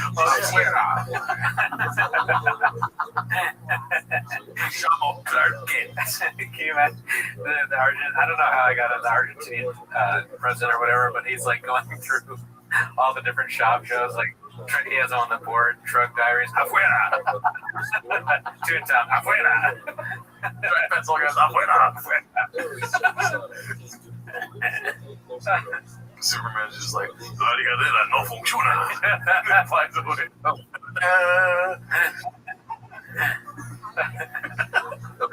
La ligadera no funciona. Brennan Schaub, Tiny Desk.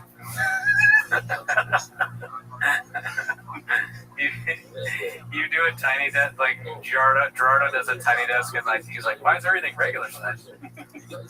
Fuck you. What's up, Austin? Look at you guys. I mean, guys, when he's not out fighting crime, he's back at the lab having full penetration. He's in the Fortress of Solitude.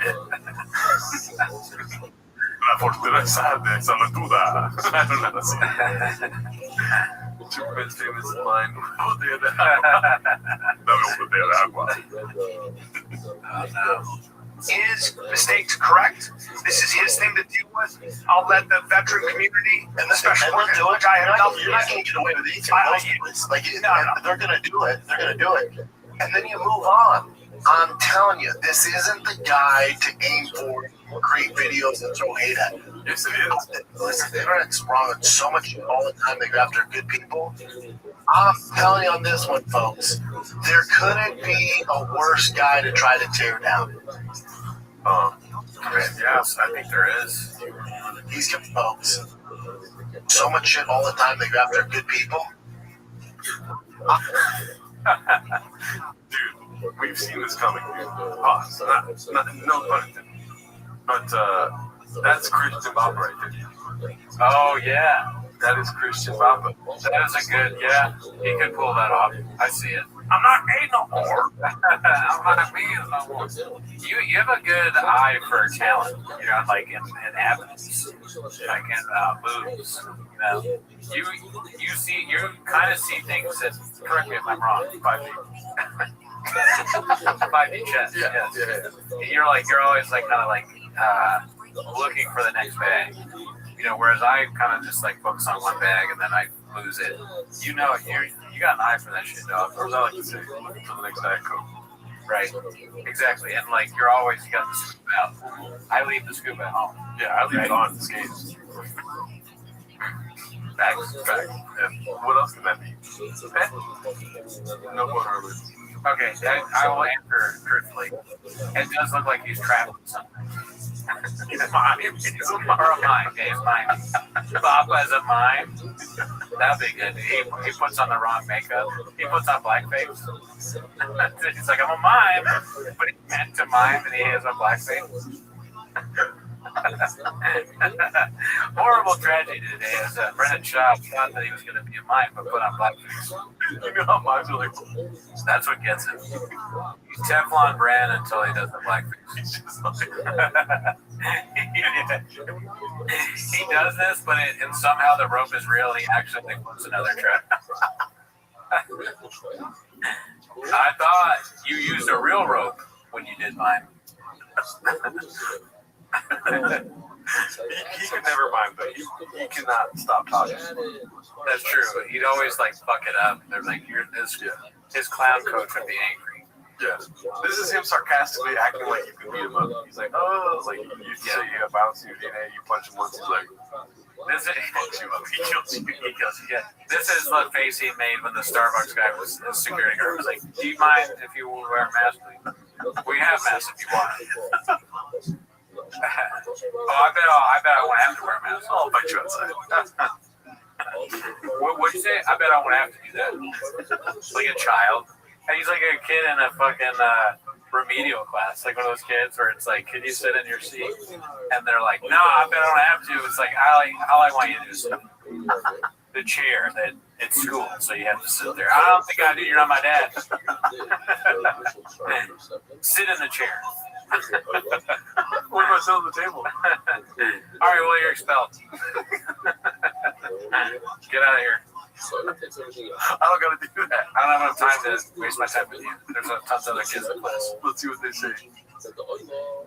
He always sees an 8D. This is the last thing you see before he asks you if you have a gun. Next words drives me nuts. That's the drives me nuts face for sure. Oh, shout out Successful Egg. When he sees McGregor lifting with his 8 inches. Successful Egg, get us on the Birds Have official site. Put in your words with Lumumbo. Or no. Luna Meme. Luna Meme. Dr. Luna Meme.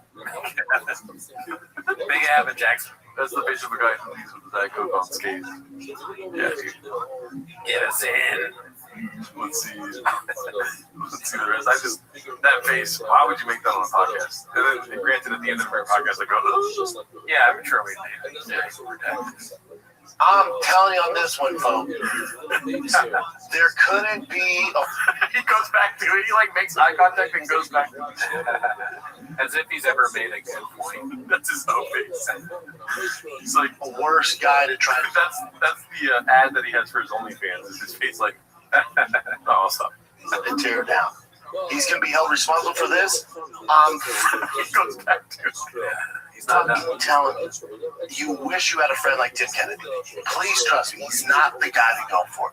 Let the community that he's in, this very special group with an insane amount of skills, they're going to figure all this out. Well, there's lip injections with mime is a bad look. Then we move on. They're holding him to account. All good. And he'll And Tim welcomes it. He'll pay.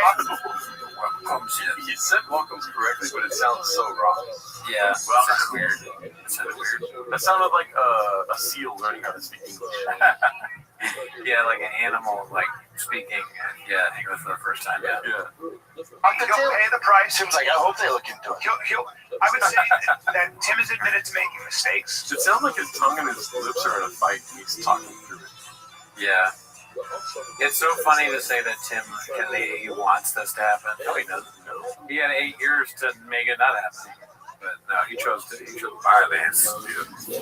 There's like countless episodes of people talking about this. And it's like after it's all done and everyone stops talking about it, he's like, I'm sorry. Yeah, I mean, it's almost like he wanted more press or something like that. Yeah, he could have just kept silent. That has to be accounted for. I think his community. This will be the last clip we do because it's getting late. Yeah. Or ex-community, whatever you want to call it, will hold him accountable. And that is a separate thing. I just know him as a man. I know him as a friend. I know him very well. I spent a lot of time. He's done crazy things for me. And this is who I am. In this situation, he's still my friend, and I love the guy. And if you think about it, 66 is kind of like the gay 69, isn't it? It's because both sixes have dicks. Oh, okay. You know, the 9 has a vagina. The 6, or which one has the vagina? Which one has the dick? Sorry, I'm gonna head out. No, the 6 is probably too chicken. You just get really horny. You're just the horniest guy ever. You're like, it's gay, it's whatever. It's fucking a hole's a hole, man. That's where you're going. I don't give a shit. I want to fuck. Guys don't 69, they 66. You start calling me weird. You're like, you're weird. You're fucking weird. You don't Why do you want to talk to me about this? You don't want to fuck. You don't talk about it. You don't want to. Dude, why don't you have sex with me? That's the end of the life. I'm just God, you didn't talk. Too many good things with him. Too many. He's just such a leader, and he just makes so many people fly, including mine, better. And there's such better ways that you get to spend your energy. If you're gonna throw hate, well, I'm not gonna. I would be careful about that because if you're not gonna be careful about that. You don't fucking hate on my friend. If you've been in war, and you're a military guy, you're allowed to hold your other guys accountable. That's not what I'm saying. You're not listening, buddy. You're just talking at us. You're not listening to what I'm saying. Oh, Jesus Christ. It's crazy. Oh my God. It's a little rude. Yeah. We gotta watch 24 Hours of the Gringo Poppy, dude. Sorry. Yeah, right now. What should we do? I think we should do it a few times before. Like we're ramping up. No, I think we should have like a regimented schedule for the 24 hours. I just watched, I agree. I just watched most of the Lance Armstrong documentary. I'm very late to the party when it comes to that. But he did blood doping, and I'm going to do some blood doping while we watch it. You're going to do a cycle in 24 hours? I'm going to fucking inject it or whatever so I can watch it better. What I'm saying is that community is a special group. Do your thing.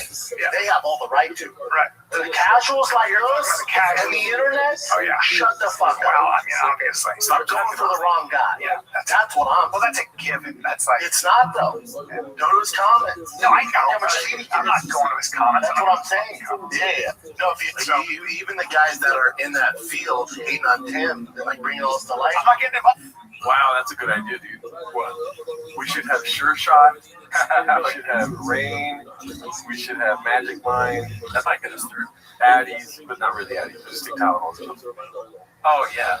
Yeah, no, I mean, as ridiculous as it is, I'm open to drinking a Sure Shot. I'll definitely drink a Magic Mind because Pete Holmes actually fucking is the greatest thing that ever happened in his life. And Rain, I'm still on the fence about even taking a sip of, but I drink it every day, so it's not different. They might start paying you. Shout out to Italicizer. I haven't seen you in here. What up, homie cat? Yeah, dude, Italicizer. I mean, that'd be great if they did, honestly. But then it's like the bid ends because we're actually getting money. Yeah. But I don't care. I don't care if the bid ends. I want money. We'll hit them up. Rain beer pong. Not a bad idea. Dude, that'd be actually pretty dope. I'm down. Yeah, that's what's good. Also, another thing, almost everything is sober. So it doesn't conflict with sobriety except for Tiger and Adderall and Kratom.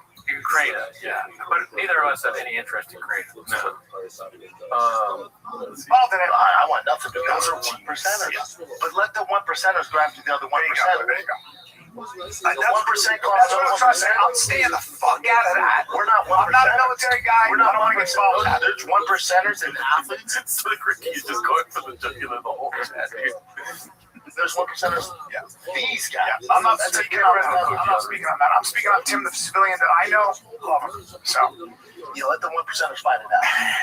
The rest of us. Yeah, I was thinking about it. I was like, it's the last thing I want to do is speculate and get involved in something like that. I don't. There's nothing for me. It's like you and I talking politics. We don't fucking know.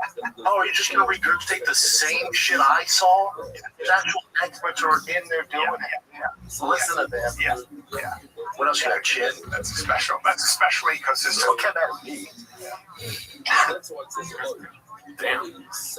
Wow, that's a lot. I'm already checked out, dude. I'm fucking tired as shit. Yeah, I think we're gonna have to wind down here. Yeah. Oh, it's up. What's up, dude? Well, he's been in here. Oh. That's how tired you are. He's been since the beginning. I'm like, hey, man, good to see you for the first time, dude. Great guy that ever met you. So this, we've got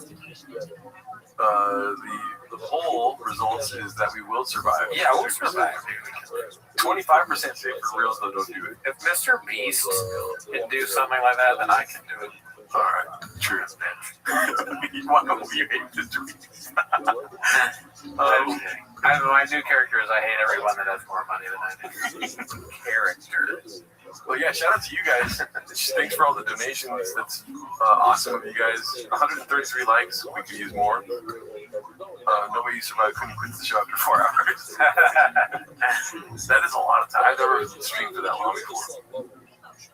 I mean, yeah, no, I've never streamed more longer than like, I don't know, 3 or 4 hours. I feel like maybe what we should do, sorry for cutting you off, is like we do a solid 2 hours of Ringo Pop, and then we do an hour off. And we're just like, all right, and then we do 2 more, or just 24-hour stream. If I had a gun, I'd point it at you. I would say, say that again.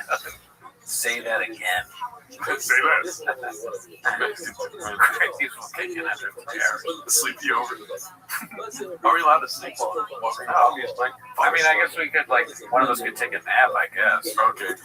But that would be kind of weird, just like talking in the chat. You're just snoring. We find out that you have sleep apnea during the, you're like, or I have it. Almost 1 a.m. on the East Coast. Yeah, shout out to you, Garden of Stone. You think I have enough respect for you to whisper? I do. Well, shout out to you guys. Thanks for coming through. We had a great time. It was a great stream. Don't ever forget that's Daddy's number. Right? Baseball Dad. Shout out to Baseball Dads all around the world. All right, I got nothing else. See you next week. Join the Patreon. Watch Reactive Tweeties.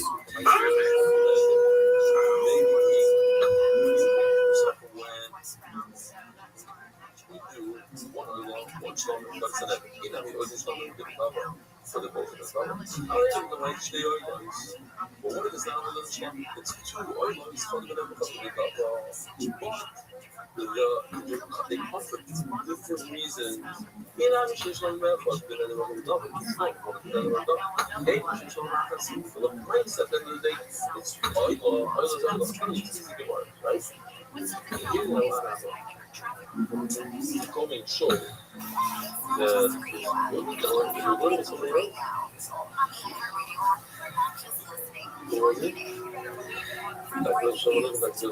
So the discussing share, remember those three stages of the oil?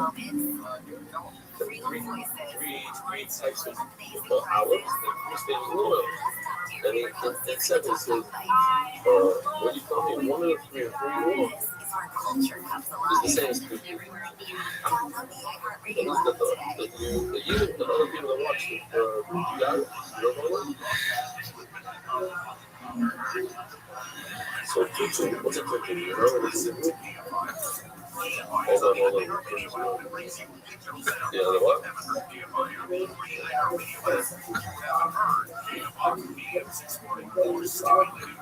Whoa, you can know the details. That's all the great, yeah. And so, what's the cookie?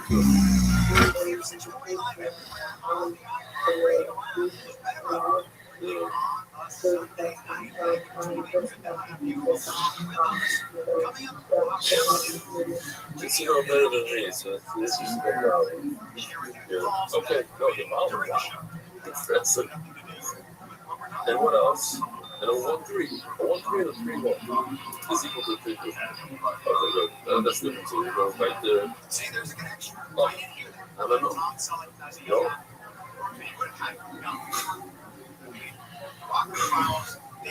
That's a show around else. Show around superstar.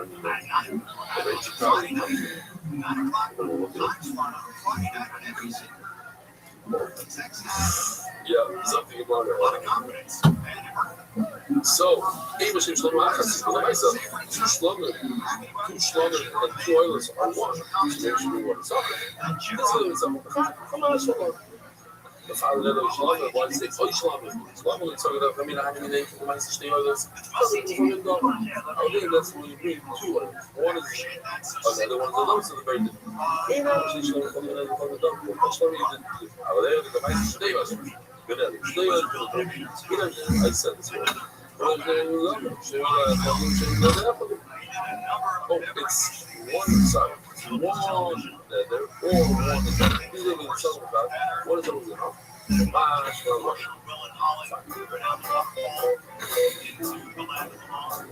you watch that show? Peter Oilo, your NASAP is ready. Actually, play that like on the 6 days. Wait, you're never? I saw it. I'm Peter. Me too. But it says never Oilo. Peter is Oilo. I'm Oilo. Me too. Okay, so your vote's for Peter Oilo.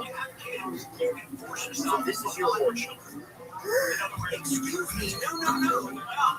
Absolutely not. What's the problem? It's just one thing. We do have the same doctor.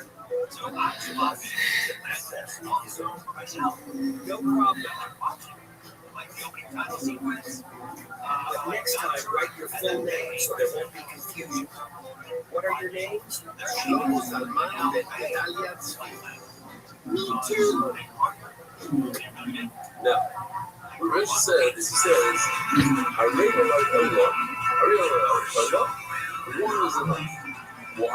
Really, because Allah purpose. But it doesn't word the Allah. Rich, hanging up on the God in that side. That was focuses on the word Allah. What is it? If you really lose it, Allah Rabbana, what is it about? Something like Camino, it's two parts of animal. Mom is literally types of animal. I guess it's animal. Cow and sheep, two types. Apple with Camino, you have two sheep. Just go get something like that. Maybe one is something else. I'm not sure. Kafat Hasu Echad Lomi. What do I do the concept Kafat Hasu Echad? So that I want to have exactly that. I was not doing something to come. Okay, they come different days. So they need to do this something. They come at the same time, they go on the something. Very much. We learned in the Mishnah, no sugi Rabbi said, you can look at it, shine double, but it's all like wounded. Elosh Hafilza Shemitzari Ba'Hashem and Paul Nissan. It says in the Mishnah, I pointed out, I don't have the whole list, but remember, we have a list of 10 different korbanos. Touching power and touching countries. And it's like the 5 of the korbanos. It's not the 5 korbanos. The korbanos that don't need the suffering. You have on the right side of the touching country, you have Chakas and Asham.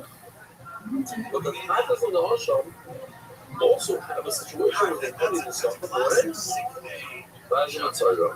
Chakas and the Asham are Mitzvah. So see, here, this is the Mitzvah, right?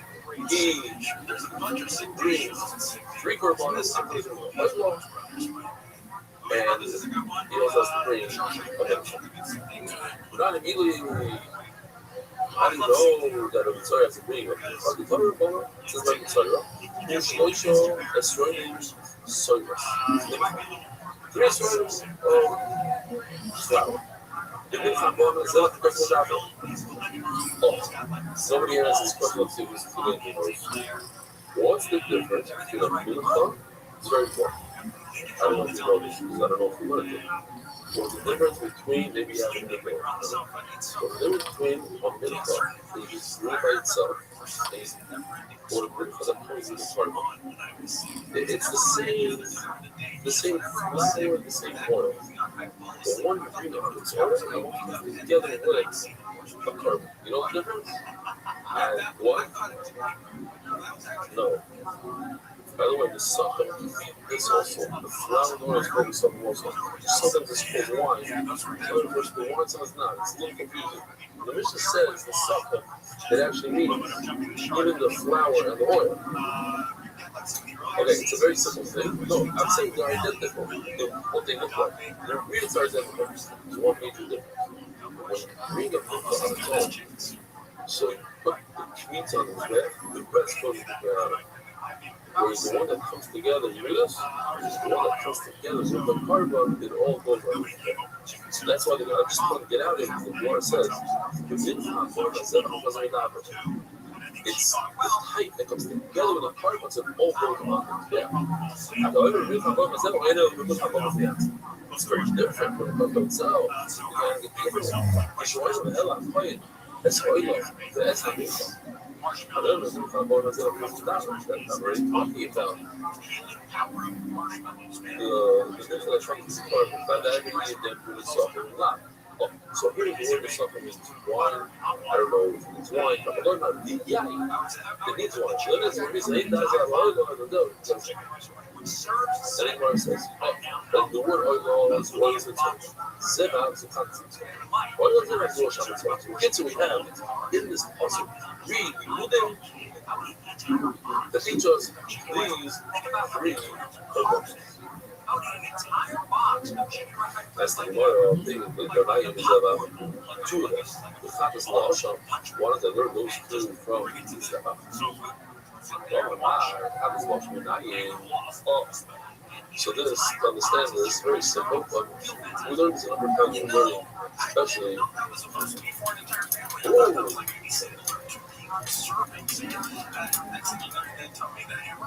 One thing because I found the old one every time. Don't believe it. It's the year. Which what they think the whole bit of the whole. Which one is water? Let's put it underneath this water. Wow.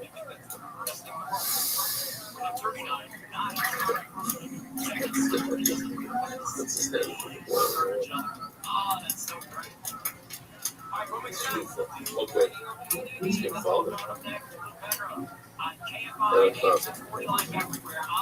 Milk sorry. Sprinkles of sun. Got that. I found this. I just put it in with the Shabbos. This is, see how technology and this back then. Remember this? This was considered wow, top of the line. Remind me of your name. Very bad. Label. Little Rascals. Sprinkles of sun. Just the difference. It's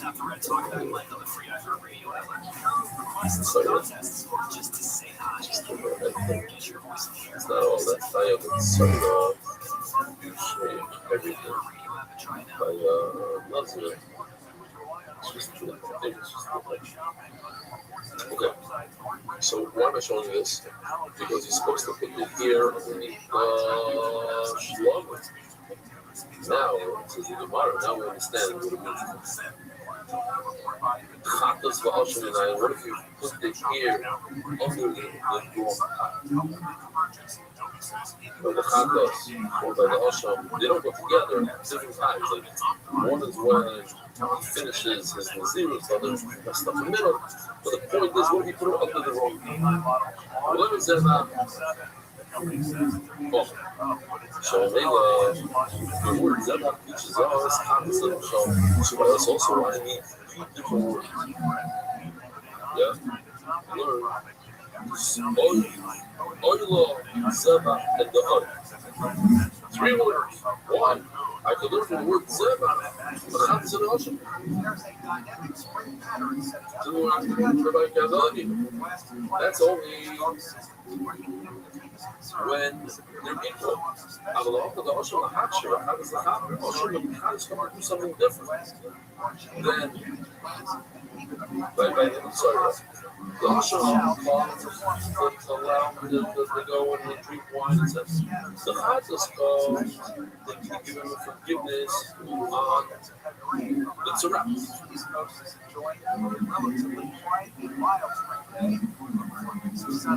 What kind of forgiveness? Or whatever, what do you get tzarah for? Huh? Right. That's strange. But 6 more things that comes to forgiveness. What an American says, it comes for Daiva, it comes for Tzitla, what else? Shua, Gilarayis, Yazil, sorry. Something about it, so therefore, we illustrate right. That's why I need the oi, Zebach, the oi line, the oi, just because the chatas lash water. Zebach is the chatas mitzayah. And again, the chatas mitzayah means wine. Bebo is chatas lashon and also including Zebach for purpose as mitzayah. Then you come about the chatas lashon and nazir. That's a good idea. There we go. Oh yeah, this guy. Well, in the beginning, we had the number. The wall, maybe it's one of the chatas lashon. Mobilizer. So the hero is his compass because that's at the end. The ashram is messes up. Okay. Notice that the point is, I didn't know it was supposed to be what I'm sorry, but we always talk about it. Yeah, besides the close in this game, it's by Nazir, the close in this game. But you also in the Shlomo, my cousin, the Davish. You know, but it's only one Shlomo. So I remember lots of Shlomo, we're going to have a few chatas, the chatas leaves. I'm a little bit so I guess that this guy, I am a cloud the aisle was there, beforehand was over the I can show you the aisle you put both the nether with the double 2-year-old aisle for really the dog. So it was going to something when it's out the nether with the dog and I made like I need the Zeba for the return. Oilers, Oilers inside us. The water Oilers inside needs one. Oilers, Oilers. When a woman gives birth, she has to bring 2 corpons. She brings a sheep for an Oiler and a bird for a house. So she's born and she brings 2 birds. Instead of the sheep, for the Oiler, she brings a bird. When a regular woman brings a sheep, and by the way, when it's in the struggle, we have to line up a bunch of sheep for every wife. No? Well, CNN travel Otherwise, journalist. they can And this children is that Chance they have to bring all the Encounters, sheep. a podcast about the incredible Sheep, connections sheep, we make while traveling. and we're gonna figure out what's tomorrow. Each week, we'll journey through moving, funny, and heartwarming real-life stories about how travel can lead to lasting love, decades-spanning friendship, and ultimately change your life forever. Global, Join us wherever you get your podcasts. Just search for Chance Encounters with me and Francesca Street. tomorrow, I don't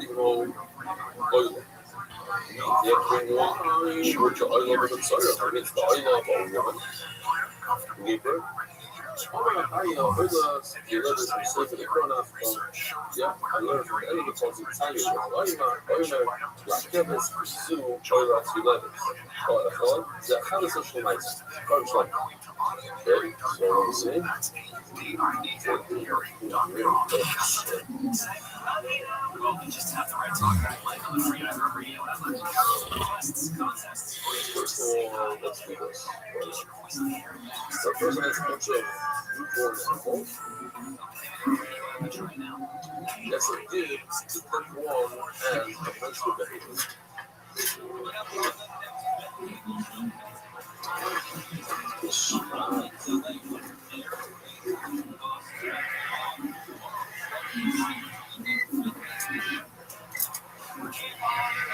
And then when he gets all the way to number 10, what does he do? Because he remembers, he gave him a red down, and then becomes nicer.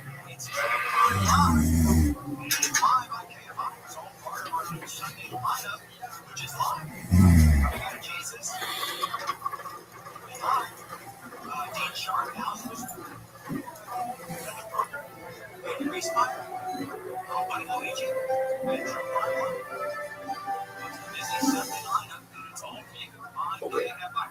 And now for the ultimate down thing. So every 10-1 is supposed to say, like, he's supposed to do the red thing. What happened was, on number 10 he said it's 9, and number 11 he said it's 10. And number 9 he said that because you got all mixed up. So what do you do with number 11? They're all colors. What do you do with number 11?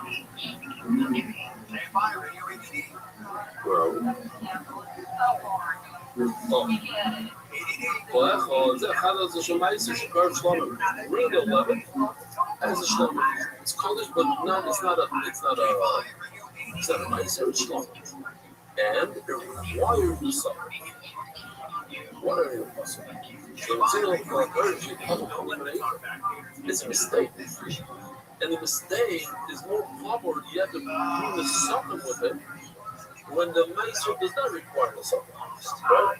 We already established in English. The bar, meiser, and Pesach do not mean the something.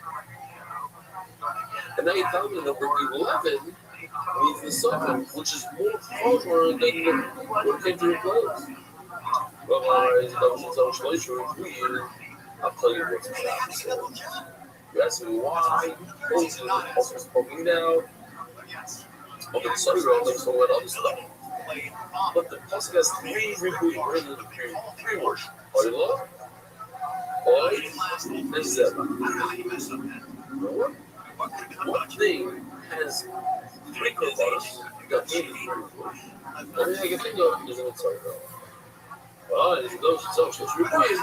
Oil is in its own role.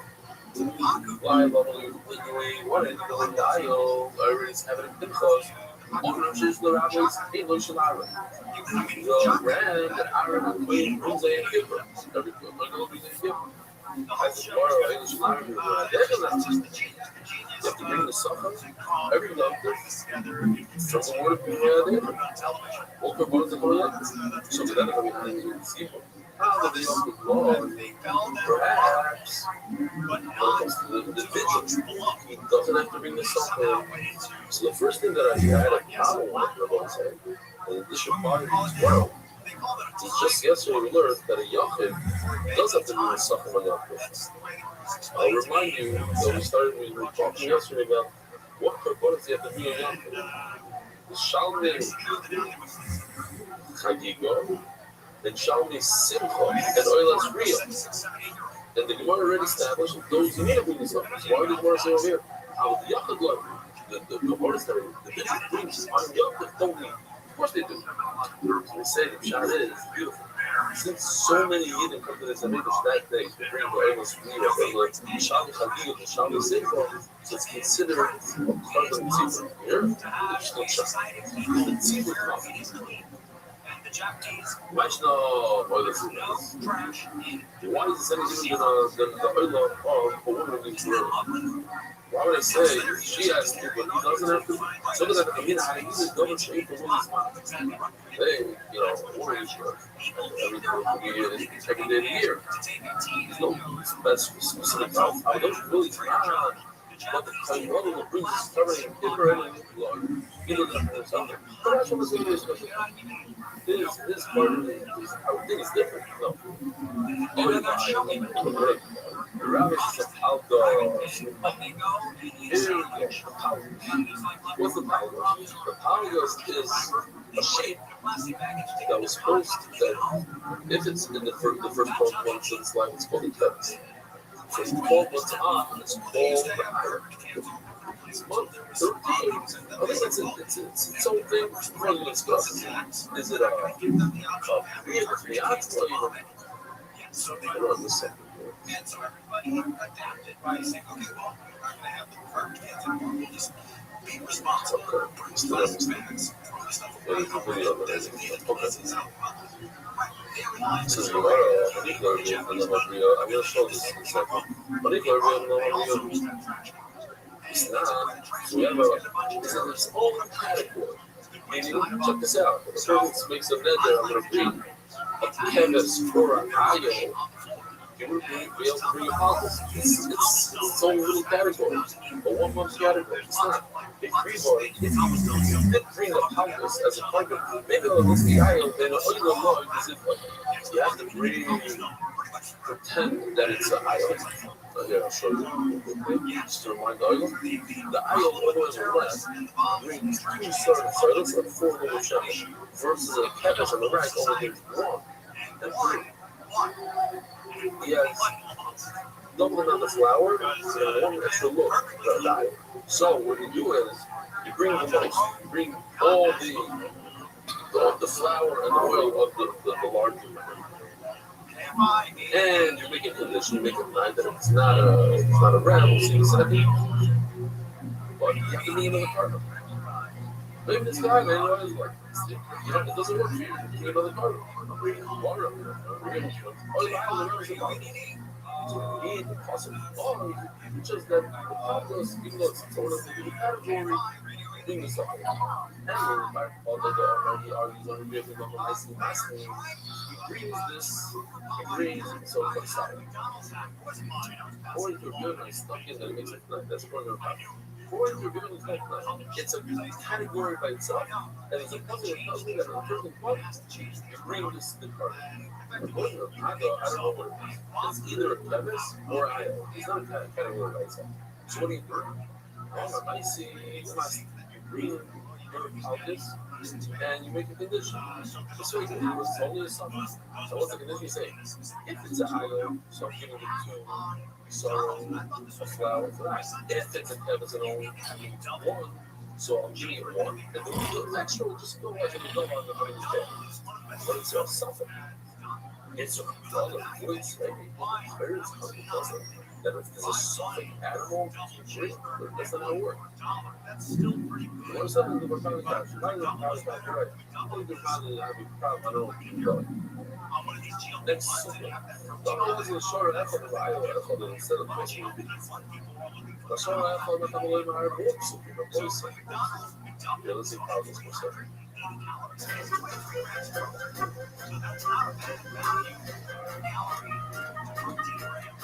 Zero from real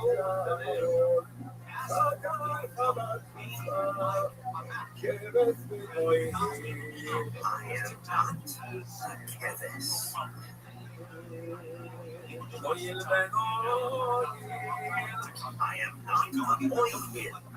And what they do is He's not 13 years old. He is 13 months old.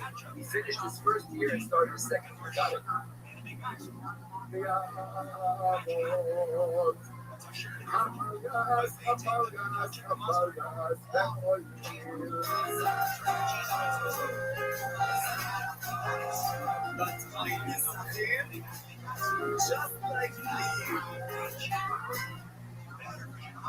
Okay, you got it, Joe? Balgus is different. Because the Sachim are like that. Go ahead and show me all the I consider the fossil. Oh, you need sure, well, I will learn my location, which is in the possibility islands and famous. So that's simple enough. There's a difference here. I showed it, I showed it again. There's a difference between the Sachim of Grand Opening and the Sachim of Yoko landscape, higher landscape. So they also bold, and there's a cat. The cat is a year old, and every above a year, they also have to how to do it, right? What's a calf? You know what year is a calf? That is means below years, which was 2 years old. Yeah. Right. There's one document that says this one's like a sheep. Once it's 13 months old, 13, 14 months old, it's already higher. So maybe it should have different type of recycle. Probably not the short echo. Because the one, all those are the same area. But I don't know, all of the different things is something of a year older than a 2-year-old. The obviously the silence and the struggles become a difference. First 3 years old, maybe it has even more stuff.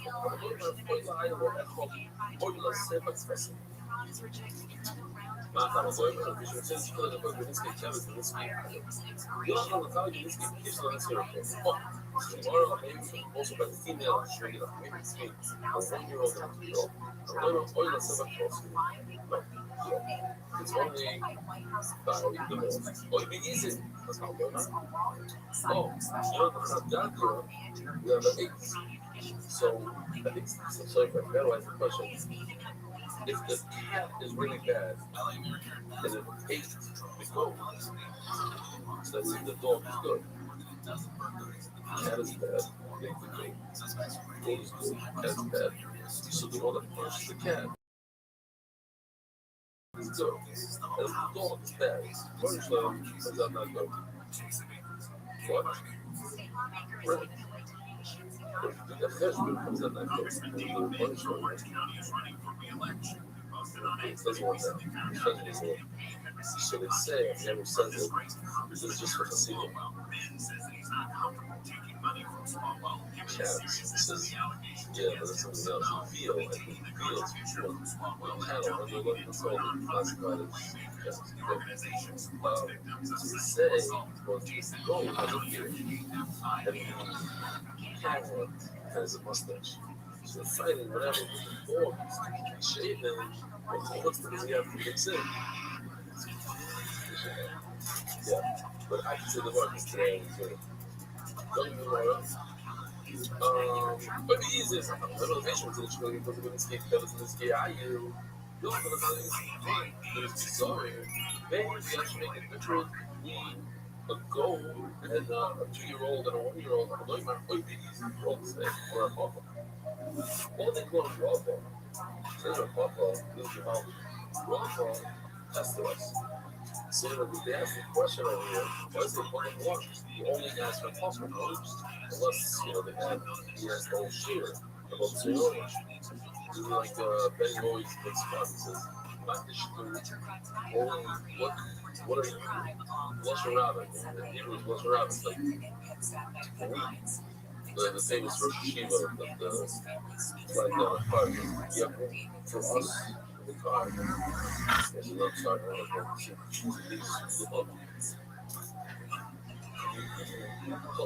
He fell to the ground. He picked me up. He picked us up. He said, pick us up. They help each other out. So this is over here. What did we law? I don't know if I'm saying Lashon us, even though it's only him. Listen, this game, the Chayla of the time. how much wine would bring a female? That was his question. It was a test. How much wine you bring with females? Says he should sheep lay was this in a right well, it says read Shabbos is told to go to disclosure. So this Lagos, the way it worked is you went to a station and you paid for your wine and your flour. And they gave you incentive. And an incentive said one of a few different incentives to be on it. So a man that you paid for did a something of all so you live sometimes older, smaller, large, small, not older, large, small, shall fire, shall avons, what we shall not include 2-year-old male. In other words, that answers what this question. One, that the suffix of a female sheep are identical to the male because you get the same sector whether it's a male or female. On both sides, have a wonderful day, a wonderful week.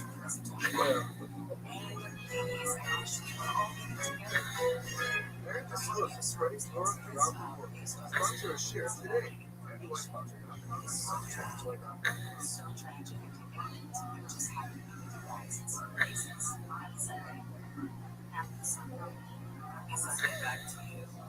Again, this tragedy in Louisiana.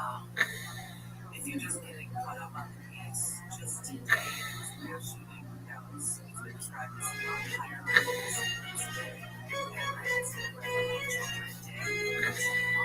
Agul de Bobra Boisai.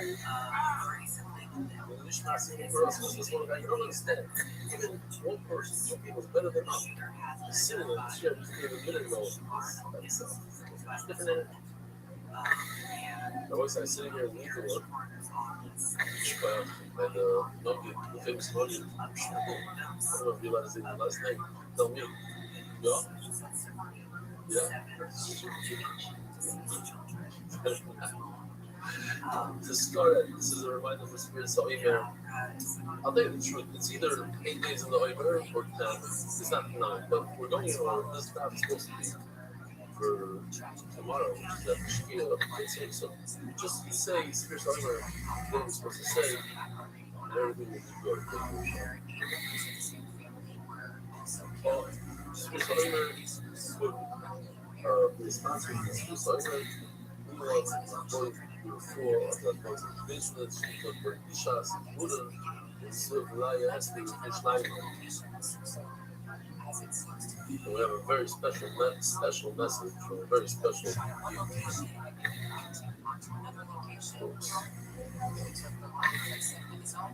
Heilige Stefanski is straight from the young atonement. Doing such good stuff. Maybe one day we should collaborate on about people in English. Take the juicy stories and give it out in the songs. But I believe it, do you do the dance? I can only collaborate with those people. Oh, yes. I can hit the Zimmer. Keep on spending your light. And I'm Master Stefanski. I'm Yeshiva.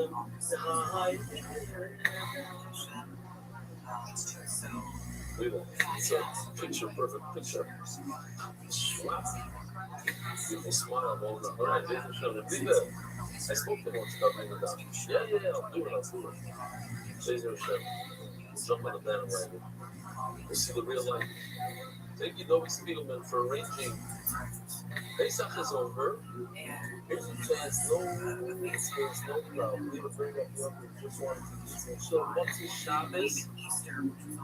What's pizza night? Where? This? Where is this?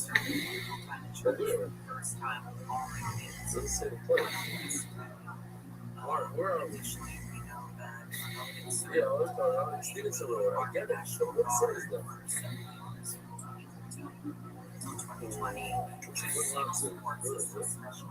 In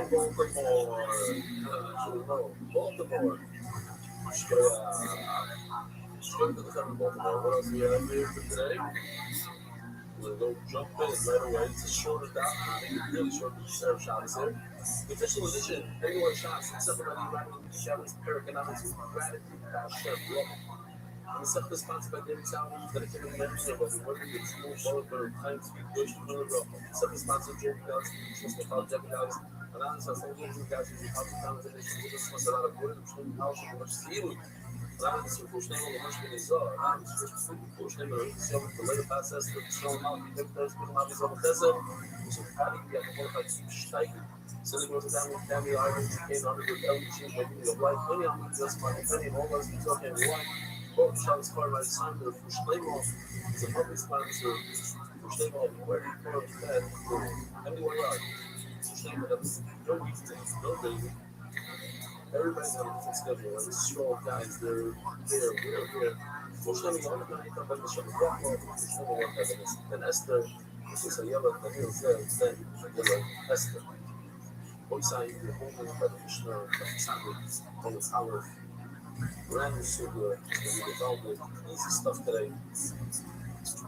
Comidos, chilamidos, ugly doshas.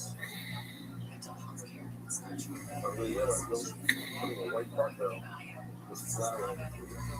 But other than that, it's beautiful. This looks good. It's piled up. This is nuts. This is awesome. Every all the measuring devices is a English. Good power.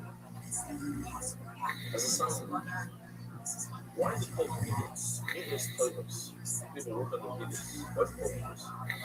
So the artist of it says explain because we're born exactly. We have stubborn, cast, diagonal, we have all sorts of things, and we work on them, but everything that we have is with an ego. So sometimes to be stubborn is very, very important. Very stubborn. Different things that you have to have a little pass in life. You have to have a little guidance sometimes. Depends on what. But with this, with the ego. Everything's with ego. And when we're going to do this, in other words, we lower. I once heard a story which I connected to. I don't think everyone's going to connect to so much, and I went to my husband, maybe not to say it. Say it anyway. The guy was looking into a sugar for his daughter. He's a wealthy fellow. And decided to send a private investigator to his business. An older guy, a 30-year-old guy. And she with him. She sends a private investigator to the guy's office. And the private investigator comes back and says that he has a temper. So he doesn't know what to do. Because he's pretty easy about this guy. He has a class. He's in a ditch. So he listens to him. So listen, I gotta go. I want to keep her daughter. So we're in dad. She has his name on it. How do you know? That's the question. So he says, because I said the private investigator. It's like this is your wife. You said that the private investigator. Come see that. Good like this. So what's that? I'm messing with you. This is what you are work. I'm going to get my employees in line. I'm not really agree. See, look, I'm not even. I should do a little bit because I really was trying to say some expansion, but it's not good. I don't think the guys should use that. It's a different cast, a little cast, and every joke is a little bit cut. This is my suit. Have you ever done to your employees? It's a play, it's a show. Yeah. Anyway, call me this it's also the other. I haven't quoted in a long time, so I got to quote it. He says, what's the idea behind highlight it up? It's basically showing the budget what I'm trying to give you as much as I can. It's already, I can't afford this. If you keep it like full, it's like you're trying to cheat, you know what I mean? So, look, I'm giving you full. חוץ משל קלגודו, שהרי גוד שלו קלגודו. That of the קלגודו starts off in the morning when he started, divides it in half, gives half of his start in the morning, half in the evening. That is flat, it's flat. So the number of reasons, this is walking with it, you don't want to over, it's hard to divide in half, almost. It is allowed to say Kodesh, Sayovish, Beritzev. Beritzev is the overflow. The overflow should this thing or not.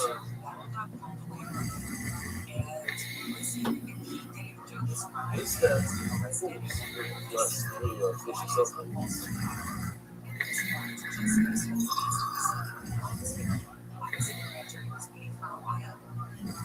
I'm holding a cup of coffee, and I'm showing looking at Beritzev. So, Sunday, show, nice to show you. It says, coffee here is free up until like this area, like 3/4. Anything above that is being checked. The idea is that I don't know if you ever noticed how they make coffee and with the straws on there. You go all the way to the top, go on to the top, before it goes all the way down, and then they take a step forward, and you don't have to drip on the counter. So we'll give it to you for free. But if you're gonna mess around and try to drip on the floor, then you have to pay money for that. That costs money. They would say it. So for the cable on the sides, let's go back. Chutz, יש את קרנות שיש אז, ובסלח בארצי סנפש. ובסליון יש בארצי חutz. Hanukkah, we'll see this commission is very similar in a way. Slightly off, each one is slightly different. It is allowed for a transformation. The measuring the prices of the liquid is which are paid for oil, which is constitution. And so Yokish is trying to measure the flour and those measuring cups do not have we'll see because of this. So everything that above it also has a Kedusha. We have to explain why. So it doesn't have Kedusha, so everything above does not have Kedusha. That's why piled up flour doesn't have Kedusha, piled up water doesn't have Kedusha. And we keep on reading this a lot of times. The people on there saying Kodesh. What's he adding? It's a Yovish, but it's very simple. Art is the kind of color. We'll see if you are exactly how the bills for other learners should say. That makes a lot of sense. How in the world, and I'm just having trouble also understanding how exactly you're going to feel in these things. But how do we get there? How do we overflow? There's a pouring water and become like this. So what stays on top of that? Is the stuff you just poured out? So it makes sense. The stuff you just poured goes to the bottom, pushes up the bottom, and then it comes down. The stuff you pour on top, it's not a solid, it's a liquid. Liquid usually drops down and pushes the rest up. Because the rest of that stuff is already inside the thing. It's inside the thing, it has a push up, and then it'll pop up on top. Okay, so if you're taking a pile off the stove, pour it up here, pour a little more, it goes like this. So if it doesn't look like it's but that's if it's flour. So yeah, the new stuff that goes on top, never going inside the thing. But once it's a liquid, usually it's all mixed in, and it's all like, so how are you doing this? So I don't understand. I'm having trouble with it. Okay, that's what you say. That's what you say. You're saying what you should say. Inshallah, the liquid is up the bottom. It's the bottom. Salvation ain't like that. But the dry is not. So when I first went to feel this water, yeah, this is the first one that was like, holy this water. All the measurements. How many measurements were they on here? Hey, how to go to shop? When you're married, there wasn't more than one. It says all these others here, 20 of them. There's only one. It's either, he says this to be started. I don't know what if it's only one. But what if there is two? One is a flat, one is a full. Slightly lower than the flat one, but there's only one that goes above the rim. But that's only one. Now, when you're cutting this, even a butter coming out now, there's only one measuring period for the flour. It was a flour. It wasn't even a this is the answer that you're offering. Rabbi Meir. It's Rabbi Meir who says it's one teaspoon and one flour. Well, my homeless, what does it mean by all the measurements? It doesn't mean that it's kind of different came in with some English, and in different measurements, I use this one sun I use, even if I need a strain of flour, I use the one in sun measurement. I do 3 times. One, is that 5 different measurements? Is that a plate that holds 3, a plate that holds 2, a plate that holds 1? It's one plate that holds 1 sun, and it's one that you overload. But it contains only those all the shiurim of the Mizanikas. Sometimes when you need 2 Israel, 3 Israel, geez, that is. Now we can explain all the issues. It is a lot of things here. Michael looks at me reasonable. It's not a lot of things, a lot of things. From every different building.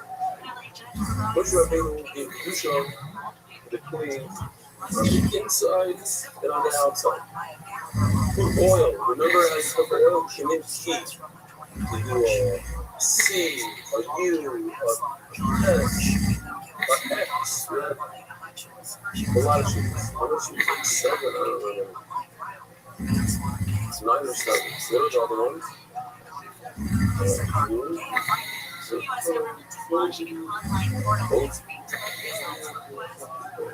How much flow? Let's remember X. It's a place for somewhere.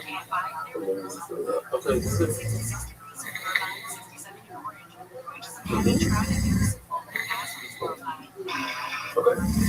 It gives you me too. In other words, you don't have to keep the whole thing. Just go like this on the outside. You do like a cloth or like you on the inside, it's always stressed. So this sleeve has two on the inside and the outside. Then what? She's very good. So the problem is this right over here. Is the rim. Is that what it's called? The rim.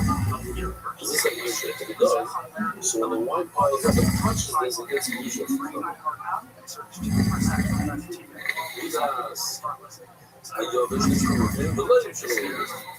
And the dry good ones, the ones with the flour, only have juice inside and not outside. That's why the overflow is not there. The people saw everything so much that you have there, and different things,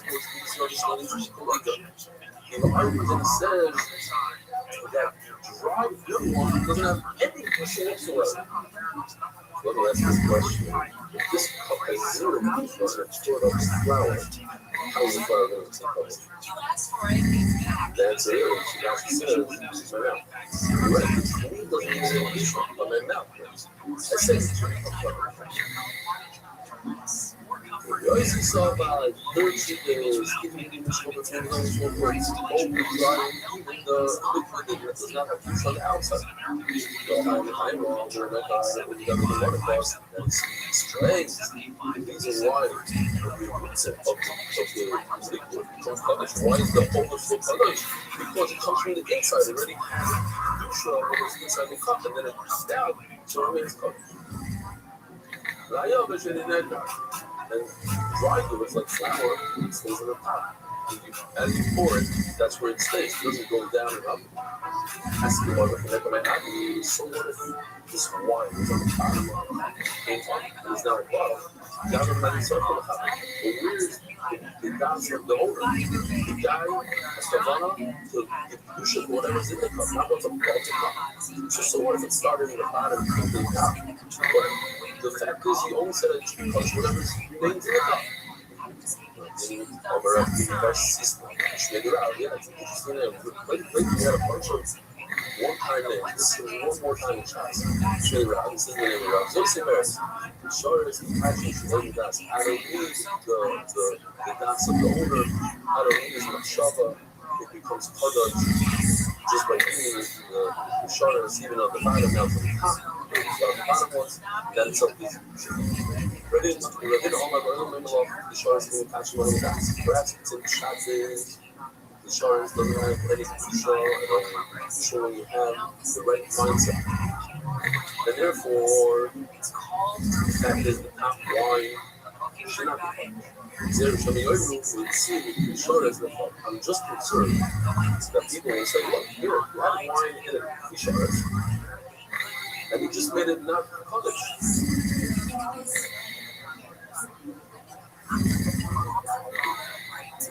So after making zero, they say that one that is covered. The question is, what's the Rabbi Zera? Very similar. See that it's 11 to the Z from our Shabbos. Look at this. So this is the famous Shabbat, of course. And so let's do it again. Let's do it again. Let's do it on the 12 when do we put it on the shulchan on Shabbos? When do you get to eat it on Shabbos? Interesting situation happens. What happens if you forget to put the bread on Shabbos? Whatever, there's no bread available. You put it on Sunday. No, listen to this. Carbon, if it stays overnight, is possible. Why is it possible? Overnight is possible. How come the level of is not possible? Because it goes from Shabbos to Shabbos, so it can't be possible after one day. But what happens if it's on? Listen to this. It's tricky. Not tricky. It's in Shema. What happens if the bread is on the table for 8 days? Sunday to Monday. From Sunday to Sunday, 8 days. Do we know now? The answer is no. Why? It needs to be on the table for Shabbat. When does this bread start becoming leaner? After the second Shabbos. 13 days later. So it says in Gemara, if that's the case, see there's not left in the from that Shabbos. You put it on the table on Sunday, read from Sunday to Shabbos, and then 6 days later on Shabbos, you put the levaina, the 2 spoonfuls of levaina on the mizbeah, so it's possible. Wait for the second Shabbos, 13 days later. Shabbos even and we got clothes. There's no lina if the bread is on the table for many days. Why? Also, not only zero, should be over enough eating the shares. People are going to say that all you need to do, over here, it become lina because it's on the shulchan. So if I want to bring a carbon and save it, you come and hustle overnight. They just put it in a nice food that has a good share, and it won't become possible lina. I should make it zero. It should be possible. Says what? Let's go around this. You don't have look at a part that nobody sees, nobody knows about, nobody's gonna see anything, those who know better than that's the question. But over here if you say over here people get confused and say that you just take off the ones on the top and make it or from within a kli and make it out. So let's make it clear. Not awesome. One side is something with face on this thing. One side is something. That we're gonna have a little bit. It's almost the same. Little child, what is voice on something? Another. I'll just throw out something. When you have extra of something, extra of these mincha. Because it's those people who sell stuff to the Samidosh that will sell always the little even stores. When you sell like a pound of something, you have to add a little tiny bit. Especially certainly when they sell to the Samidosh. Then people when they sell to the we're talking is like that, you have to add a little. So what do you do with the extras? That's one way of looking at that. It goes with Ketzam's back. What's Ketzam's back? Preserve the little bit. Case is also lotion of dried figs. When the death has a down period, it's no bonus. So you grab an animal from the English that was related to Ketzam's back and you put it on his back. So my motion is something. What is this motion? What is it that goes through the Ketzam's back? I'm sorry. We're here raising hard, this extra stuff that we saw on the top up here, beautiful. We have to play the whole video. The top is what goes above the river. Another online, voices of Restream. As I said, that's mamish what we learned, the famous before. The couple of the subject studies, he gave the base of the cheap price. The old one, Shalish, and they went to it got more expensive. The second market, yes, they provided the Samidosh with a cheaper price. In other words, by the one is this English always wins. This news true. That's how they're going to you show is only like that. The guy said, I'll provide the slash you. You show is in this story. Provide me, exactly. How much is the laptop, by the way? by my daughter's Hasana. I thought it was $11. We paid as middle school. We paid $11 wholesale. I'm assuming it's much more now. That was 8 years ago. What's my cup there? That's it. Just a little.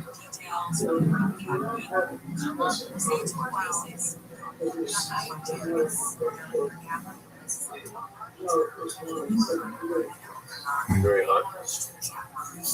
Really? So I don't know. It's charging Miami $50 for it. I don't know. No?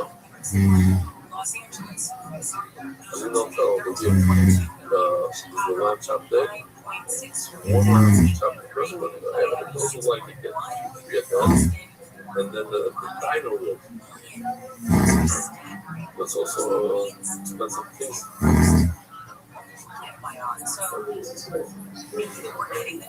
Yeah.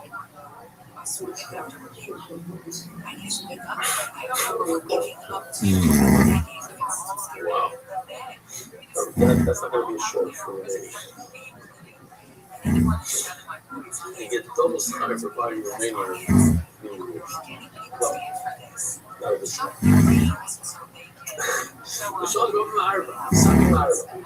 The kids are with the guys that are providers. I want to be the meat provider. I want to be the provider of flour and oil and all stuff. So I'm going to, the price is very high. I'm not providing that. Then the price is drastic. So you have to give them this. I mean, there's no new price. It's not without getting into it, just a regular house. Mr. Midrash has a special thing that he can acquire things with money. Jews cannot buy with money. They need a kidney. That Khalid that food a kidney. There's something this could do like a gun. We're only when it's working for it. The money is not good for it because they made a upmark on a higher price and the price dropped. So basically, it goes back to the lower price. You know, actually, you do. It's close, but you know what? Because some of those, you know, no matter what, you have to get it with it. So I think this is the average always wins. Okay, so the Mela, this is the shadow voice of himself. I really get extra because I provided this extra more than I needed. So now they have extra. Why I provide more than I needed? Because we get a more price, and you got the better deal. It's not the shot like you said before. It's that extra wine, hot water. It's a big deal that they made with the wholesaler, and you got more product. What do you want? You sell it, you buy, the money to get to it. I was in there, came right here, I was in there, good. I was in there, came right here, came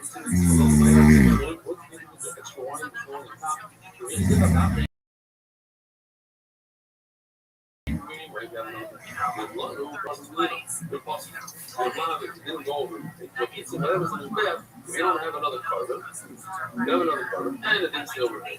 So you put it on this bag. In other words, how do you put it on this bag? You can't put one on this bag. That means you don't oil it. She's selling right now. Anybody wants to shop it, you call it the wine. And then you put out, by the way, that jelly. So it's the I got it. You know about the jelly? Yeah. So we bought out. I don't want to give anybody more. A lot of kids remember this death. The guy is that now. No, not for that level. Yeah, unbelievable stuff. I'm not even going to say the other names, but I'm ready to go. I even had to open up the ears. I opened up a pile every suda, and they didn't want to open up. Wow, 2 hours to try to sleep. I didn't want to open up the bag. I don't want to read that book.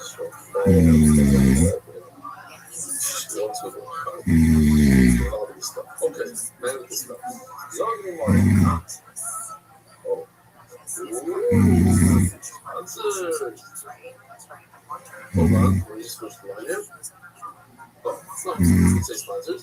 Adar Global. Turn with Adar Global experts in cross-border examinations, payments, The child that cop is going to shift today, but the shit that happened is first. The Kayit said, what do you do? Yeah, just explain. What do you do with this money that you get from selling wine? Buying no one is a pilot. But what do you do with the night? Like, it's always so the shame bars the plan. I think it's a little different because here it's coming from the money of the Mitzvah, maybe the balance. No, because like, how to get the highlights? Why not? How you going to say they're good? I'm going to have a very good video. So, anyway, like, I'll probably see over here. We're talking about, like he says, what is it? And so the wine that goes above the yeah, one of the shot was that there's some English that deal with the thoughts that how you was it? How long we sat there, sold this in alcohol, he accepted around something running in English at a cheap price. And the second barber asked to provide him with the cheaper price. The show's he said he's going to provide him with the higher price, and the price is dropped. He's not being married on. It's not word for word. This is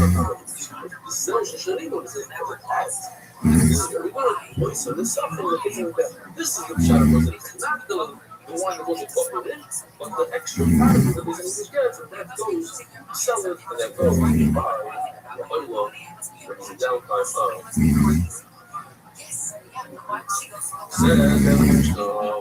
easy stuff. So the middle of this there. So it's like this is a famous list that I always use. Country and country county. Just what's funny about this list, at least the 5 lines, is that there's 5 X's and 5 checks.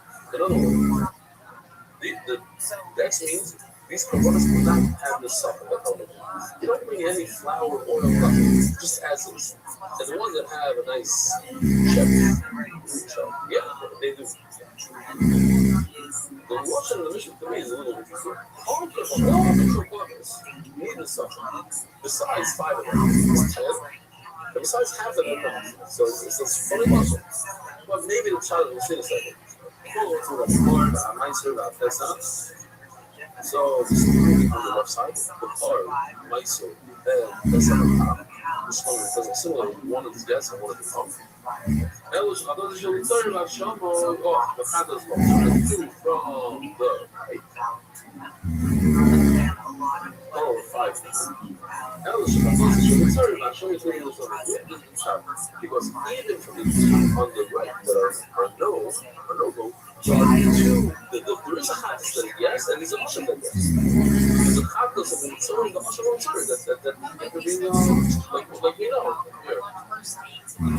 This Mitzvah guy is carrying with him flour and oil. The other is a hadith of mushroom.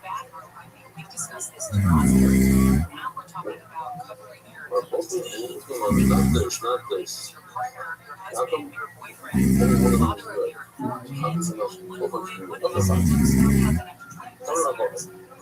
oh, so let me show you this. This is the whole tomorrow. It's just that I'm not an artist and I didn't separate the lines perfectly, but you'll be able to read it.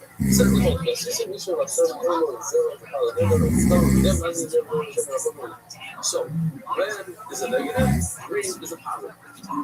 Negative means no mitzvah, and green means yes mitzvah. That's just what you're going to do. That's me, that's me, carbon.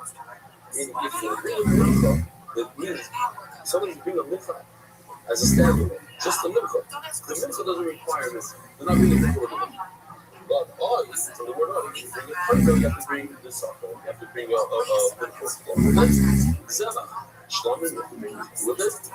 Now, there's a flavor. What's a flavor? Of a car, Meiser, Pesach, Chatos, Asham, these 5 things, you must bring it. It's not up to you. You decide to bring it, you gotta bring it. It's the first 4. It's Pesach, it's Asham, and finally, the Moradation, what we just had now, Pesach, the Torah Initiative, means 3 korbanos. You guys know the rest? No. Extra. The Moradation, extra. But minus real and Kajiga, right?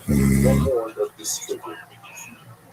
Shamay Simcha means this is not the style of words. Stop. Shuma have a good sukuda. You bring the place up. Let's read you have to do because I saw his bubble. I can't see the sukuda. You have the shaman that you have to bring on the fifth day of this one, very young. And also shaman simple as that. I'm just not going to forget about the drink wine. We called it, I'm not telling you, I ran around the hotel. Or the wine, no, it was simple. From here,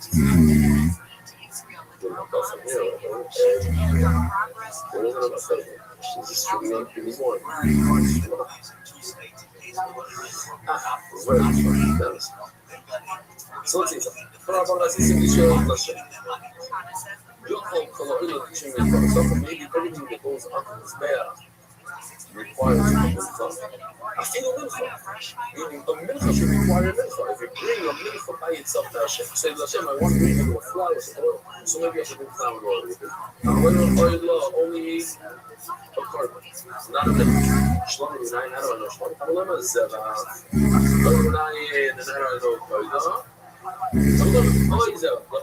so that's why you see on the screen, it says,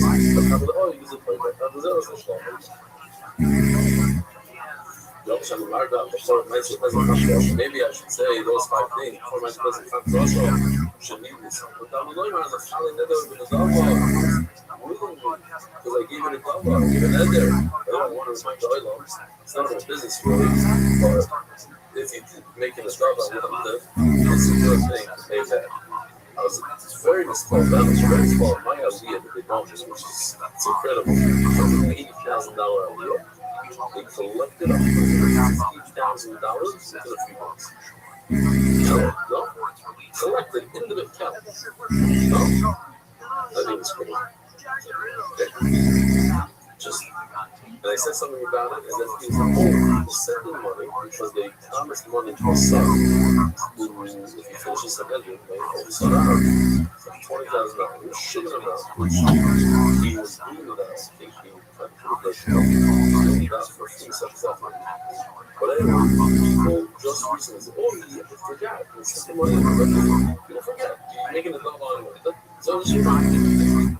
Just remind it. That's why I personally, almost every time I show money, I remember like a year later, it's very I try to stay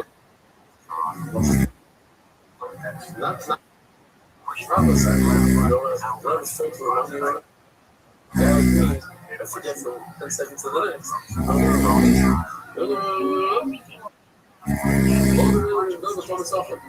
I remember 2 or 3 years later, I remember that I gave my shirt $100. That's it. I said that I gave $100. It took me 2 years. I gave them I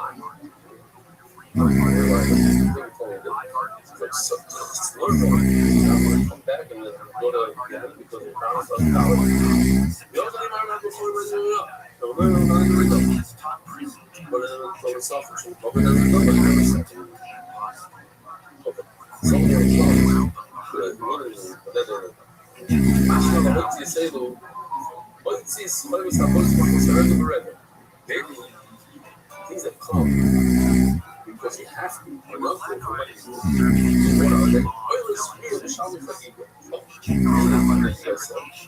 oil the Shalom Chagiga was another one. Shalom Simcha. Shalom Chagiga. Shalom Oimar. This guy. Shalom Chagiga. The one. That's the three.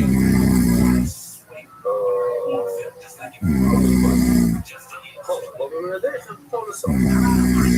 That's what is able. There's another one. Chagas of Yom. Oil body for the bread. Chagas of Yom. That's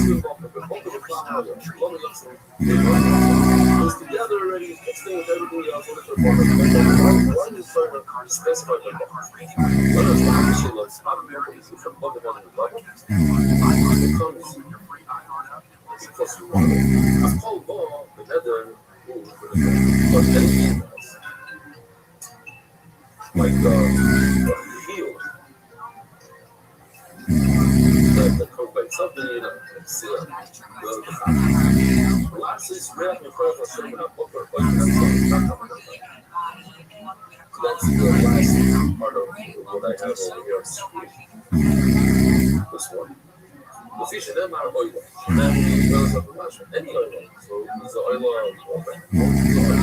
of a bird. No, I'm learning that it's either from cattle or from sheep. Not a that's why I wrote the laws. There's a in there in itself. I really like this that the very seeds that are included in something that you shell. You need to get the bird concept. What I need is to give. That's what we're talking about.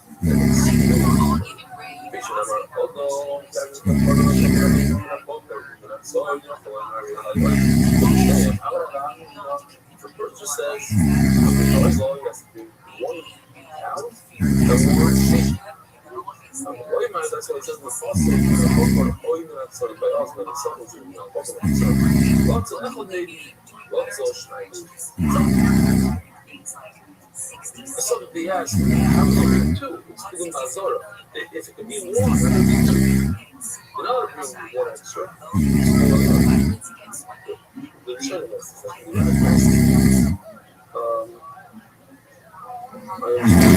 different, but yes, it's a good question.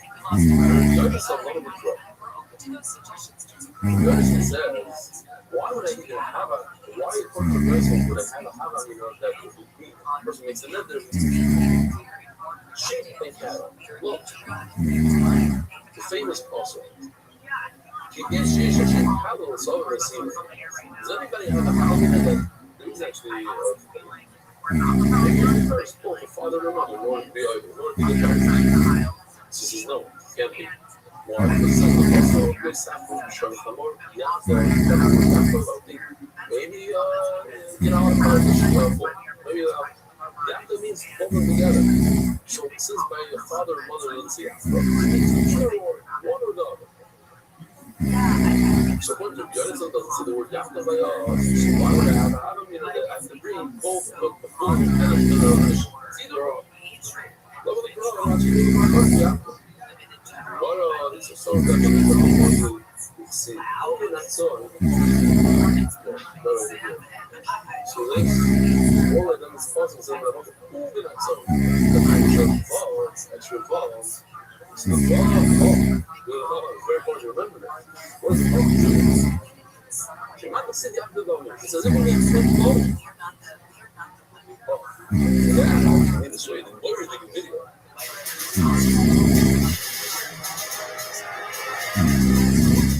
יש לי שתי דרישות ברורות.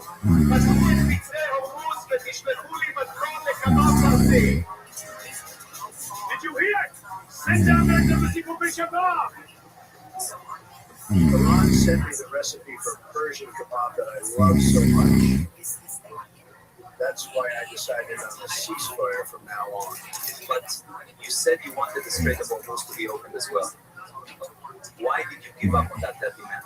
You said in Hebrew, kebab, veil, open the Strait of Hormuz. A letter Vav in Hebrew means either this or that. I don't understand. He's only right according to one opinion. But according to Rabbi Yonatan, you have to do both. This and this. Oh no, I think this is a trap!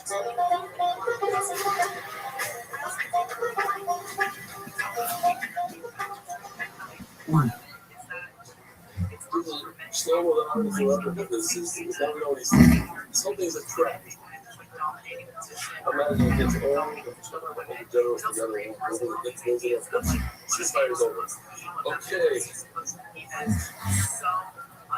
We got the uranium. Okay, now we go by the now we tackle them. Who understands this thing? So the order of the goods to the Omar Africa, the Lucy, the Atlas, the Running City. If you hold that you don't need the word down, it's as if it says Yaakov. So we're going to grow. I need a positive tell me that you don't need both. Because it says it's as if it says Yaakov, as if it says I need both. So now what am I going to do? I need a person that says I can't learn from the sauce of buckboard but not a bird. I need the person to tell me that I don't need both, like one or the other. I'm seeing but the buckboard and I think about it. It's super puzzles with how. In order to learn from a buckboard that's the even I think about it, so that's what's made of the word buckboard I learned and that was there's something that I mean, I'm immediately going to fire and shop. It's not listening to the value. That's only doesn't feel it's wrong. With all the Islam says I'm bringing an oil, maybe I can bring wrong sheets. The Mashal on the Passover says no. Only one of the Moisa, the ball, the zimmer, after Shabbos.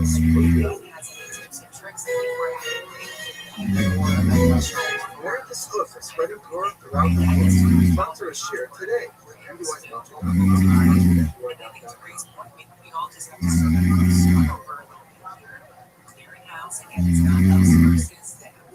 We're all in this together. Just like we're finding out left versus the right.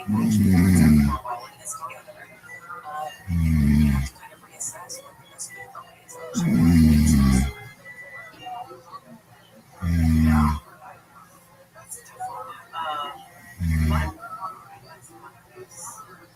I go to the Bravo side, live from Chicago. Let's say, don't put here, we're actually pretty much live with the show. It's right around 7 o'clock. Yeah.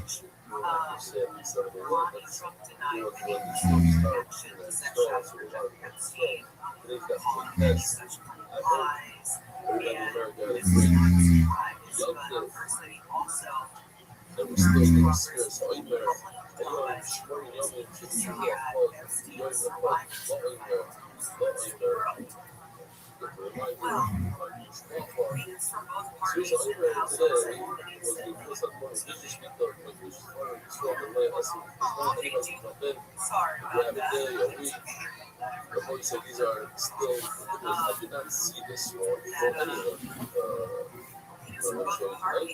Real surprises. This is by Yossi Green.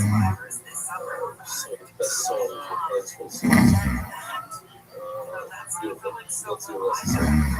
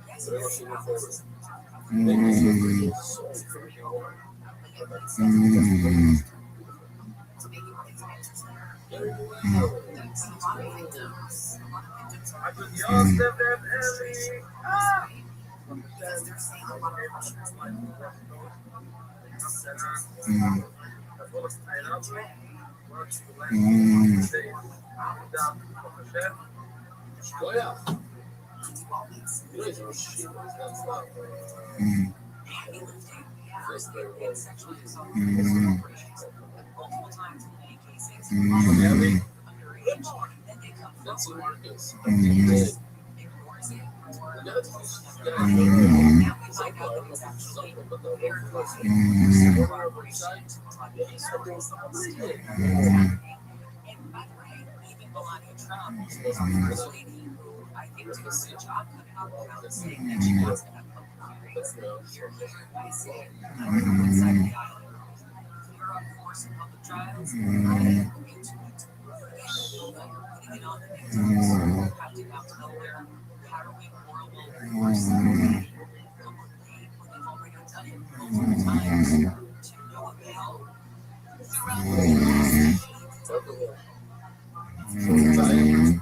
No violence. Guy right now is located in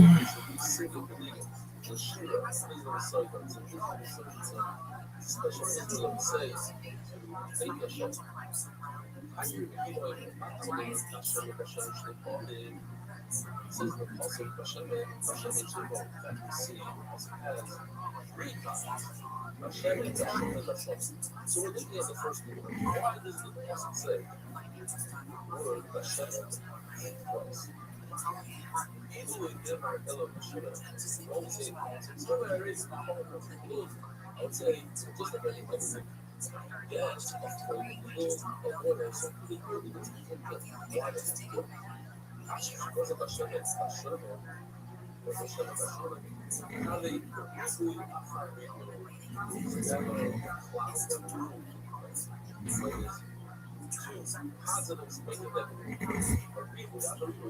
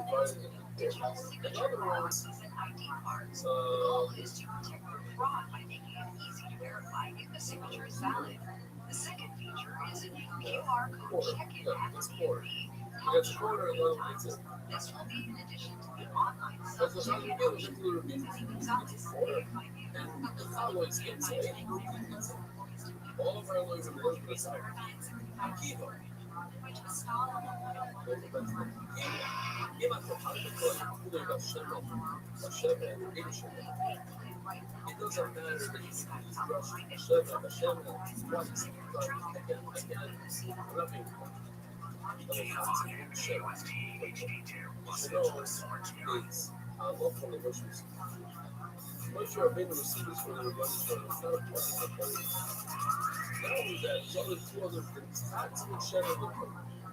The fact that there's Taxi look and there's the is. I love the Shannon. Is Shannon answer in the fact that another man is. I'm not one of those things. Been doing that so.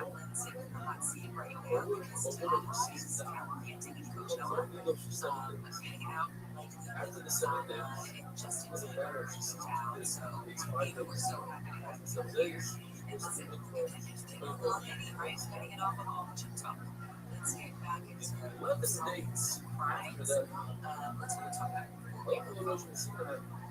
these are days of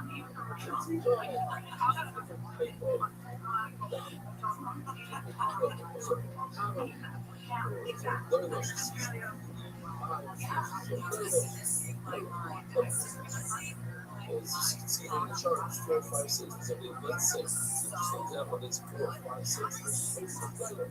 Now, today, this is something about this, that no matter what, let's just go back and say,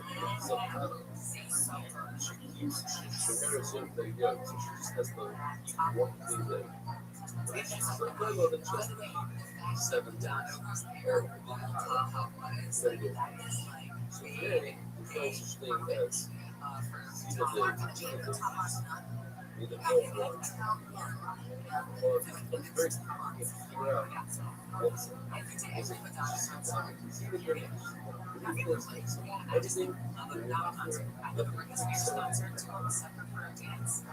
this idea that these 11 days of zero, that's how the was awesome. Okay, so here's what Zario it says it's not possible. This is that it's funny to get to half a good one, not a football. That's how the fuck.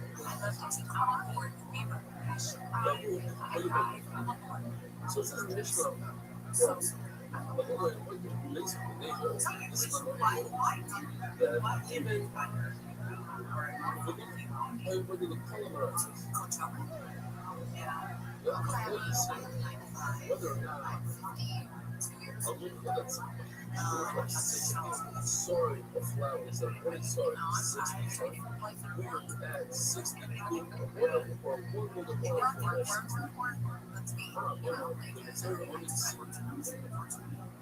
What a person is a sorry, has Saras. The Quran says that the affliction of Taras, if he can't afford the box of the relative Ashur, well, the universe, let's bring Ashur, and then so there is million of them says, so only sorry, because these three sorrow, what is sorrow? Well, even not sorrow, said it all. Each and every sorrow requires one. And as every people that's all you want to do, she destroyed it when they live. He argues, and he says, what the family is saying, like 60 straight lines. One requires one. They have a different thing. They're living from a nation. I would live from one nation. Now, they don't know how to explain it. What was the first person he saw in front of them? But for every soul, it's a good look. And how would I explain this how does it fit in that marriage? One is really trying to get one person. So, if everybody knows we have to be certain things, but it seems like every certain needs a little bit. This is a concern of compromise. Just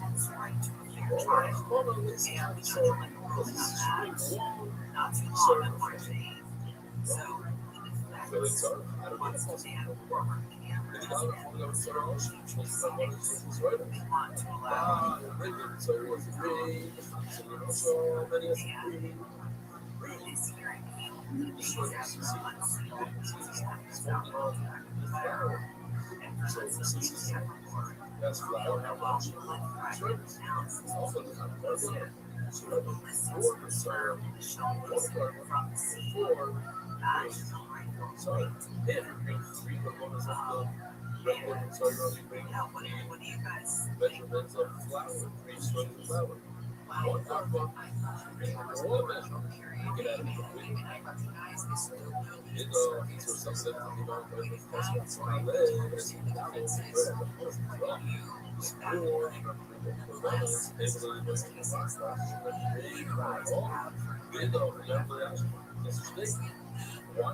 Everything that the rich person has to drink, the poor person has to drink in another form. Get out of it completely, that we don't find.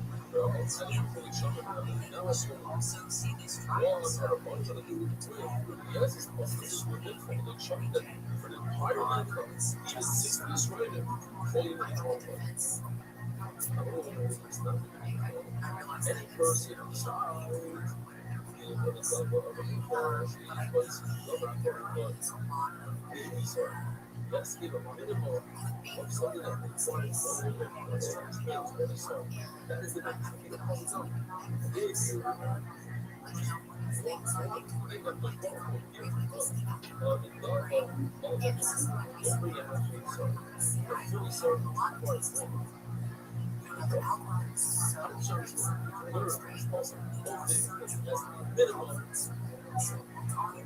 as well as she showed a higher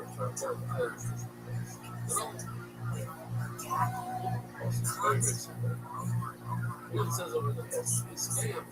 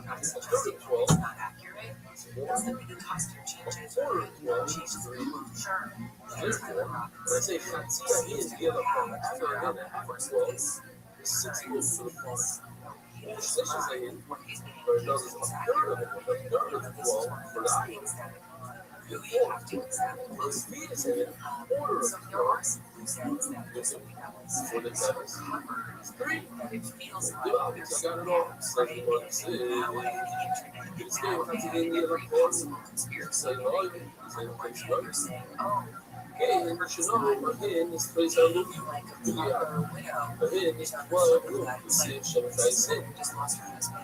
Você chama essas coisas de zero do zero. E o foi só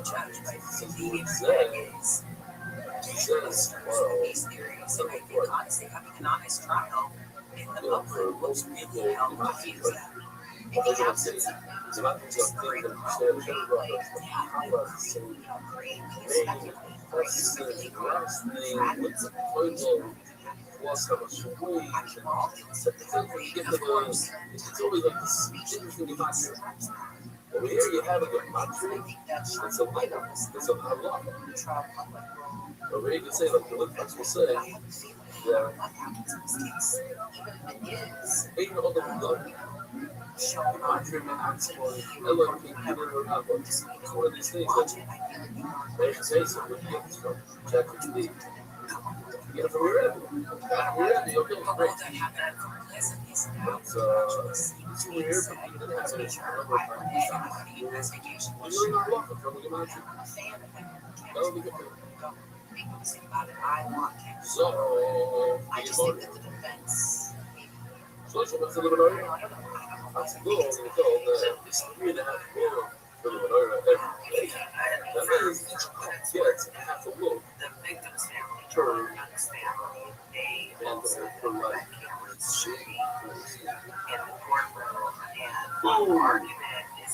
Now this one.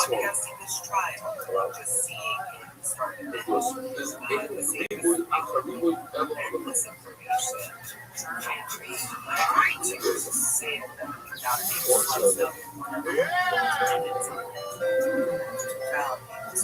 in any case, we'll keep you updated as always.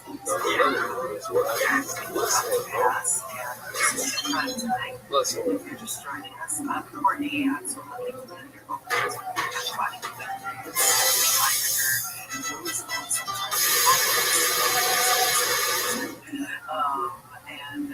we're just talking about That's the offices of the artist that I've been on. I don't know what they do. well, that is not a good Here we go. This is 12 minutes of the word sex. Of today's show hosts, they've turned over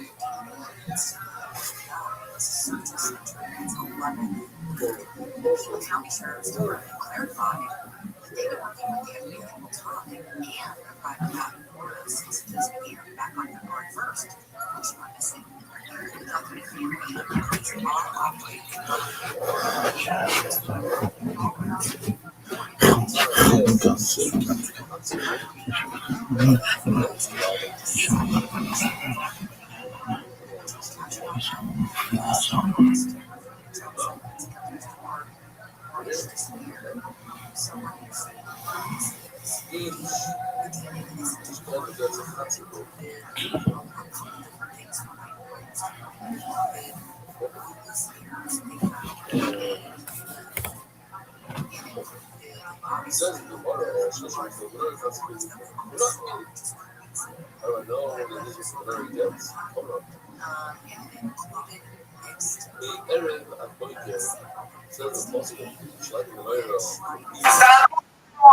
It's Aquarius. How are you, madam?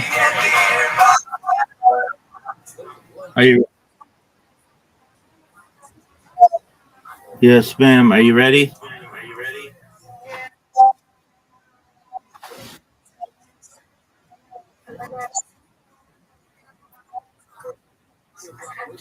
Okay.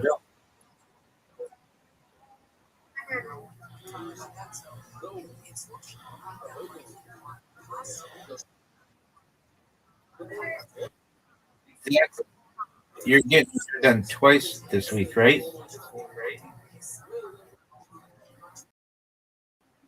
You're getting your hair done twice this week, right?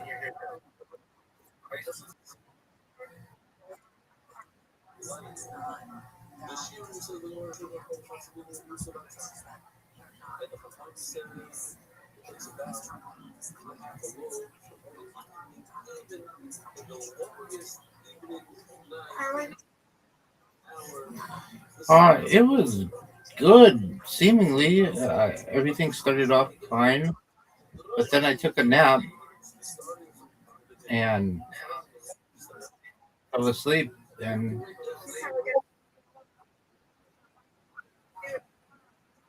you're probably right.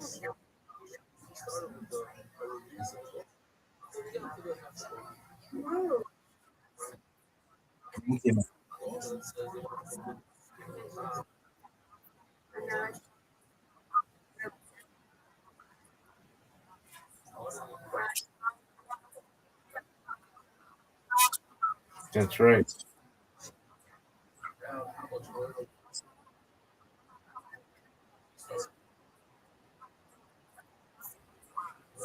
That is good.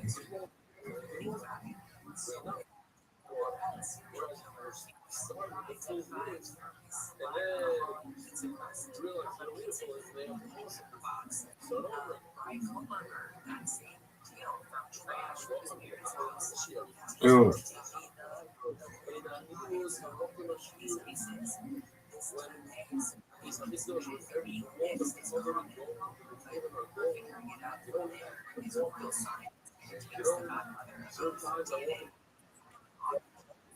Tough one.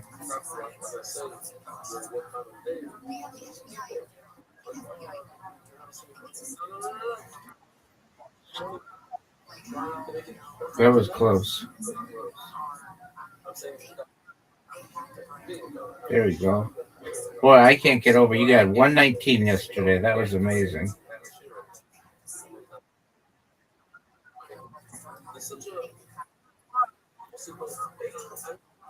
Nice strike. You're welcome.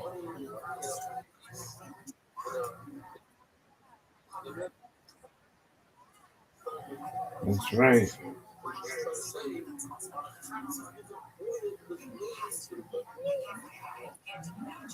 First of all, no pressure 64. She looked at her.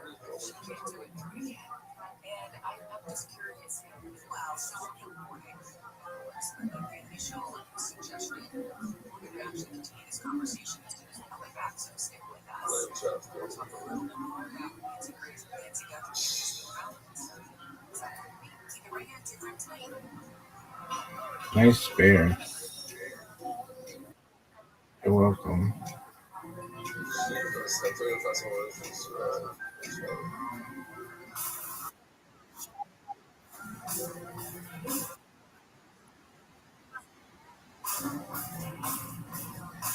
No peace. I appreciate the biggest email live in the 8 to 5 24-hour newsroom. Products are one of the originating. Boo. Nice job, Mr. President.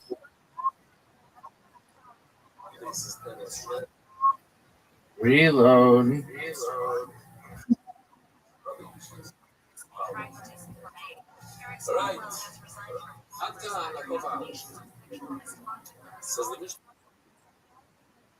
Yes, ma'am.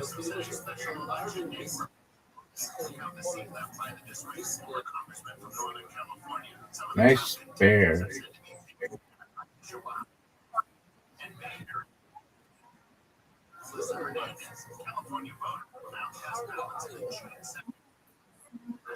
No doubt.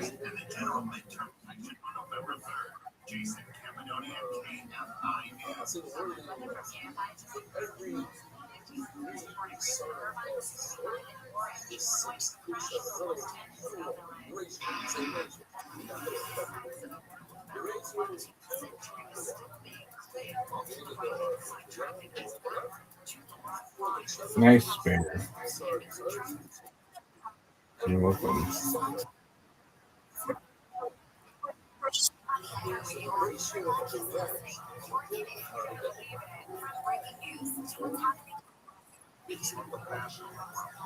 Are you serious?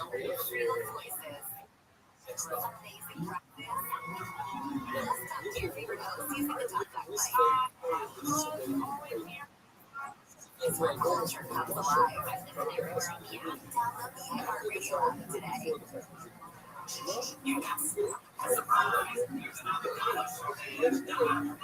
today.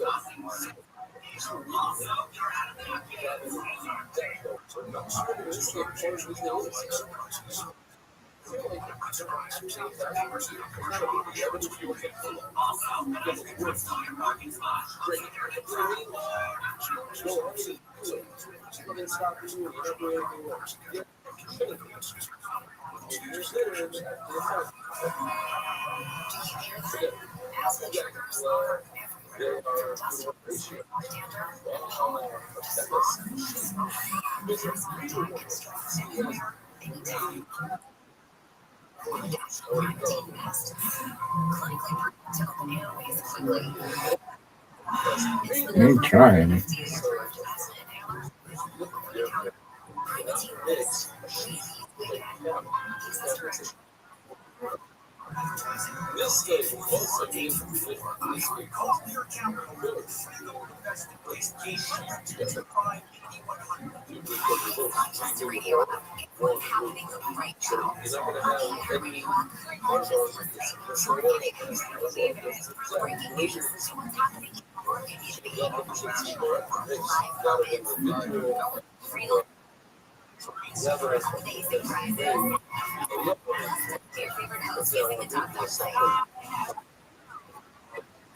This is where culture comes alive. Everywhere on the internet.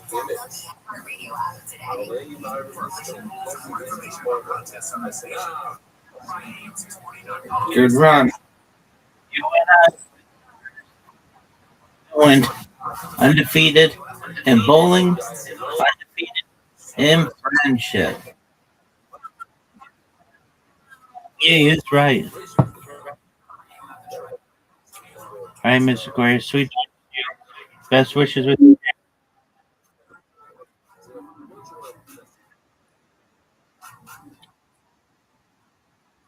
God willing.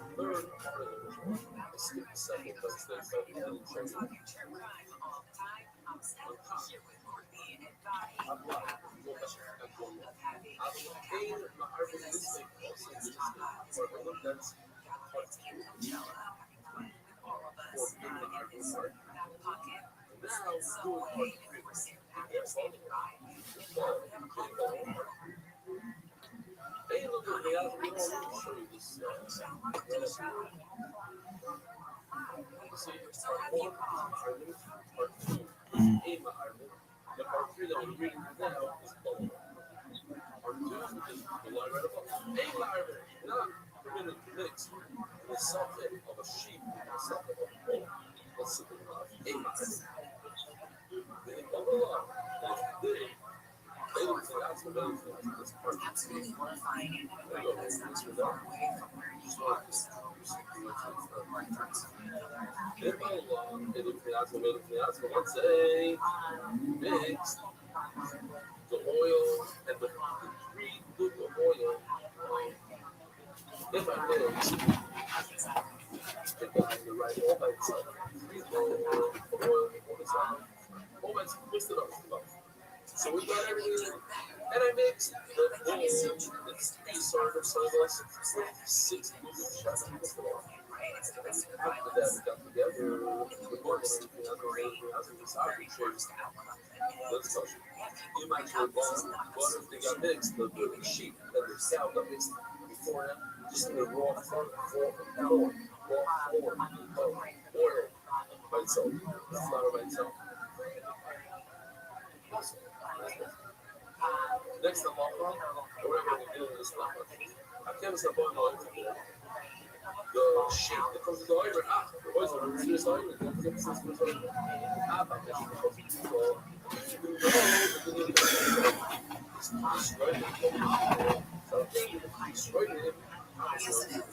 Six loaves. Yeah, sheep over here. The only sort of sunless guy over here, right? So first, right? Should be 6. No, but it always is up. You don't have to, no, okay. I'm trying to figure out what says it. Now we have 2, 4, 6, 8, 7, all the lines. Has to be. Says the muscle. Do this up on the trap by itself. It can be right with a rope. Let's say it can be right. Get it by itself. So the iron a little bit the price. This sir,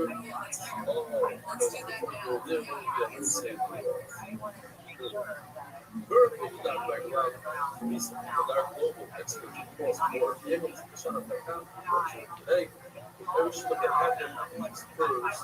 I really should look at them. See for works. So, very meaning.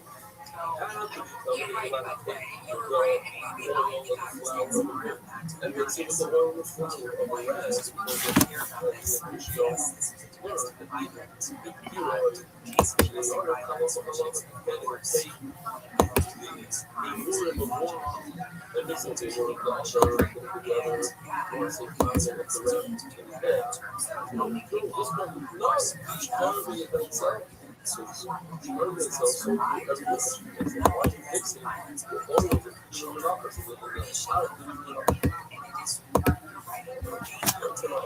in this article, the other thing I'm saying is part of one of this is the art thing, which I would have read, you would have read my article. Go ahead and do it. The mix. It's going to add the. No. Should have. Did it. By mistake, whatever. It's okay. So I'm just going to post number one, the first part of which is the kilo. It's only out the problem is, we should figure it out. Problem is, how to fit the rest of it. If the rest of the mission, let's say number two, is then number one must be the kilo. No, you know what? Start off from best to worst. This is okay. This is different. If number two is clear, then number one must be okay. Let's see. The only eight could possibly see part of that.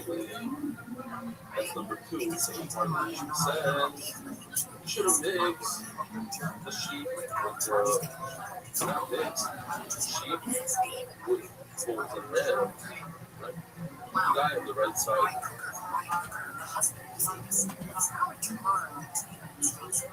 So you want the dishes you can mix the right and the left.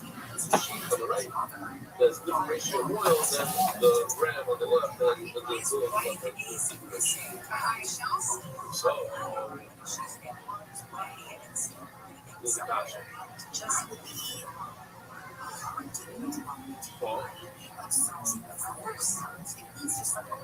Over there it says, hey, now it's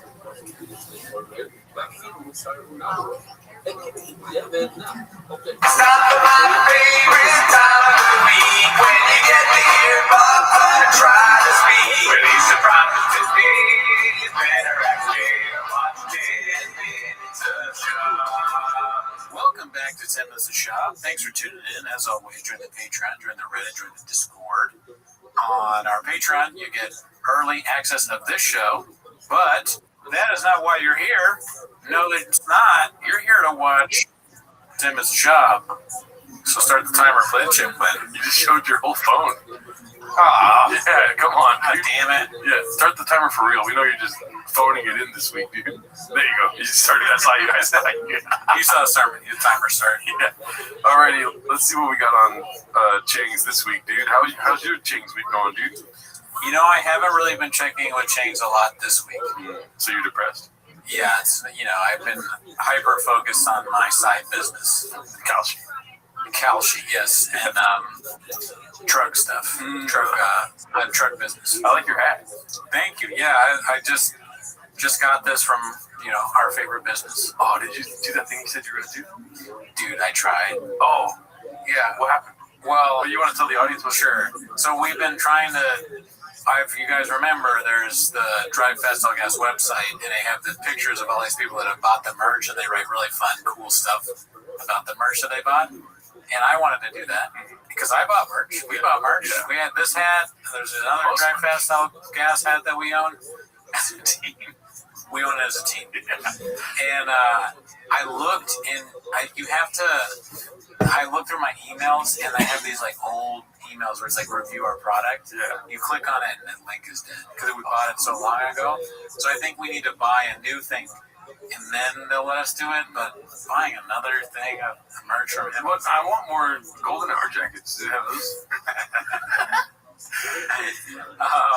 No, sadly, this is a collector's item now. Yeah. Golden hour jackets. Some girl was like, "I like the jacket." Keep in mind, she doesn't know anything about this world. She goes, "Next." I just say next out loud. She's like, "I like the jacket, but I want that." This is somebody you have to cut out. Let me finish what I'm saying. I'm sorry. And then you'll cut her out. Yeah. She goes, "I like the jacket, but why do you have two?" If you like it, it was once for you, maybe. Well, Yeah. I mean, what do you mean? You like it, but why do you have two? Because if one gets stained on it, I don't know. You like it. I'm a b-boy. Yeah, what are you talking about? All right, let's go. Chang's here. Let's start the timer. Play the Chang clip. So, new brother 6308 posted this one, timing in all caps, because Brendan Sharp is still gay. Is Brendan Sharp still gay? Yeah. Bad look, dude. It's a weird. Does he have a toothbrush in his mouth?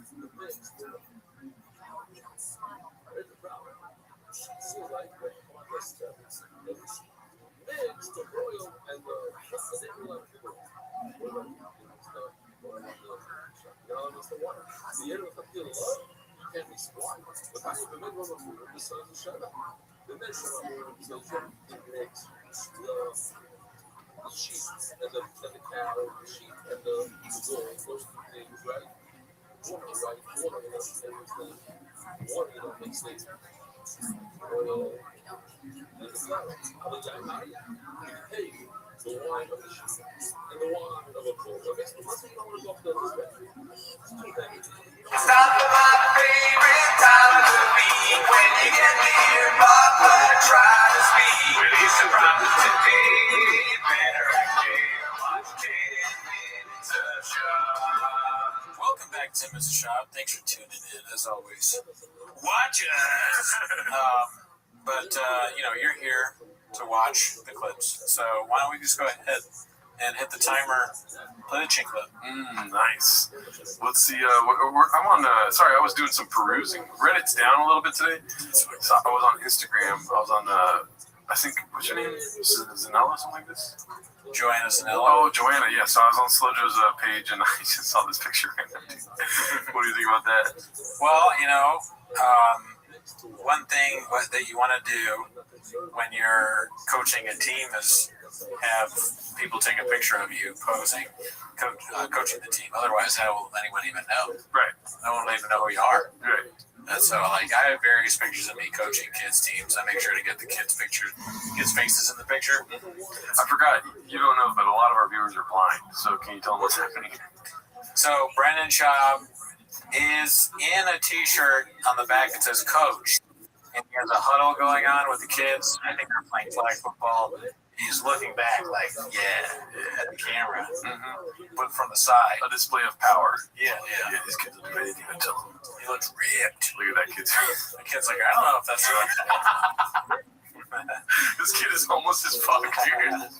I'm not sure he has faith in the bleached guys, because he also is worried, this is the same guy that just ate out of my cubby.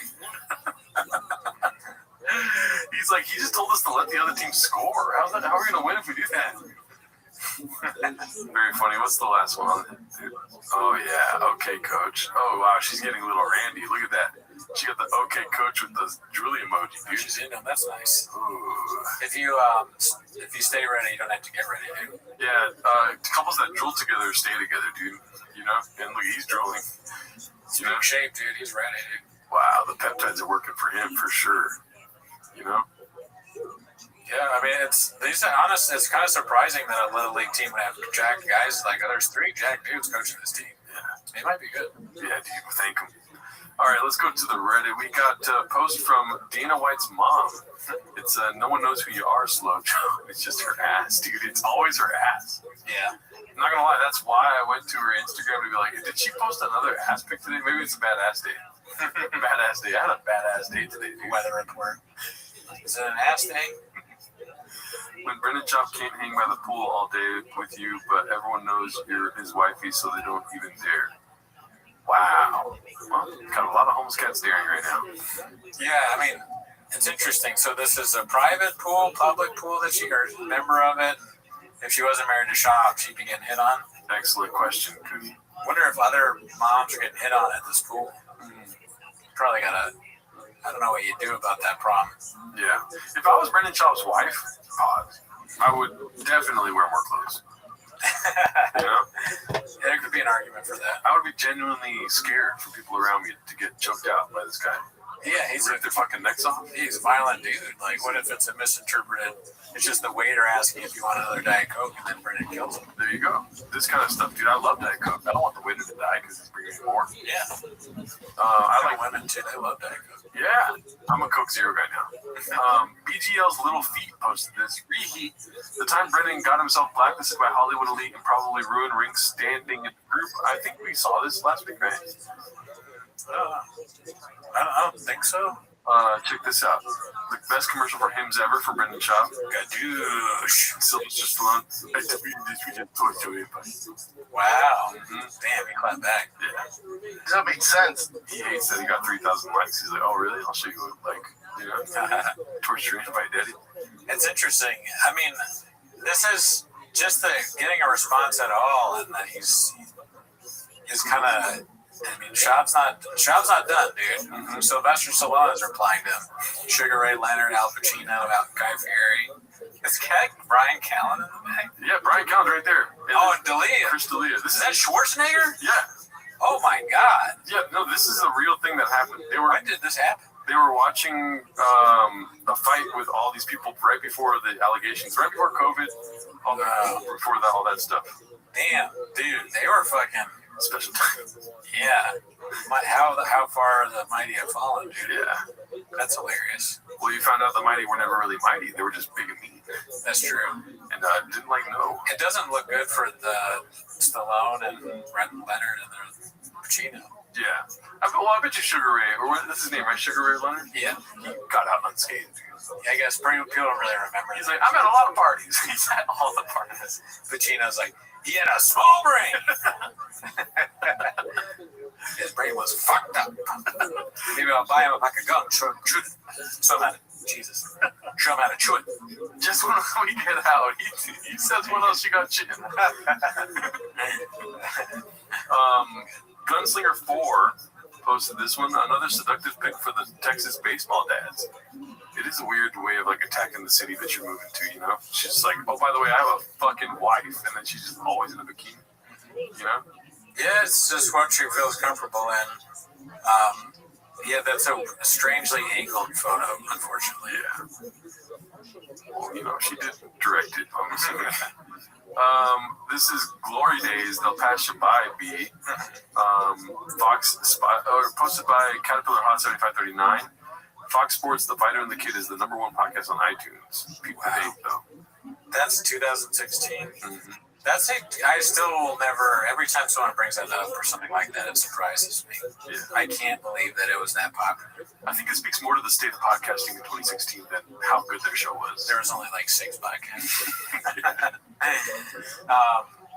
Damn. And also a shout out to Bruce Springsteen, because that's a Bruce Springsteen reference there. Oh, okay. Yeah. I was going to say, imagine if we had the foresight to start Timos in 2016. Listen, we know they're #1, it's going to go downhill. That would have been crazy. We probably would have gotten a lot of hate. Yeah. We already got hate when we started, but I meant when they were popular. Yeah. And then oh man, these guys called it. This actually sucks. Called it! They're just jealous haters. Yeah. I don't want that. Dang, Brennan has on one of those stupid wristbands. That's how long ago. It was one of those, what is it, almost a WWJD, or JC, or whatever it is, Jesus Christ, too. Yeah. One of those bracelets. That's another shop thing at the WW. What about DOAS, drinking out of a shoe? This wristband says DOAS. Yeah, this is back when he had beer in his shoe. Tribal tattoos. Yeah, good times, dude. Special times. What else do we have here? What happens next? Part 26. Oh, fuck yeah, dude. Every week with this guy. Yeah. I do have to open. We're on a different, what is it called? Browser, because Reddit is down on Google Chrome. Try saying that 10 times. What happens next? Part 26 by Icarus Lives. Helicopter's the biggest flex. I remember when I was doing that Tim Tebow charity golf tournament. They're like, Bubba Watson's coming. I'm like, what? You know, at the time, just won the Masters. Just won Masters, some shit. I'm like, what? Well, obviously it's that. Just won Masters, some shit. I'm like, where? I don't know. He lands on hole 9. Gets out. Gets out of his helicopter. Probably gets sick. Does he get a hole in one or doesn't? Both are so funny too. Either one. Bubba Watson, he jumped out of a helicopter like Chuck Norris and they got a hole in one. Or if it's to expect him to get a hole in one is pretty funny. But he just doesn't know golf or anything. Yeah. Then we got club and the club. Shink. And the hole just, see you later.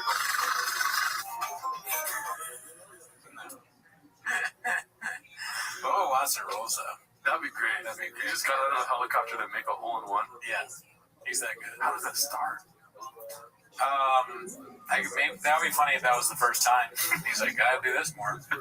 He thinks, wouldn't it be cool? He didn't expect to make a hole in one. He's like, what if I just left? He says it's caddy. Should I just leave? He's like, yeah, you should do this every time.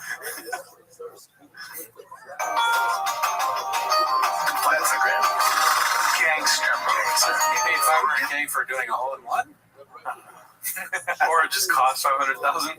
Oh, $500,000 to like ride the helicopter. Let's go back. I don't think so. Gangster. Who did that? Bubba Watson. Who is Bubba Watson? Professional golf. Oh, Bubba Watson. On the Masters. Professional golf. Sorry. You know the other Kardashian. Yeah, I don't think he comes around with a family fucking shit. He doesn't like what they're about. Good for him. Do you know if you met Kanye? What do you think it is? I feel like Kanye is on his shit list where he met them. Yeah, no, for sure. He definitely met Kanye. Look at who we're talking about, Brendan Shaw. But I think it's probably yes, what about him? Yeah, so Hitler is dead. Let's see. Yes. What about him, dude? It's pretty tough. Yeah. Unreal. Because he doesn't know what to say, I think. Yeah. He knows who you are? He texts me every day. No chance. He's not going to say that. Unless it's a bit. Yeah. I doubt it. Let's see. I doubt it. Probably just a white boy with a face. Or he might. He just thinks celebrities are racist. Yeah, why does he think every non-white celebrity thinks he's a white boy with the, like... Works a lot, does drugs. Yeah. Are you that white boy that tells jokes all the time? Are you that white boy that fights and... I just doubt that that's their interaction, but maybe I've never met Floyd Mayweather. You that white boy that had a cappuccino with the Bills. I'm not sure people that think that. Yeah.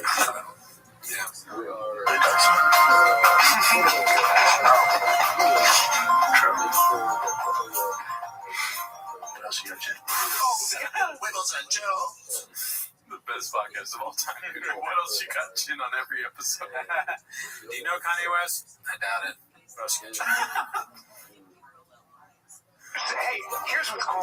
Did you see Ethan Hawke when Steve Colbert asked, he goes, Ethan Hawke, what happens when we die? It's his question. It was the question. He goes, what happens when we die? Bring up Ethan Hawke's answer. He's pretty cool. It was awesome. I definitely saw it. Did he do it in the robot voice? We remember this. Yeah. Yeah, because he thought it was Stephen Hawking. In his mind, he's like, yo, Stephen Hawking's on late night? What the fuck? I mean, did he do the robot voice? Let me ask you a question about this. Which one's funnier to say? Like, not really funny, but like in the ironic us watching shot, for him to actually say, was he in the wheelchair or did he do the robot voice? I don't think it's easy. I think did he do the robot voice is always going to be the funnier answer. Because he gets straight to the point. He thinks it's Stephen Hawking. Well, yeah, because then you think like, oh, did Ethan get in like a crash on set or something, and he's in a wheelchair? What do you think? Both. I agree with you. I think did he do the robot voice is funnier because it's so stupid. It's like it's dumber than saying was he in the wheelchair? Because, well, actually, maybe was he in the wheelchair is pretty stupid. Because like, what? Of course he is, but also he can only do the robot voice. You're right. Was he in the wheelchair? He's always in the wheelchair. But both are gonna be like, both is obviously yes, right? He's never not in the wheelchair, and that's how he communicates now, is with the computer and whatever it is. So, well, it'd be funny if he had an anecdote about Ethan Hawke every time he sees Shab. He's like, "Oh, what's happening, Shab?" You know what's funny about Chubb saying this is like it's a perfect example of what Mark talks about, how Chubb's idea of humor is just saying something mean, right? Or because was he in the wheelchair? Yeah, he's in a wheelchair, dude. Was that a joke that you're trying to make that he's in a wheelchair? Does he do the robot voice? Yeah, that's how he talks. Was your joke that he has to talk like that? But it ends up being hilarious that he said it. Let's see if I can beat it. I fucking love you doing the robot voice. Nope. Now, real quick, I thought you were saying. No laughs, just total silence, man. Tony. Real quick, I thought you were saying Stephen Hawk. Stephen Hawk. No, Stephen Hawk. We can't watch these.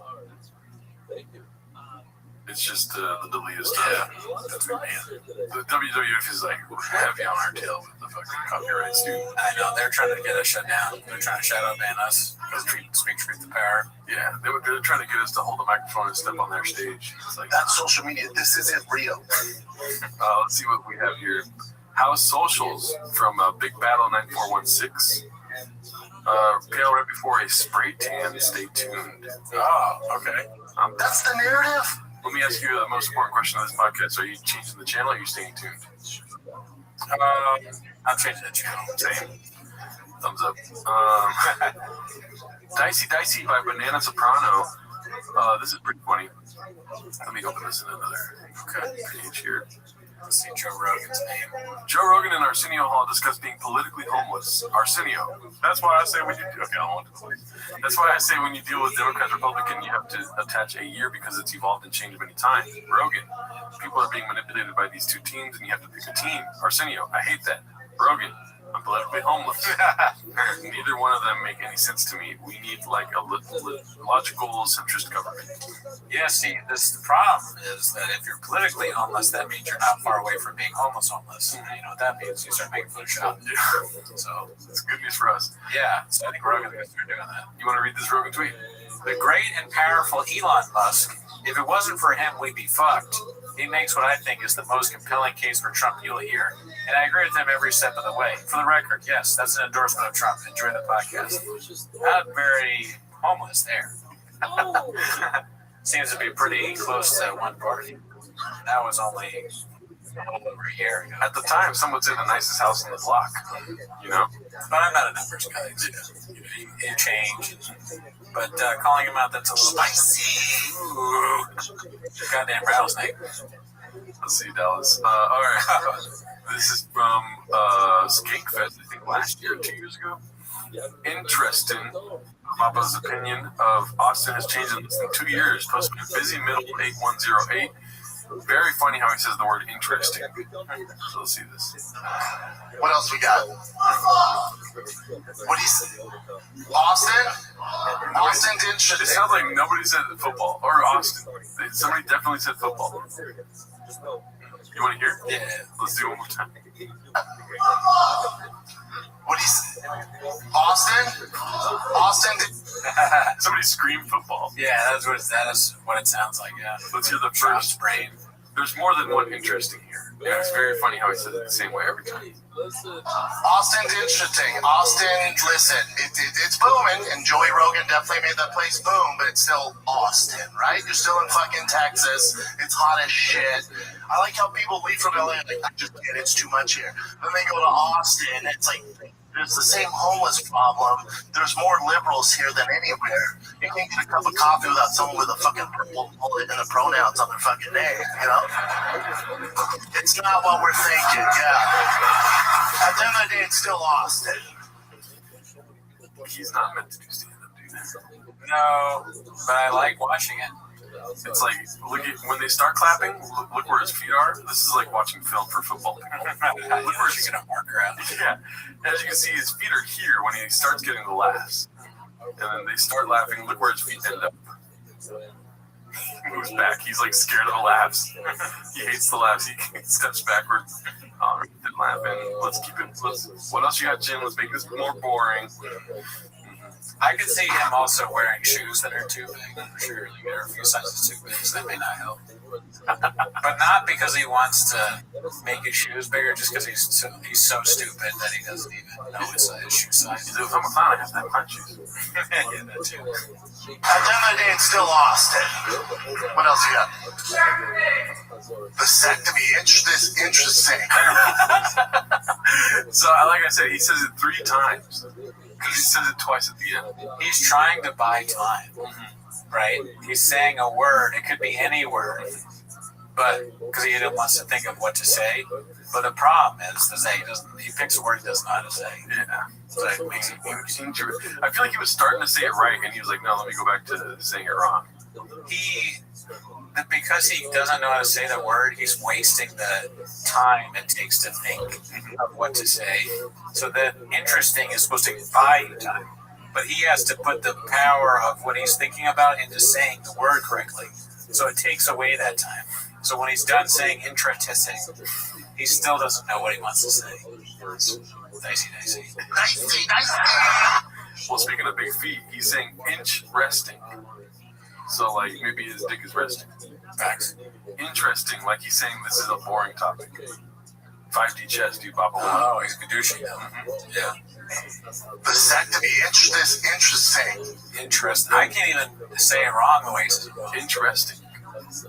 It doesn't feel right when you're trying to say interesting. But interesting. Interesting. Interesting. Interesting, yeah. Yeah. You got it. Dude, next week, follow us as we learn how to say giraffe. Like, what? It's like, what?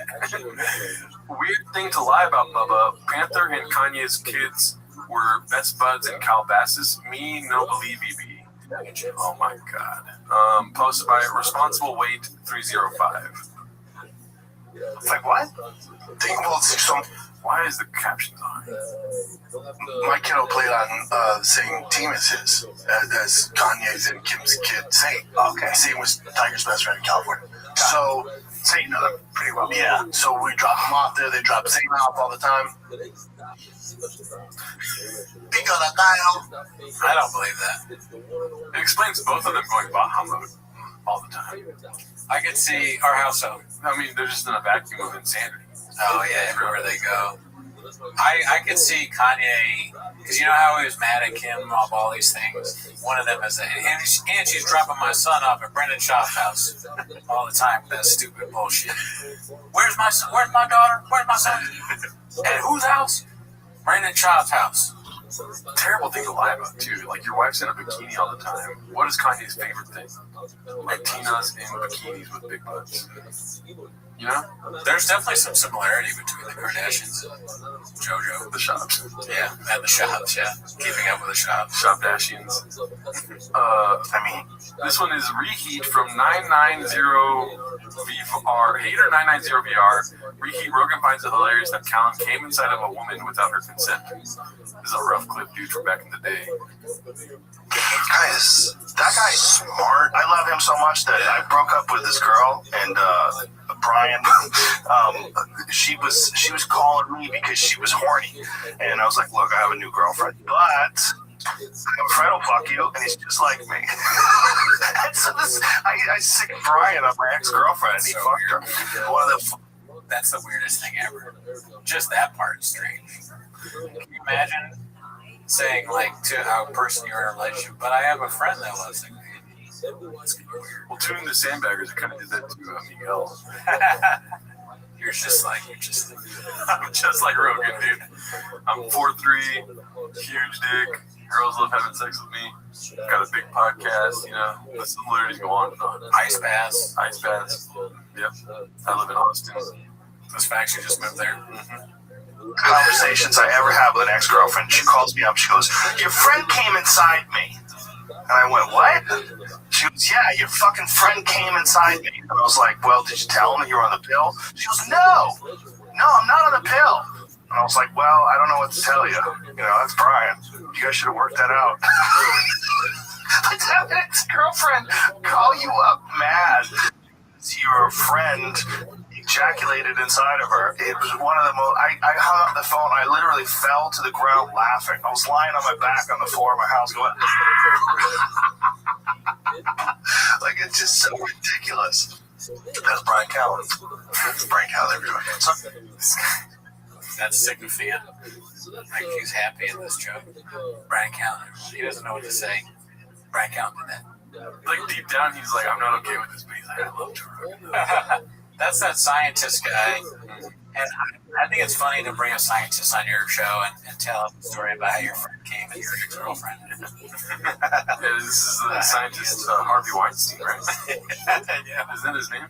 Something with Harry Weinstein. Harvey, I think. Harvey, I think it's actually Harvey. Yeah. Bob, and I said, did you, what happened? And he's like, whoops. Bring on some famous scientists and just be like, yeah. So I got a few more stories about friends coming and stuff. Like, oh, okay. Just like dying laughing at the idea of some friend banging some whore. Yeah. You know? Shout out to you. Chin Menuda posted this one. Joey got so annoyed from Brendan on the last fight commit, and he now has to smash Slojo just to get even. What the hell? I saw this, actually. I saw this one. She got Brendan playing photographer on vacation. Oh, shit. I wouldn't mind fucking eating that muffler. Lee, give me another Viagra pill, Lee. He's horned up. Lee, have you had sex with Brendan's wife yet? Dude, fucking, that's wild, bro. A lot of friends getting on friends, girls in this episode. That's social media. This isn't real. Don't know what to say about that. So Brendan, his wife was horny. He didn't want to fuck her. He called me up. He said, you get in there, Uncle Coco Diaz, you fuck her good. Brendan likes a finger in his ass. But I'm old school. I like when you go and take a shower, get all nice, smelling good. I eat your pussy. Alright, your muffler smells like shit. It's motherfucking Friday. Alright, it's motherfucking Monday, cocksuckers. I'm a fucking Brendan Chop's wife. You wake up, you fuck a wife. Grab your dick. You see it on Instagram, you go on your friend's wife's page and check it off. It's Monday, motherfucker. It's Monday, you know, Shaw has a finger deep in his ass. Alrighty. We got another clip from False Gods, a hit special from last year. Where You Gonna Be, posted by You'll Do Nothing. This is pretty great, dude. This is our favorite part of the special. Oh, yeah. Dopamine, cortisol, adrenaline. And I thought to myself, damn, maybe it's not a coincidence that this machine I can't turn myself away from. Maybe it's not a coincidence that this machine is also called the Apple. Thank you very much. Might be where you're going to be.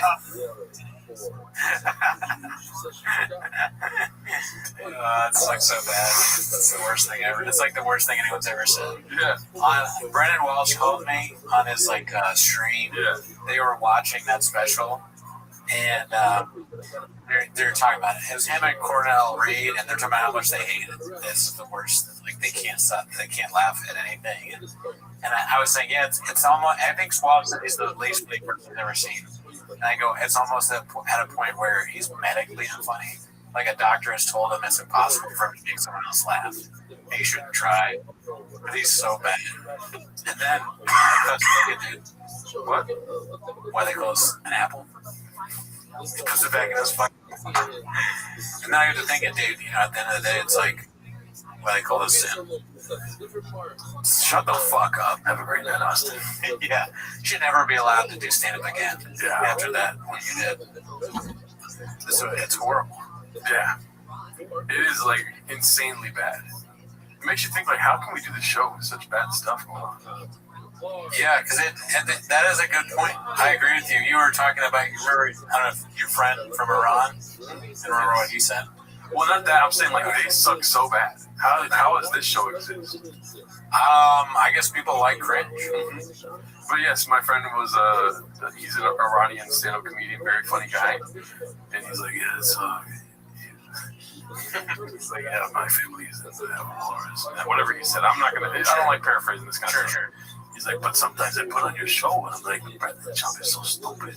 Yeah, it's like his life is crumbling. He feels bad for Brendan Chop. He is from a country that is literally being bombed, and he's more worried about Brendan Chop's life, and it also puts things in perspective for him. We gotta show the TFAT to people in Iran to give them perspective. It could be worse. You know, if he's listening to this, I apologize for saying that. If you want me to delete it, I will. But he's like, hey, you guys break them down. I'm like, dude, you were just talking about the war. Yeah, that's a whole country Iran that's taking their son to baseball practice. Yeah. You were just talking about the war, and you're bringing it back to Brennan Shop. This is like a fucked up world we live in, you know? If anyone's flipped their truck, it's totally me. Yeah. Let's see. So he hits them with the apple. Thank you very much. All right, B, where are you going to be? Kids, this weekend, I am in Irvine, California, April 10 and 11. Come get some. April 10 and 11. I'll see you there. Jackson, Cali, dude, Irvine. Oh, yeah. Friday, Saturday. Let's go. All right, kids, that's it. If you want some fisticuffs, James. Fisticuffs. He said if you want some fisticuffs. I guess that is how you say it, but it just sounds wrong coming out of his mouth. That's ridiculous. All right, so this is a dicey title. Breaking news, everyone. Did not see this before the show. That's fucked up. Kemba33 posted this. Papa suggests Callan's daughter do OnlyFans. I did see the picture of Callan and his daughter, and it got heavily gadooshed on Chang's because they're like, don't bring her into this, dude. Yeah, it's good. You got to keep her out. Yeah. Let's see what this is all about. This is dicey if that's the case. You think over under Brennan Chopper suggests OnlyFans? I think he's going to do that. You think he says OnlyFans, or do you think he just insinuates? I think he says it. Okay. Wow. I'm guessing. I have no idea. Alrighty.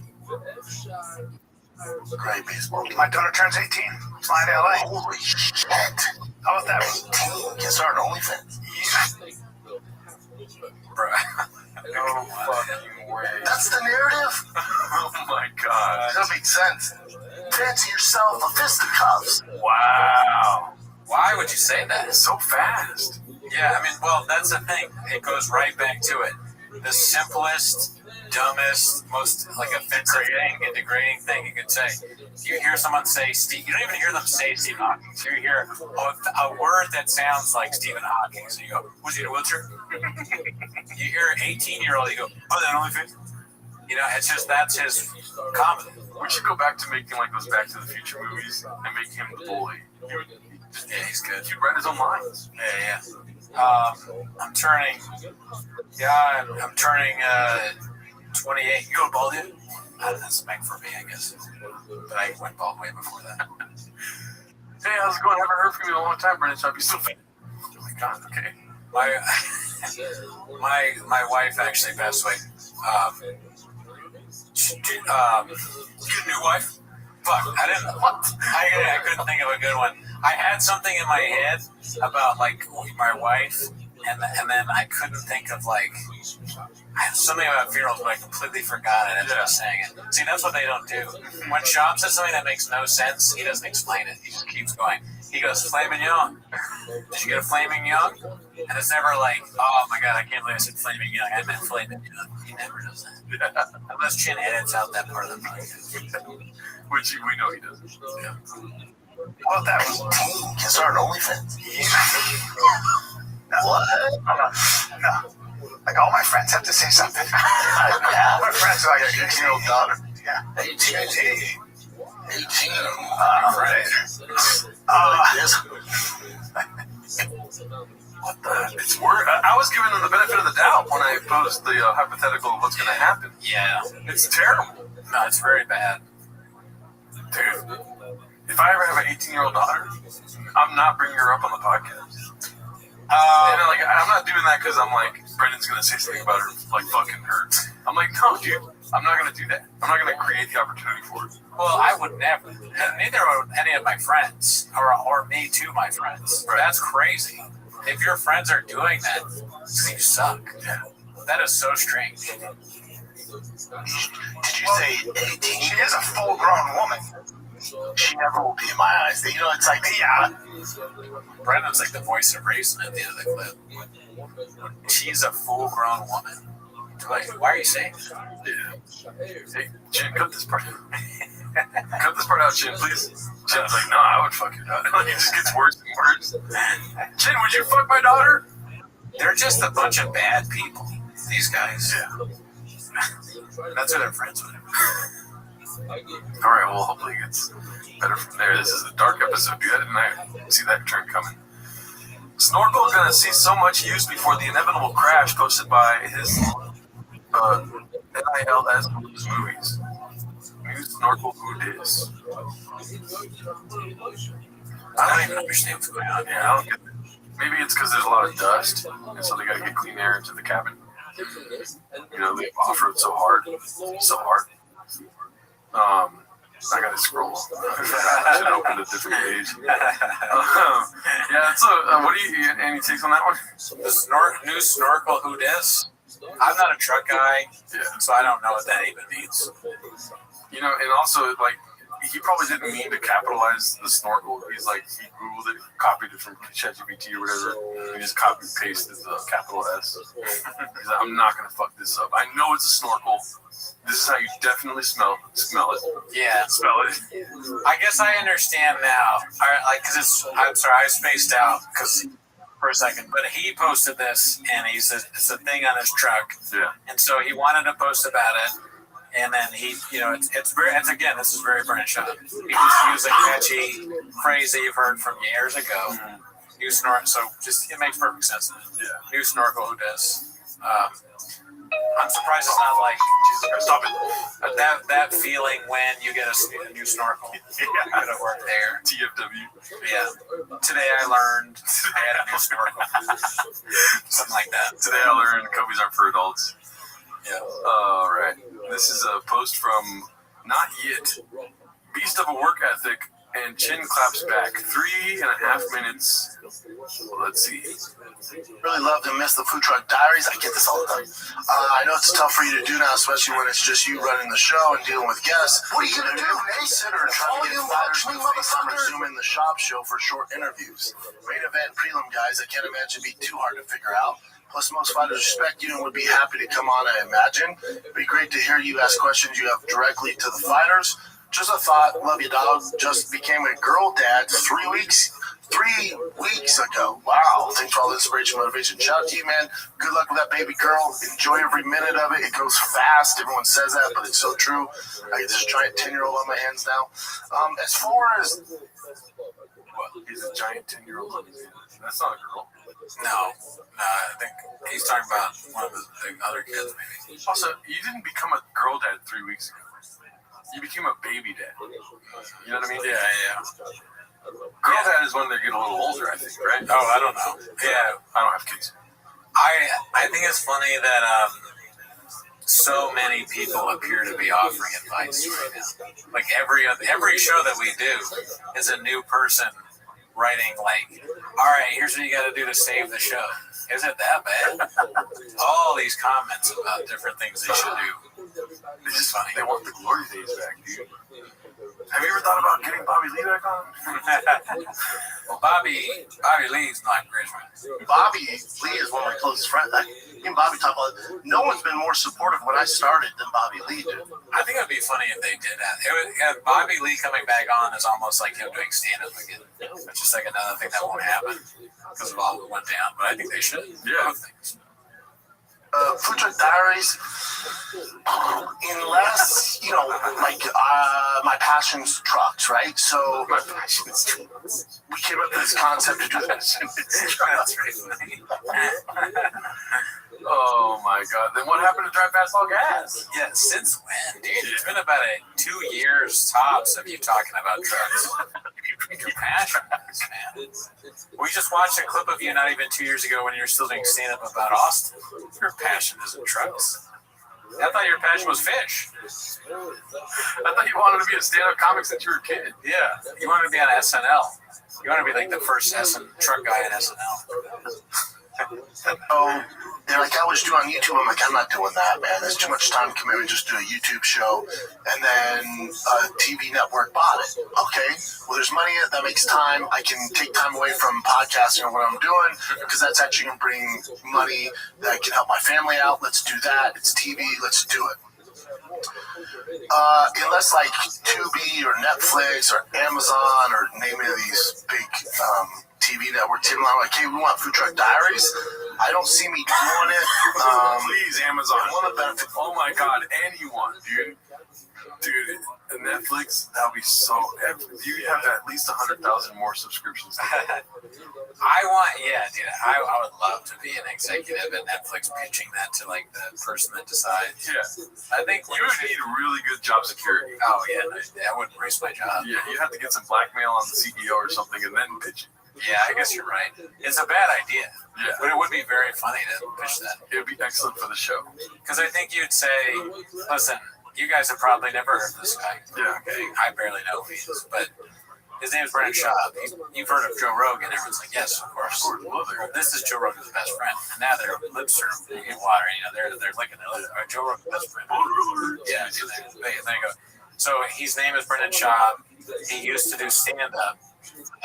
He has a following, but check this. And he does a show with Brian Callen, and now they're like, whoa, wait. But I think you're wrong. Okay. You got to sell him first. You were starting great, and then you said Brendan Schaub. Okay. You can't do that. Okay. You got to say all the attributes first. He used to do stand-up. He stopped though because the woke mob was coming after him.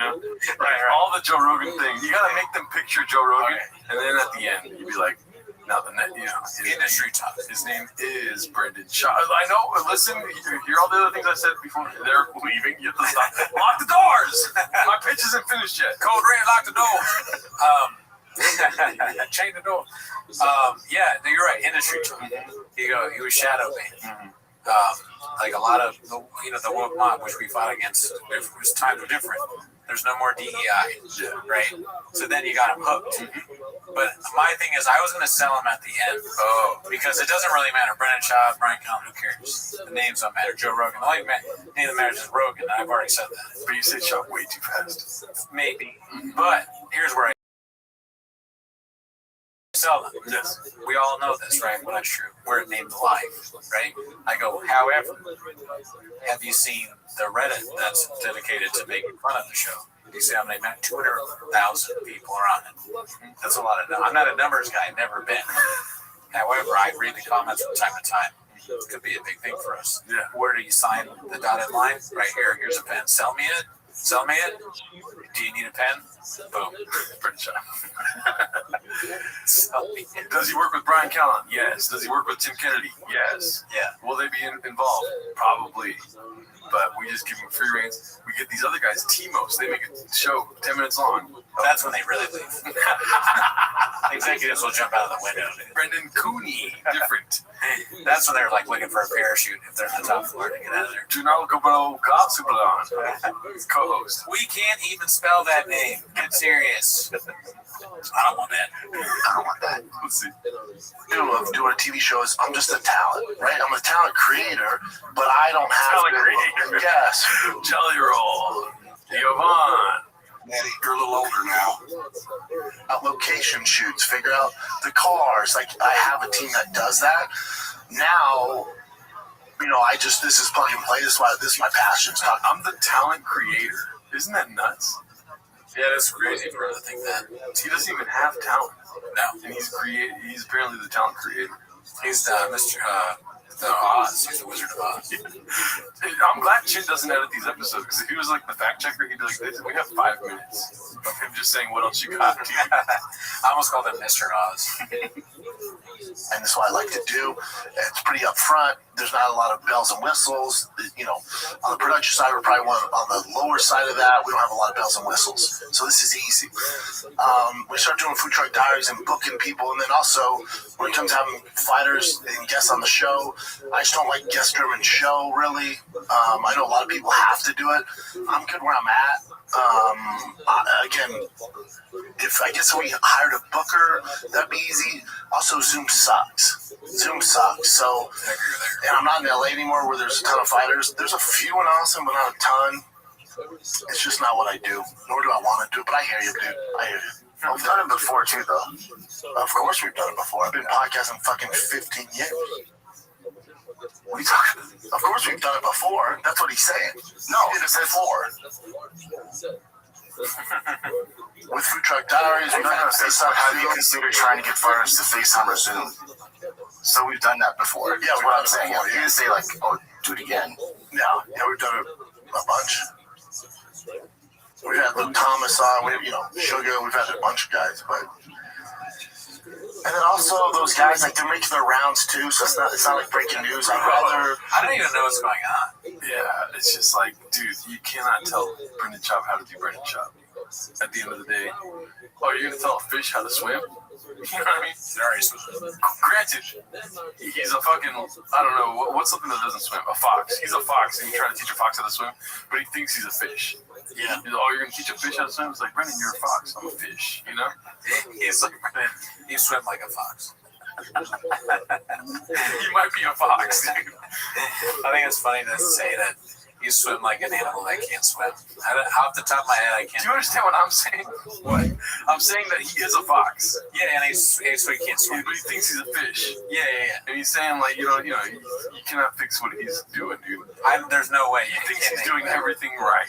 I know. What I'm saying is that it would be funny to tell him, like, you actually swim like a fox. Because he can't swim. Yeah. But I don't know if foxes can swim. That's what the point is, dude. That's the point of what I'm saying. Do you think, can they swim? I don't know. Should I Google it? No, it's not worth it. But yeah. I'm just stating it's possible that they could swim. Because they say, like, I was trying desperately in my head to think of what's an animal that absolutely I'm positive cannot swim. Yeah. And I can't really, because I think bears might be able to swim. Yeah. I was like, dogs can definitely swim. Right. And I was like, ducks, and I was like, well, they swim. So I'm sorry, I was trying to... You killed my analogy, though. My analogy's great here. How did I kill it? I'm adding to it. You're lost in the analogy, dude. Get out. Yeah, true. It was so good, I got lost. I went inside it. But there's no telling Brendan Chop how to do Brendan Chop.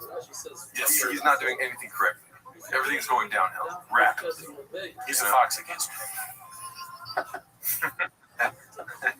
But wants to and thinks he can. And thinks he's a fish. Yeah. Maybe you interview a fox and you're like, so what's it like being a fox? If the fox says, I'm actually a fish. That's what it is. That's what I'm saying. Yeah, no, that's what Chop would do. And they would make fish noises and be like, and then you show him a mirror and you hold it up and it's a fox. He's like, what do you see in front of your face? And he starts describing a fox. I don't know, but I better get underwater quick because I only have gills, can't breathe air. Yeah, how are you breathing right now? Brent's like, fuck you. I don't know what I would say. I gotta go bathroom, big gulp. I will snap his fucking neck. Imagine a fox saying that to you. Everybody else do it, then I can just parlay off that and give my 2 cents on the questions I would have asked. It's not like I'm asking anything Ariel's not going to ask or Luke Thomas, so those guys, even Luke doesn't do it, but Ariel's kind of the guy that does that. Mm-hmm. That's his thing. He does it. He's a guest-driven show. He has a way better question than I would ask, and I can just parlay off the highlights and that shit. It's half the work. Mm-hmm. Oh, man. Justin D. Stanley. Oh, my God. So all a clip about being kind of lazy. Plug and play? He's not. There's nothing that Shot has is plug and play.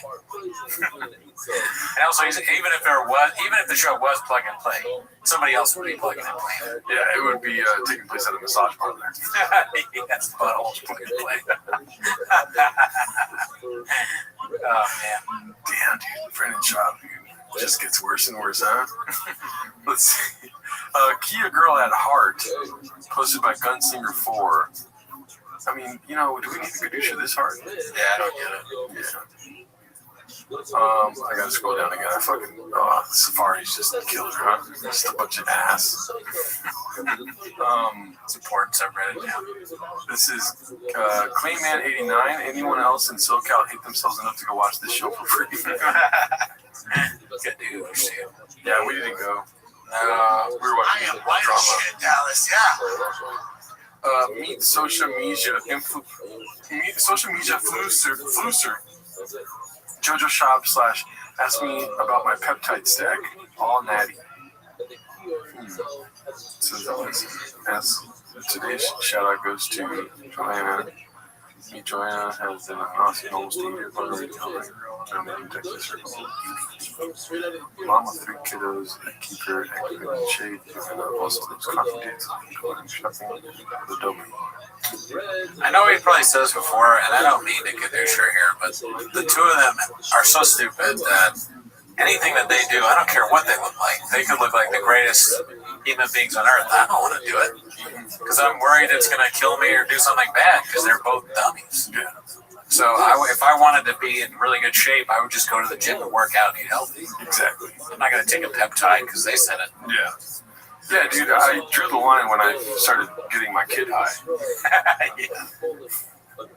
I know he said CBD, but I started giving him THC. Yeah. And I was like, oh, no big deal. You know, makes sense. Brendan Shaw does it. Let's see what we have here. What is my shit going off crazy right now? Sorry. You just got 1,000 followers. Yeah, thanks for that hot take. All right, we have was from Blue Gompus Snapple. Brandon throwing shade at Callahan. I did see this one already. I've seen it. Pretty great. So they're talking about Louis C.K. I was wondering the first time I saw this if this included Brian Callen's name at all. No, probably not. I don't see it. Let's see. Yeah, but Louis C.K. was like part of the madness, where it's like, I don't condone what he did, but he was, you can't lump him in with Harvey, Weinstein, because you're talking about rape and like horrible shit. He got lumped into all that shit. Everybody did. Which was terrible. Everybody did. It was like a mud. Everybody. Nah. No, there's some people that didn't. Come on, Brian. Some notable people that didn't get involved. It's funny to throw yourself into that. Yourself. Everybody did. He's just like, yeah, man. Why? I wouldn't even if I'm him. I don't want to be lumped into that even by myself. Yeah, I was part of all of that. Part of the Harvey Weinstein stuff. Get you to make the case there was a separate witch hunt or something. It was like 3 years between both of them too. Let me see. Harvey Weinstein was, I think, 2016. I don't remember. And then Louis C.K. was 2017. And then Brian Callen was 2020. Brian Callen was like 2014 to 2026. It never ended. Slide. Weinstein was actually went to jail. Really bad person. Yeah. Oh yeah, but you can get accused of somebody can accuse you and say you did something 23 years ago. And I know, but what I'm saying is, but now I went to jail. CK could have packed it up, shut down, kept talking about it, being negative, shitty on podcasts, shitty in stand up. This is awesome. Shaw is this is pretty good. Shaw is crushing Callen. He's just no whole bar. Damn. He just drank a Diet Coke. That's why he's so fucking fire. Hot water, yeah. I love this, dude. He's like, oh, my bad, Mr. Whole Foods. Douche, Brian. Yeah, but now I went to jail. CK could have packed it up, shut down, kept talking about it, being negative, shitty on podcasts, shitty in stand up. Or he went, I'm just going to keep it on. Just kept putting out dope kept with it. Brian, stop shaking your head. God. Brian is really paying everyone, you know what, I've said this before, but everyone around, not just Aaliyah, everyone around Shop is paying their penance. That's the punishment that they have for their horrible actions. At some point, if you do something bad in stand-up, you will need to do a podcast with Brendan Shaw. And he's going to make fun of you to your face. Yeah. And he's a fucking goofy idiot who's going to piss you off, talk over your bits, crush you, and you have to do it because of what you did. And I hope you learn your lesson. Yeah. You know, this is your punishment, Leah, Callen, Eric, that I know of. Must have done something. It's still there. Yeah, like Chin, Beanie Guy, all of you have done something bad, and this is your punishment. Hot chip. Those facts. Dude, that's so funny. Dude, so hard. That was actually legit good.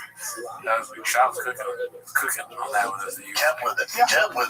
Now he's on Netflix. He's on now he's on Netflix. Yeah. Well, I'm so glad he is. Yeah. I think he's great. You're real happy. Yeah. And I think he paid his price too. I just can't hear what you're saying. So is it, we can all see how happy Brian is. We can tell from his facial features. He's ecstatic. He's very happy about it. See, the thing about Louis C.K., whether or not, like, they didn't, apparently there's like a video online, there's like a 4-part Louis C.K.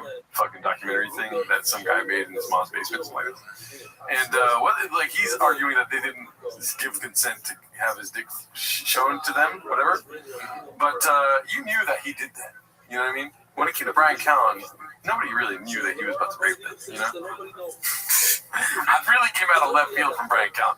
I'm doing a 20-part on Brian Callen. Yeah, and it's possible. And there'll be a lot of evidence to do that. You do 20 parts, and then there's more that you're like, God damn it, I got to do 20 more parts. Yeah. What is this monster in jail? This is my magnum opus, I guess. Yeah, dude. Brian Callen, it's just so sad that he has no... dude, he just refuses to accept it. Citizen's arrest. Mm-hmm. He should become a manager at Whole Foods or something. Oh, my bad. Papa definitely didn't watch the BGL pod posted by Key Lobster 9996, but it's not available anymore, though. Let's see if I click over here. Yeah, it's not there. No, just not available. BGL. This is posted by Busy Middle 8108. Papa Gadoosh, Kim Kardashian's kids from being friends, Lion's friend, I guess. Long, but lots to unpack. Busy Middle 8108. Thank you. How often are your kids on phones or tablets? Never. We don't have them. Yeah, we don't have them. Can't afford it. We don't have them. No, we don't have them. We don't have them. Your wife's posting ass pics every day. Your kids are taking the pictures. Yeah, how do you do that? No, we don't let them go on YouTube or anything, but we do force them to take pictures of my wife's ass. Yeah, they only have phones when they're taking pictures of me or my wife or filming our content. Yeah. Or doing TikToks. I know, me and my wife are on our phones all the time. Yeah, I don't even know what they do really during the day. They're trophies. But that's one of the reasons we have to have one of Tiger's friends stop coming over, saying, because he'd come over, he had a cell phone at 6. And instead of playing, it is hilarious to throw a child under the bus, and the absurdity of saying that a 6-year-old is a cell phone. Like that's crazy irresponsible because they're gonna lose it, and then somebody will have your celebrity child's phone, all the information in it. You want that? There's no way. Common sense. You are not going to let a 6-year-old walk around with a phone. Or at least maybe I'm fully off, but right? That doesn't sound like something you do, right? Right. Or would you? No, I don't know. I don't have kids, but yeah, I don't know. I mean, it makes sense. There's people in the world doing that. Yeah, probably. I completely flipped my head. I mean, I was on your side, but it just is insane to think that Saint's over your house. That's why Saint's not allowed to come over anymore. Just because he has a cell phone. Yeah. That's Kanye West's son is not allowed. You pulled the plug on Kanye West. Kanye West is supposed to plug on you. You know what I'm saying? Yeah. He finds out that, like you said earlier in the podcast, you find out that Brendan Schaub's hanging out with your son, and you're like, we have to stop that. That's a good point. T and Bossy in the backyard, he was on his phone. I go, oh, but I took it from him, and no one ever did. I go, oh, buddy, we don't have cell phones in this house. I don't want my kids get used to that. So if you're going to come over and play, there's no cell phones. What do you think happened? He stopped. He never came back. Wow. And T goes, Dad, where's Sam? Like, he wants his cell phone. Wow. Wow. So instead of playing with you, he wants to scroll on his phone. And then I get pretty rude. I go, parent, fuck him. Yeah, I tell T, fuck him. Okay, fuck him. Your best friend? Fuck that guy. And it is funny to say best friend because he just said that he came over and then never came over again. That was his best friend. That doesn't make sense. Came over once, best friend because he's a celebrity. Wow. Oh my god, dude. He's on his phone talking to his dad. He's like, hey, we don't have phones in here. Tell me to go buy tickets at your game. Okay, cool. See you at the game. Let me know if you need tickets while you're scrolling on the fucking phone. Oh my god. Good luck. You're fucking like 9 years old. Oh my god, dude. This is so bad. He is talking about a 6-year-old as if it's an adult. Yeah, that's weird. It's not him. It's the parents. Correct. It's like, you are. They're also so busy where it's also the nannies. The nannies don't have the power to do it. It's a nightmare. So you don't wish that upon your worst enemy. It's a nightmare. It's a recipe to create no motivation, to create incels. It's not. Tell T, tell him, congrats, man. Let me know if you need tickets. Nightmare. Not out here, especially in our neighborhood. Not a single kid has a phone.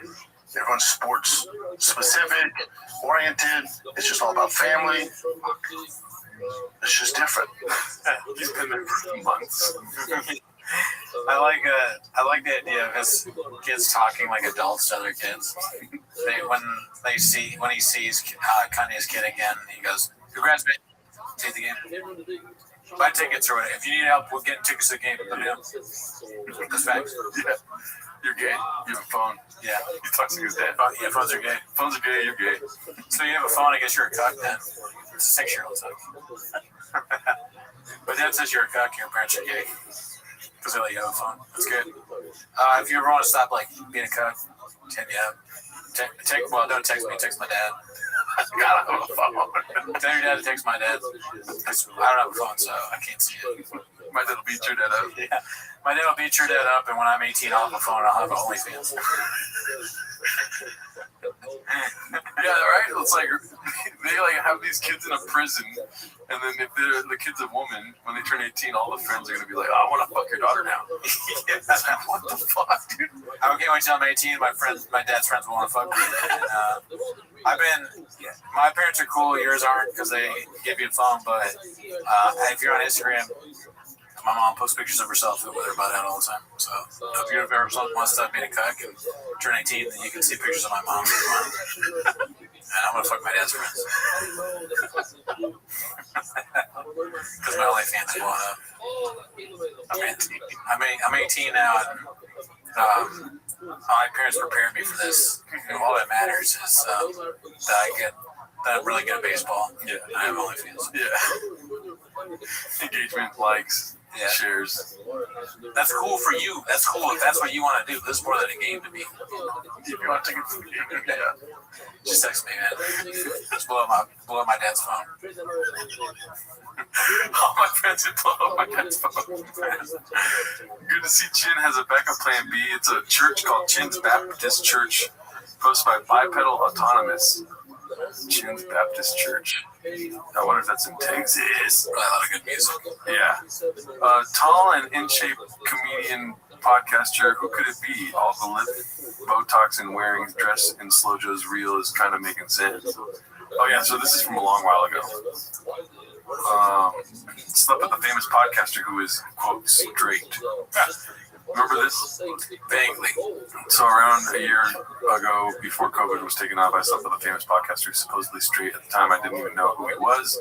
I just browsed sites to the double list and post didn't have with a photo of myself. About 20 to 30 minutes later, got an email with a pic of some guy. He told me his stats in quotes. I'm being less specific out of respect for him. Well above 6 foot tall, a white guy. He honestly could be mixed. He was pretty tan. That's so funny. This is Brendan Chop, dude. Some tattoos, and he was kind of in shape. His face wasn't in the photo, and I could only see his chest and dick. I was intrigued, so I emailed him back. We go back and forth emailing. He gives me the hotel he's staying at and his hotel room number. I went inside, and it was pretty dim. He was only wearing a beanie. Beanie guy, dude. That's right, just a fucking beanie. I remember trying to contain my laughter after seeing this tall-ass man completely naked with only a beanie. He seemed kind of nervous. I was surprised to see he was actually that tall because usually people are lying, but no, he was pretty fucking tall. I sucked his dick and he fucked me. It was alright. I remember he kept saying shit like, "You like that?" and begged me. It was kind of weird, but whatever. Anyway, after he came, he kind of just lost interest and was like, "I gotta go." Dude, this is Brendan Chop. I noticed the beanie he was wearing had fallen off, and I saw this weird birth defect on his ears. It wasn't a deal breaker or anything, but it is relevant to the story. It was one of those weirder hookups I had. Okay, so now fast forward to last week. I'm texting a friend, and he sends me this meme of the guy who I slept with. I remember being so weirded out and surprised because I recognized him. He had gained quite a bit of weight since the last time I had seen him. I knew it was him because I recognized the birth defect on his ear that I had seen the first time. I never told my friend, but I just asked who it was. He told me, and after Googling him, I found out he was pretty successful and famous. I listened to one of his podcasts and just bursted out laughing by the way he wants to appear straight. No joke, this dude has talked about the size of different guys' cocks in both of the random episodes I've watched. How anyone couldn't see, it's crazy to me. He does have a wife and kids, though, so I will not say any more out of respect for him. But anyway, there's my confession. LOL. So this is a guy? Yeah.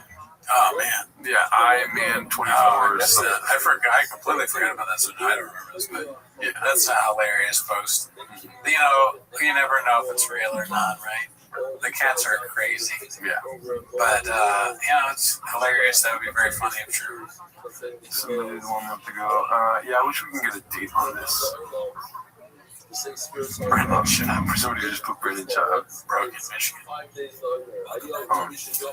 Oh man, I accidentally went Baja mode here. I don't know what. Let's see.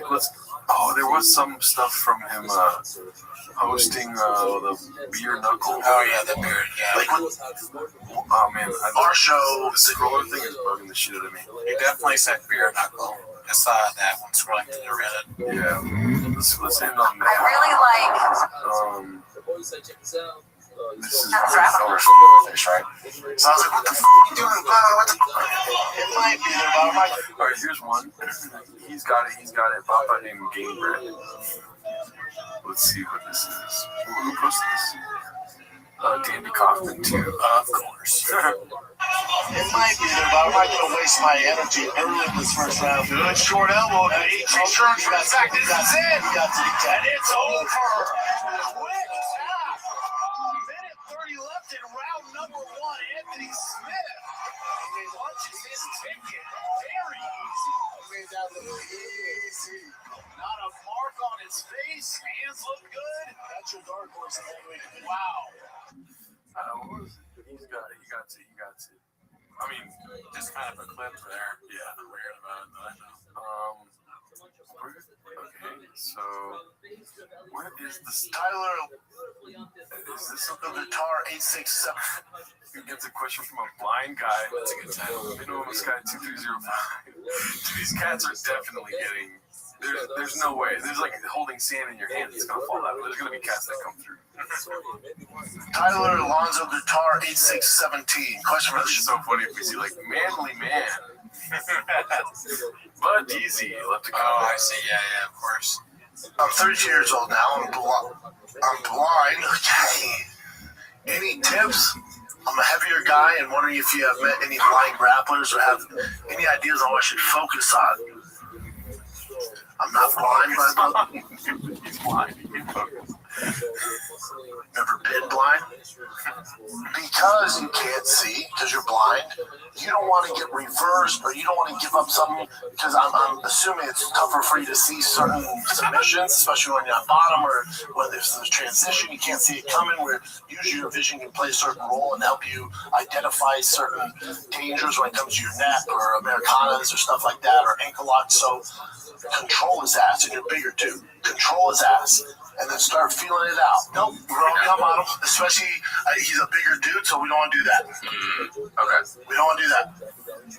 No, we don't want to pull guard and have to fight off our back. It's tough to see what they're setting up and stuff. If he's on top, he can control the narrative. And then you can watch like Carlos Olberg versus. Honestly, I'm impressed with Papa there. You gotta say. No hacky, stupid shit, and then control the narrative is hilarious. Yeah. All on top. Oh, okay, so this is one I wanted to show on the show. It's very exhaustion B. Did you see this? Oh, man, it's good. Mitchie Slick LBC. We are pretty far into the show, so we're very exhaustion right now, too. It's also exhaustion for those on the bottom, constantly throwing these attempts, constantly steps. So it's time for short things, but for Charles, it's a lot more exhausting. Exhaustion. I mean, is it? He didn't. I don't know. I think that was gonna. He definitely said exhaustion. But isn't that good? Couldn't you say? It's also exhaustion for. Yeah, he's trying to say exhausting. Okay, all right. I don't. That one's. All right. It's not a flaming young. It's not a flaming young, but you know. Papa mistakes Jake Shields for Jake Paul. Let's see. Who posted this? Hey, Far Cry. Tonight, Mason Event tonight, Vancouver has been there with the very best, beating some of the best. Beat the likes of Jake Paul. I'm sorry, Jake Shields. Trying to beat Jake Paul. He beat Jake Shields twice. That's Jake Paul. He beat Jake Shields twice. Beat Roy McDonald. Just the worst commentator. Jisius combinations. Posted by Lennon 9.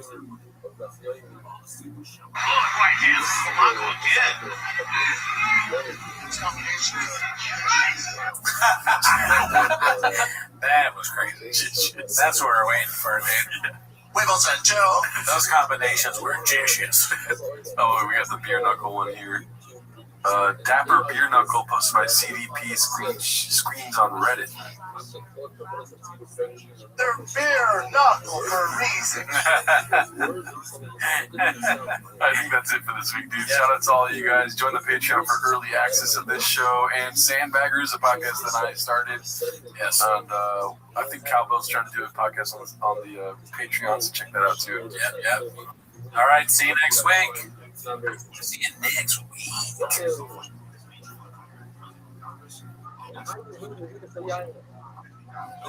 wine libation, just even bring a carbon of wine, just wine, but bring it together with the other sweetness.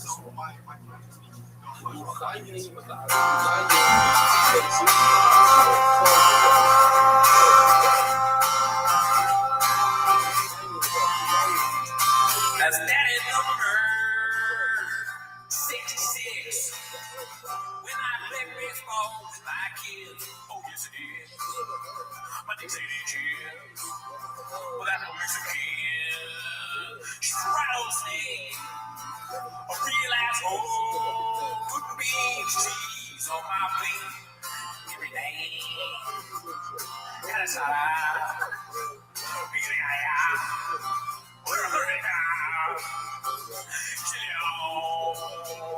need a dinner talk once a week. I need a British shop on my TV. I need him to quit do the show.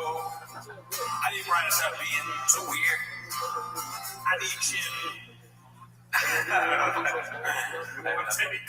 One second. Stop my favorite time of the week when you get the earbud, but try to speak. Release the promise today. You better act care. Watch 10 minutes of shop.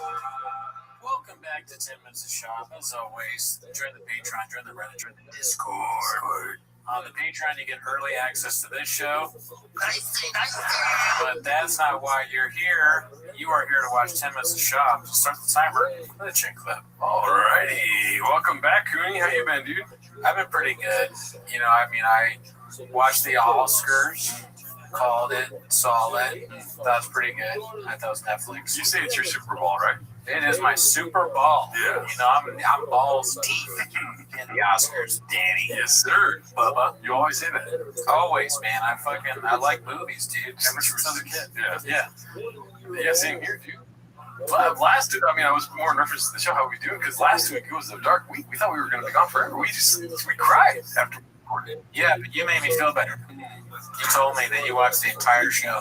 Oh, yeah. You watched all TFK as you do every episode. Yeah. And you said that we thought they were, you know, going to be doom and gloom, but they're right back to the classic TFK shit. Nothing's changed. Remember we saw it together, he started the episode like, hit me with your best shot. Why don't you hit me with your best shot?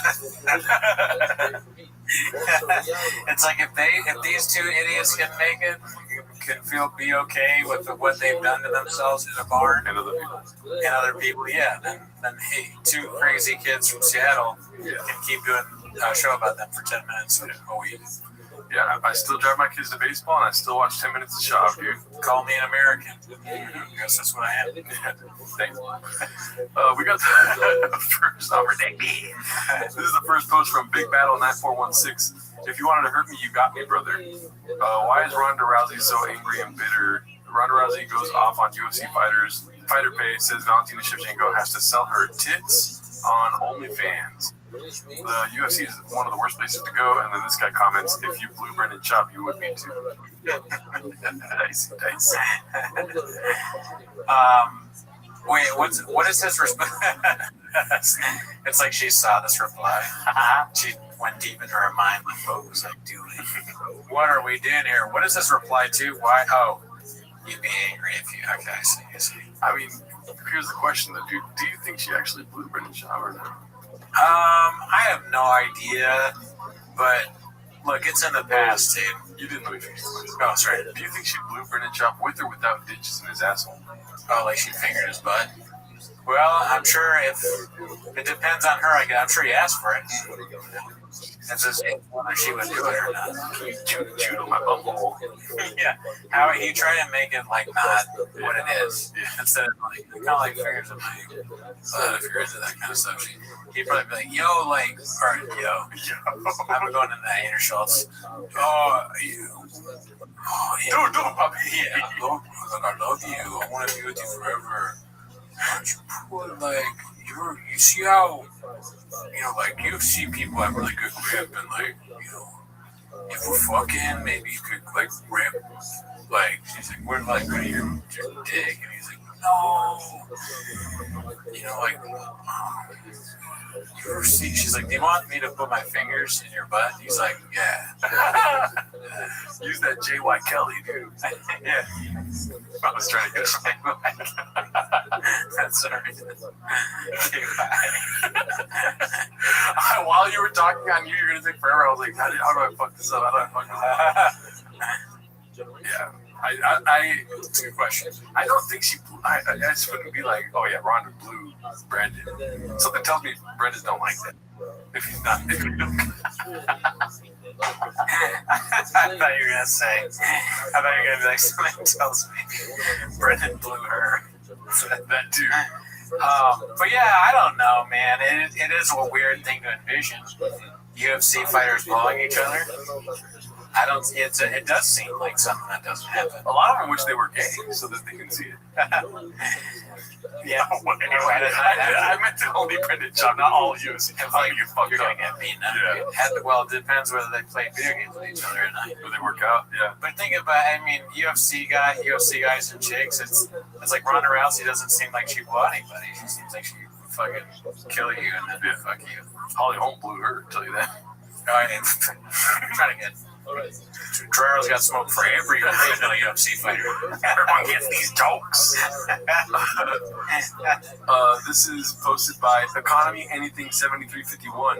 Say it ain't so. From Fox Austin, the Austin police is asking the public for help identifying a suspect who robbed a South Austin Target store. It looks like B-Shop, dude. I love that so many people look like him. It's just so funny. That's awesome. There was another funny one that made me laugh. It was like somebody that works for the government was like looked just like him. And people were like, I don't get it.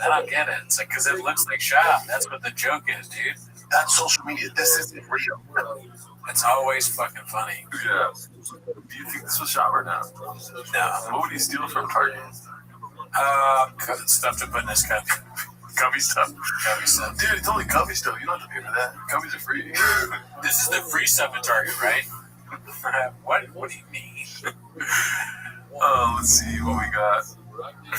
That feeling when you're finally forced to live within your means. Posted by No Dream 8305. I don't want that. That's true though. Every time I go get a fucking breakfast burrito at Lucky Boy, this is me eating it. I'm happy as hell. Maybe I should make this myself. Oh, I see. Doing the number, crunching the numbers while you're crunching the burrito. Dude, perfect figurative language right there. Exactly. How much could I have saved making this at home? That makes sense. Bacon takes forever. You're right.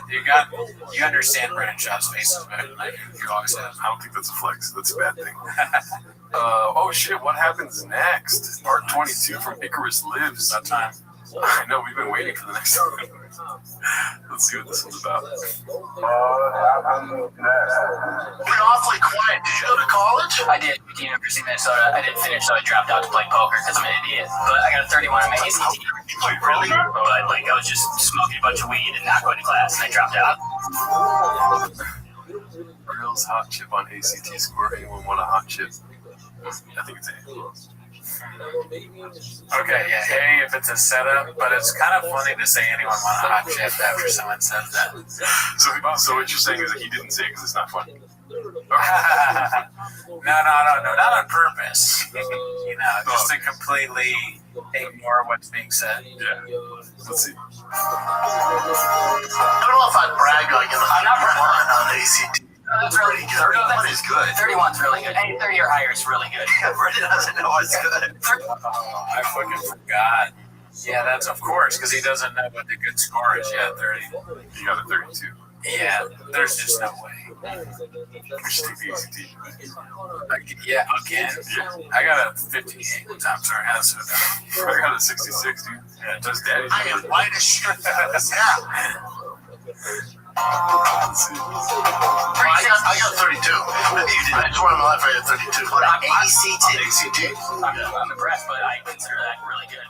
You can't say 31. You can't say 31 is bad and 32 is bad. I think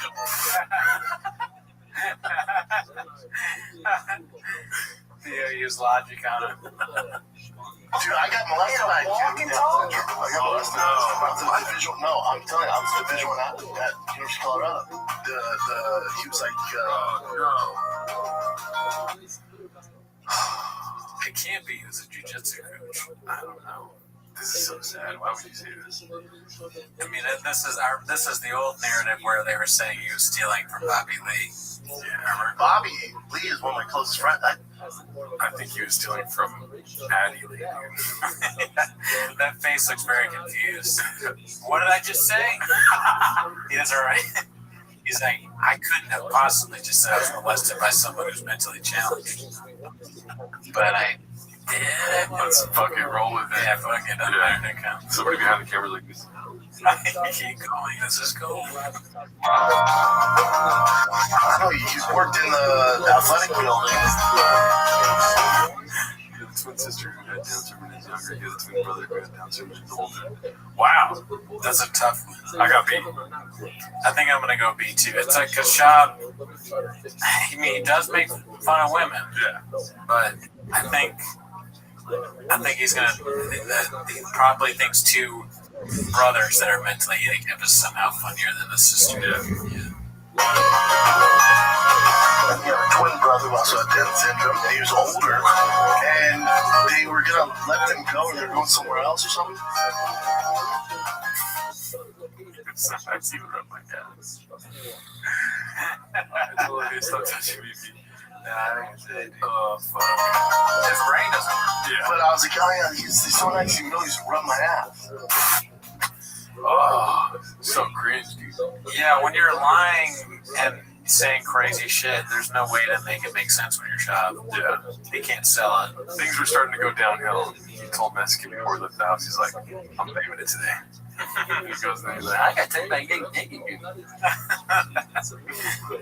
I would love to know what really happened in that.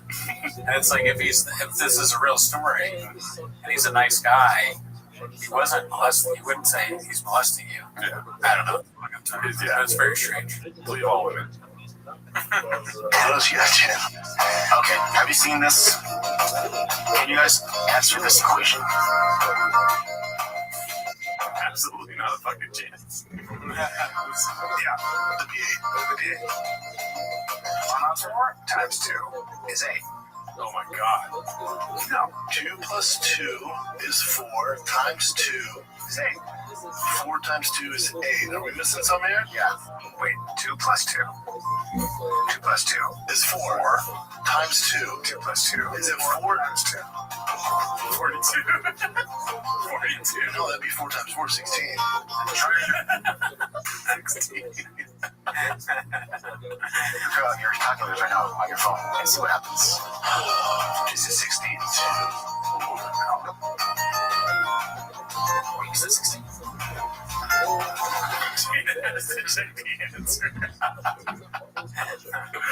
Oh my god, this is nuts. 2 plus 2. This is up because it's 4 times 2, isn't it? Most people would agree with you, but it's 6. Even if Jesus was a physical person in the past, you don't think that he could return as artificial intelligence? Oh my god. What can you play when he goes, it seems? Most people would agree with you, but it's 6. Order of operations, though. MS. Yeah. Wow. All right, let's see what we got after that. Gotta love what happens next, dude. Keep them coming, Chris. MS sounds like a show that watches us, or like T-Rose. Yeah. 10 minutes of T-Mos. Savvy412 posted this unique starring as the Baba guy, starring Brandon Schwab and the most blockbuster movie of all time. Actually, I've heard it both ways. 3.5 out of 5 trucks. His face does really work with this trailer. With this poster. It fits perfectly. Yeah. Spicy. It's more like Jim Carrey than Jim Carrey. Let's see here. That was not a compliment. This one's posted by Clint Puller of Chips, Me Racer. Eraser.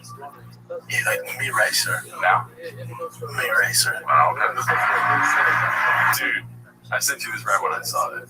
Yeah, that's a good one. The way he says Bubba is so feminine. It's great. Okay, it's going wild.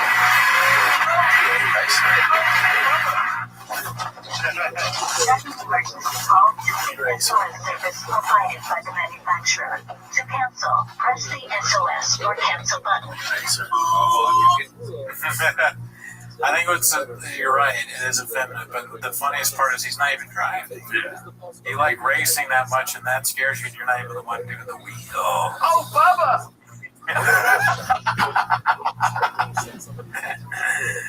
What are you doing, dude? Oh, that's the narrative? Oh, fuck! Oh, Bubba! He's torturing himself. He doesn't even like racing. There's levels to this shit, dude, is what I'm trying to say. Yeah. Oh, shit. Oh, fuck. Oh, Bubba. Oh, Bubba. Okay, yeah, that makes sense. That's crazy. That's wild work, dude. Whoa, you get a different operating system after that, dude. You take time off the podcast, you watch that video at least 3 times a day for 2 weeks. That's your fucking penance, you know what I mean? Yeah. You say a couple rosemaries on top of that, you convert to Catholicism, and you figure out how to never do that again. If you can do it there, you can do it anywhere. Yeah. You could have done it at the shop, like if something scares you when you're modding or whatever, and you go, oh, Bubba! Oh, Bubba! Around all the truck guys? Yeah. That's not good. A spider sees that, they run away. They don't even try to bite you. Spider looks lit. This is from Dazzling Rabbit 633. Real quick, do you want Brandon to proverbially lose it all, or you're starting to feel bad for him as the internet space? What a crazy title. Yeah. Podcast cringe goes Baja mode. Yeah, dude, he ain't give a fuck. Dude, everything. I mean, on some level, I feel bad for some of the things. On other levels, no. In some ways I do, in some ways I don't. We're human, dude. Yeah. Some things make me go, oh, Bubba. But then you remember who it is and stuff like that. So yeah, no, I agree. I want him to be successful because it's funnier when he's successful. So what makes me sad when he's like that one episode where he's just like, fucking Brian, man. Or he's like, dude, we're hitting singles now. I tell him all the time, hitting singles. Yeah, those kind of things. That kind of stuff. Yeah, but here's the thing. In that same video, you realize he's loyal to the fault. You know what I mean?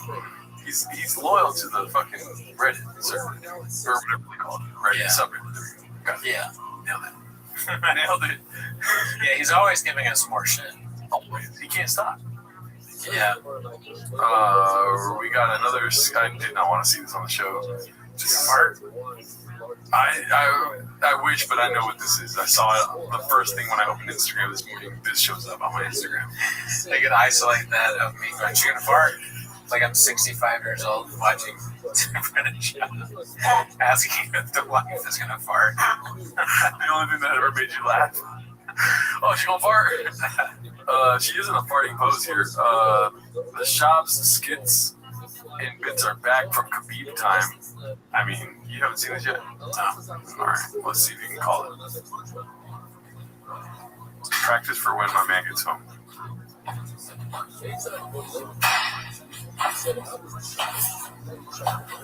gonna grab his nuts. Good job. Took me a second. Yeah. I don't like this. Me neither. This is strange. Yeah. I wouldn't like that if that happened to me. Or my wife was doing this. Or the dog, yeah, that's right. The dog's like, can you feed me?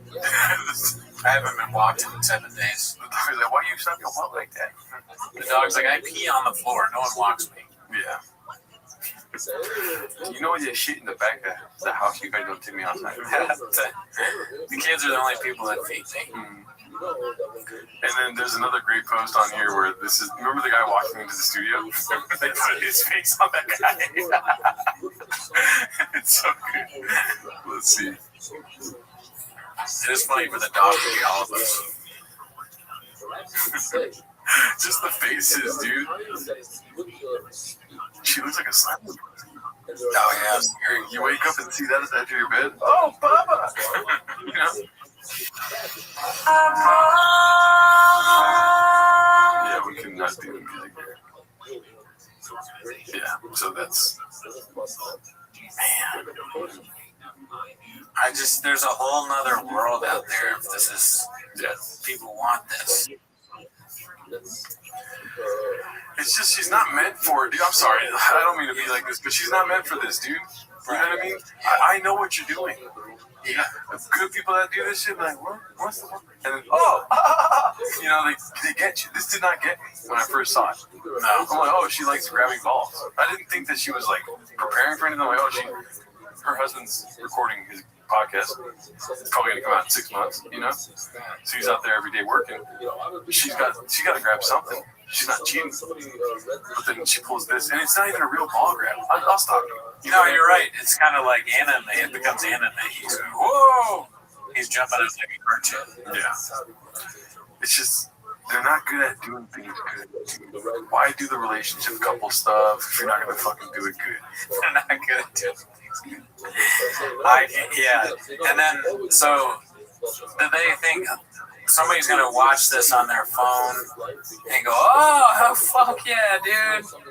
Check it out. Oh, your friend sends you this, but it's not sent in a way that's like, check out this thing on the Reddit. It's ridiculous. Right. It's sent like, dude, they're actually fuck. It's, you know, when they go, the right's getting funny.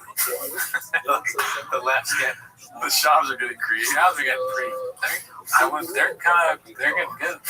People are hating, but this relationship, TikToks, where it's kind of like OnlyFans, but it's not OnlyFans. Yeah. Do me a favor. Fancy me a fisticuffs. All right, real quick. Yeah. You're scrolling, right? You're going, mod. You're just looking at stuff, algorithms in your favor. Yeah. This shows up. They're giving them a chance, right? Right. You're like, ha! Great, right? You like it. You're trying to, you're like, dude, this needs to be seen more. Yeah. You like it, share it. You're like, what else can I do? I'll save it. I'm gonna save it. Let me do my own version. And you're like, you know what? Let me leave a comment. Some laugh and cry emojis. Yes. You open the comment section, and they're turned off. Wow, that's even. And you see people being like, Changs, can't wait to get this. That's what I swear to God, this is my experience today. One of the first comments is like, wait till Changs see this. Oh, that's brutal for them. Yeah. They can't, even if it was good, it would probably be that. Even the guy that liked, he can't even comment because you're limiting post comments. Yeah, you should let people comment. Dude, just let it happen, dude. I know this is from our show, Ragging Tweeties. The first thing is like, damn, she didn't even got a face card. Damn, face card slays. They limit comments on these. It's like you're shooting yourself in the, what would you say? You're shooting yourself in the knee. Yeah. You know? You're not gonna, you want as many comments as you can get. Yeah. Bad press is good press. PF Chang's is helping you, but her ego can't take it.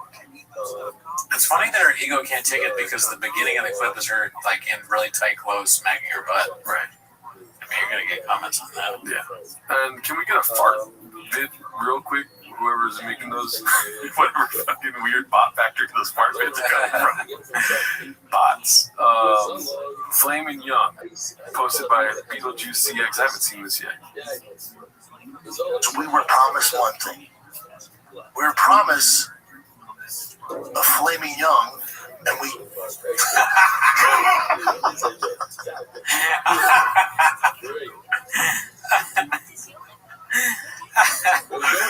Wow.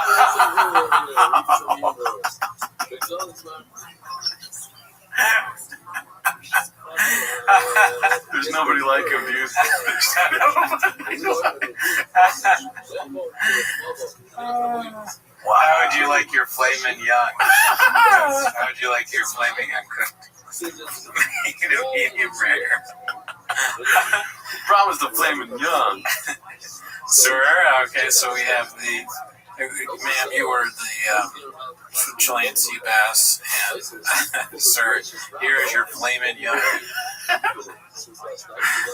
Oh man, because we were promised one thing. We were promised a flaming young, and we got spaghetti. No one asked. We were in the mood for flaming young. Flaming young. I think he's probably talking about a fight that was bad. I think he's talking about the White House card. White House card? Okay, spaghetti. Sean said you guys are spaghetti. Yeah. Just so you know, UFC fighters. Should be. They thought it was going to be flaming young. Talk about spaghetti gate B. Prime rap. Prime rap, dude. Flaming young. Fucking hanger steak, dude. Hit me with your flaming young. Let's see. Nobody was in the mood for nobody asked for spaghetti meatballs. She gave spaghetti meatballs and goes, what? What's wrong with it? Everyone likes spaghetti meatballs. Yeah, I'll eat it. But I was told I was getting filet. Medium rare, baby. He saved it at the end. Wow. It's the problem is that, again, we talked about this on the last episode, the analogies, you gotta have those ready. You can't fuck those up. Great point. If you don't have a good analogy going, you're gonna end up with flaming. It wouldn't even make sense really if it was flaming yon and spaghetti. Those are way different. Well, that's I think what he's saying. Yeah, the one is like spaghetti's pretty delicious though. Yeah, spaghetti is good. You're right. But oysters would be like flaming young versus oysters. Flaming young, sorry. It'd be funny if he made it worse. Though. He's like, we've done well. Anything, any of him saying after he says flaming young is funny. If he was like, we're expecting flaming young and fucking, we got peanut butter jelly soup. But then he goes, his brain, I like peanut butter jelly soup. I need it once a week. We got tater tots. If he flips it, he's like, you want a peanut butter jelly sandwich, but you get filet mignon. Yeah, sometimes I'm in the mood for peanut butter and banana. Other times, he just starts talking about food. He forgets. I'd pay for that. Let's see here. Saturday. This is from Candy Kaufman too. Great. Flaming Young added to the list, dude. That was a good one. Papa forces Bobcat to play baseball with the Flues. CW abusive parenting. So I think this is another thing we should implement into the show. I've seen it a lot on the Reddit, and sorry for not adapting quicker. But they're calling these kids Panther and Chicago. Stuff like this. Yeah. So like Doug and Anaheim, you know? Like an animal in a city. Right. So we should probably start doing that too. I'm down. Yeah, because Miami was really upset about that. Oh, fuck. Yeah, no, I try not to say their names. Anteater likes it. Maybe I'm doing it wrong, but yeah, we'll start doing that. The Penguin. The Penguin. Saturday, Bossy had football, Tiger had 2 games, and then Sunday had 2 games. Tiger balls out on Saturday, right? Balls out. And then we're driving home, he throws up in the truck. He threw up in a bag. I'm like, flu? I've been on the weather, so I don't know what he had doing. I thought maybe eat a bunch of sugar or some shit. Yeah. We get home. That morning, he throws up. I'm like, oh, man. He has a fever. I'm like, teammates are counting on you, buddy. We got to win one. We're in the championship. He was really, I'm thinking, I go, yeah, dude, I played some of my best games when you're sick. Here's some vitamin B1. Let's get this going, man. Here's some orange juice. Let's figure it out. And poor kiddo, just not. His coach is like, man, he just doesn't seem into it. I'm like, yeah, he's sick. And he's not doing well. Threw up in right field. You pushed your son. It's for the championship. And your 10-year-old. Yeah, it's for the championship. Hey, we needed that. Hey, it's 10-year-old, so it doesn't matter. I know he could have taken it off for sure. He should have taken a break. Yeah, but he's tough, so he'll rally. Yeah, he was like, I'm good. And even during the game, I'm like, buddy, you good? You know, electrolytes. Yeah, he wanted to win. But in hindsight, did they win? No, we lost. We lost it. Yeah, boys played well, though. Boys played well. Boys played well. Now he's home with the flu. No, he's all right now. Yeah. You know, he's all right. Yeah. So, I don't know what your take is on this, but my take, actually, what do you want to give I forget it. I was ready to listen to yours. It's kind of like jujitsu. I know. I read You're your like, job. You did. listen really quick, but also what were you going to say? Yeah, I know. It's like, Diet Coke. I'm also on Diet Coke right now. So I just wanted to show you. Yeah. See, I got some CT, dude. no, I had a lot of Flaming Young last night. and I'll never say that again. Sorry. Flaming Young is that may be. I mean, it's always like we watch some clips, we're like having a good time, but then something like that just completely blows us away. But okay, so you might be watching this and you think that it's like really bad that he did this, right? But my take is that I'm glad it wasn't worse. Like, what if he had said, Tiger had the flu? You didn't do the fuck, god damn it. What if he was like, fucking Seattle had the flu? Yeah, you do in a city, but it's an animal. Fuck. Yeah. What if it was like, I'm Brendan Shaw. What if I said the same thing again? The same animal. Gorilla has the flu, right? Gorilla's very sick. I'm worried about him. I want him to play, but I'm not going to make him play the game. But then I remembered that I have, what's it called? That, kratom, and then kratom is really good for the flu. Right. So I just gave him some kratom. He's already on CBD. That's what I meant, CBD. Okay. I gave him kratom flavored CBD, and then he was fine.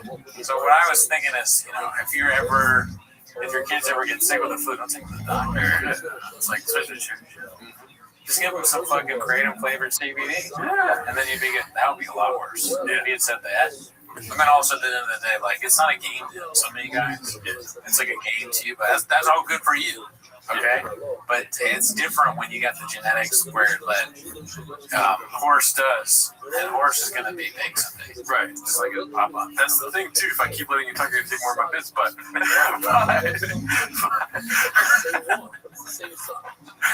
like, you think B-Shop's going to get on the show and not be entertaining, dude? You know what I mean? You think he's going to come on here and tell you that Mustang wanted to play? Didn't want to? Or, you know what I mean? Like, Mustang's the one that was like, dude, get me out there. You know what I mean? He's not talking about how he's puking. He's puking and he's going like this, and then he's ready for fucking the pitch, He's ready to go. He wanted to win the championship. Right. That's what Big Bird wanted. Yeah, dude. And when you got bird blood in you, you don't quit. No. Yeah. Mamba mentality. That's why they named him Mamba. Black Mamba. Yeah. Like a snake. Yeah. I agree. And he's also in the outfield. These kids aren't hitting it like that, dude. The fat kids are, but they can't run. So you got time. You can throw up and throw it in and still catch it. Get them out, Yeah. I mean, you gonna let a fat kid hit on you? Oh, really? Just because you threw up? Don't kill me. But, yeah, I threw up when I saw a fat kid. I said, do you have a gun? And they were like, say less. I don't know what else to say. I'm losing our minds here, dude. We've got one from Outrageous Computer 7515 Bubba. I mean, this is outrageous, dude. It's gone wild. It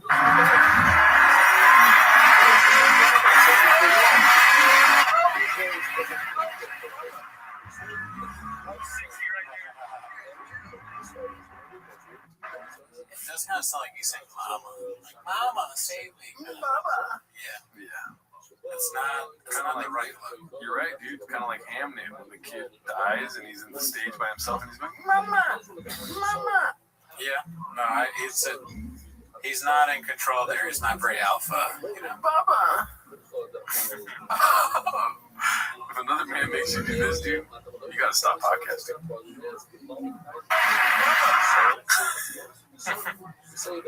Yeah, Louis Theroux's, if he saw this, he'd be like, and so you're part of the manosphere. But you seem very scared there. I wasn't scared. You were a little scared. I wasn't scared. I think you were. The hat says, "Gay health's gone wild." Is it offensive? Do you ever think about how your children can be embarrassed by you? Not at all? Can I ask that? He's like, "We like our gender stuff." Mr. Sharp. Mr. Sharp. Mr. Sharp. He says, "Mr. Sharp, who is Baba?" He says, "Mr. Sharp, Mr. Sharp." If that woke guy started doing like Asian voice, because he can't help himself because it's so funny in like shop lingo, like Louis Theroux. Louis Theroux does Asian voice on T-Fat-K.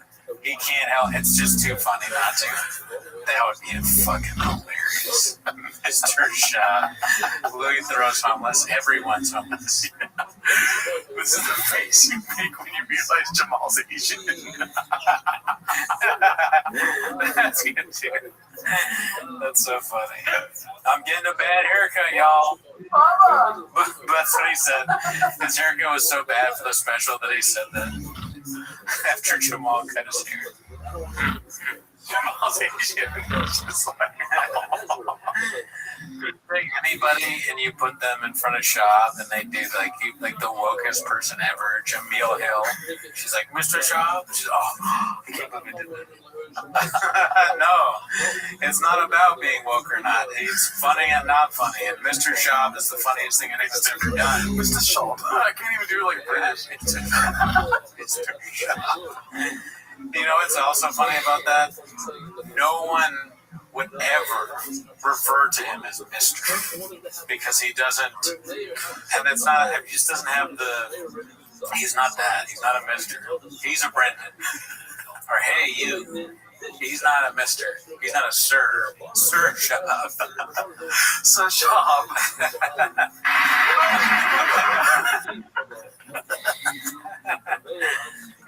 Mr. Shab, I trouble you for a second. I have a few questions. Oh, fuck. Louis Theroux's great, dude. He should come on the show.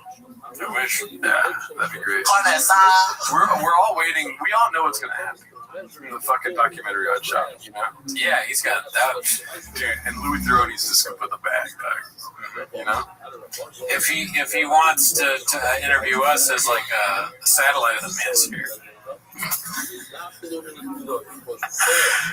Mr. Cooney, is it true you have violence in your DNA? There's a lot of comments about your face and ugly. You're ugly and small teeth and big guns. It's like they're saying your face doesn't slay. Your body doesn't go crazy. That's a pretty mean things about Jasmine saying to you about that. Do you want to apologize? If you want to take this time now to apologize to Akash Singh or what's the intern's name? Sanaz. She's a wonderful person I met the other day. You really feel negative towards her. So are you a different person on 10 minutes of Shab than off? Is that what you said? Yes. Mr. Cooney, is this you saying, is she going to fuck?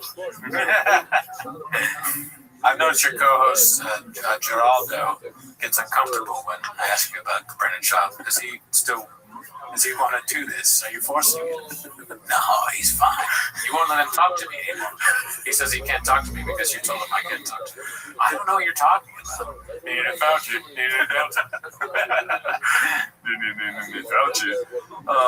Funny Chief, Chin awkwardly holding living things compilation. I've seen this. It's koala, a baby. What do I do with this baby? Yeah. That's a dog. Another baby. He does have this weird hit on the camera whenever he's holding a baby. Yeah, I mean, it's not reminiscent of Shab himself, you know, with the weird pose. He's kind of like, I could be your daddy in a weird way. Like, he knows he's holding a baby. He's looking at a girl saying, you know, this could be me. He's always trying to fuck. Yeah. I could be your daddy. And then he starts singing, I could be your daddy. He's the Barbara Streisand of trying to fuck. Yeah. All right. By the way, we love chip. Oh, yeah. Hot chip, no comment. And then this is the most famous one. That is a good one. And, dude, as former fat boys ourselves, you're a fat boy, right? Facts. We got him. You know, everyone relates to this. He has a lot of, like, big guy energy here. I like it. If my mom ever wants to tear me down, dude, she has a homecoming photo of me with a fine lady, but I'm very fat. I mean, you're with a lady. True story, dude. Right. But you know what it's like. Oh yeah, Fat dude, little girl. Not a good look. my pictures are me fat next to cake, probably. There you go. Fat by myself. Coffee. Gotta get it right. This is the he's sitting in a barn kind of here. This is future. That haircut is crazy. Yeah, the face card is not slaying, dude. Or what is it?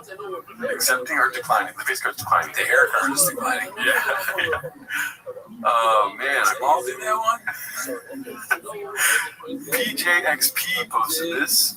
I guess Shop passed on the Netflix deal. God damn.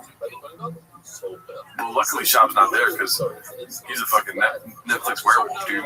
Those ladies, they wouldn't even be working there that long. Yeah, Charles. Yeah, keep him busy. Those look like two Charleston victims of me. Werewolf. Yeah. The Shop.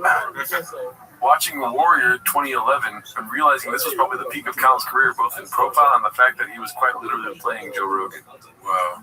I don't even remember that. I don't either. I remember the movie vaguely, but that's sad that they let Callan in it to play Rogan. It's a dark time, dude. Very dark time for her.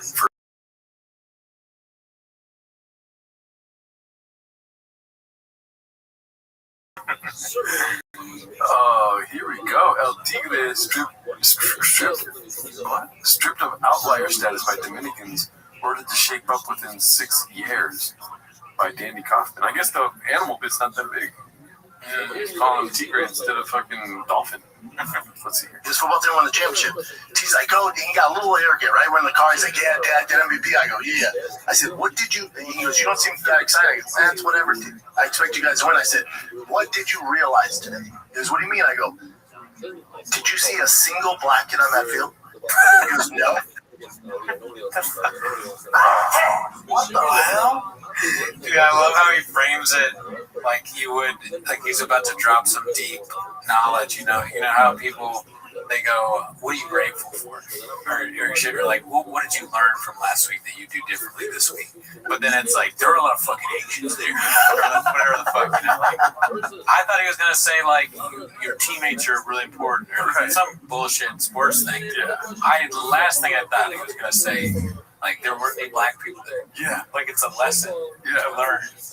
I pray to God there's a Mr. Miyagi there that's like, listen, your dad better redacted.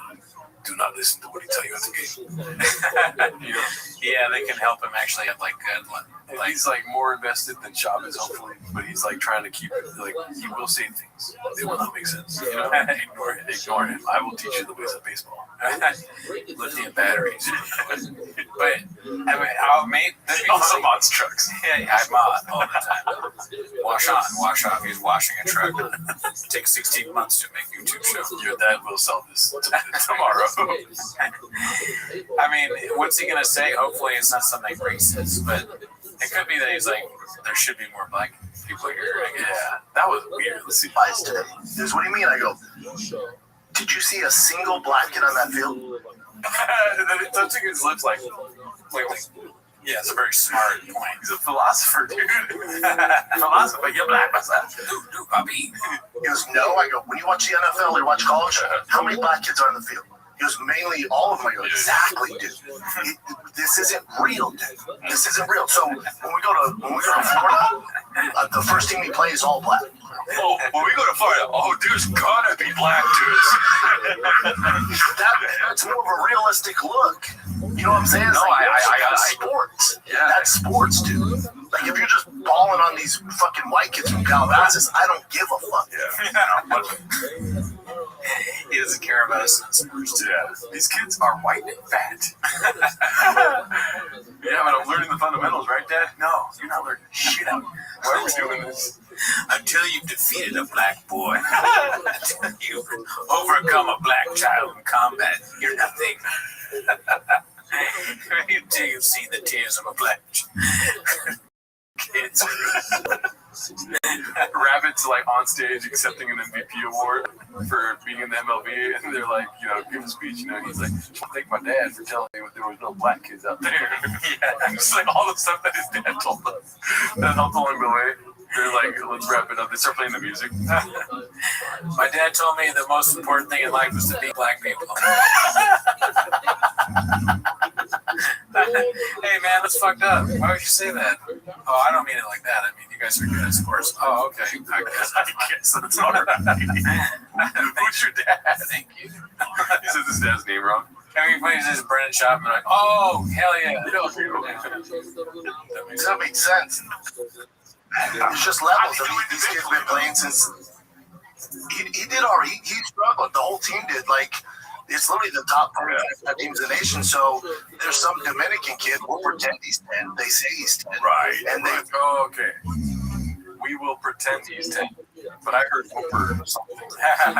He's filet mignon. Filet mignon. I said it right. But yeah, that's a trope. I remember that. The trope that like the foreign kid, but the kid from somewhere else is like way older. I remember they said that about this kid that was from Sierra Leone because he's really good at soccer. I remember thinking he's from Sierra Leone. Can you just like let him be? It's like he's had a tough go of it. I don't know if he's older or not. Yeah. He's really good at soccer. He's had life for sure. That's the narrative. And we spoke Spanish and he's pitching 67 miles an hour at 10. And he's like, hello, I play baseball. So it's like, let's play baseball. Yeah. So I told T, I'm like, buddy. I told T, I go, buddy, I don't need you to be the best. Yeah. Like, there ain't nobody getting a scholarship to University of Texas after this at 10. Right. I don't care. Now at 16, 17, you're struggling. All right, we're gonna have to figure it out. But at 10, I don't give a fuck, dude. I don't care. We'll see what's up in 6 years. Yeah. But the thing is, nice. That black thing was crazy. That was wild. How did we not see that before? Here we go. Hey, at least he's alive. Practicing for when the so, that's so good. Shout out to Hey Mark Wigsky. It's live.